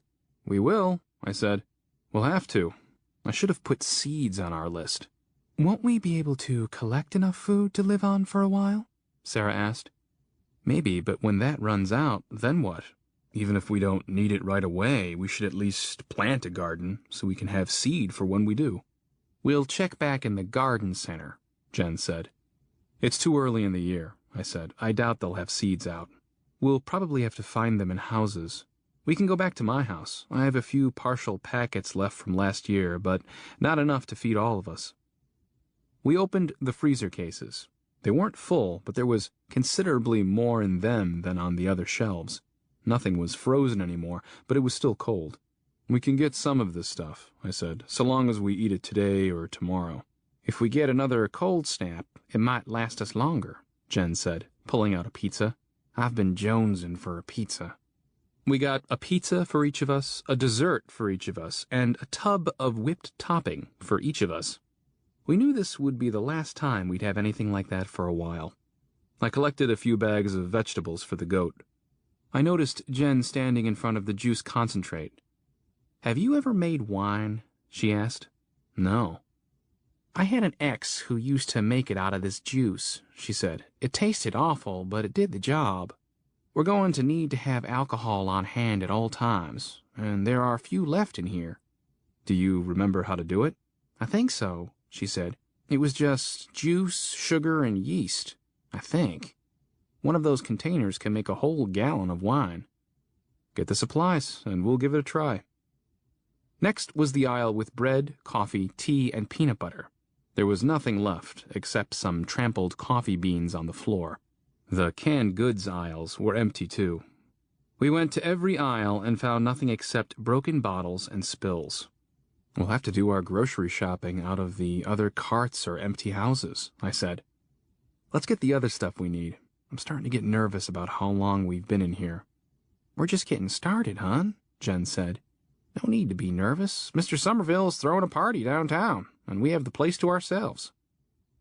We spent the next half hour or so collecting things from the store. Jen seemed comfortable and wanted to take her time, but I felt rushed. We got some batteries of different sizes, including 2 car batteries. We all got some clothes and boots in our sizes, but we didn't try them on or worry about fashion. The pharmacy had been raided, but there were still some things left. We found a couple of bottles of amoxicillin, but that was all that remained in the way of antibiotics. I picked up a few bottles of pills at random, but I didn't know what the medications were, and I didn't have time to go through them all. I considered taking all of it anyway, but without proper identification, it would be useless to us. We took what was left of the vitamins, protein bars, over-the-counter medications, and first aid supplies, which wasn't much. Then there were things like eye drops, feminine hygiene products, toothpaste, toothbrushes, things we took for granted that just wouldn't be made anymore. Jen started tossing boxes of condoms into the cart. I could tell by the look on Sarah's face that she was uncomfortable. "Sarah," I said, "would you mind looking on the next aisle to see if there is any soap left?" She nodded and walked around to the other side. Jen continued to pull condom boxes off the racks. "Jen, don't you think that's enough?" "I'm getting them all," she said. "I know they aren't on the list, but this is one of those unlisted necessities, don't you think?" "You could be a little more discreet about it," I said. "Does this offend you or something?" "No, but Sarah looked kind of embarrassed." "She'll be okay." I pushed the cart around and found Sarah smelling a bottle of shower gel. She wouldn't look at me. She put some soap and shampoo into the cart and moved to the next aisle. We filled 3 carts and parked them in automotive. We found 4 more carts that contained supplies we were looking for anyway, and we just pushed them back without going through them. There were no seeds. We found 2 bodies in the garden center, but we didn't know if they were dead or if they'd be getting up at some point. We pushed some smaller display shelves on top of them in case they woke up while we were there. We thought it might slow them down. The boxes of ammunition that were left were .223 and .30-30. I collected the loose bullets and shells from the floor, too. I found 3 loose .38 rounds on the floor, and I loaded them into the little revolver I'd found in the parking lot at City Hall. They'd have a lot more stopping power than the .22. The camping and fishing supplies were all gone. We didn't do nearly as well as Jen had hoped. We didn't even get enough supplies to fill 1 truck. I didn't like how long it was taking us. "Let's load this stuff," I said. "Then we'll go over to Tractor Supply. They'll have food for the chickens and horses. Maybe they'll have seed there." As we started loading the supplies into the truck, I noticed the sound of distant gunfire. I went outside. It was coming from the north, just like the siren. There was also smoke from that direction. "Jen! Sarah!" They came outside. We heard the sounds of multiple guns firing. "Do you think he's in trouble?" I asked. "Sounds like he has help," Jen said. "We should check on him," I said. "That smoke concerns me." "Shit," Jen said. "We have a plan, remember? Let's at least load this stuff first." "He needs us," Sarah said. "We're going, Jen," I said. "We'll come back." Chapter 33. We drove one of the moving vans and circled around, coming in on East Broadway. The siren originated at the fire station next to City Hall. It was loud enough to be disorienting. The smoke rose in great black billows. The gunfire was steady, and it sounded like there might even be an automatic weapon going off. We couldn't actually make it close to City Hall or the Court Square because the mass of infected people pressing toward the noise extended for more than 2 blocks in every direction. We stopped on East Broadway between 2nd Street and 5th Street. People were coming in from every direction to join the others. They'd been making their way here for at least an hour by this time, so some of these creatures had probably walked in from outside of town. They stumbled past us, more interested in the siren and guns. "Can you tell what's going on?" Sarah asked. "I'm going to take a look through the scope," I said. I took the 30-06 and got out of the truck. A man nearby saw me and came at me. I was able to get around the front of the truck and climb up on the hood before he could get to me. I then crawled onto the top of the cab, then onto the top of the box. The man stared up at me for a few seconds. "You want me to shoot him?" Jen called out from below. "No," I said. "He can't get me." I got down on my belly and looked through the scope. The smoke was coming from the street, from the infected. The ones in the middle were on fire. They were walking around, bumping into each other as they burned. In the crowd were 2 fire trucks. People stood on top of them with hoses, pumping arcs of water against the buildings. 2 people, merely silhouettes in the smoke from this distance, were on the roof of the C&S drugstore. One was lobbing Molotov cocktails down to the street while the other fired into the crowd. Others on the fire trucks were armed and picking off people in the crowd as well. Bodies lay in the street, and the others simply walked on them. "What the hell?" I said. The smell of burning flesh and hair and clothes was sickening. Behind me, a vehicle approached. "Jen, you 2 get down," I said. Not knowing who they were, I didn't want them to see me, and I didn't think they would notice me where I was. I lay still and watched them. It was a Ford F-350 towing a flatbed trailer. It pulled up next to an infected woman who was staggering down the road. The driver let down his window and shot her in the head with a pistol. She dropped to her knees, then to her face. The truck's doors opened, and a man and a woman, both wearing masks and rubber gloves, got out. The man shot the dead woman again in the head. Then the masked couple picked the woman up by her wrists and ankles and threw her on the trailer. The trailer already had several bodies on it. The man who had been interested in me came out at them before they made it to the truck, and they dispatched him the same way. When they got close to the moving van, they stopped. The driver looked up at me. He'd noticed me after all. "I just got word that the batteries are getting low," he said, holding up a cell phone. "You might want to take up a new position." He'd mistaken me for someone else. I nodded to them. He waved, then backed the trailer around and headed back, taking a right onto 2nd Street. I wasn't sure what he meant, but I climbed down, thinking it prudent to obey. "What are they doing?" Jen asked as I climbed in. "It looks like they're trying to lure them all to one place so they can kill them. They're shooting and burning them. There are a few survivors out there. Somerville must have gotten some help." "How many survivors did you see?" Sarah asked. 9, counting the couple in the truck. "This is some major dumb assery," Jen said. "This is what happens when rednecks sit around and brainstorm." "Did you see the Somervilles?" Sarah asked. I couldn't tell, I said. Everyone was too far away, and they were all wearing masks. "What do you want to do?" Jen asked. "Do you want to stay and help these morons?" "I don't really want any part of this," I said. "I suppose killing the infected is necessary, but I don't know if I can stomach it like this. I don't even know if they're doing any good." Then the siren stopped. My ears were ringing a little in the new silence. "What are they doing?" Sarah wondered. "That must be what he meant about the batteries," I said. "The batteries running the siren have died." The infected looked like they'd been awakened from a trance. I could hear the ones on fire screaming. The movement in the crowd reminded me of movement in water. The fire and smoke began to drift south. The men on the fire trucks turned their hoses on the burning people now, trying to put them out before they got away from them. The ones with guns focused their attention on the burning ones too. Flames started licking out of the windows of the drugstore. The two people on top of the building ran around on the roof, looking for a means of escape. "They're going to burn the whole town down," Jen said.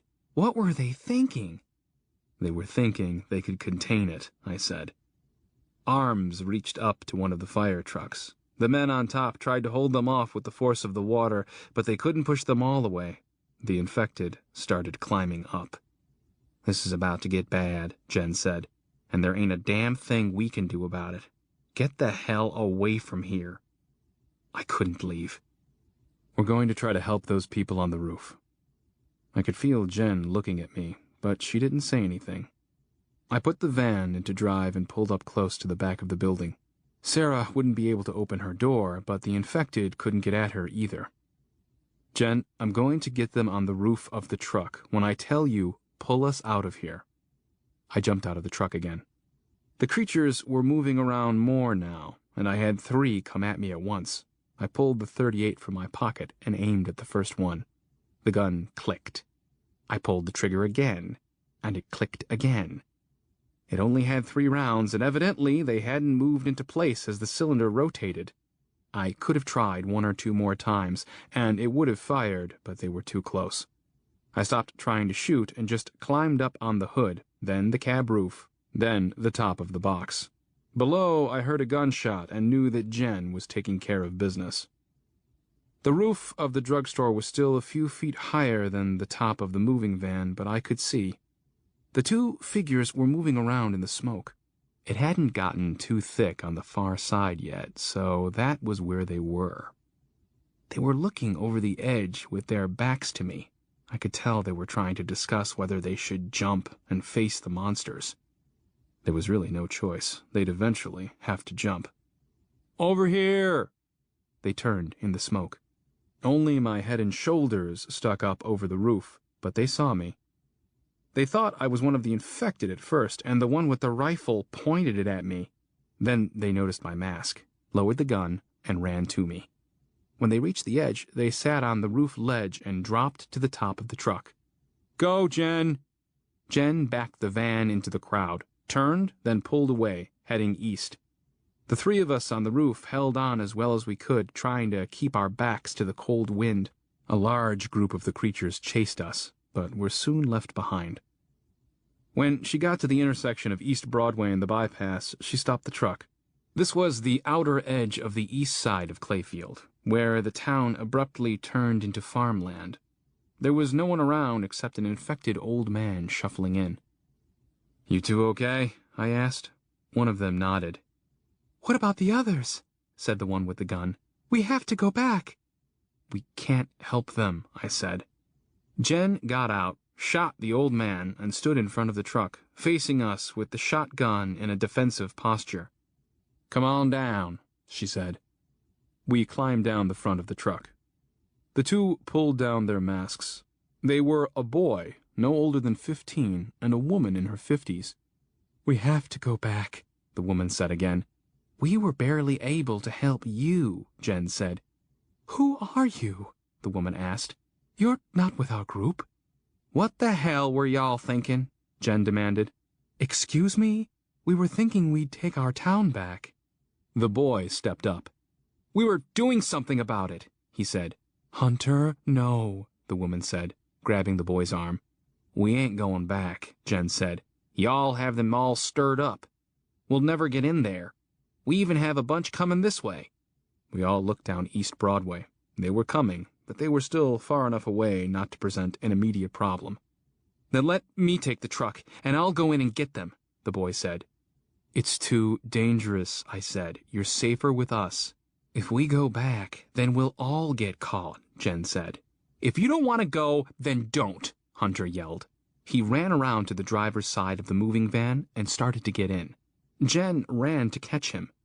She got to him and tried to pull him out. He punched her in the face. I ran to help her. You little shit, Jen said, holding her jaw. She came back at him.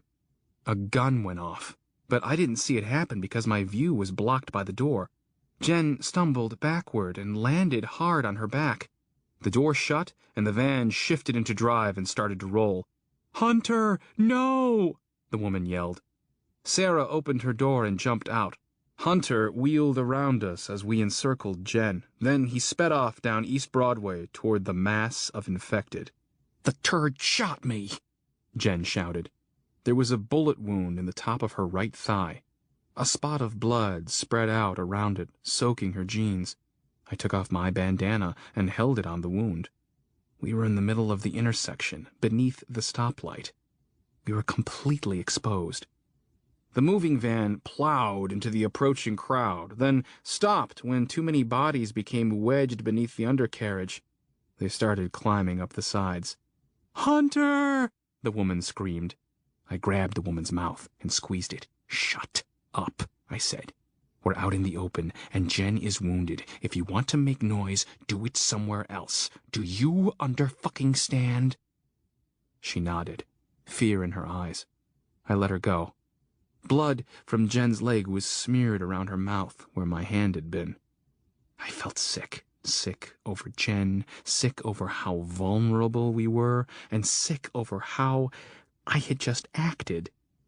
"I'm sorry," I said. "Please, I'm sorry." The woman was crying. "We have to find a car," the woman said. "We have a doctor in our group and medicine. Maybe he can help her." "Good," I said. "What's your name?" "Brenda." "Brenda, this is Sarah. You two carry Jen off the road and hide in that ditch over there. Keep pressure on her leg. I'm going to find us a vehicle." Chapter 34.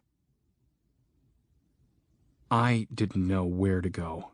The only vehicles close were on the west side of the bypass, but the crowd of infected was there, trying to get at Hunter. There would be no way I could get in there, take a car, and get out again. Even if I could get in, I had no guarantee that the car would even start. We'd driven the bypass a few times that day. There were vehicles on it, but I feared they would be dead, just like most of the other abandoned cars on the road. Still, I had to try. I headed south down the bypass, running as fast as I could. There was a white car on the shoulder, about a quarter of a mile away. All I could hear were the sounds of my boots clomping on the asphalt and my own raspy breathing.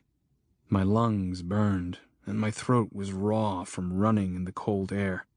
My heart kept punching me in the chest. I wasn't into fitness before the virus hit. I wasn't really overweight, but I wasn't in very good shape either. Taking the stairs usually winded me, and I liked my donuts. In this new world, everyone would have to get in shape, or they would die. It would be the new fitness craze. Run for your life. All I had was the .38 in my coat pocket and one of the .22 revolvers in the front of my pants. Hopefully I wouldn't meet a crowd of them. I started doing math in my head. I didn't know how long it should take to run a quarter of a mile, but I seemed to remember people always talking about a 10-minute mile. It would take more than 2 minutes for me to reach the white car at that rate. That was like an eternity when there were zombies close to the people you cared about. I looked over my shoulder. I didn't see the women anymore. They were hiding. Good. The white car was close. Gunshots and screaming. The creatures had gotten to Hunter. Poor kid. Poor stupid, reckless kid. I got to thinking about one of the conversations Jen, Sarah, and I had had during the rainy evenings around the fire back at Blaine's. Jen had been saying how there were two kinds of people who had survived the initial outbreak, the lucky and the smart. She said that the lucky wouldn't be lucky forever. They would have to get smart, or Darwin would eventually have his way. Stupid people might have survived and procreated in the soft and civilized world before Canton B, but in this world, nature wasn't going to allow it. I had been one of the lucky ones. I hadn't prepared. In fact, I had been oblivious to all of it. I was lucky to have met the woman in the mask. Even she had been lucky. Her brother had been the smart one. I liked to think that since that first day I'd been smart. Maybe I wouldn't get culled out of the gene pool. Sarah had argued that God chose who lived and died, but she had no explanation for God's particular decisions. I could tell that she had been wrestling with her faith throughout the outbreak, and Jen wasn't helping with that. I still couldn't get over the absurdity and randomness of all of it. I'd always believed in God, but none of this fit with my beliefs. Maybe all of those fire and brimstone preachers were right, and God was punishing us all by letting hell loose on earth. Most of the world got off easy, with their minds gone. They didn't even know what was happening anymore. It was the survivors who received the harshest punishment. Or maybe it was a mixture of the two. Maybe God was purging the world of the weak, and those of us who were left were being tried to see if we were worthy. If this was God's doing, he sure picked a fine time to do it. We didn't know how to take care of ourselves anymore. Our parents hadn't seen the need to teach us how to do something as basic as feed ourselves. I wondered how many survivors would be able to start a fire when the world ran out of lighters and matches. I wondered how many would make it through next winter, or the winter after that, when canned goods would be harder to find. I wondered if I would be tried and deemed worthy. When I got to the car, I found the doors locked. I took that to be a good sign. If the driver had succumbed to the disease and left the vehicle, he or she wouldn't have had the presence of mind to lock it, so there was a good chance that it would have some fuel and a good battery. I hit the window with the .22, but it didn't break. I didn't have time to beat on it, so I stepped back and shot it twice. It was weak enough after that. I hit it with the gun, and it shattered. I brushed some of the glass out of the seat and climbed inside. No keys, so I would have to hotwire it. I had no idea how to do that outside of what I'd seen in movies. I opened the glove compartment, hoping to find something to use to pry the casing away from the steering column. There was nothing in there but papers. I pushed the button to pop the trunk and got out to look. It was empty, but for a spare tire. Shit. This was taking too long. Jen was bleeding. I didn't know what I was doing, and our luck was running out. I took off down the road again. The intersection with Braggisburg Road was just a little further. There were houses and vehicles on that road. My vision was blurring. Stop crying, damn it. I cut across the corner onto Braggisburg Road. A little boy came out of nowhere and chased me. He was probably around 9 years old. He was muddy and only wore one shoe. He couldn't catch me, but it was still unnerving knowing he was back there. I also realized that once I stopped, I would have to deal with him. I didn't want to have to do that. I could still hear gunshots coming from around City Hall and the Court Square. The siren on one of the fire engines came on, too. I had to run past 3 houses before I found a vehicle in the driveway, a Dodge Caravan. The doors were locked, and there were no keys, so I went straight to the house. I didn't bother knocking. I tried the knob, but it was locked. I ran around back. It was locked too, but it was a glass door. I shot it, then kicked it in. I found myself in a dining room. I could see through to the living room, where keys hung on hooks by the door. I went straight for them. The house was occupied by a whole family of infected. A man, a woman, and 3 kids came screaming down the hallway from the bedrooms and scared the shit out of me. I emptied the .22 on the woman, but she kept coming. I pulled the .38. It fired this time, and I hit her in the chest. She fell back into the hall, slowing the progress of the others, giving me time to get to the keys. I turned the lock on the deadbolt as the man entered the living room, walking over his wife. I fired, but I just winged him. I fired again and hit him in the face. I was empty. All I could do now was run. I burst through the front door, onto the porch, and over the railing to the front lawn. The little boy was waiting for me, and the 3 kids from inside were on their way out. The kid came at me. I was still holding the .38. When he got close enough, I grabbed him around the throat, careful to avoid his teeth, and hammered the weapon against his forehead as hard as I could. He went limp. The other kids came down the steps snarling. I pushed the button on the keypad to unlock the door, and the side door of the van slid open. It wasn't what I was after, but it would do. I dove into the van and slid the door shut before they could reach me. My hands were shaking again, but I knew I needed to reload before I encountered any more infected. I pulled the box of 22 rounds from my pocket, but I realized I had dropped the revolver, probably inside. "Screw it," I said, and climbed into the captain's chair.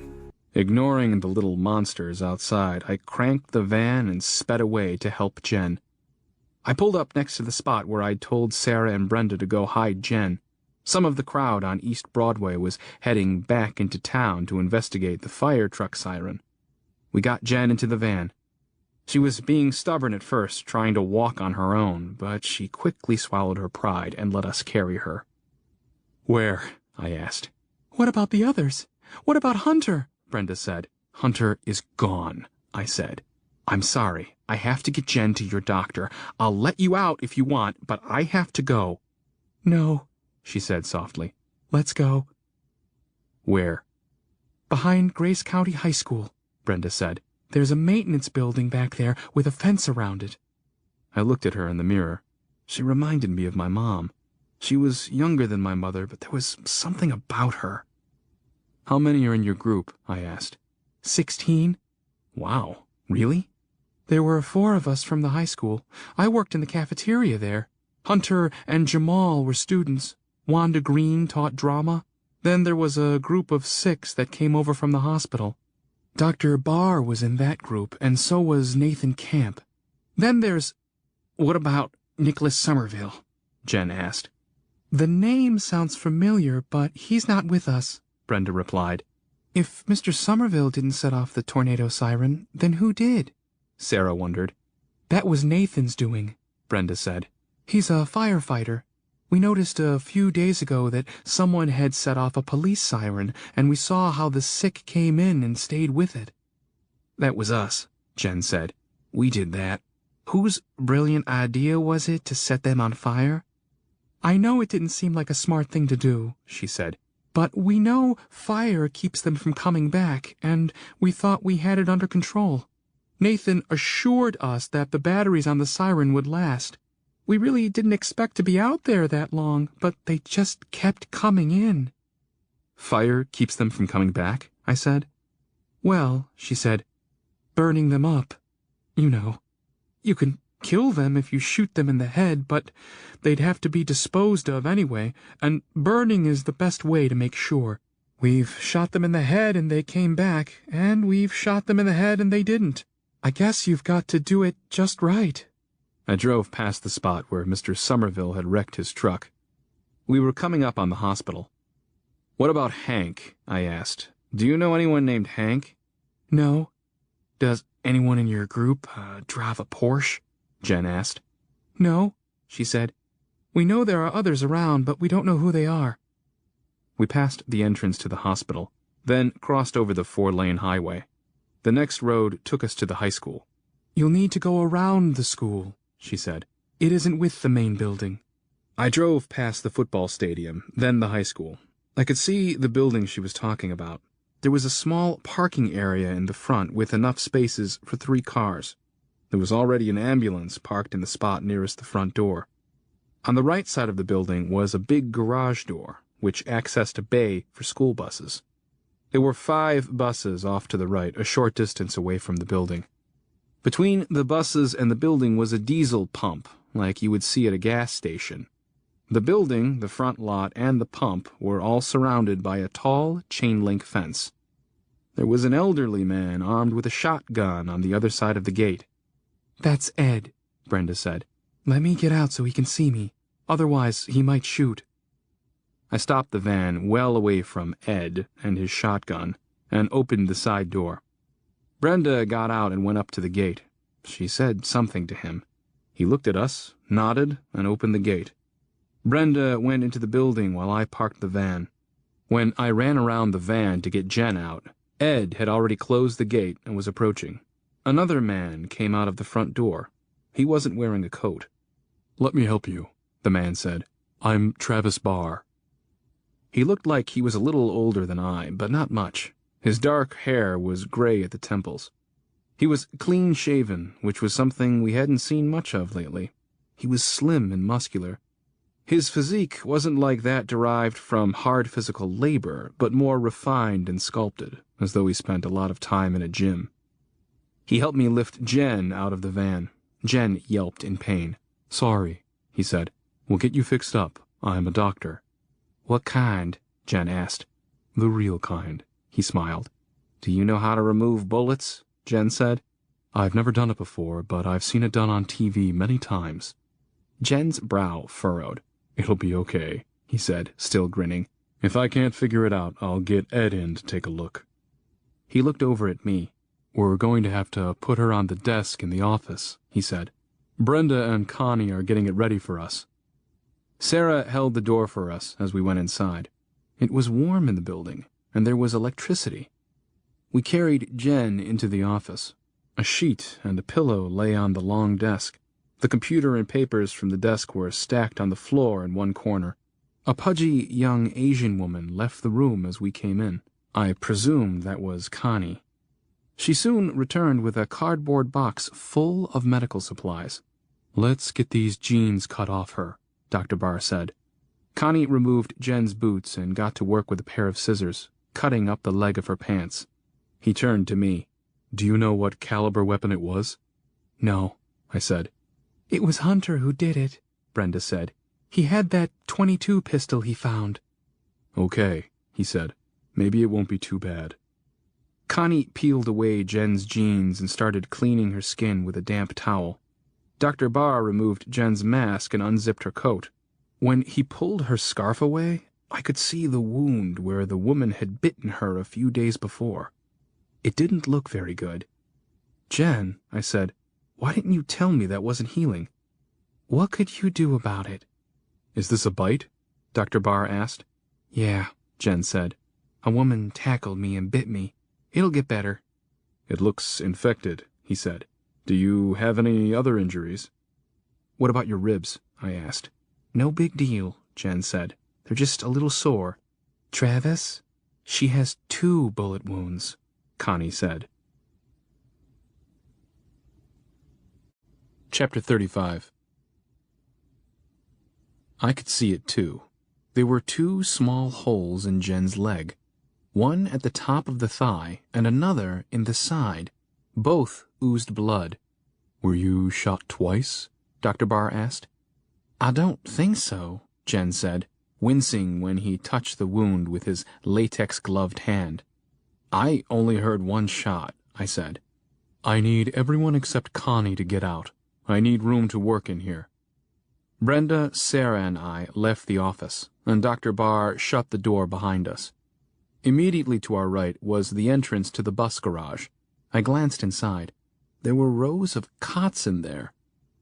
The room we were in was a sort of break room. There were 2 round tables with chairs, a countertop holding a microwave and coffee pot, and a small refrigerator in the corner. On the wall was a large map of Grace County with bus routes marked off in different colors. There was also a bulletin board with announcements for events and training that weren't ever going to happen. "May we have some coffee?" I asked Brenda. "Of course," she said. Sarah and I poured some coffee and sat at one of the tables. "How do you have electricity?" I asked. "We have generators in a little building out back. We don't run them all the time."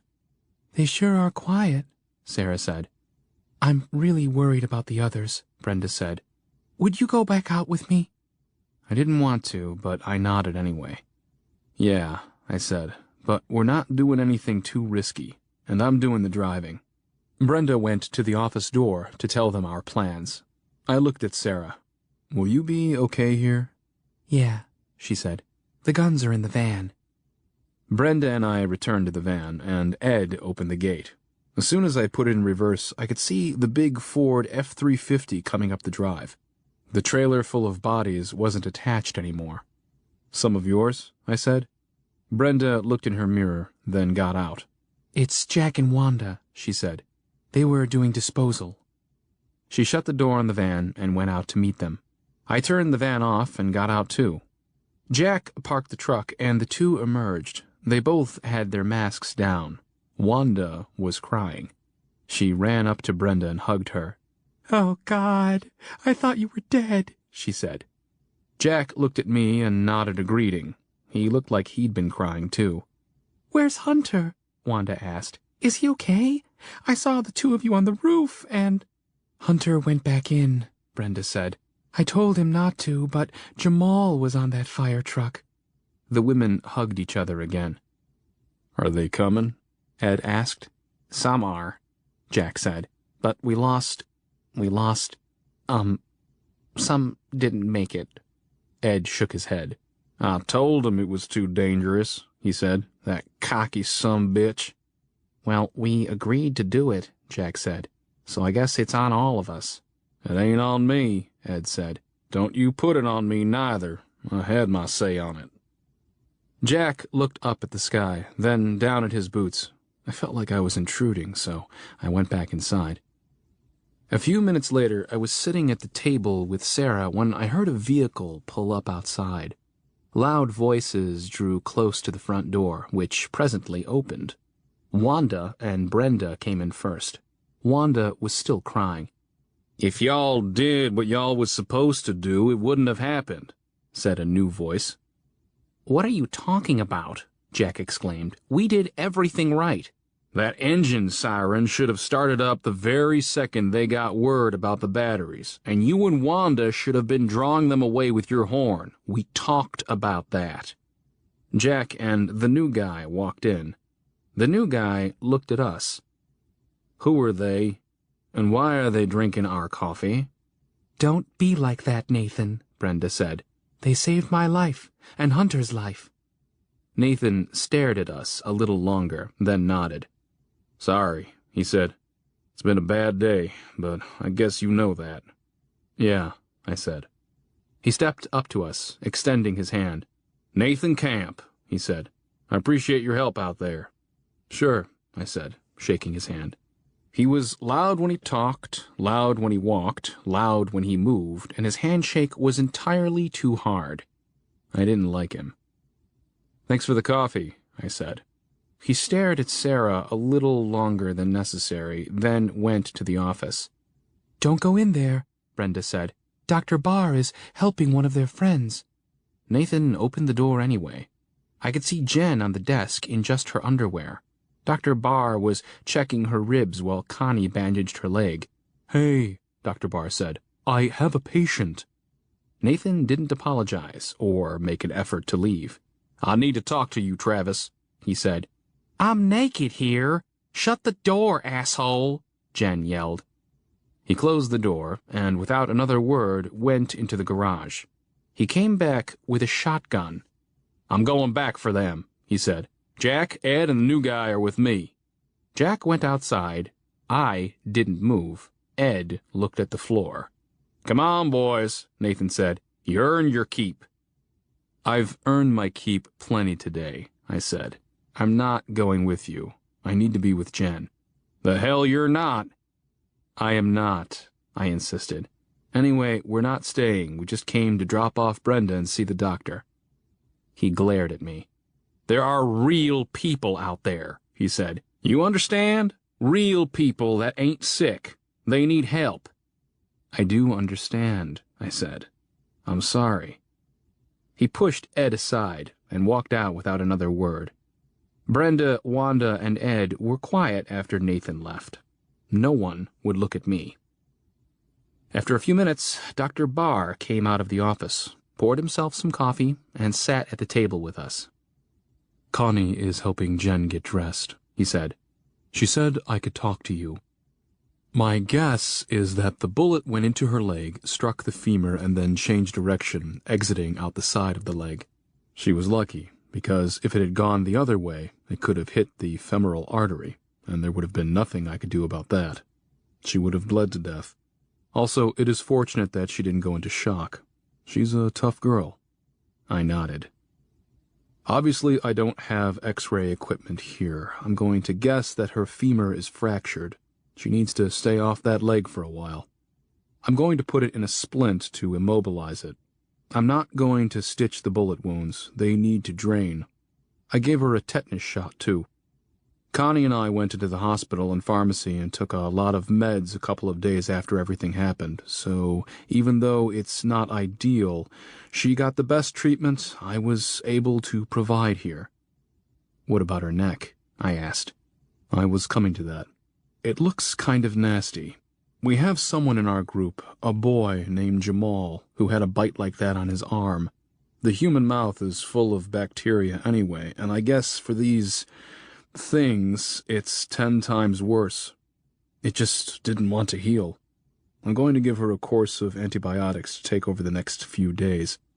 Nathan and Jack probably wouldn't like me doing that, so we aren't going to tell them. He gave me a look to make sure I understood. I nodded. Okay, he said. Also, her ribs might be cracked or bruised. They were very tender. I wrapped them, but that's the best I can do. So, can we go now? I get the impression Nathan doesn't like me much. Nathan comes on kind of strong, Dr. Barr said. No, I would prefer it if she stayed here for a day or so I can keep an eye on those holes in her leg and see how the antibiotics are working. Okay, I said. I looked at Sarah, and she nodded. On the upside, Dr. Barr said, at least I didn't have to dig around in her leg looking for that bullet. Connie came out of the office and told us it was okay to see Jen. Jen was sitting up on the desk, her injured leg stretched out in front of her on a splint, and her other leg hanging off the side. She was wearing a blue and white long-sleeved dress. It was a little big on her, but she looked nice in it.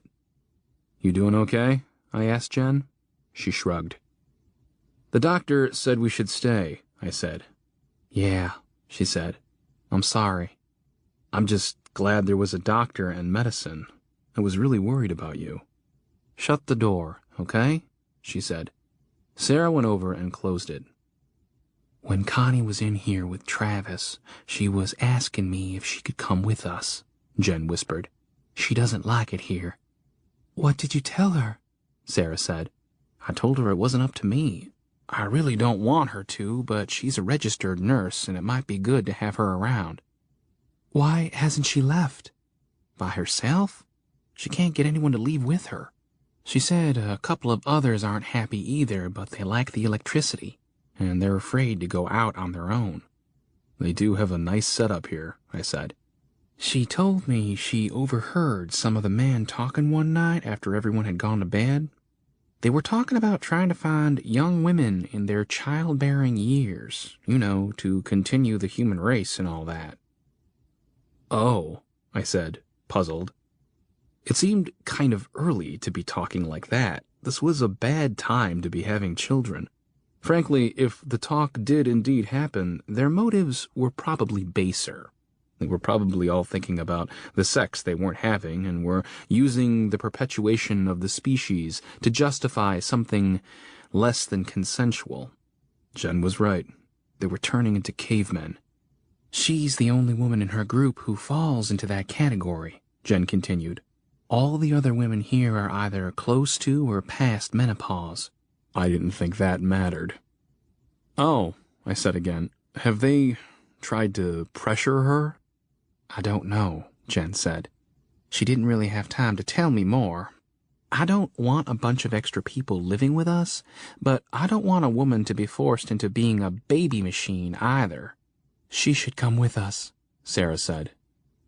Sometimes men sit around and bullshit, I said. They were probably drinking and shooting off their mouths. There may not be anything to it. Sarah and Jen rolled their eyes at the same time.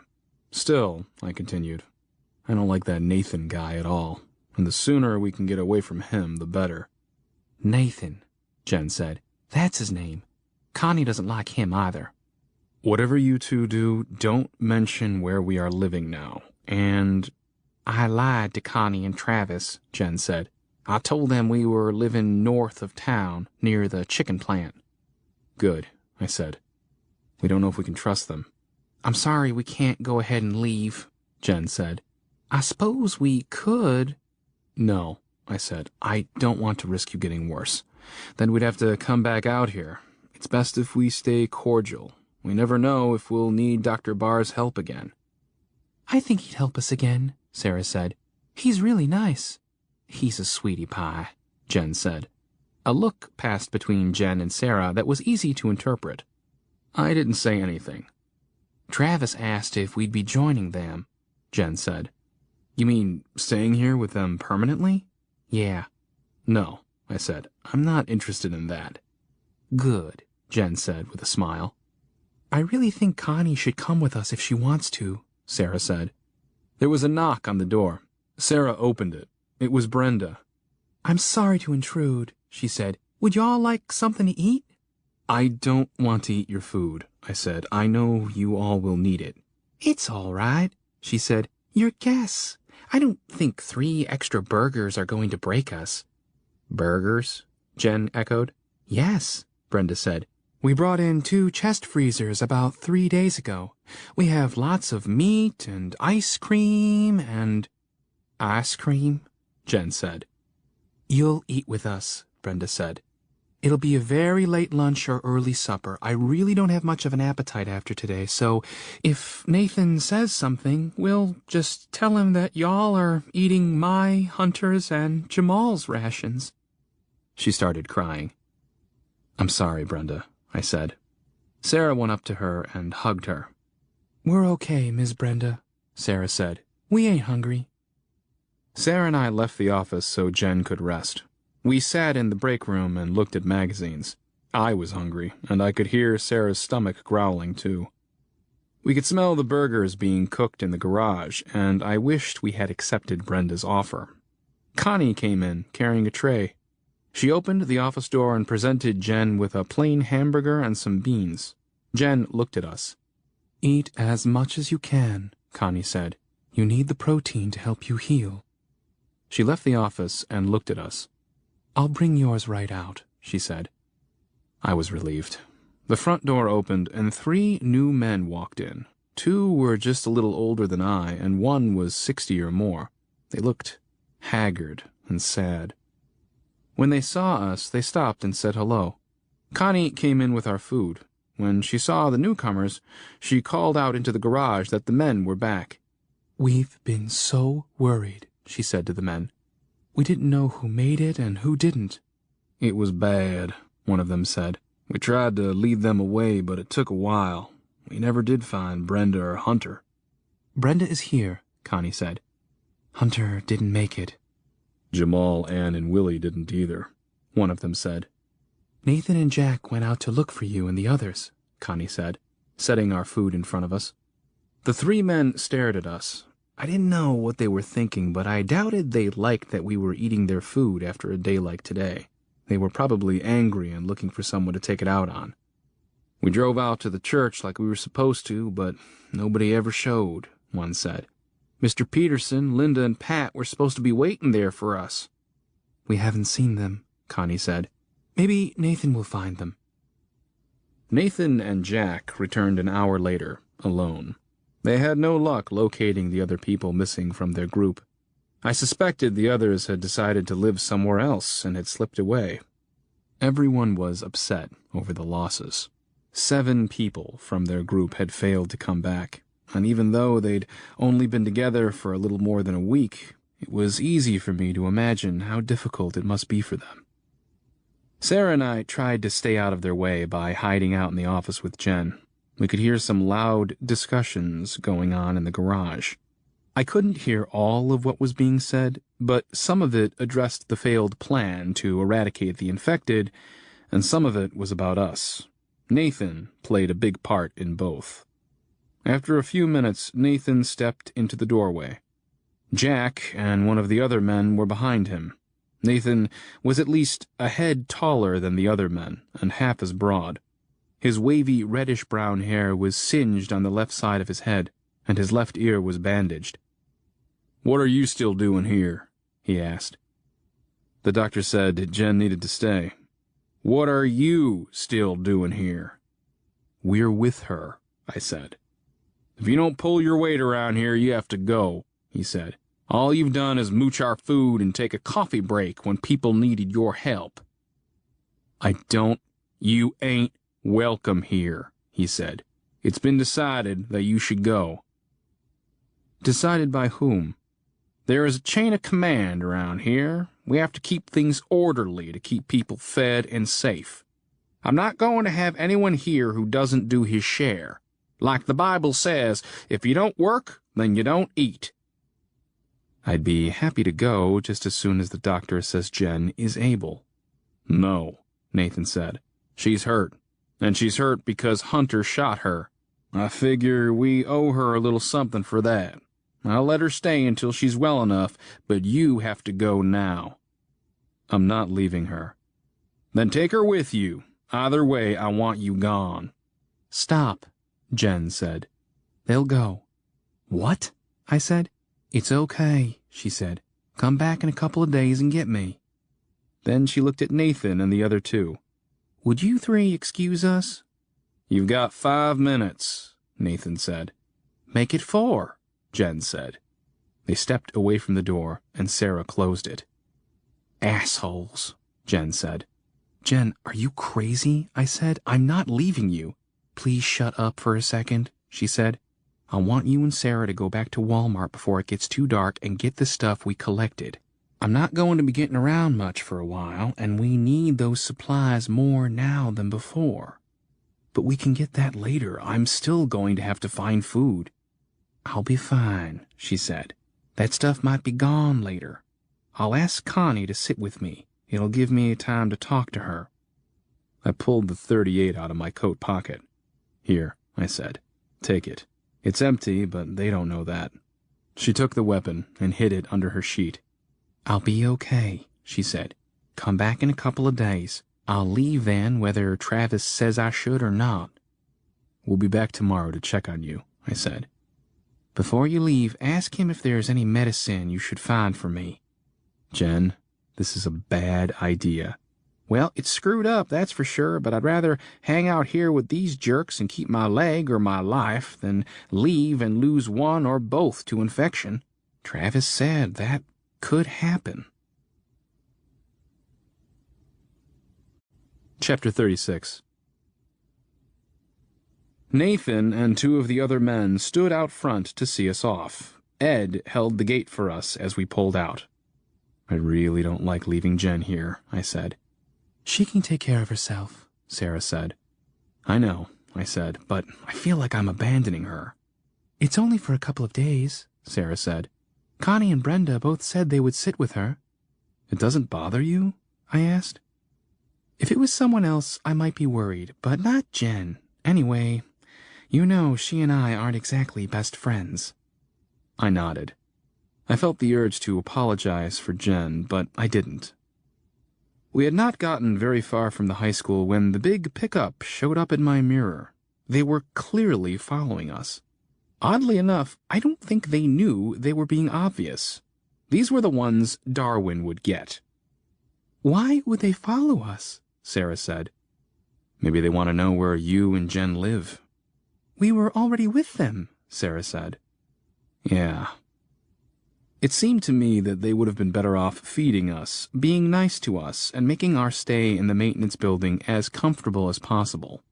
It would have made their group very appealing, considering they had electricity and a doctor.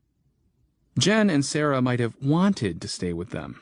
They had a couple, or more, bad apples that were making a miserable life even more miserable. It crossed my mind that the rest of the group should lock the gate while they were gone and let the infected have them. I didn't want to lead them back to the stables or Walmart, so I stuck with Jen's story and headed north. I didn't want to go too far because it was already late afternoon and it would be dark soon. I pulled off on a side road and then entered the driveway of the first house I saw. The pickup didn't follow us down the side road. They were satisfied with knowing where we lived and headed back. What a bunch of knuckleheads. We waited a few minutes, then drove south toward Walmart. We circled around downtown again. It was still smoky over there, but it didn't look like any other buildings were burning. The full shopping carts were still waiting where we'd left them. We didn't bother unloading them. We just pulled out the dolly ramp on the truck and pushed the carts inside. They only took up the front portion of the box. We used the straps in the truck to keep them from rolling around. It took us about half an hour, and we were starting to lose daylight. "Are we doing Tractor Supply today?" Sarah asked. "No," I said. "Let's take the stuff back to the stables, and we'll come back tomorrow." I pulled down the rear door on the truck and latched it. "We can leave the minivan here," I said. It occurred to me that it might be a good idea at some point to park cars at strategic places around town. Then, if we were ever in a bind and without a vehicle, we'd know where to find one. I made a mental note to put that on our list of things to do. We could take a map of the city, maybe even the whole county, and spend a day or two parking cars. It might just save our lives one day. We moved all the guns we had with us, Somerville's .30-06 and 12-gauge, and the .22 rifle Jen had found at the Kaler house on our second day together. We didn't talk much on the way back to the Lassiter house. This was the first time Sarah and I had been alone together, and it felt kind of awkward, especially since Jen had been acting the way she had. "Do you still want to go out with Mr. Somerville and look for survivors?" I said. "You mean after what we've seen today?" she said. "It makes me think twice about it." "I've been wondering if he's okay," I said. Jen's bite wasn't healing, and he had several bites on him. We should check on him tomorrow. We might want to get him to the doctor. It was getting dark when we pulled into the driveway. I was in no rush to unload the truck, so we left it for another time. Sarah got a pot of water warming on the stove for us to use for bathing while I worked on the fire. There were still some glowing embers left from the morning. I got the flames going again and put in some split wood. Jen's absence felt strange. I'd grown accustomed to having her around, and I was already missing her. We'd all planned to have pizza, and I didn't want to do that without her. I went into the kitchen. "The bath water is hot. You can take it," Sarah said. "I'll start another one." "No," I said. "You go first." She smiled. "Really? I'll make something to eat while you get cleaned up, and I'll wash up after dinner." "We'll wait on the pizzas until Jen is back, okay?" I said. I took the pot of water into the cold bathroom. I stood in the tub and gave myself a sort of sponge bath. I'd bathed like this several times over the past few days. It wasn't comfortable at all, but it got me clean. I was thinking about all of the water I had used in the past to shower or bathe. And here I was getting clean with not much more than a half-gallon. I could probably have used less. Still, I would have loved a long, hot shower right then. When I came back to the kitchen, Sarah had vegetable soup on the table. There was another pot of water on the stove, already steaming. "Thanks for the food," I said. "I just warmed up some canned stuff," she said. "I'm not a real cook." "Thanks for doing it, though." She smiled. "Jen's going to be okay," she said. "Don't worry about her. She's tough." I wanted to talk to her about Jen, but I didn't know how. "I'm sorry for the way Jen has been acting," I said. She shrugged and frowned. "She can be kind of, I couldn't find the right word." "Crass?" Sarah said. "Well, how about rude? How about bitchy?" "Yeah," I laughed. "She can be all of those things." She smiled again. "Do you two have a history or something?" "No," I said. "No history. We went to high school together. We actually only started getting to know one another since the virus." "She doesn't like me," Sarah said. I think maybe she's... I don't know." "She's afraid you're going to like me more than her," Sarah said bluntly. She went back to eating her soup. "Tomorrow we can let the extra horses go," I said, changing the subject. "Do you have any ideas on that?" "No," she said. "I don't know a lot about farm stuff." "That's okay," I said. "We're all learning." "Thank you for being so nice to me," she said. "I know you've been taking up for me with Jen." "Sure," I said. "I think my water is ready," she said. "You can have the rest of my soup." She left the room with the pot of water. When I finished eating, I poured myself some Southern Comfort and went into the living room to sit by the fire. I was just about over my TV withdrawal, and staring at the fire had become a nice way to wind down in the evening. The room was warm, and I was relaxed.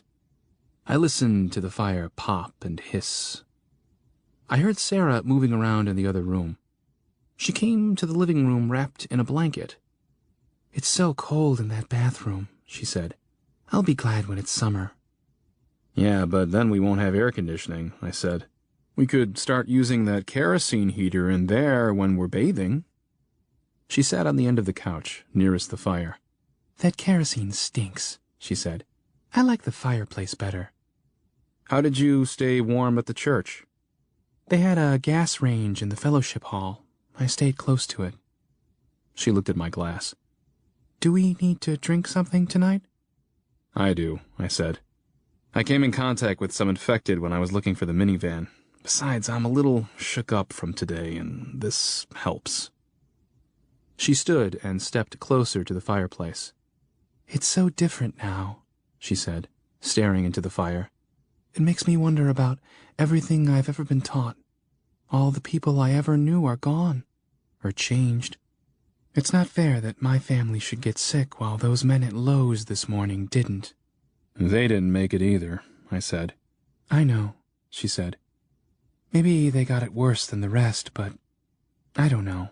Why would my pastor get sick? He was a good man. He'd never hurt anybody before, but I saw him hurt people after. I had to lock him out of the church so he wouldn't hurt me."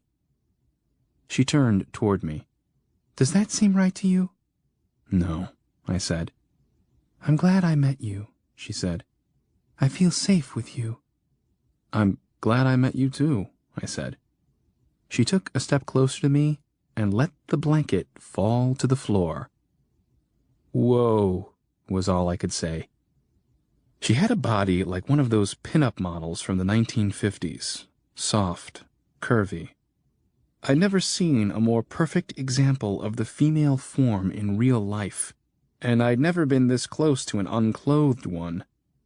Flawless fair skin, full lips, soft down of pubic hair, every part of her perfectly shaped and proportioned. Standing in the firelight, she looked like a goddess. My mouth went dry, and my heart raced. Her reddish blonde hair was short, but her bangs curled down over one eye. She brushed them away, and they bounced back. I put my glass on the floor, stood up, and stumbled a little. "Whoa, Sarah. What are you doing?" She came in close to me. I could smell the warmth of her body. She didn't speak. She just took my hands and put them on her waist, resting them on the swell of her hips. She felt like heaven. I pulled my hands away and stepped back. "I want you to touch me." "Sarah, What about Jen?" "Jen is a bully. She's not your type." I chuckled a little. "Actually, she is my type. I always go for women like her." "Well, maybe you should try something different," she said, stepping close to me again. "What about it? You want to try me out?" "But what about your church? What about your boyfriend?" "That's all gone now. I'm not a virgin, if that's what you think. I haven't been the slut that Jen has probably been, but I know what I'm doing.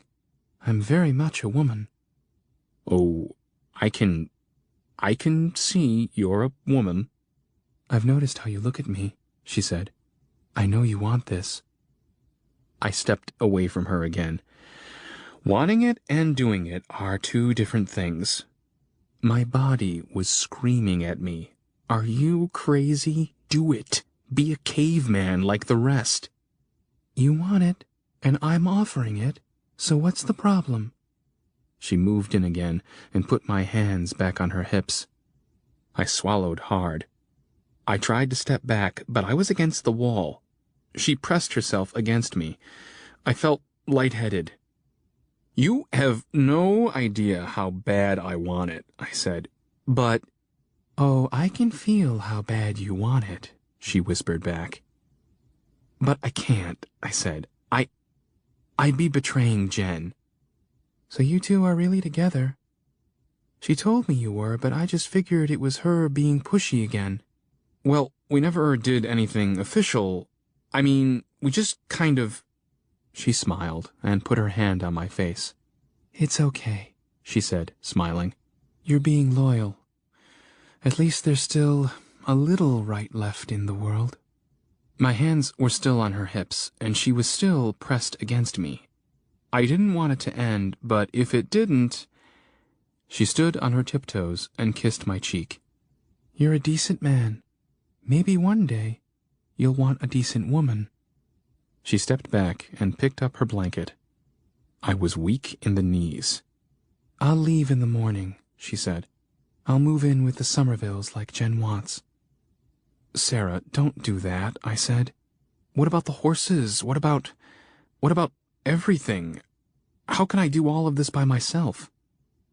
I can't stay here, she said, wrapping the blanket around herself. It'll be too weird. I'm sorry, I said.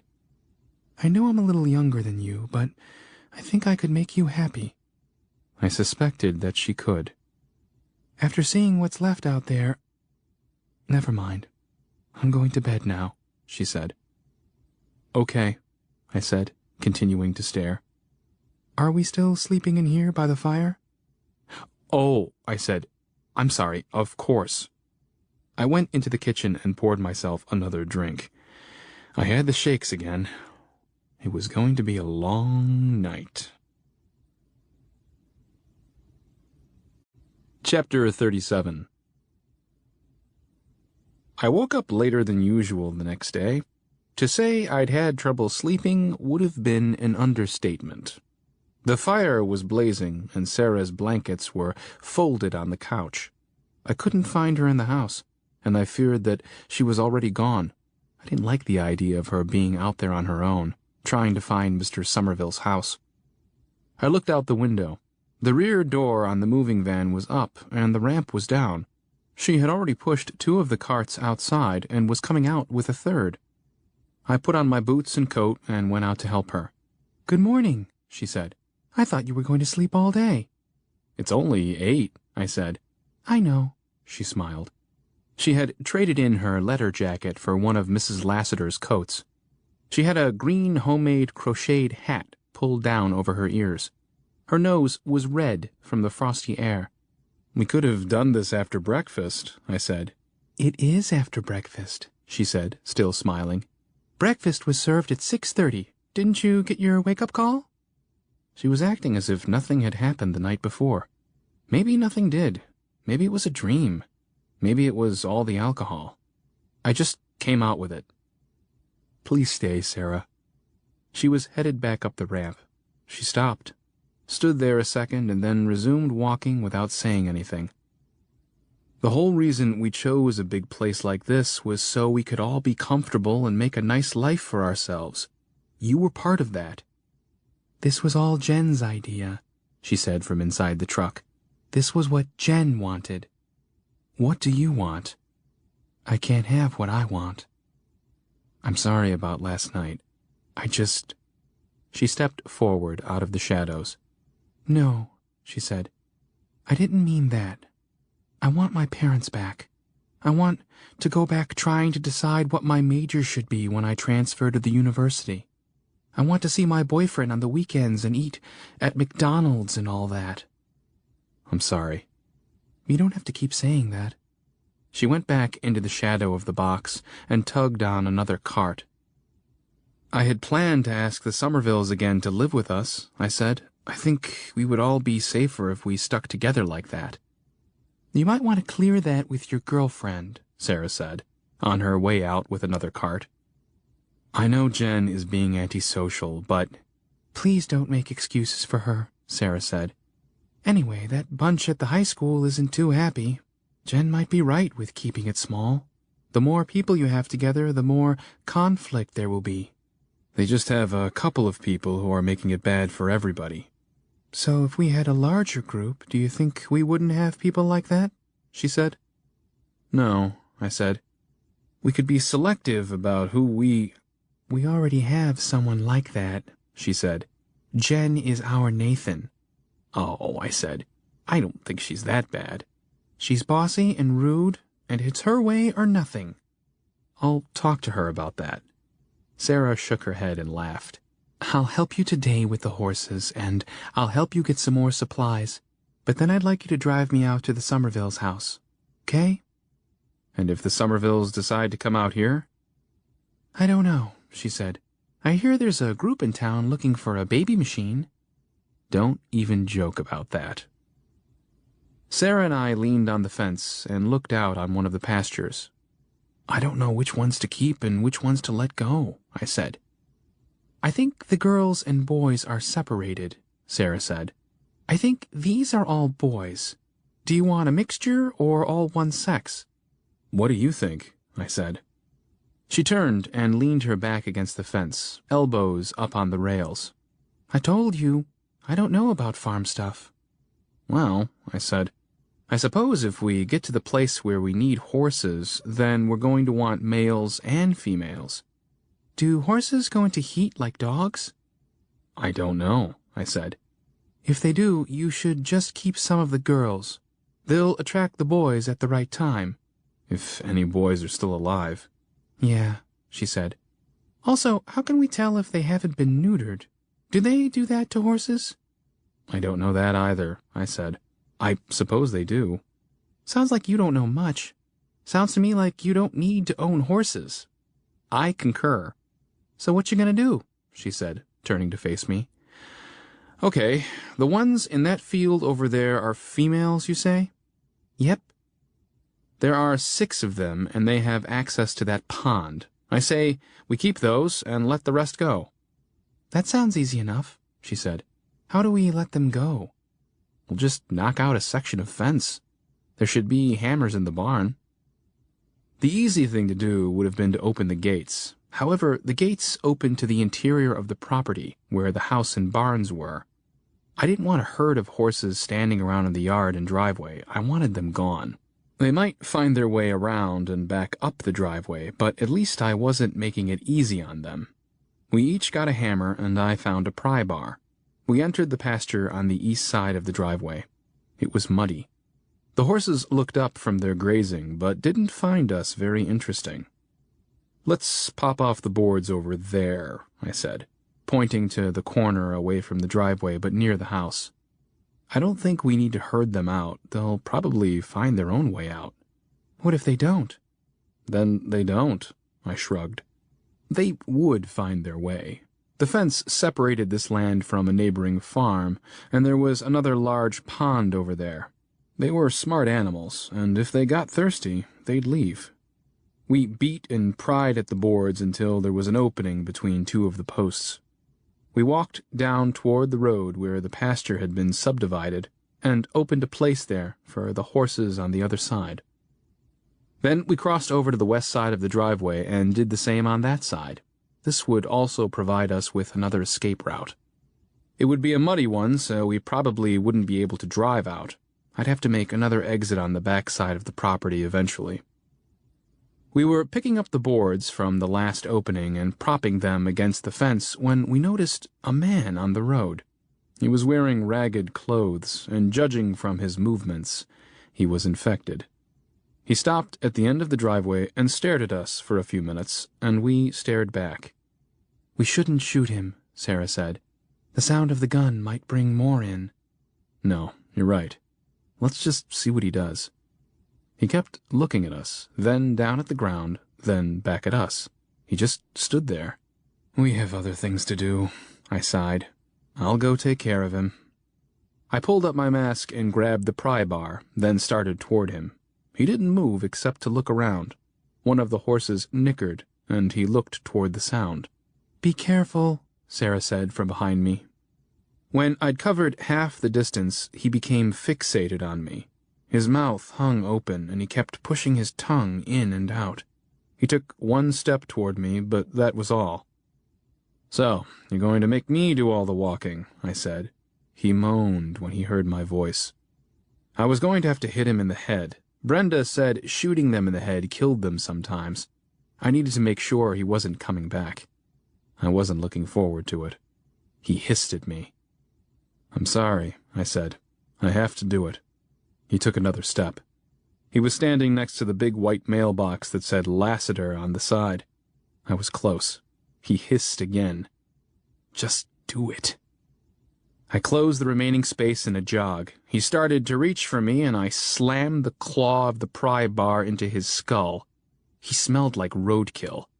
He kept reaching for me, but I held him away from me with the pry bar. "Come on, man," I said. "Die." I couldn't get the claw out. I worked it, but I couldn't pull it loose. His brains had to have been scrambled to mush as much as I moved that bar, yet he kept on reaching. The claw had gone in just above the forehead. Maybe it was the lizard brain that needed to be destroyed. It had been a long time since I'd taken biology, but I thought I remembered that being near where the brain attached to the spinal cord. Was it the basal ganglia or the cerebellum or something else? "I don't suppose you would know, would you?" I said. He made a sound in his throat that I can't quite describe. "I'm sorry," I said. I pushed the pry bar away. He stumbled backward and fell on his butt. The bar hung down in front of his face. He grabbed for it but couldn't grasp it. I could hear Sarah walking up behind me. "I haven't been able to kill him," I said. She came up beside me. We both stood there, staring down at the poor man. "Here," she said, offering her hammer. "I have the .22 on me, too." "Shit," I said. "Give me the gun." I took the revolver from her, then walked behind the man. He just sat there on the road. I kicked him in the back of the head and he fell over. Then I rolled him onto his face with my boot. He didn't move much. I put the gun against the base of his skull. "I'm sorry," I said again. Then I put 2 bullets in his head. The gun didn't sound as loud as I thought it would. "I'll stay with him," I said. "Go back to the barn and get one of those trucks. We'll leave him at the church with the dead horse." Chapter 38. We loaded the corpse into the back of one of the trucks and drove down to the church. My plan was to unload the body into the horse trailer and lock it in there. That way, if it did come back to life, it would be trapped in the trailer. But the truck and horse trailer were gone. "Are you sure it was this church?" Sarah asked. "It was dark and there are so many churches in Grace County." "Yes," I said. "This was the one." Too bad. I was going to try to unhitch the trailer. That was a nice truck, and it had a full tank of gas.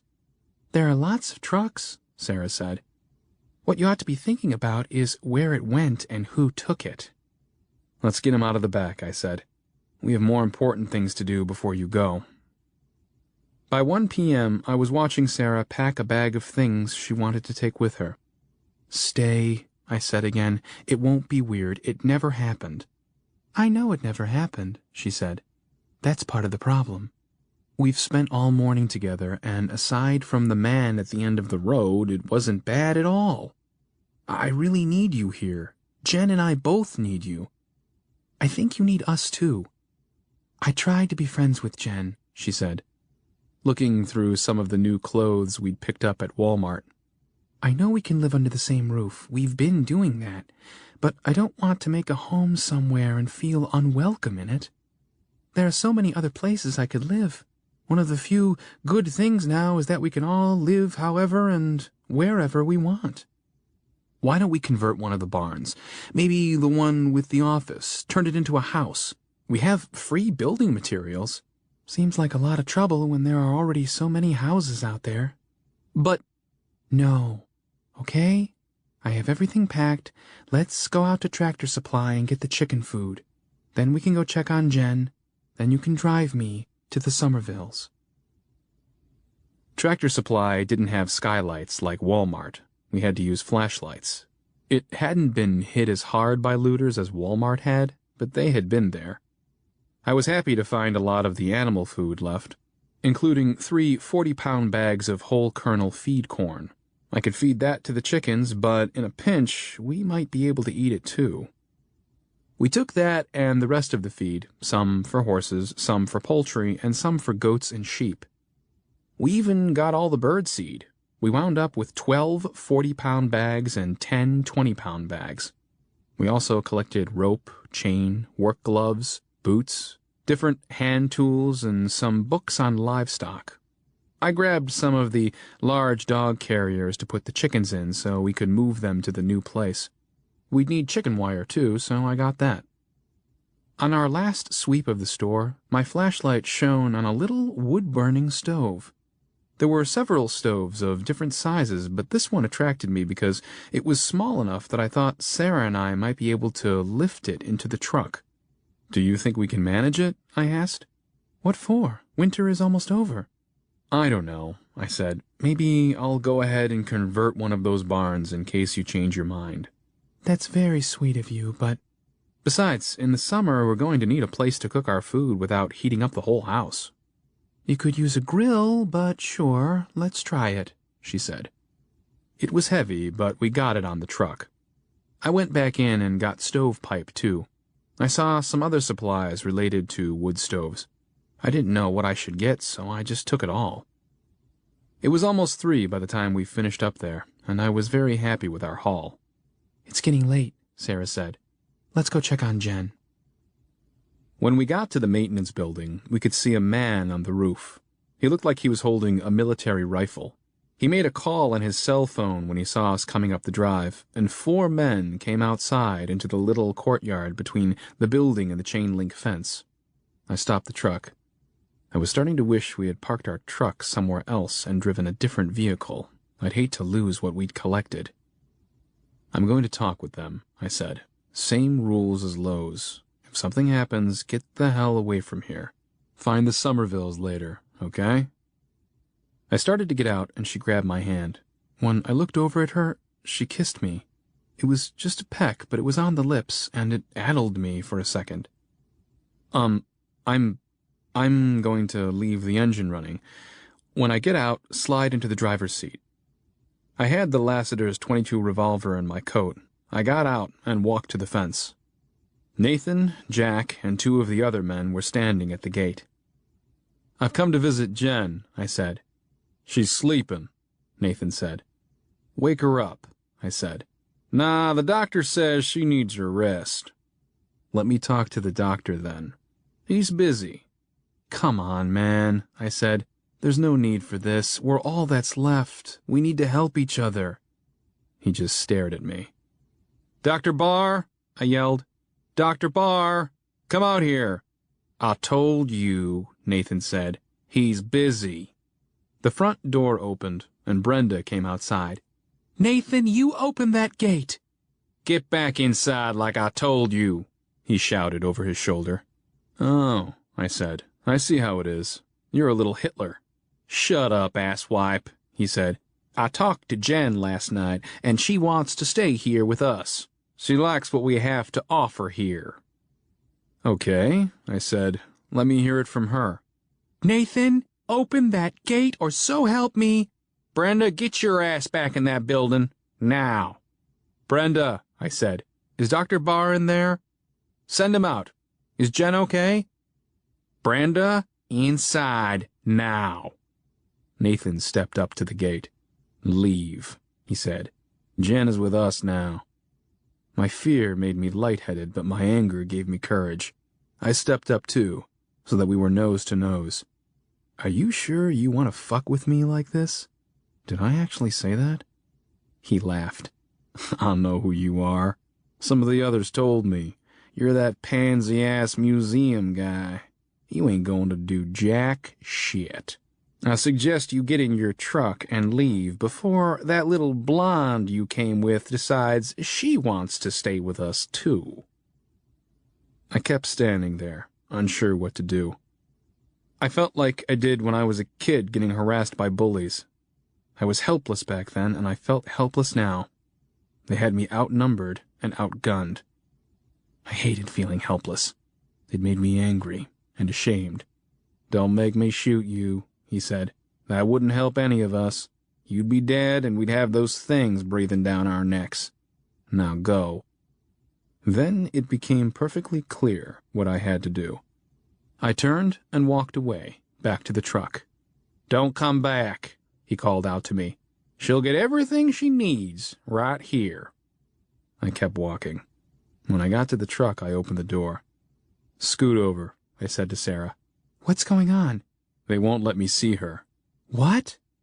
I climbed in and put the truck in reverse. "Are you coming back later?" she asked. I backed down the winding drive past the school. There were still people in the school, mostly teenagers, pressing themselves against the windows, trying to get to us. It must have been a real horror fest in there. When I got to the football stadium, I stopped the truck. "Hop out," I said. "Take the shotgun and hide in there until I get back. If I don't come back, you have the Somerville's address." "What are you doing?" "Get out." "But—" "Get out." She looked afraid, but she obeyed. I opened the glove compartment and pulled out a box of 12-gauge shells. "Here," I said. "Go hide." She took the box. "Don't do something stupid," Sarah said. "There are innocent people in there." "They've had plenty of time to do the right thing. There's only one person in that building I care about. Shut the door." I put the truck in drive and put the gas on the floor. The big truck was a little slow getting started, but I had enough space to build up some speed. The men at the gate saw me coming and turned their guns on me. I leaned over behind the dashboard and put my hand on the horn. I hit the fence hard. It had some give to it, but the impact still threw me into the dashboard and down to the floor. The man on the roof opened up with his weapon. It was firing in bursts and chewing up the windshield. Where did they get a gun like that? I sank down onto the floorboard, shielding my head with my hands as the stuffing from the truck seat filled the air around me like snow. There was screaming outside. The gunfire ceased. I groped above myself and found the steering wheel, then the gear shift. I shifted it, then pushed the gas pedal with my hand before they could open the door and get me. It didn't move. I shifted it again. The truck creaked back over the fence posts and chain link, tires squealing. It rocked and then finally rolled. I was moving backwards. I let my hand off the gas and took a peek over the dash. The fence was pushed in. There was no hole, but it was down like a ramp and could be walked over. It had collapsed over the front entrance of the building, and 2 of the men were trapped beneath it. I stopped the truck and grabbed the .30-06. I stuck it through the open space where the windshield had been. I put it to my shoulder and put the crosshairs of the scope on the man on the roof. I didn't even think. I just squeezed it off and dropped him. I lay on the horn again and put the truck in drive. The infected would be on their way. Chapter 39. I didn't hit the fence again. Instead, I hung a right and headed toward the school buses. I wouldn't be able to go in the front after all. Nathan was corralled in the far side of the courtyard with no exit. With the entrance to the building blocked and the fence leaning, he was caged in. He took a shot at me with his pistol, but he missed. As I circled around the back of the buses, I saw him leap on the fence trying to climb, but because of the angle, he couldn't hang on. The springs from the seat were sticking out, and I had windshield glass down my collar. That gun had to have been illegal. I wondered where they had gotten it. I parked the truck behind the buses so I could have some shielding. I left it running. The rear of the building had an exit, too. It led out into the fenced-in area near the door to the generator building. I knew there were a couple of windows back there through which I could climb if the door was locked, and it probably was. There was a large gate on this side for the buses to access the garage and the diesel pump. I didn't think anyone would come out. For one thing, people were shooting outside. Plus, they knew as well as I did that the creatures would be coming, drawn to the noise. They were safe so long as they didn't open the doors to the building. Now that Nathan and at least 3 of the other men were either fully or partially out of commission, I wasn't as willing to put the rest in jeopardy as I was before. That was the first moment since getting in Nathan's face at the gate that I'd had a rational thought. Up to that point, it was like I was outside of myself. My fear and rage had me all muddled. What the hell was I doing? Had I really just put all those people in danger because one man humiliated me? I was too far into it by this time to be having second thoughts. I slung the rifle over my shoulder and ran to the fence. I tried the bus gate. As expected, it was locked with a padlock. I ejected the spent casing from the 30-06, put the muzzle up to the lock, and fired. The lock, now a jagged wad of metal, spun around on the latch. I pulled it loose and opened the gate. As I ran around the back of the building, I could hear people yelling inside. They had to know why I was there, but they probably didn't know what to expect from me. I anticipated some fear-fueled resistance. I slung the rifle back on my shoulder, pulled the revolver from my coat, and tried the door. It was locked. "If you can hear me in there, let me in." No answer. "I am going to shut off your generators. I am going to break your windows. I'm going to drive my truck through your door. I'm going to get Jen, and I'm going to leave you all to die." I was bluffing. I was already starting to feel guilty about shooting the guy on the roof. No answer. "You made your choice." I could hear the lock. I stepped back and pointed my weapon. The door opened. It was Brenda. She was weeping. "Please stop," she said. "Where's Jen?" Connie stepped past Brenda and came outside. She looked at me, but didn't say anything. I pushed past Brenda into the garage. Dr. Barr was wheeling Jen toward me in an office chair. She was still wearing that dress. "Jesus," Jen said. "What the hell were you doing out there?"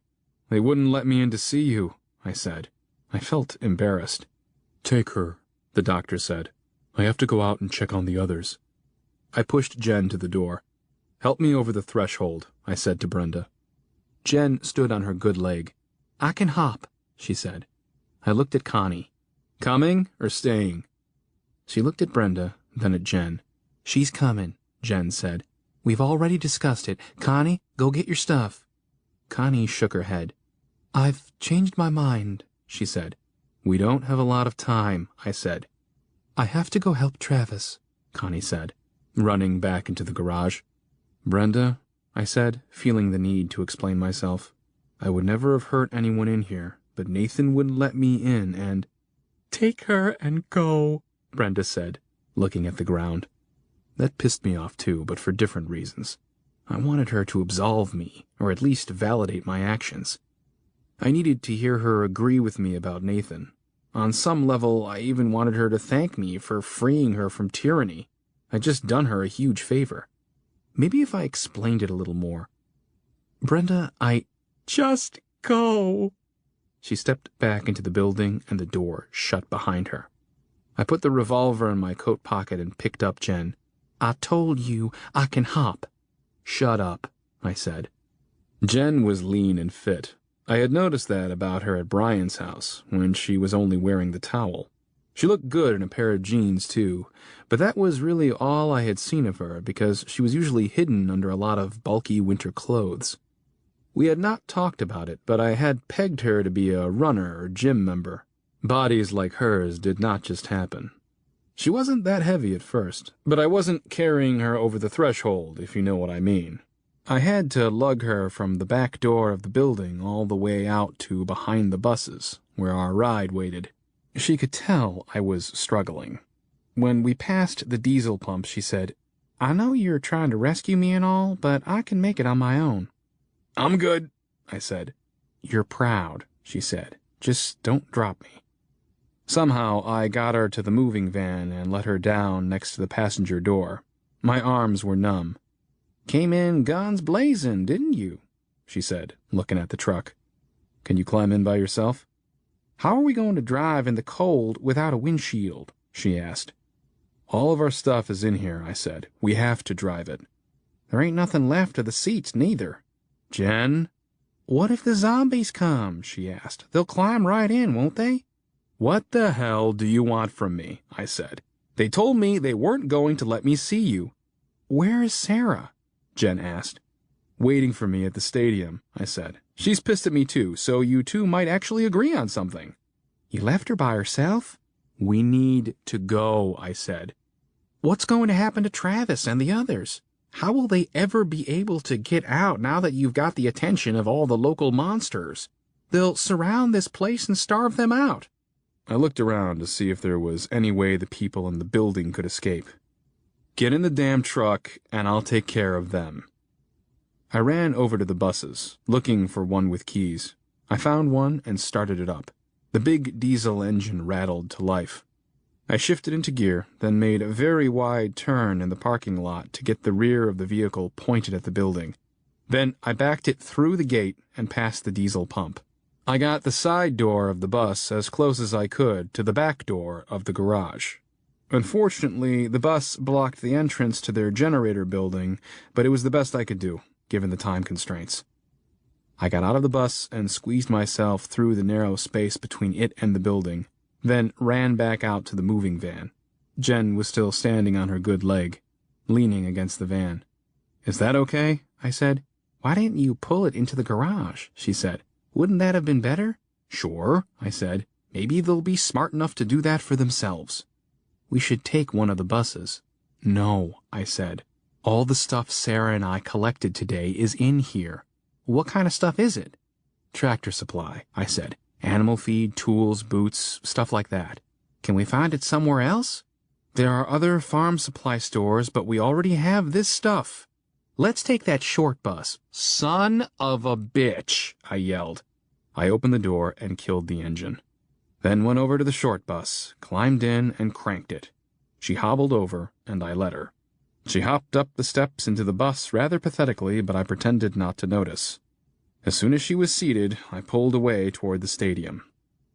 It was getting late. I really hated the short winter days. It wasn't that the infected were more active during the night. I didn't know if they were or not.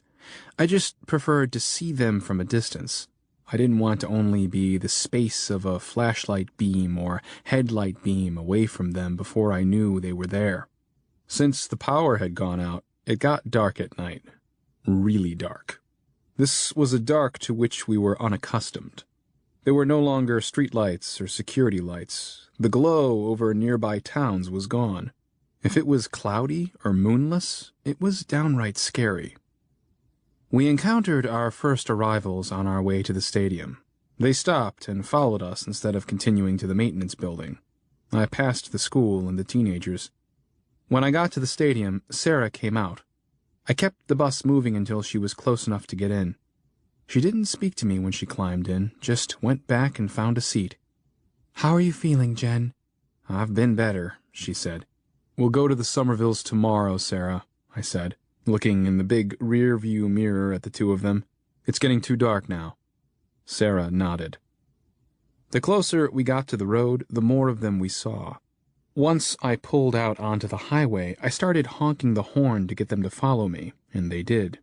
When I thought they were far enough from the school grounds, I sped away. Chapter 40. When we pulled into the drive of the Lassiter stables, the headlights shone on 3 horses standing near the house. They had found their way out and around the perimeter fence, then back up the driveway. I didn't know if they would do any damage, except to my own conscience, as I watched them wither away from neglect. I carried Jen into the house and put her on the couch. I moved Sarah's blankets and thought about the night before. That was going to be a topic to avoid.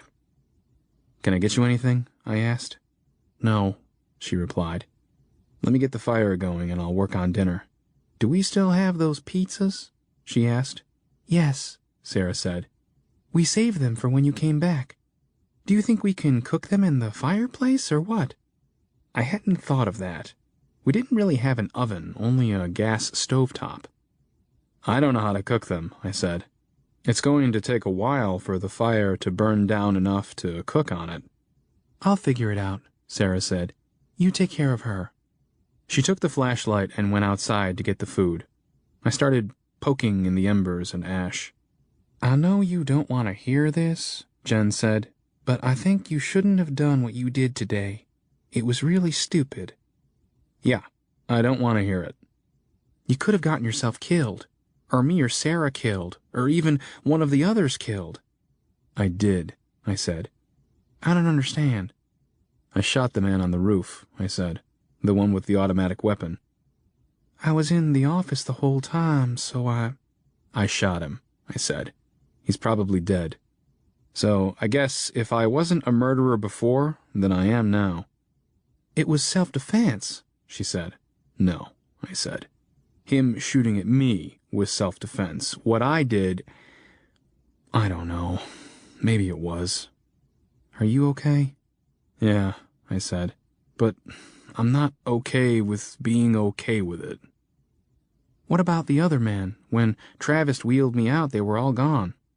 I don't know, I said. I tried to kill them too. I think I ran them over with the truck when I crashed into the fence. She stared at me, and it made me uncomfortable. I turned back to the fireplace. You did all that just to see me? She said. I guess so. Sarah came back into the house, carrying the pizzas and desserts, and she took them to the kitchen. So, how did it go last night? Jen whispered. What do you mean? Well, you and Sarah, alone. You know. It went fine, I said, putting kindling on the glowing embers. I'm sure it did. I looked over my shoulder at her. How did things go with you and the handsome doctor? Jen laughed. He is that and then some, but he ain't what I'm looking for. Maybe before, but not now. I blew on the embers until they ignited. And what are you looking for? I thought handsome doctors were the ultimate prize. Well, yeah, but that's so last week. She laughed at her own joke. So what's trendy in men now? I asked, adding wood to the fire. You gotta know how to build a fire, for one thing. All I ever saw Travis do was adjust the damn thermostat. Another fashionable thing in men this week is the willingness and ability to dispatch zombies. Dispatch. And it would be good if he knew how to drive a stick shift too, but I'll let that one slide. The most important thing, though, is that he'll stand up to assholes and run them over with his truck.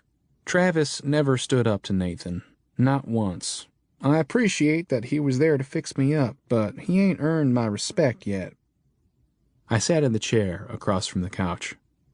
So tell me, Jen said, did you and Sarah cuddle? Share body heat to keep warm? You'd think a bullet in your leg would have slowed you down some. She pulled a small plastic bag from the pocket of her coat and held it up to show me. It contained pill bottles. Travis gave me some drugs before he brought me out. I've got some pain meds and antibiotics. I don't feel anything. I think you're avoiding my question. Yes, I said.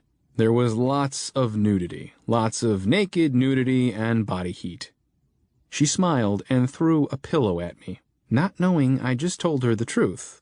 Not that it mattered. I'm going to see how she's doing with the pizzas.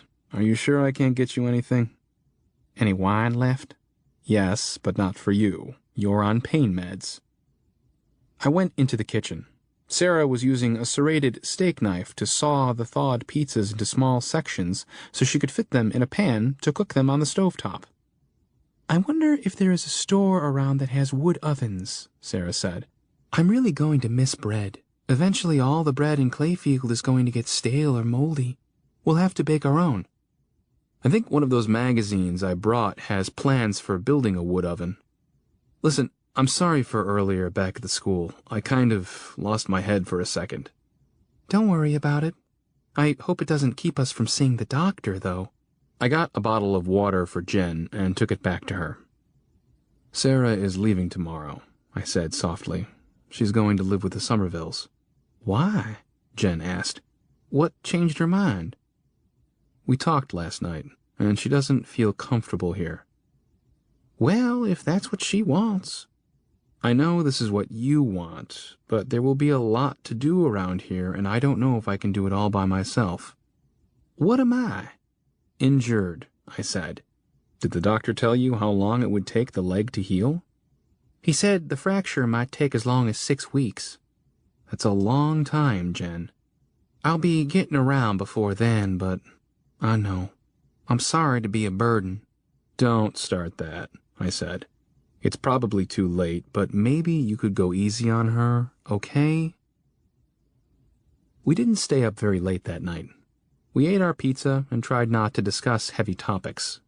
Mostly we talked about movies we had wanted to see but never got to. Jen's pain medication was hitting her hard. She kept nodding during the meal, and she fell asleep with her plate in her lap. Sarah wanted to turn in early, too. There's not a whole lot to do after dark when there is no one to talk to. My usual routine of staying up until midnight and watching TV or working on my computer was over. I tried to read by the firelight, but that was a strain on my eyes. The next morning, we were all up before sunrise. Jen needed help getting to the bathroom. I helped her to the door and went into the kitchen to start some hot water for coffee. Jen called from the bathroom a couple of minutes later.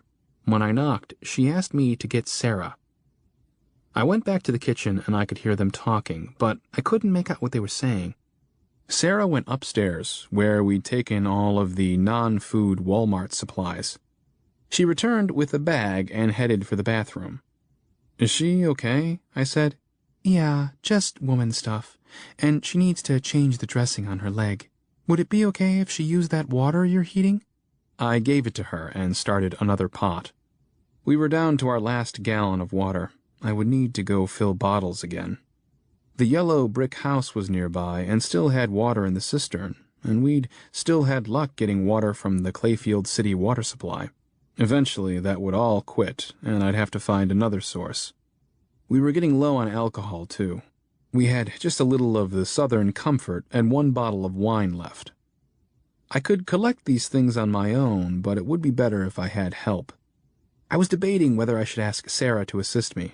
I knew she would, but I also knew she was ready to go, and I didn't want to impose.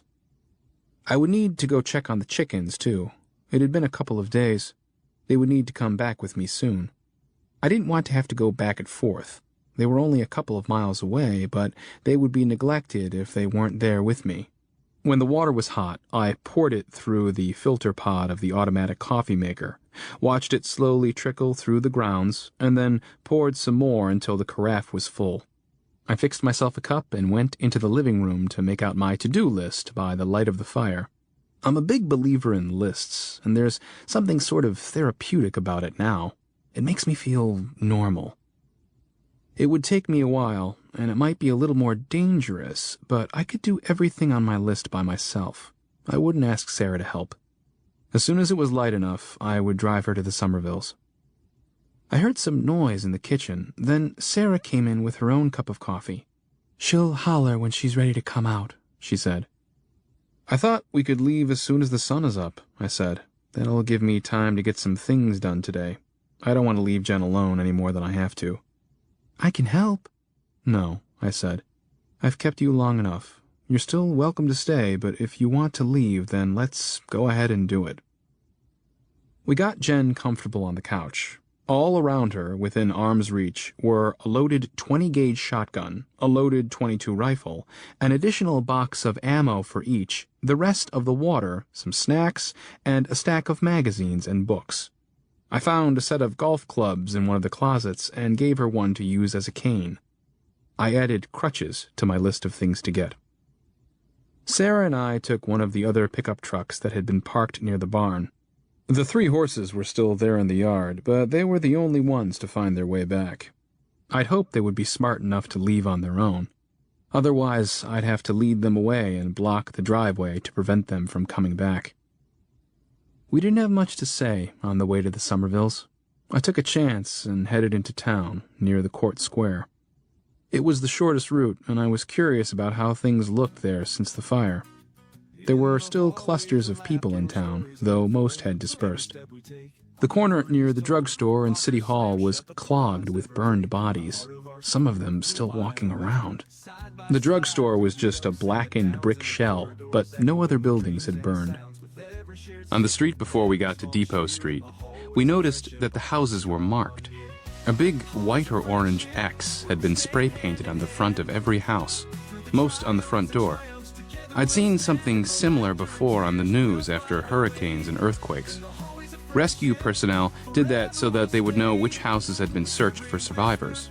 The houses on Depot Street were marked the same way. "What does it mean?" Sarah said. "I'm not sure," I said. "Maybe the group out at the high school did it." "Do you think maybe there is still a government, and they're in town?" "I don't know. I doubted it. It bothered me. It could just be a mark used by another group of looters so they wouldn't have to raid a house twice. It could be a tag that claimed a house to be looted later. Maybe it was Mr. Somerville, and he'd been going door to door like he'd talked about doing. I pulled up in front of the Somerville's home. A big white X was painted on the garage door. "This is it," I said. "This is Mr. Somerville's house." Does this mean he and his wife are gone? Sarah asked. "Let's go see, but we need to be careful. They're both armed." We climbed out of the truck and walked into the small front yard. "Hello," I said as loud as I dared. "Somerville's?" We waited to give them time. "I'm going to the door. Keep watch here and make sure no one is coming." I went to the door and knocked. I waited. I knocked again. I tried the knob and the door opened. Something violent had happened in the house. Some of the furniture was turned over. There were holes in the walls, some of which might have been caused by a shotgun. Others looked like something had rammed through the drywall. I didn't see any blood. "Nicholas? Judy?" I went into every room. The living room was the worst, but the rest of the house had damage too. The kitchen cabinets were all open and empty of food. I went back outside. "The house is trashed," I said. "Looks like looters. The food is all gone." Were they hurt? "I don't know," I said. "Let's drive around and see how many houses are marked. If we find an end to the spray paint, we might find the looters." Do we want to find them? Sarah said. "No," I said, "but they should know about the Somervilles." Every house on Depot Street was marked, as were all of the houses on West Ridgeway and North 16th Street. We found 2 houses marked on North 15th, where it connected to West Ridgeway. We didn't see anyone out, but it was still early. My own house was just 2 blocks away, so I headed over there to clear out anything I might want. They would hit my street eventually, too. Sarah opened the garage door to my house, and I backed the truck in. We'd be able to load it without being bothered. I felt like I hadn't been there in years. It was like I was in a stranger's home. I went to the sink and turned on the faucet. There was still water. "We can fill the jugs here," I said. "There's a bottle of bourbon in the pantry, too. Don't let me forget that." I see you got that new game system, she said, standing in front of my entertainment center. "Yeah," I said. "I guess I should have spent that money on canned goods and a Swiss Army knife." It doesn't look like a woman has lived here in a while, Sarah said. "A woman has never lived here," I said. "At least not with me. Hence the game system. I could never have had one before. My wife would have nagged the hell out of me." I would never have done that to you. "Yeah, well..." So you've been living alone. Were you taking advantage of being divorced and playing the field? I laughed. "If I were a player, well, never mind." She smiled and started filling water jugs. I went into my bedroom. There were still clothes in my closet. I grabbed a few more things and put them on the bed. I heard a low noise from outside. "Look out the window," Sarah said from the kitchen. I peeked through the curtains. A UPS truck drove by very slowly. The back door was open, and there were 2 armed men standing in the opening. I thought I could make out more outside. I turned, and Sarah was standing in the doorway. "No," she said. "Please let them go." "What?" "I know you want to talk to them about the Somervilles, but let them go. They don't know we're here. Let's just go back to the stables. I'll stay with you and Jen. I won't be any trouble." "You're not any trouble, Sarah." "Those people out there could be like those men at Lowe's. They could be bad people, and I don't want them to know we're here." "Okay," I said. "It's okay. But what about the Somervilles?" "Maybe they got away and went to Blaine's house." "All right," I said. "We'll sneak away." She came into the room and hugged me. "Thank you," she said. "They scare me more than the sick people." "Sure," I said. She looked up at me. I thought she was going to kiss me again. "I'll finish the water," she said. "See if you can find more containers." She left me and went back into the kitchen. She'd never been any trouble, yet she was a world of trouble. When we were sure the men were gone, we left and headed south to Broadway. We'd already accomplished 2 things on the list, water and alcohol, and it was only 8 a.m. "I want to drive out toward Belfast," I said. Jen's friend Brian, the one with the Porsche, lives out there. We could see Brian's wind turbine from a few miles away. It was turning slowly. When we got close enough to see the house, I stopped the truck. The house had been burned. It wasn't smoking, so it must have burned days before, probably before or during all the rain. There were 3 trucks, a 4-wheeler, and a motorcycle out front. A van was parked crosswise so as to block the entrance to the driveway. I put the truck in reverse and got away from there. If the house was burned and the men at Lowe's had Brian's Porsche, there would be no good up there. They were probably still going to try to use the wind turbine somehow. I knew I would have, if I could. Are we going back to the stables now? Sarah asked. No, I said. We'll go ahead and collect the food and other supplies we didn't get the other day. We'll just do our shopping out away from town so we won't run into these people. So we're going to go looting too. You have a lot to learn, my dear, I said. When we do it, it's called scavenging. Chapter 41. So long as we needed our water jugs filled every few days, we would have to leave the house. And if we left the house, we increased our chances of getting into some sort of trouble. I think we were coming around to Jen's line of thinking. We needed to hunker down for a while. I was going to have to find us another source of water. Before heading completely away from town, I decided to go to Founders Farm and Hardware. They would have chicken feed and tools, just like Tractor Supply. I knew they catered to the local Amish community too, so they might have a wood cook stove. Then it hit me. Why didn't we think of that before? I said aloud. What? Sarah said. We should try to relocate to one of the Amish farms. They're already set up to function without electricity. They have wood cook stoves and heaters. They'll have hand-pumped wells. It would be perfect.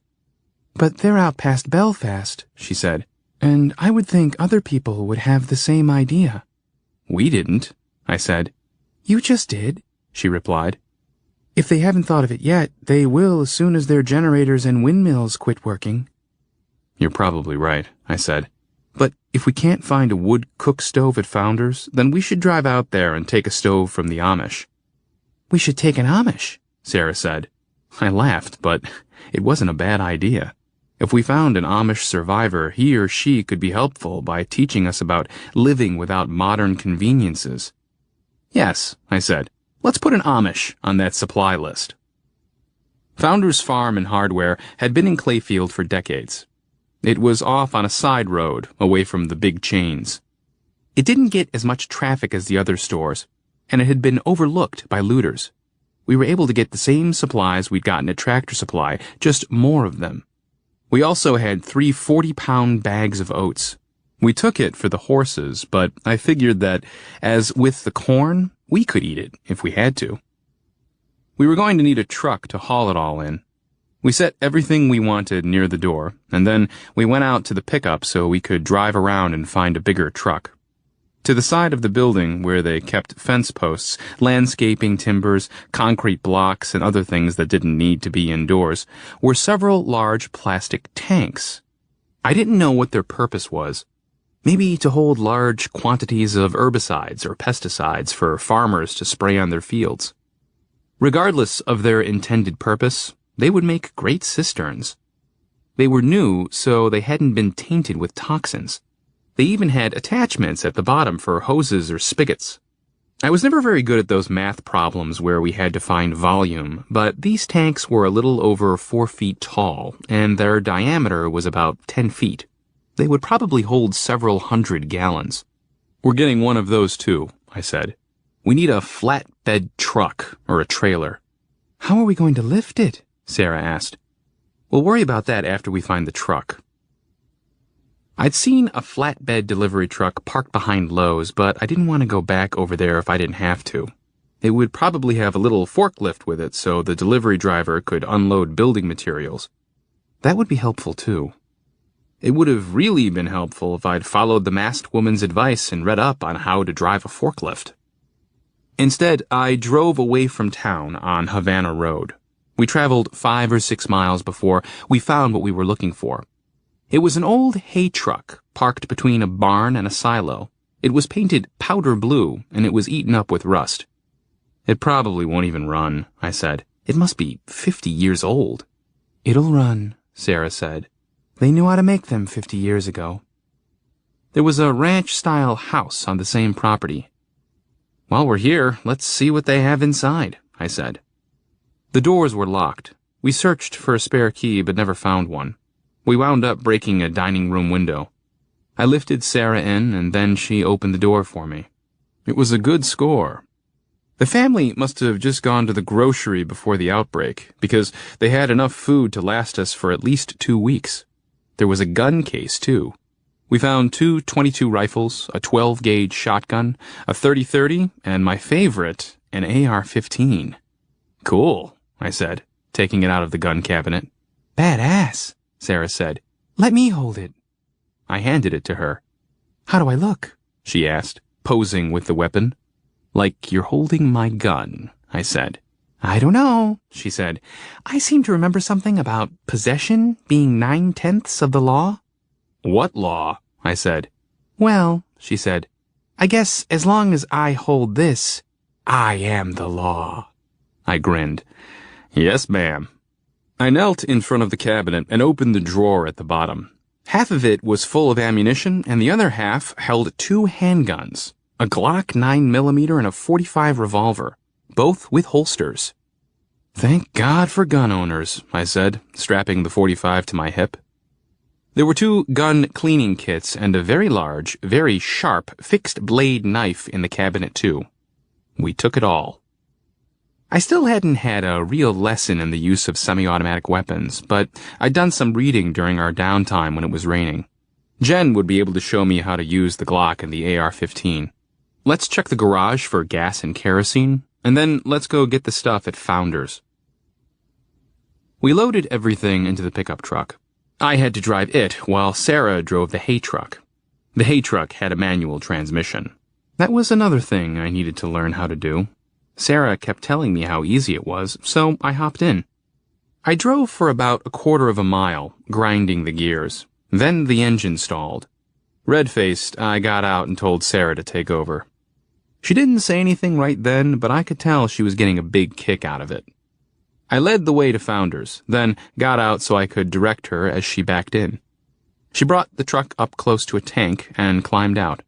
"How do we get it in the truck?" she said. "We can lift up one side, then back the truck under it, and then slide it the rest of the way." "How do we lift the side?" "We could use those fence posts as levers." "Okay," she said, but she didn't sound convinced. "Archimedes said he could move the whole world with a lever," I said. "Awesome. You should go on Jeopardy!" "Just get a damn post." We wedged some of the smaller metal posts under the tank. We each lifted one and put a block under it so the tank was angled up off the ground. Then we got some of the longer, thicker posts and put them under the tank, raising them high enough to prop them on the back of the truck, forming a ramp. Next, I went back in the store and got a big spool of rope. I tied one end to the tank, and then I ran the rope over the truck, around a light pole, then back to the truck. Finally, I tied it to the front bumper. "Okay," I said. "Now all you have to do is back up. The truck should pull it up." "You're way smarter than Archimedes," she said, "and he probably couldn't drive a stick either." I grinned. "Shut up."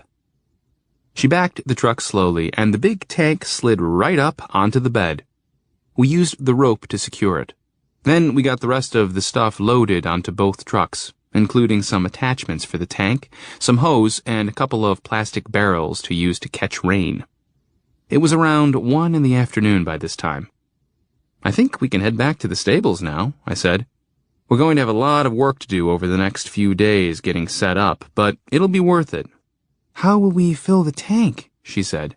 "We have access to a generator," I said. "It should still be over by the museum. I have instructions on how to hardwire it into a well. We can pump out enough water to fill it and then shut it down." "We'll have to come back for the generator then." "Yeah," I said. "One more trip, but we can wait a few days. We should stop by Charlie's on the way back and get his kerosene. We also need to get the chickens from Blaine's house. You go ahead and go out to the stables, and I'll go to Charlie's and Blaine's. You sure? I don't like the idea of being alone. You'll be okay. Just don't stop for anybody, and don't lead anybody back to us. Chapter 42. I followed Sarah as far as Charlie's house, and then she proceeded to the stables. Charlie had not returned, and I suspected that he never would. I took the fuel, food, and toilet paper he'd left behind, then headed over to Blaine's place. I noticed the smoke before I got there, but what I was seeing didn't sink in right away. There was smoke coming out of the chimney of the workshop behind the house. There was a beat-up little hatchback parked in the driveway. I would rather have seen 10 infected people standing in the yard. At least with them, I'd know what I was up against. I parked the pickup and got out, my hand on the butt of the .45. I expected someone to come out to greet me, or shoot at me, but no one did. I knocked, but no one answered, so I went in. Brian Davies was lying on one of the mattresses on the floor. When I opened the door, he lifted the shotgun Jen and I had left with him. He looked like hell, a far cry from the well-groomed, nicely dressed man I'd seen several days before. Next to the wood stove was a pile of sticks and broken pieces of Blaine's dining room furniture. "Brian?" I said. "Thank God it's you. Are you okay? We saw your car and—" "No, I'm not okay," he said. "Where the hell have you been? I've been here since yesterday. I thought you two were dead. Where's Jen?" Jen is fine. She's at the other place." "You didn't tell me there was another place." "Jen said she left you a note," I said. "I didn't see a note." "What happened?" "I never did hear from Henry," he said. "I'm sorry," I said, "but what happened to you?" "A couple of days after you left, these two men came to my house. They seemed friendly at first and asked if I could spare some drinking water. I gave them some. They asked about the turbine, and we talked about that for a while. The next day they came back. They brought others. There were 9 of them in all. There were 6 men, 2 women, and a little boy. They said they were moving in, since I had electricity. They said they were doing it whether I liked it or not. I didn't like how they were acting about it, but like I told you and Jen, I was glad to see others and I welcomed them. They weren't too happy about the basement, and they started talking about what they were going to do about it and the changes they were going to make. I didn't like that either. It was my house, after all, and I should be king of that castle. We were butting heads by the end of the day. "We went to check on you this morning," I said. "There were a lot of vehicles there." "Really? How did it look?" "The house had been burned," I said. He shook his head. "I knew they would do that. They kept saying they needed to do that. God, my library, my bonsai trees, the paintings. I hope they at least saved some things. Some of those trees were several decades old. It would be a shame for them to have been destroyed like that." "Where did they plan to live?" "They were talking about building a tall fence and several new houses, like a compound. Sounded like a lot of trouble to me to just have electricity. But they were morons, so what you gonna do?" One of the women had a big problem with me personally. She told me the whole reason the plague came was to purge away people like me. They put me out of my own house. They gave me a plastic Walmart sack with a bottle of water, a peanut butter sandwich, a few matches, and a single shotgun shell. They let me take my shotgun but wouldn't let me load it until I was away from the house. They gave me a piece of shit car to drive. I couldn't keep it running, it kept sputtering. I wound up spending the night in the car and using my only shotgun shell to keep from being zombie food. Anyway, I'm here now. "I'm sorry," I said. "I'm hungry. All I've had to eat since I got here were 2 eggs I found in the chicken coop. I didn't have anything to cook them in, so I just cooked them directly on the stove and then scraped them off. It smelled really bad in here for a while. I would have had a chicken, but I couldn't bring myself to kill one. I have food in the truck. Do you want to eat now or go over to the other place?" "Eat." I went out to look for some things that didn't require cooking. I brought him back some Vienna sausages, a sleeve of saltines, and a juice box. He didn't complain. While he was eating, I took the large plastic dog carrier Sarah and I had gotten from Founder's Farm and Hardware and went out to catch the chickens. It wasn't that easy. I finally got them herded into the coop. Then I got in with them and shut the door. It was easier to corner them that way, but also more difficult to dodge them when they decided to escape by flying. They made a big fuss over it, but I finally got all of them in the carrier. When I came back into the shop, Brian was finishing his meal. "Did you kill a chicken or something?" "No," I said. "I'm moving them to the other place." "I take it the other place is better than this?" "Much better," I said, "but not as nice as your place." "Does the offer still stand for me to live with you and Jen?" "Yeah," I said. "Jen will be thrilled. We have a young woman named Sarah living with us, too. She was supposed to move out today, but that didn't work out." "I had decided to leave today," he said. "The only reason I stayed was because I hoped you would be back. I figured since the chickens were alive, someone must have been feeding them, but when you didn't come—" "We've been busy," I said. "Jen was shot in the leg." "What?" "Yeah," I said. "She can tell you about it later, but I'm curious about that bite you got on your ankle. How is it healing up?" "It's not," he said. "I'm having a hard time getting around."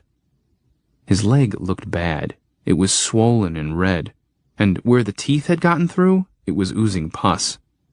"I know where there's a doctor," I said, "but they probably won't let me in to see him. You'd have to go there alone." "I think it'll get better. I just have to get some rest." Jen got bitten too, and the doctor had to put her on antibiotics. "Where is this doctor?" "He's out at Grace County High School with some others." "Are there a lot of others?" he asked. "Some," I said. "But they tried to kidnap Jen, so I—" "Well, forget that shit," he said. "You'll just have to go out and find me some antibiotics." "I have some amoxicillin, but I don't know if that's the right kind, and I don't know the dosage." "What kind is Jen using?" "I don't know," I said. "Help me up," he said. "I can't walk very well." The infected were very active that day. I attributed it to the weather. It had warmed up some outside that day, and the sun was shining. It was breezy, but it must have been in the upper 50s or low 60s, one of those late February heat waves. We passed several individuals on our way to the Lassiter house. Some were in the road, but most were in the fields. They were all headed in the same direction that we were, and I presume there must have been a noise drawing them. When I came in with Brian, Sarah was sitting in the living room, but Jen wasn't there. "She's in the bathroom," she said. She looked at Brian. "This is Brian Davies," I said. "We drove out to his house this morning. You know, the Porsche." "I know you," she said. "You're that Michael Jackson guy." "See?" Brian said to me. "I'm famous." "My church helped with that benefit you did last year. My name is Sarah." "Very pleased to meet you again," Brian said. "If you will excuse me, I need to sit. My ankle is in bad shape." "They keep talking about you, but I never realized you were the same person," Sarah said. Jen hobbled in, and her face lit up. "Holy shit," she said. "We thought something bad happened to you." Brian smiled. "I happened to something bad." "Okay," I said. "You two cripples catch up. Sarah and I are going to unload the truck. Jen, show Brian your antibiotics. His ankle isn't healing, and I might need to get some more." "Let me see it," Jen said. She pulled up his pant leg and peeled away the bandage. "Ew, you need to see Travis." "The doctor? But I thought he tried to kidnap you." "No," she said. "Not Travis. He could have kidnapped me, and I wouldn't have minded, if you know what I mean." Brian looked up at me and grinned. "What about it?" he said. "Do you know what she means?" "I haven't a clue," I said. "Don't you think he needs a doctor?" Jen said. "Sure, but he'll have to drive himself. They'd never let me get close to that place again." "What kind of medicine did he give you?" Jen read the bottle. "Amoxicillin," she said. "That's what you got from Walmart, wasn't it?" "Then it's settled," Brian said.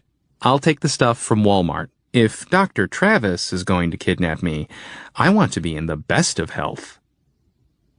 Sarah and I unloaded the trucks while Jen and Brian told each other about their week. We put the chickens in the stall next to the goat. I threw some food out for them while Sarah got them water. I still don't know if I'm going to like this farm living, she said. Eventually, everyone will have to live like this, I said. It's good that we're able to get a head start. Some of the people are going to realize next winter, or maybe the winter after that the food supply is dwindling.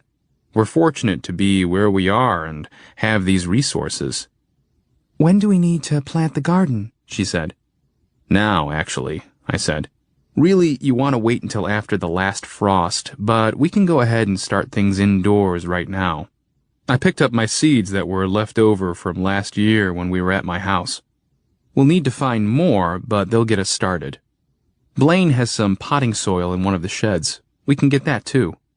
I feel kind of useless, she said. I don't know anything about any of this. I was just a student who worked in a church. I don't have any skills. I'm just a museum curator, I said. Brian was just a blogger. Jen was... I don't know what Jen was. Did she ever mention it? Wow, Sarah said. You don't know what she did for a living? No, I said. Do you? No, but I'm not the one in love with her. Well, I don't know if I'd go that far. I like her, but... What are you, in 9th grade? My point is, I said, that none of us were really ready for this. We're all learning, and we'll all find our place. Do you just keep me around so you'll have someone to help you unload trucks? Is that my place? No, I said. It's okay, she said. I know what my place would be if I were somewhere else. I like you. We don't have to talk about this. But I don't want that to be my place. If I'm going to stay here, I need to be more than a third wheel. I need to learn a skill. We all need to learn some skills. We walked out of the barn. Behind the house, on the other side of the fence, were 3 women. Their clothes were torn and muddy, and they were looking for a way to cross over to us. A man came stumbling up behind them. It was the first man Jen had shot, the one in the blue coveralls, who had been eating the dog. He snarled at us and rushed toward the fence. Chapter 43. The man hit the fence and fell backward. Some of them could be fast when they wanted to be, but they weren't that bright. The wind shifted, and I got a whiff of the group, or of someone in the group. It was the smell of decay, of a dead body. Could it be possible that some of these people were more than just people with brain damage who were able to survive things that would kill a healthy person? Could it be that they were the actual undead as depicted in movies? Jen and the others had accepted that as a given, but I hadn't been willing to believe in animated corpses. Sarah backed up against me. Have we been making too much noise? She said. No more than before, I said. What do we do? She said. We might not need to do anything, I said. They might not be able to get to this side of the fence. Do you think they'll hurt the horses? I don't know. Let's get the food into the house. We'll keep an eye on them. We pulled the pickup away from the barn and parked it next to the front porch. When we got out, we saw 2 more figures walking down the road. We've never seen this many out here before, she said. What is attracting them? I think it might be the warmer weather, I said. Look, Sarah said, pointing to the road on the other side of the driveway. There's another one. We'll need to block the driveway, I said. We should have picked up a gate while we were at Founders. I'm going to pull the school bus down there, but I don't think it will be long enough to completely block the entrance. You'll need to follow me down in the hay truck. By the time I got down there with the little school bus, the 3 from the road had made it into the driveway. But they weren't very far in. I hit one of them as I cut the vehicle around. Sarah was right behind me and parked the hay truck on the other side. We faced each other at an angle like the head of an arrow. Sarah climbed out with a rifle in her hand. I got out too, and we met in the middle. This isn't going to keep them out, I said. We need to do something else. Too bad we got rid of the horse trailer, she said. That would have made a great gate. I looked down the road in both directions. More were coming. They were in the field across the road, too. What the hell is going on? Should we start shooting at them? No, I said. That'll just make it worse. Let's get back to the house. Pack some things to go. We might have to leave soon. We both ran back up the driveway. Jen and Brian were on the front porch. Get inside and get your things, I yelled. We need to be ready to go. They both limped into the house. It didn't make any sense. We'd been careful not to make any loud noises. I didn't understand what was drawing them to us. All this time it had seemed to be sound, but now it was evident that sound wasn't the only thing that got their attention. There had been a steady breeze all day. Maybe it was the smoke from the fireplace. The bus would be our best option at escape. The pickup would need to come too. It was already loaded from today's scavenging. We could all fit in the pickup. It wouldn't be comfortable, but we could fit. Sarah ran up on the porch, and I ran to the barns. I wanted to shut the doors, both to keep them from using the barns as an avenue through the barrier and to protect the goat and chickens. There was a larger group at the fence by that time, and they were pressing against the railing. There were 8, but I could see 3 more coming in from the back field. They managed to cross the fence back there, and they would be able to cross here too when they got enough weight on the rails. I shut the barn doors and headed back to the house just as the mob crushed through the fence. The first few fell into the yard, and the ones behind them crawled over them to get to me. I was afraid some of the faster ones would intercept me before I could get to the house. I pulled the .45 from its holster, but before I could shoot it, I heard a shot from ahead of me. Brian was standing in the back door with a shotgun. When I got into the doorway with him, I turned to look behind me. Only 2 of them even stood a chance at catching me, and even they weren't fast enough. We could always outrun them. The rest of the creatures were just walking or stumbling or dragging their feet. Why are they here? He asked. Why so many? I don't know, I said. Maybe it's the smoke. We need to leave. I holstered my handgun and went to find Jen. Sarah was in the kitchen putting food and water into cardboard boxes. Jen was standing in the front window looking out.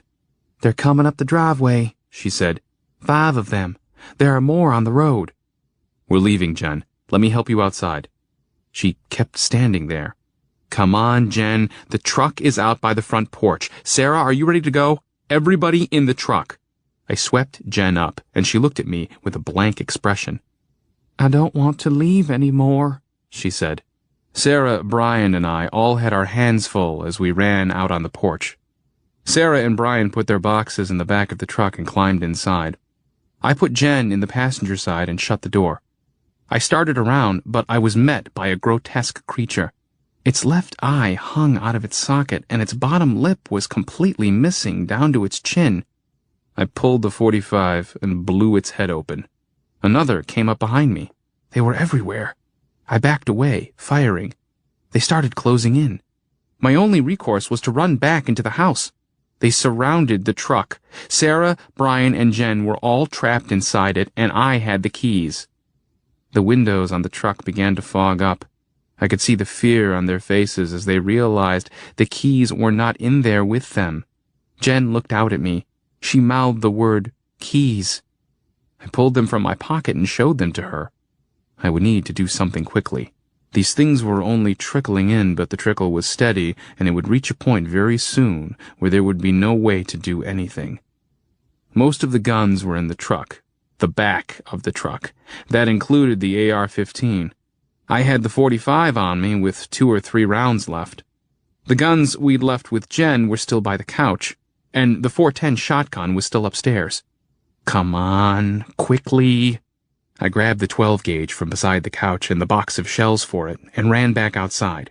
I had no plan except to blow the hell out of everything until I got to the pickup. The creatures were now 3 deep all around the truck. The trio inside looked worried but calm. I lifted the shotgun to my shoulder. Make 'em count. Don't think about it. I did my best to stay calm. I put the bead on heads only. Headshot, pump out the empty shell. Headshot, pump. Headshot, pump, reload. I wasn't able to advance at all, and I couldn't get the weapon fully loaded. I managed to get 2 rounds into the gun before I was forced to use it again. The first one was off. It caught the woman in the chest just before she got to me. The second took off a man's face. No time to reload. I pulled the .45, fired wild, and went back into the house. Shit! I reloaded the shotgun and emerged again. Headshot, pump. I jumped off the porch and ran out into the yard.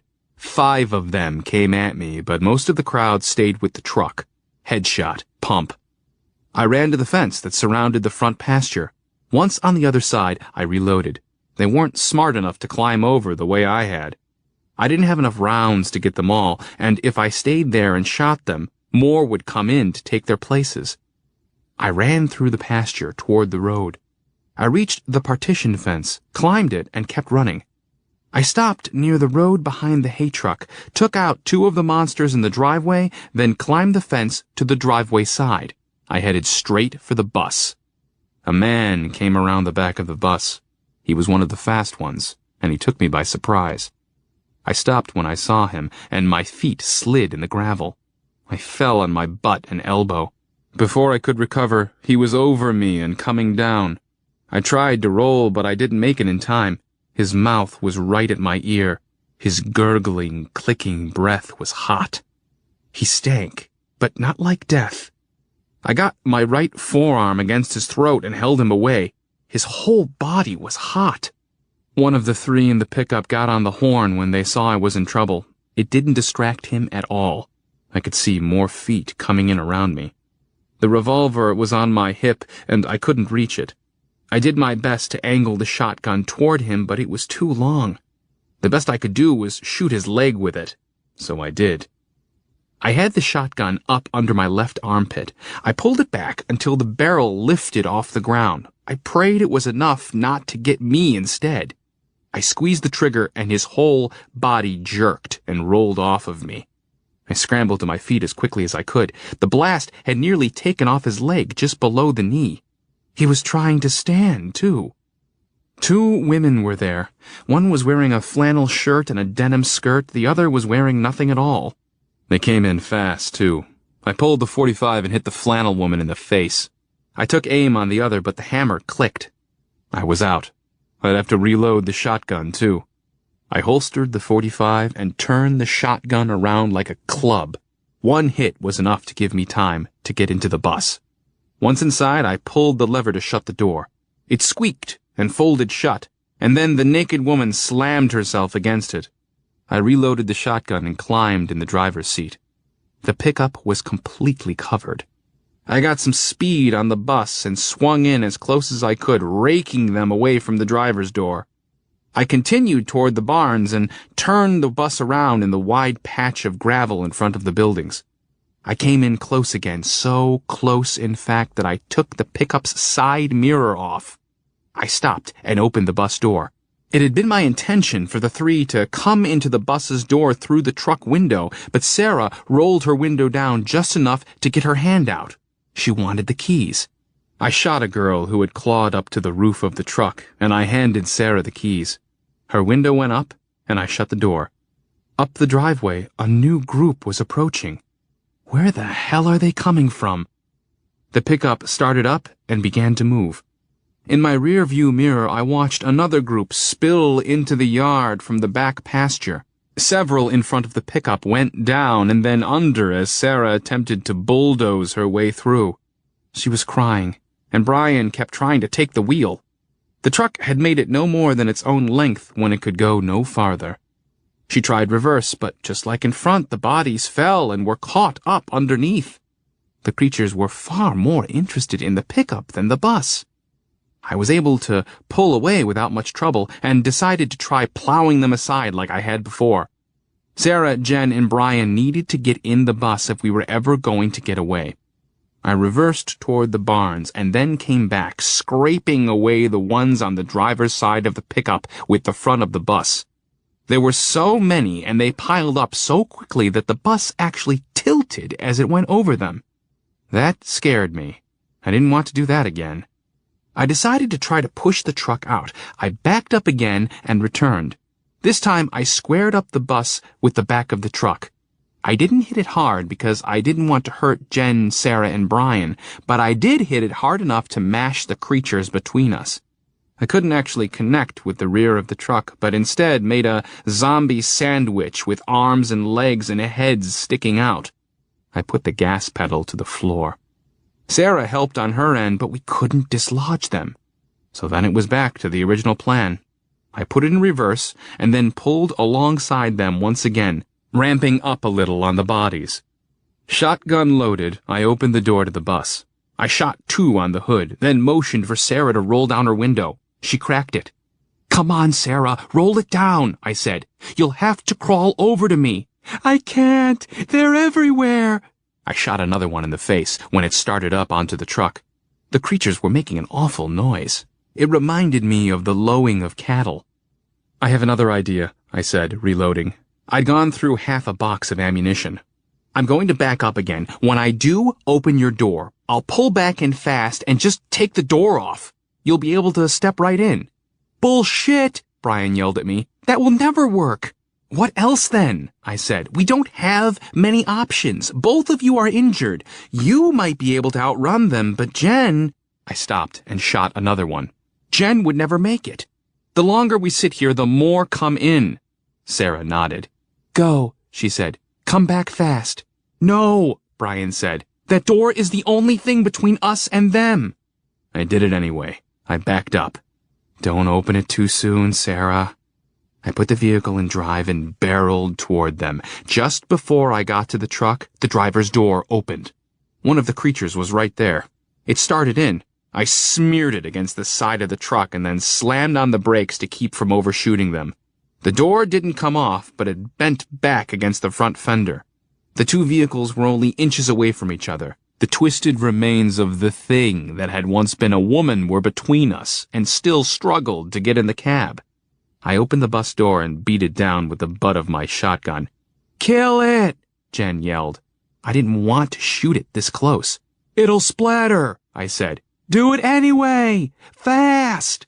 I put the gun against its head and pulled the trigger. Gore sprayed out away from the blast like a giant sneeze. We'd all be getting drunk that night if we made it out. I helped Sarah through to the bus. I had to shoot 2 of the things away before Brian could come through. "Come on, Jen!" She was having trouble scooting across the seat. I handed the shotgun to Brian and crawled into the cab. He fired the gun, but I didn't turn to see. I grabbed Jen and trusted Brian to keep the things off me. "Sorry," Jen said. "We're fine," I said. "Just try to help me." She undid the straps that held the splint on her leg. She bent it and winced. "Okay," she said, "but this is going to hurt." She pushed herself toward me with her legs and cried out. Brian fired again. The empty red shell bounced off my back, then dropped to the space between the vehicles. Even in all the moaning and lowing, I could hear that hollow plastic sound as it rattled to the gravel below. I was in the bus. I had Jen under her armpits. I slipped back against the bus steps, and Jen fell back on me. We were both on the bus, not fully, but enough. Sarah had already shifted it into drive, and we were rolling. Jen and I had to pull our legs up into the air to keep from having them clipped off in the doorway. Even after we cleared the front of the truck, we had to keep our legs up and out of reach of the clawing hands of the undead. Brian tried to help us, but we were already out of the driveway before both of us were completely in and the door was shut. The creatures pursued us. Some ran like wild things, others were barely more than ambulatory corpses. They all funneled in down that long driveway between the white board fence trying to catch us, but we were too fast. "Everyone okay?" I said. No one answered. They were alive, but that was all. Jen's wounds had opened up. There was blood soaking through her jeans. Chapter 44. I know how these things are supposed to end. I've seen the movies. I've read the books. The little band of survivors is supposed to make a perilous trek to some supposed safe haven, only to find it overrun or deserted. Or they dig in and, standing back to back, engage in an epic battle with the horde that surrounds them. Maybe somewhere in the world, those scenarios were playing out with different groups. In Grace County, Kentucky, just a few miles southeast of Clayfield, this particular little band of survivors just wanted a place to hide. 2 of us were injured. We had only one working gun with 10 rounds, no food or water, and only the clothes on our backs. Supplies could be had for now, but a place to hide and truly be safe had been impossible to find. For our group, there might never be a decisive end, just a dwindling of resources, health, people, hope, and will to live. Sarah entered the little community of Farm Town. She took us through the shuffling crowd and abandoned cars with slow, serpentine turns. The bus swayed. Jen's jeans were down around her ankles, and she was wrapping her thigh with my t-shirt.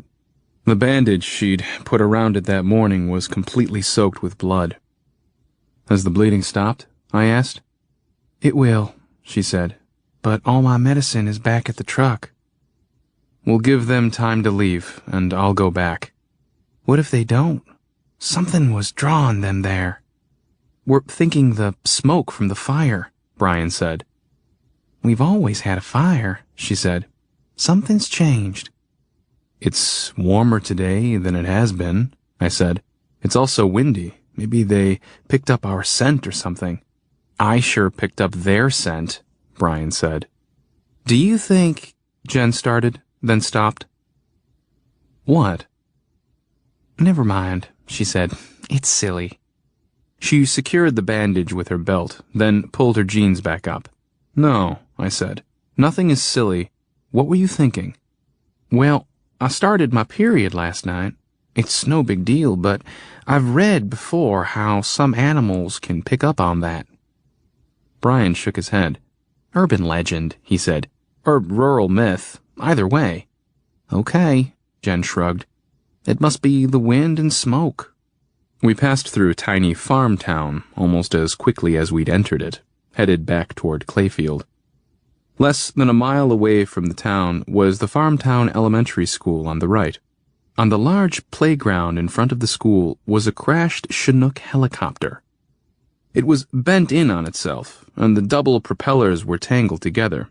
It looked like a massive sculpture. Bodies lay all around it. Sarah, I said, pull in. I want to check it for supplies. She looked at me in the mirror, then pulled into the entrance to the school grounds. Stop right here, I said. I made sure the shotgun was loaded, and then I stepped out of the bus. I turned and looked back up at Sarah. Keep the engine running, I said. I'll try to be quick. Chinooks were troop transports. I'd seen them in the sky many times on their way to and from Fort Campbell. If no one else had gotten to the crash, there could be weapons on board, and possibly food. The helicopter looked like it came down on its tail. The cockpit area wasn't as damaged as the rear. There had been no fire, and the craft wasn't as mangled as one might expect. This led me to believe it hadn't fallen that hard. Maybe it hadn't been that far off the ground. The bodies on the ground all had head wounds. There were spent rifle and pistol casings everywhere. There was a door toward the front near the cockpit. It was open like the black entrance to a cave. It was about chest high and at an angle. I stepped up to it and stuck my head in, letting my eyes adjust to the low light. The cockpit was to my right, the bay was to my left. Both were tilted up in a gentle V shape because of the crash. There were soldiers strapped in their seats in the transport bay. They were wearing green camouflage, helmets, and goggles. They were no longer people. The two creatures, once a man and a woman, looked at me with curious expressions. The side of the man's face had been eaten away by the female. His bare jawbone was exposed. The female reached for me and moaned. They both had sidearms. There were rucksacks on the floor in front of them, too, hooked somehow to keep them from falling. I looked to the rear of the vehicle toward the large cargo door. There was a big tarp-covered crate back there, held in place with wide orange netting. On the floor, between the two soldiers and the cargo, was an M4 carbine. There was a square door in the floor, but it was closed. I climbed inside. First, I pulled myself forward to the cockpit. The seats were empty, but there was a map tucked into a slot next to the seat on the left. I took it.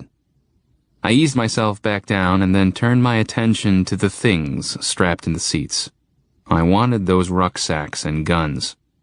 I could stay far enough away from them to get the M4, but I didn't know how to get to the other things without shooting them. They were wearing helmets, which would make it more difficult. Plus, shooting them would be loud. I was also very curious about that cargo container. I'd have to do this as quickly and as quietly as possible. A short honk on the bus's horn got my attention. There was a difference in the sound of the engine, and I heard it pull away. We must have attracted some. I didn't let it deter me from going after the stuff. I secured my shotgun in one of the seats, then pulled myself along the wall opposite the soldiers. The female hissed and growled and strained against her shoulder harness. I made it to the M4, braced myself to keep from falling, and picked it up. The man on the roof at the high school probably had a similar weapon, probably taken from this very craft. I slung the rifle on my back and continued to pull myself up to the crushed rear of the helicopter. I hooked my fingers in the netting with one hand and reached in with the other, trying to open the container. I couldn't figure out how to get it open. The M4 and the rucksacks, if I could get them, would have to do. As I made my way back down, I looked out the window toward the school. The bus was driving slowly in the parking lot while 4 of the zombies followed. The 2 in their seats were still watching me, probably waiting for me to slip. I made my way back down until I was directly across from them. I sat in one of the seats to steady myself. I could pass on the handguns, but I really wanted those bags. They probably held extra ammunition for the M4. Using the rifle, I poked at the bag in front of the male. He wasn't as animated as the female, and I thought I had a better chance of getting his. The bag shifted, but not much. It was hooked to the front of his seat by a short strap. The bus horn honked again. It was still near the school. I climbed back up, then crossed over to the other side. I sat down 2 seats up from the male. He turned his head toward me, but that was all. I decided to go for it. I held onto the seat, squatted on the floor, and reached for his bag. He made a gurgling sound, but didn't try to reach for me. The female stretched for me. I could just touch the strap with the ends of my fingers. I would have to get closer. The light changed. I looked down toward the door. A zombie was there in the doorway. Out the window, I could see more coming. I edged closer and leaned in again. I grabbed the strap and fidgeted with the hook, all the while keeping my eyes on the male. He kept his eyes on me too, but he never made any attempt to even touch me. The hook came loose and the bag started to fall. I caught it, but it was heavy and threw off my balance. It slid down to the lowest point, pulling me with it. On impulse, I reached out to stop my fall and grabbed the female's ankle. An expression that could almost pass for delight came across her face. She still couldn't reach me. The shoulder harness kept her in her seat. I was stretched out there on the floor, both arms extended, a 40-pound rucksack in one hand, a zombie foot in the other. The creatures outside the door were clawing for me too, but there was no danger of them reaching me. Despite my precarious position, I was feeling pretty confident. I was right there anyway. Why not get her bag too? I dropped the bag I was holding so that it would slide down to the back wall, away from the door. Then I turned onto my belly and unhooked her bag. I let it slide down with the other. She was beside herself with frustration. She actually let out a howl and stomped her feet. I scooted down with the bags. There were 4 infected right outside the door. I could see more in the distance. It was time to give that M4 a go. I held it sideways, looking it over, trying to see if I could figure out how to use it. Like the AR-15, it was very lightweight. In movies, I'd always see them pull back on that thing on the side, but I didn't know if that was how it should be done, or if it just looked good for the sake of the movie. Actors always pumped shotguns unnecessarily in movies to punctuate what they were saying. The safety was already off. Maybe it was ready to go. I pointed it outside toward the nearest creature and squeezed the trigger. It fired off 3 rounds before I knew what was happening. There wasn't that much recoil either. The target's head jerked backward, and it fell. Hot damn. I put it to my shoulder and, careful to only fire one round at a time, took out the remaining creatures. The horn honked again, closer. Since I was making noise anyway, I turned the weapon on the two strapped inside. One each, right through their goggles. It had become so easy to do that, I almost didn't feel anything anymore. Once they slumped forward, I pulled myself up to them. I removed their pistols and dropped them down to the bags. I also found an extra magazine on each of the infected for the M4. If I'd had the time, and if I could have gotten past the smell, I would have removed their body armor, but that was a big no on both counts. I stuffed the pistols, map, and magazines into the rucksacks, put both the bags on my back, and hopped out of the helicopter with the shotgun in one hand and the M4 in the other. It felt like I was carrying at least 100 pounds of extra weight, and I went right to my knees when I hit the ground. More of the monsters were coming in. Sarah pulled the bus up as close to the playground as she could. I stood and moved as fast as I could to get aboard. We found a big, empty house between Farmtown and Clayfield to hide in for the night. When I say it was empty, I mean just that. It was completely empty, with a realty sign in the front yard. It did have gas logs and a big propane tank outside, so we'd be able to stay warm. Unfortunately, there would be no bathing. We all had varying amounts of blood splattered on us, and there was the lingering smell of decay. There were MREs in the soldiers' bags, but Brian was the only one with any sort of appetite. We discussed whether we should return to the Lassiter house. We also discussed all the possible reasons why the infected would have come in such numbers so unexpectedly. Jen's menstruation wasn't ruled out, particularly when Sarah told us that the whole time she'd been surrounded in the church, she'd been on her period too. Jen also added that the Blue House on Braggisburg Road, as well as the building behind the courthouse, were surrounded while women were inside. It could have been a coincidence, but there might have been something to it. The stories about animals pertain to pheromones, Brian said. From what I've read, the pheromones of one kind of animal do not affect another kind. That's why I said what I said.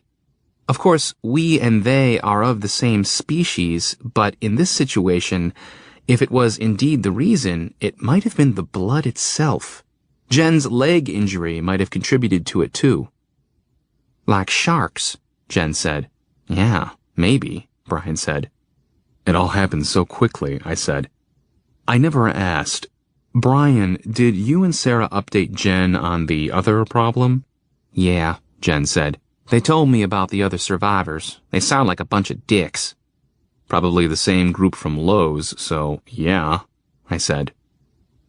We took inventory of our haul from the Chinook. The contents of the bags were almost identical except for the toiletry kits and the sizes of the clothing. Each bag contained one t-shirt, 2 MREs, 2 pairs of socks, a gun cleaning kit, night vision goggles, a rain poncho, a plastic bag, 1 magazine for the M4, 1 magazine for the M9mm handgun, a first aid pouch, and a small toiletry kit. In addition to these items were the 2 9mm handguns, the map, and 2 additional magazines for the M4. You did good, Jen said. I felt pretty good about myself and was about to say something, but then she added, gun-wise. They'll come in handy.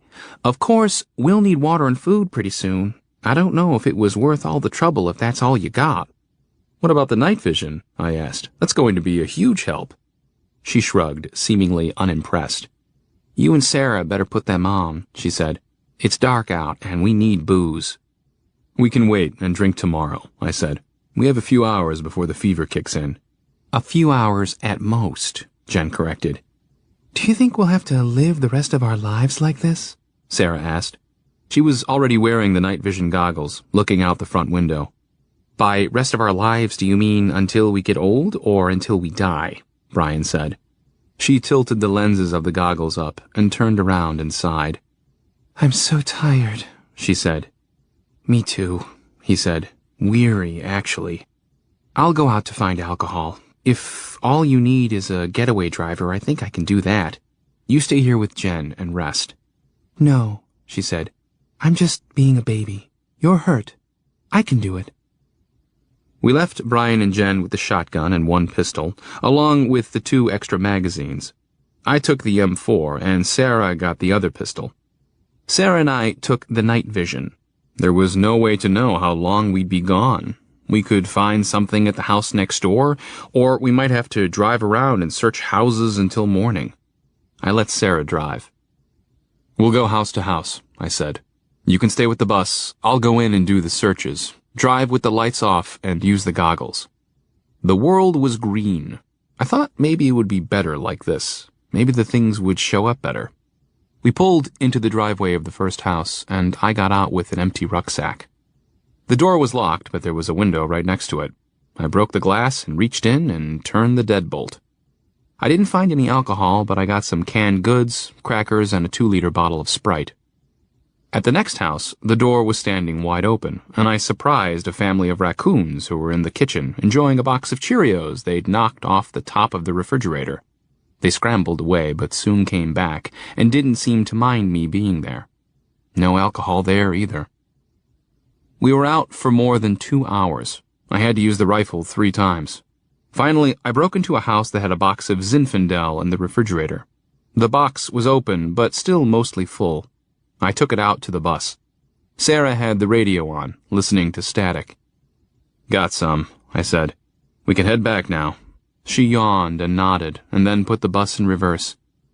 I'm tempted to drive us into town, she said. Find a house there and use the shower to get this gunk off me. "It would be a very cold shower," I said. I don't care, she said.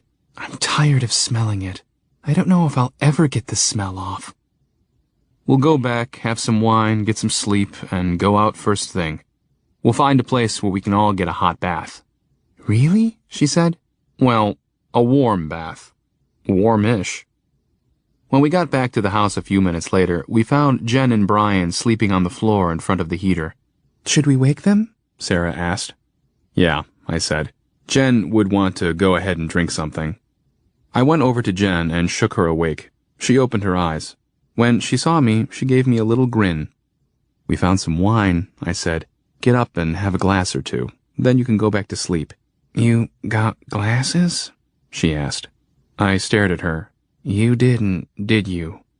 "I rely on you to think of stuff like that," I said. "Put your mouth under the spigot." Brian didn't try to shoot you, did he? He was a little jumpy right after you left. Brian is asleep. Sarah is waking him. Jen pushed herself up on her elbow. Brian Davies, you ass, Jen said playfully. Falling asleep on watch. You should be ashamed of yourself.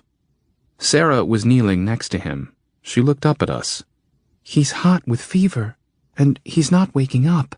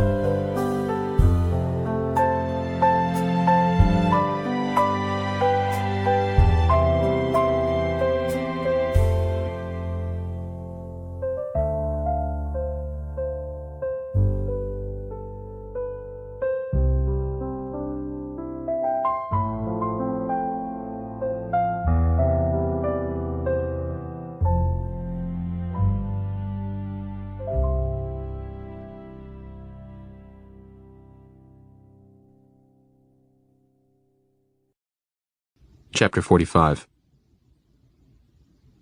Brian had done this before, but this time was different. "It's too soon, isn't it?" Sarah said.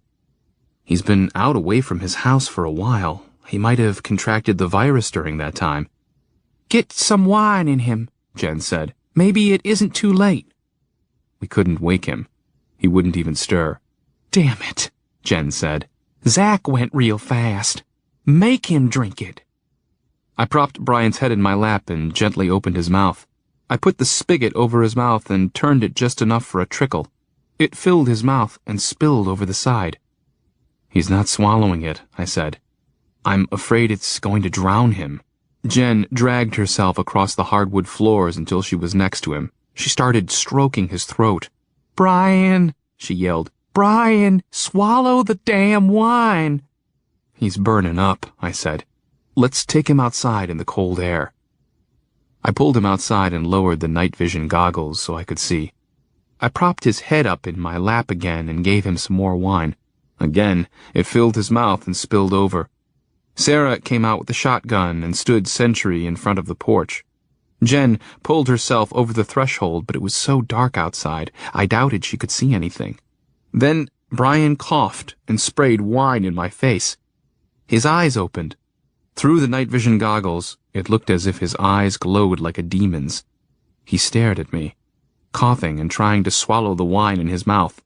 "Sit up," I said. "You need to get as much down as you can." I helped him to a sitting position. He slouched there, looking down at his lap. "Heads up, Brian," I said. "You need more. I'm going to let it run into your mouth." His head came up slowly. He looked in my direction blankly. It was very dark, so he couldn't see me, and he was likely delirious from the fever. "It's okay," I said. "I can see you. I'm wearing the goggles. Just tilt your head back and I'll get the wine into your mouth." He just kept staring in my direction. "Brian, do it," Jen said. Jen looked a little clearer than Brian because the faint glow of the gas logs reflected off of her. "Is he doing it?" she said. "Brian, are you doing it?" Then he made a sound. It started out as a whine, then built in volume while deepening in tone. It was like the growl of a cat. I scooted back away from him. "Jen, get inside and shut the door," I whispered. "Sarah and I will come in through the back." "What happened?" she said. "Brian?" Brian turned his head in the direction of Jen's voice. He was between me and her. "Do it, Jen," I whispered. I stood up and stepped backward. "Sarah, get around back. Jen will let you in." Sarah stood there on the lawn staring at Brian. With the night vision goggles on, she looked like something from a science fiction movie. Brian had turned toward my voice now. "Jen, get inside. Now. He's gone." "No," she said. "We have to—" "Both of you, get in the house," I said, louder than I should have. Sarah took off in a sprint around the side of the house. Brian leapt to his feet, arms extended, trying to get his bearings in the dark. He growled again. Jen was pushing herself backward across the floor, crying. I had no weapon, just a box of wine. "Get that door shut," I said, backing away. Brian took a step toward me, following my voice. There was steam coming off him. Jen groped for the door to swing it shut. Brian looked in her direction. "No, Brian," I said. "Come on now, follow me." "Damn it, Jen, shut the door." "I'm trying." Brian was fast. He darted inside the house. "Jen!" I yelled. I was close, but not close enough. I ran across the porch. When I got to the door, he was on top of her. She was screaming. I hit him in the head as hard as I could with the box of wine. The box crushed in, but he remained unfazed. I hit him again and again. In the green light, I could see the dark wine dribbling out of the box and pooling on the floor. I'd have to use something else. We were going to need that wine. I kicked him off of her. He rolled away. The wine was everywhere. But the wine shouldn't have been that dark. It was blood. Brian's blood was on the box of wine. The blood on the floor belonged to Jen. Her throat was opened up, and her blood was smeared on Brian's cheek. He hissed and came at me. "God, Brian, no." I backed out of the house.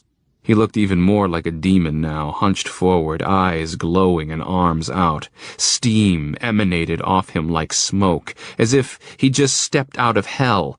I didn't think he'd be able to see me once I got into the yard. He stepped out into the porch, looking around and listening for me. I felt so helpless. Jen was right there, so close, bleeding, and I couldn't get to her. Sarah rounded the corner of the house. "I can't get it open," she said. "Jen hasn't unlocked." Brian ran toward her. Sarah saw him coming. I could tell she was startled at first, but she quickly turned the 12-gauge and let one fly from the hip. There was a flash of bright green from the end of the weapon. The blast hit him in the chest and knocked him off his feet. He hit the ground and was still. I ran into the house and knelt next to Jen. There was so much blood. I put my hand on her neck, trying to stop it. She couldn't speak, and I didn't know what to say to her. The blood still came seeping between my fingers. I took off my bandana mask and put it over the wound, but I couldn't stop it. I felt sick. I knocked the goggles away so I wouldn't have to see. I heard Sarah come into the house. She didn't say anything. My eyes had adjusted to dim light from the heater. I couldn't see much, but it was enough. Sarah came in closer and put her hand on my shoulder. "We can't stay here," she said softly. "They'll be here soon." I nodded, but I couldn't find the strength to talk. "Grab one of the bags and go get in the bus," she said. "I'll take care of the rest." I looked up at her. She was still wearing the goggles. I nodded again and stood slowly. I don't really remember getting the bag, but I did. I felt empty and lost. I got on the bus, went back a couple of rows, and sat. I don't know how much time passed, but finally Sarah came outside carrying the other bag, the M4, and the shotgun. She climbed inside and stowed the things. I checked out for a while. I know we drove around, and I know Sarah got out of the bus a couple of times. The next thing I knew, she was standing in front of me. "Come on," she said. "We can stay here until daylight." I looked out the window. We were parked in front of Nicholas Somerville's house. I looked at Sarah. "It's okay," she said. "We'll leave early in the morning. Besides, I doubt anyone will bother us here. They've already raided the houses on this street." The water still worked. Sarah heated some on the gas range, and we both took quick, chilly, and much-needed baths.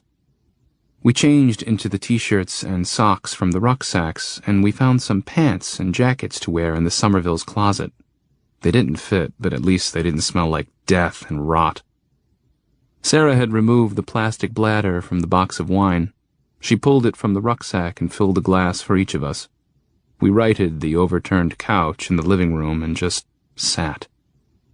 "I'm sorry," she said. "It wasn't his fault," I said absently. "He wasn't himself." "I know," she said. "I'm sorry." I nodded. The house was cold. The Somerville's gas furnace would never do us any good. It relied on an electric thermostat and electric blower. I pulled the curtains off the window, and we used them like blankets. "I don't want to leave Jen like that," I said. "I don't want to just leave her on the floor." "We can go bury her tomorrow," she said. The statement made me realize how final it was, and I got choked up. Sarah took my hand. "I'm sorry," she said. "No, I don't want to see her." "I can do it." "No," I said. "We'll go back when the sun is up and burn the house. Brian, too. I don't want him getting up again." We finished our glasses of wine and started on seconds. Sarah eventually fell asleep with her head on my shoulder, but I didn't sleep at all. I just kept replaying the events of the evening, of the day, of the past 2 weeks. All of it. I kept trying to tell myself not to get so upset. I had really only known Jen for a couple of weeks. If it had been a couple of normal weeks, we might have gone on a date or two, but that would have been all. It felt like things had been accelerated and amplified since the virus.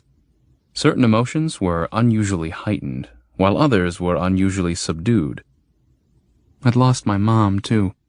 My best friend, Blaine, and his beautiful family were gone. I hurt for them, but not the way I would have hurt before.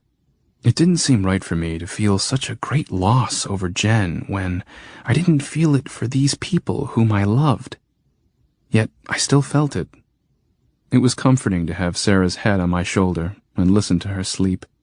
The wine helped me not to hurt so badly, and I had more than I needed. Dawn revealed a cloudy sky. I slipped away from Sarah without waking her and stepped outside. It was cool out, but not cold. It looked like we'd have another warm, breezy day like the day before, with the possibility of rain. The buzz from the wine had worn off, and I was left with a dull headache. I was surprised that I wanted to eat, but I wanted to put Jen and Brian to rest before the rain started. I went back in and woke Sarah. "Come on," I said. "It's time to go." We drove back out to the house. The front door was still open. Brian's body was gone from the front lawn. I sort of expected that. We sat in the bus, staring at the house, trying to get up enough nerve to get out. "I can't," I said. "I'm really sorry, but I don't want to see her." "You don't have to," Sarah said. "I'll get some sticks and build a fire in the kitchen, and then I'll throw some water on the gas logs.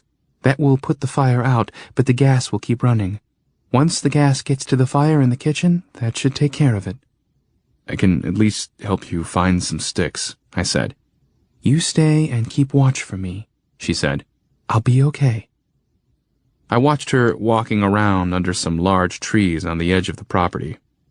She seemed so much older than her years. Really, she was just a kid, but times like these could mature a person. When she had a bundle, she went inside the house. I felt like such a baby for not being willing to go in there myself. She was in there for a while. I was just about to make myself go check on her when she came back out of the house, still holding the sticks. I stepped out of the bus. "She's gone too," she said. "I checked the whole house." I went as far as the front porch. There were at least 3 sets of bloody footprints going in and out of the house. For a moment, I thought that someone had carried her away, but then I realized that some of those footprints were mine and Sarah's from the night before. The other set must have been Jen's. This changed my understanding of things. I had tried to avoid admitting it, but I'd finally surrendered to the notion that the virus was bringing people back to life. However, seeing that Jen was missing added something new. There were the infected. They were the ones with the fever who'd lost their minds. They were fast, albeit uncoordinated, and operating on animal instincts. Then there were the infected who had died, either through violence or from the virus itself, and had come back to life. Jen's absence told of a third group. Jen hadn't had the virus before she died, yet because she'd been killed by the bite of one of the infected, she came back too. This gave me pause about the possibility of a fourth group. What would happen to those who neither had the virus nor were killed by someone with the virus? Would they come back too? "Do you want to look for her?" Sarah asked, dropping the sticks. "No," I said. "We might find her. Then what?" "What do you want to do?" she asked. I didn't know. "Crawl in a hole somewhere," I said. "Pull it in on top of me." She walked over to me and put her arm around my waist and her head on my chest. We drove back by the stables. The crowd from the day before was mostly gone. There were just 5 left. We didn't want to shoot them because of the noise, so Sarah pulled in close to the barns. We got out and found some farm tools, a shovel for Sarah and an axe for me. We bludgeoned and chopped until they were all still. Then we dragged their bodies into a pile. There was a lone horse and 2 chickens left alive. The 2 chickens that made it did so by roosting in the rafters of the barn. We couldn't get them to come down. Pieces of the goat were strewn around the barn. We unloaded the pickup and put the supplies from it into the bus. We then loaded it into the bus with everything we could carry from the house.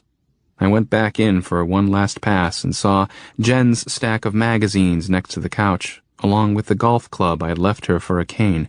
I almost lost it right then, but I kept my composure. I took the golf club. I'd been going along with Jen on everything, and I had not really thought beyond that.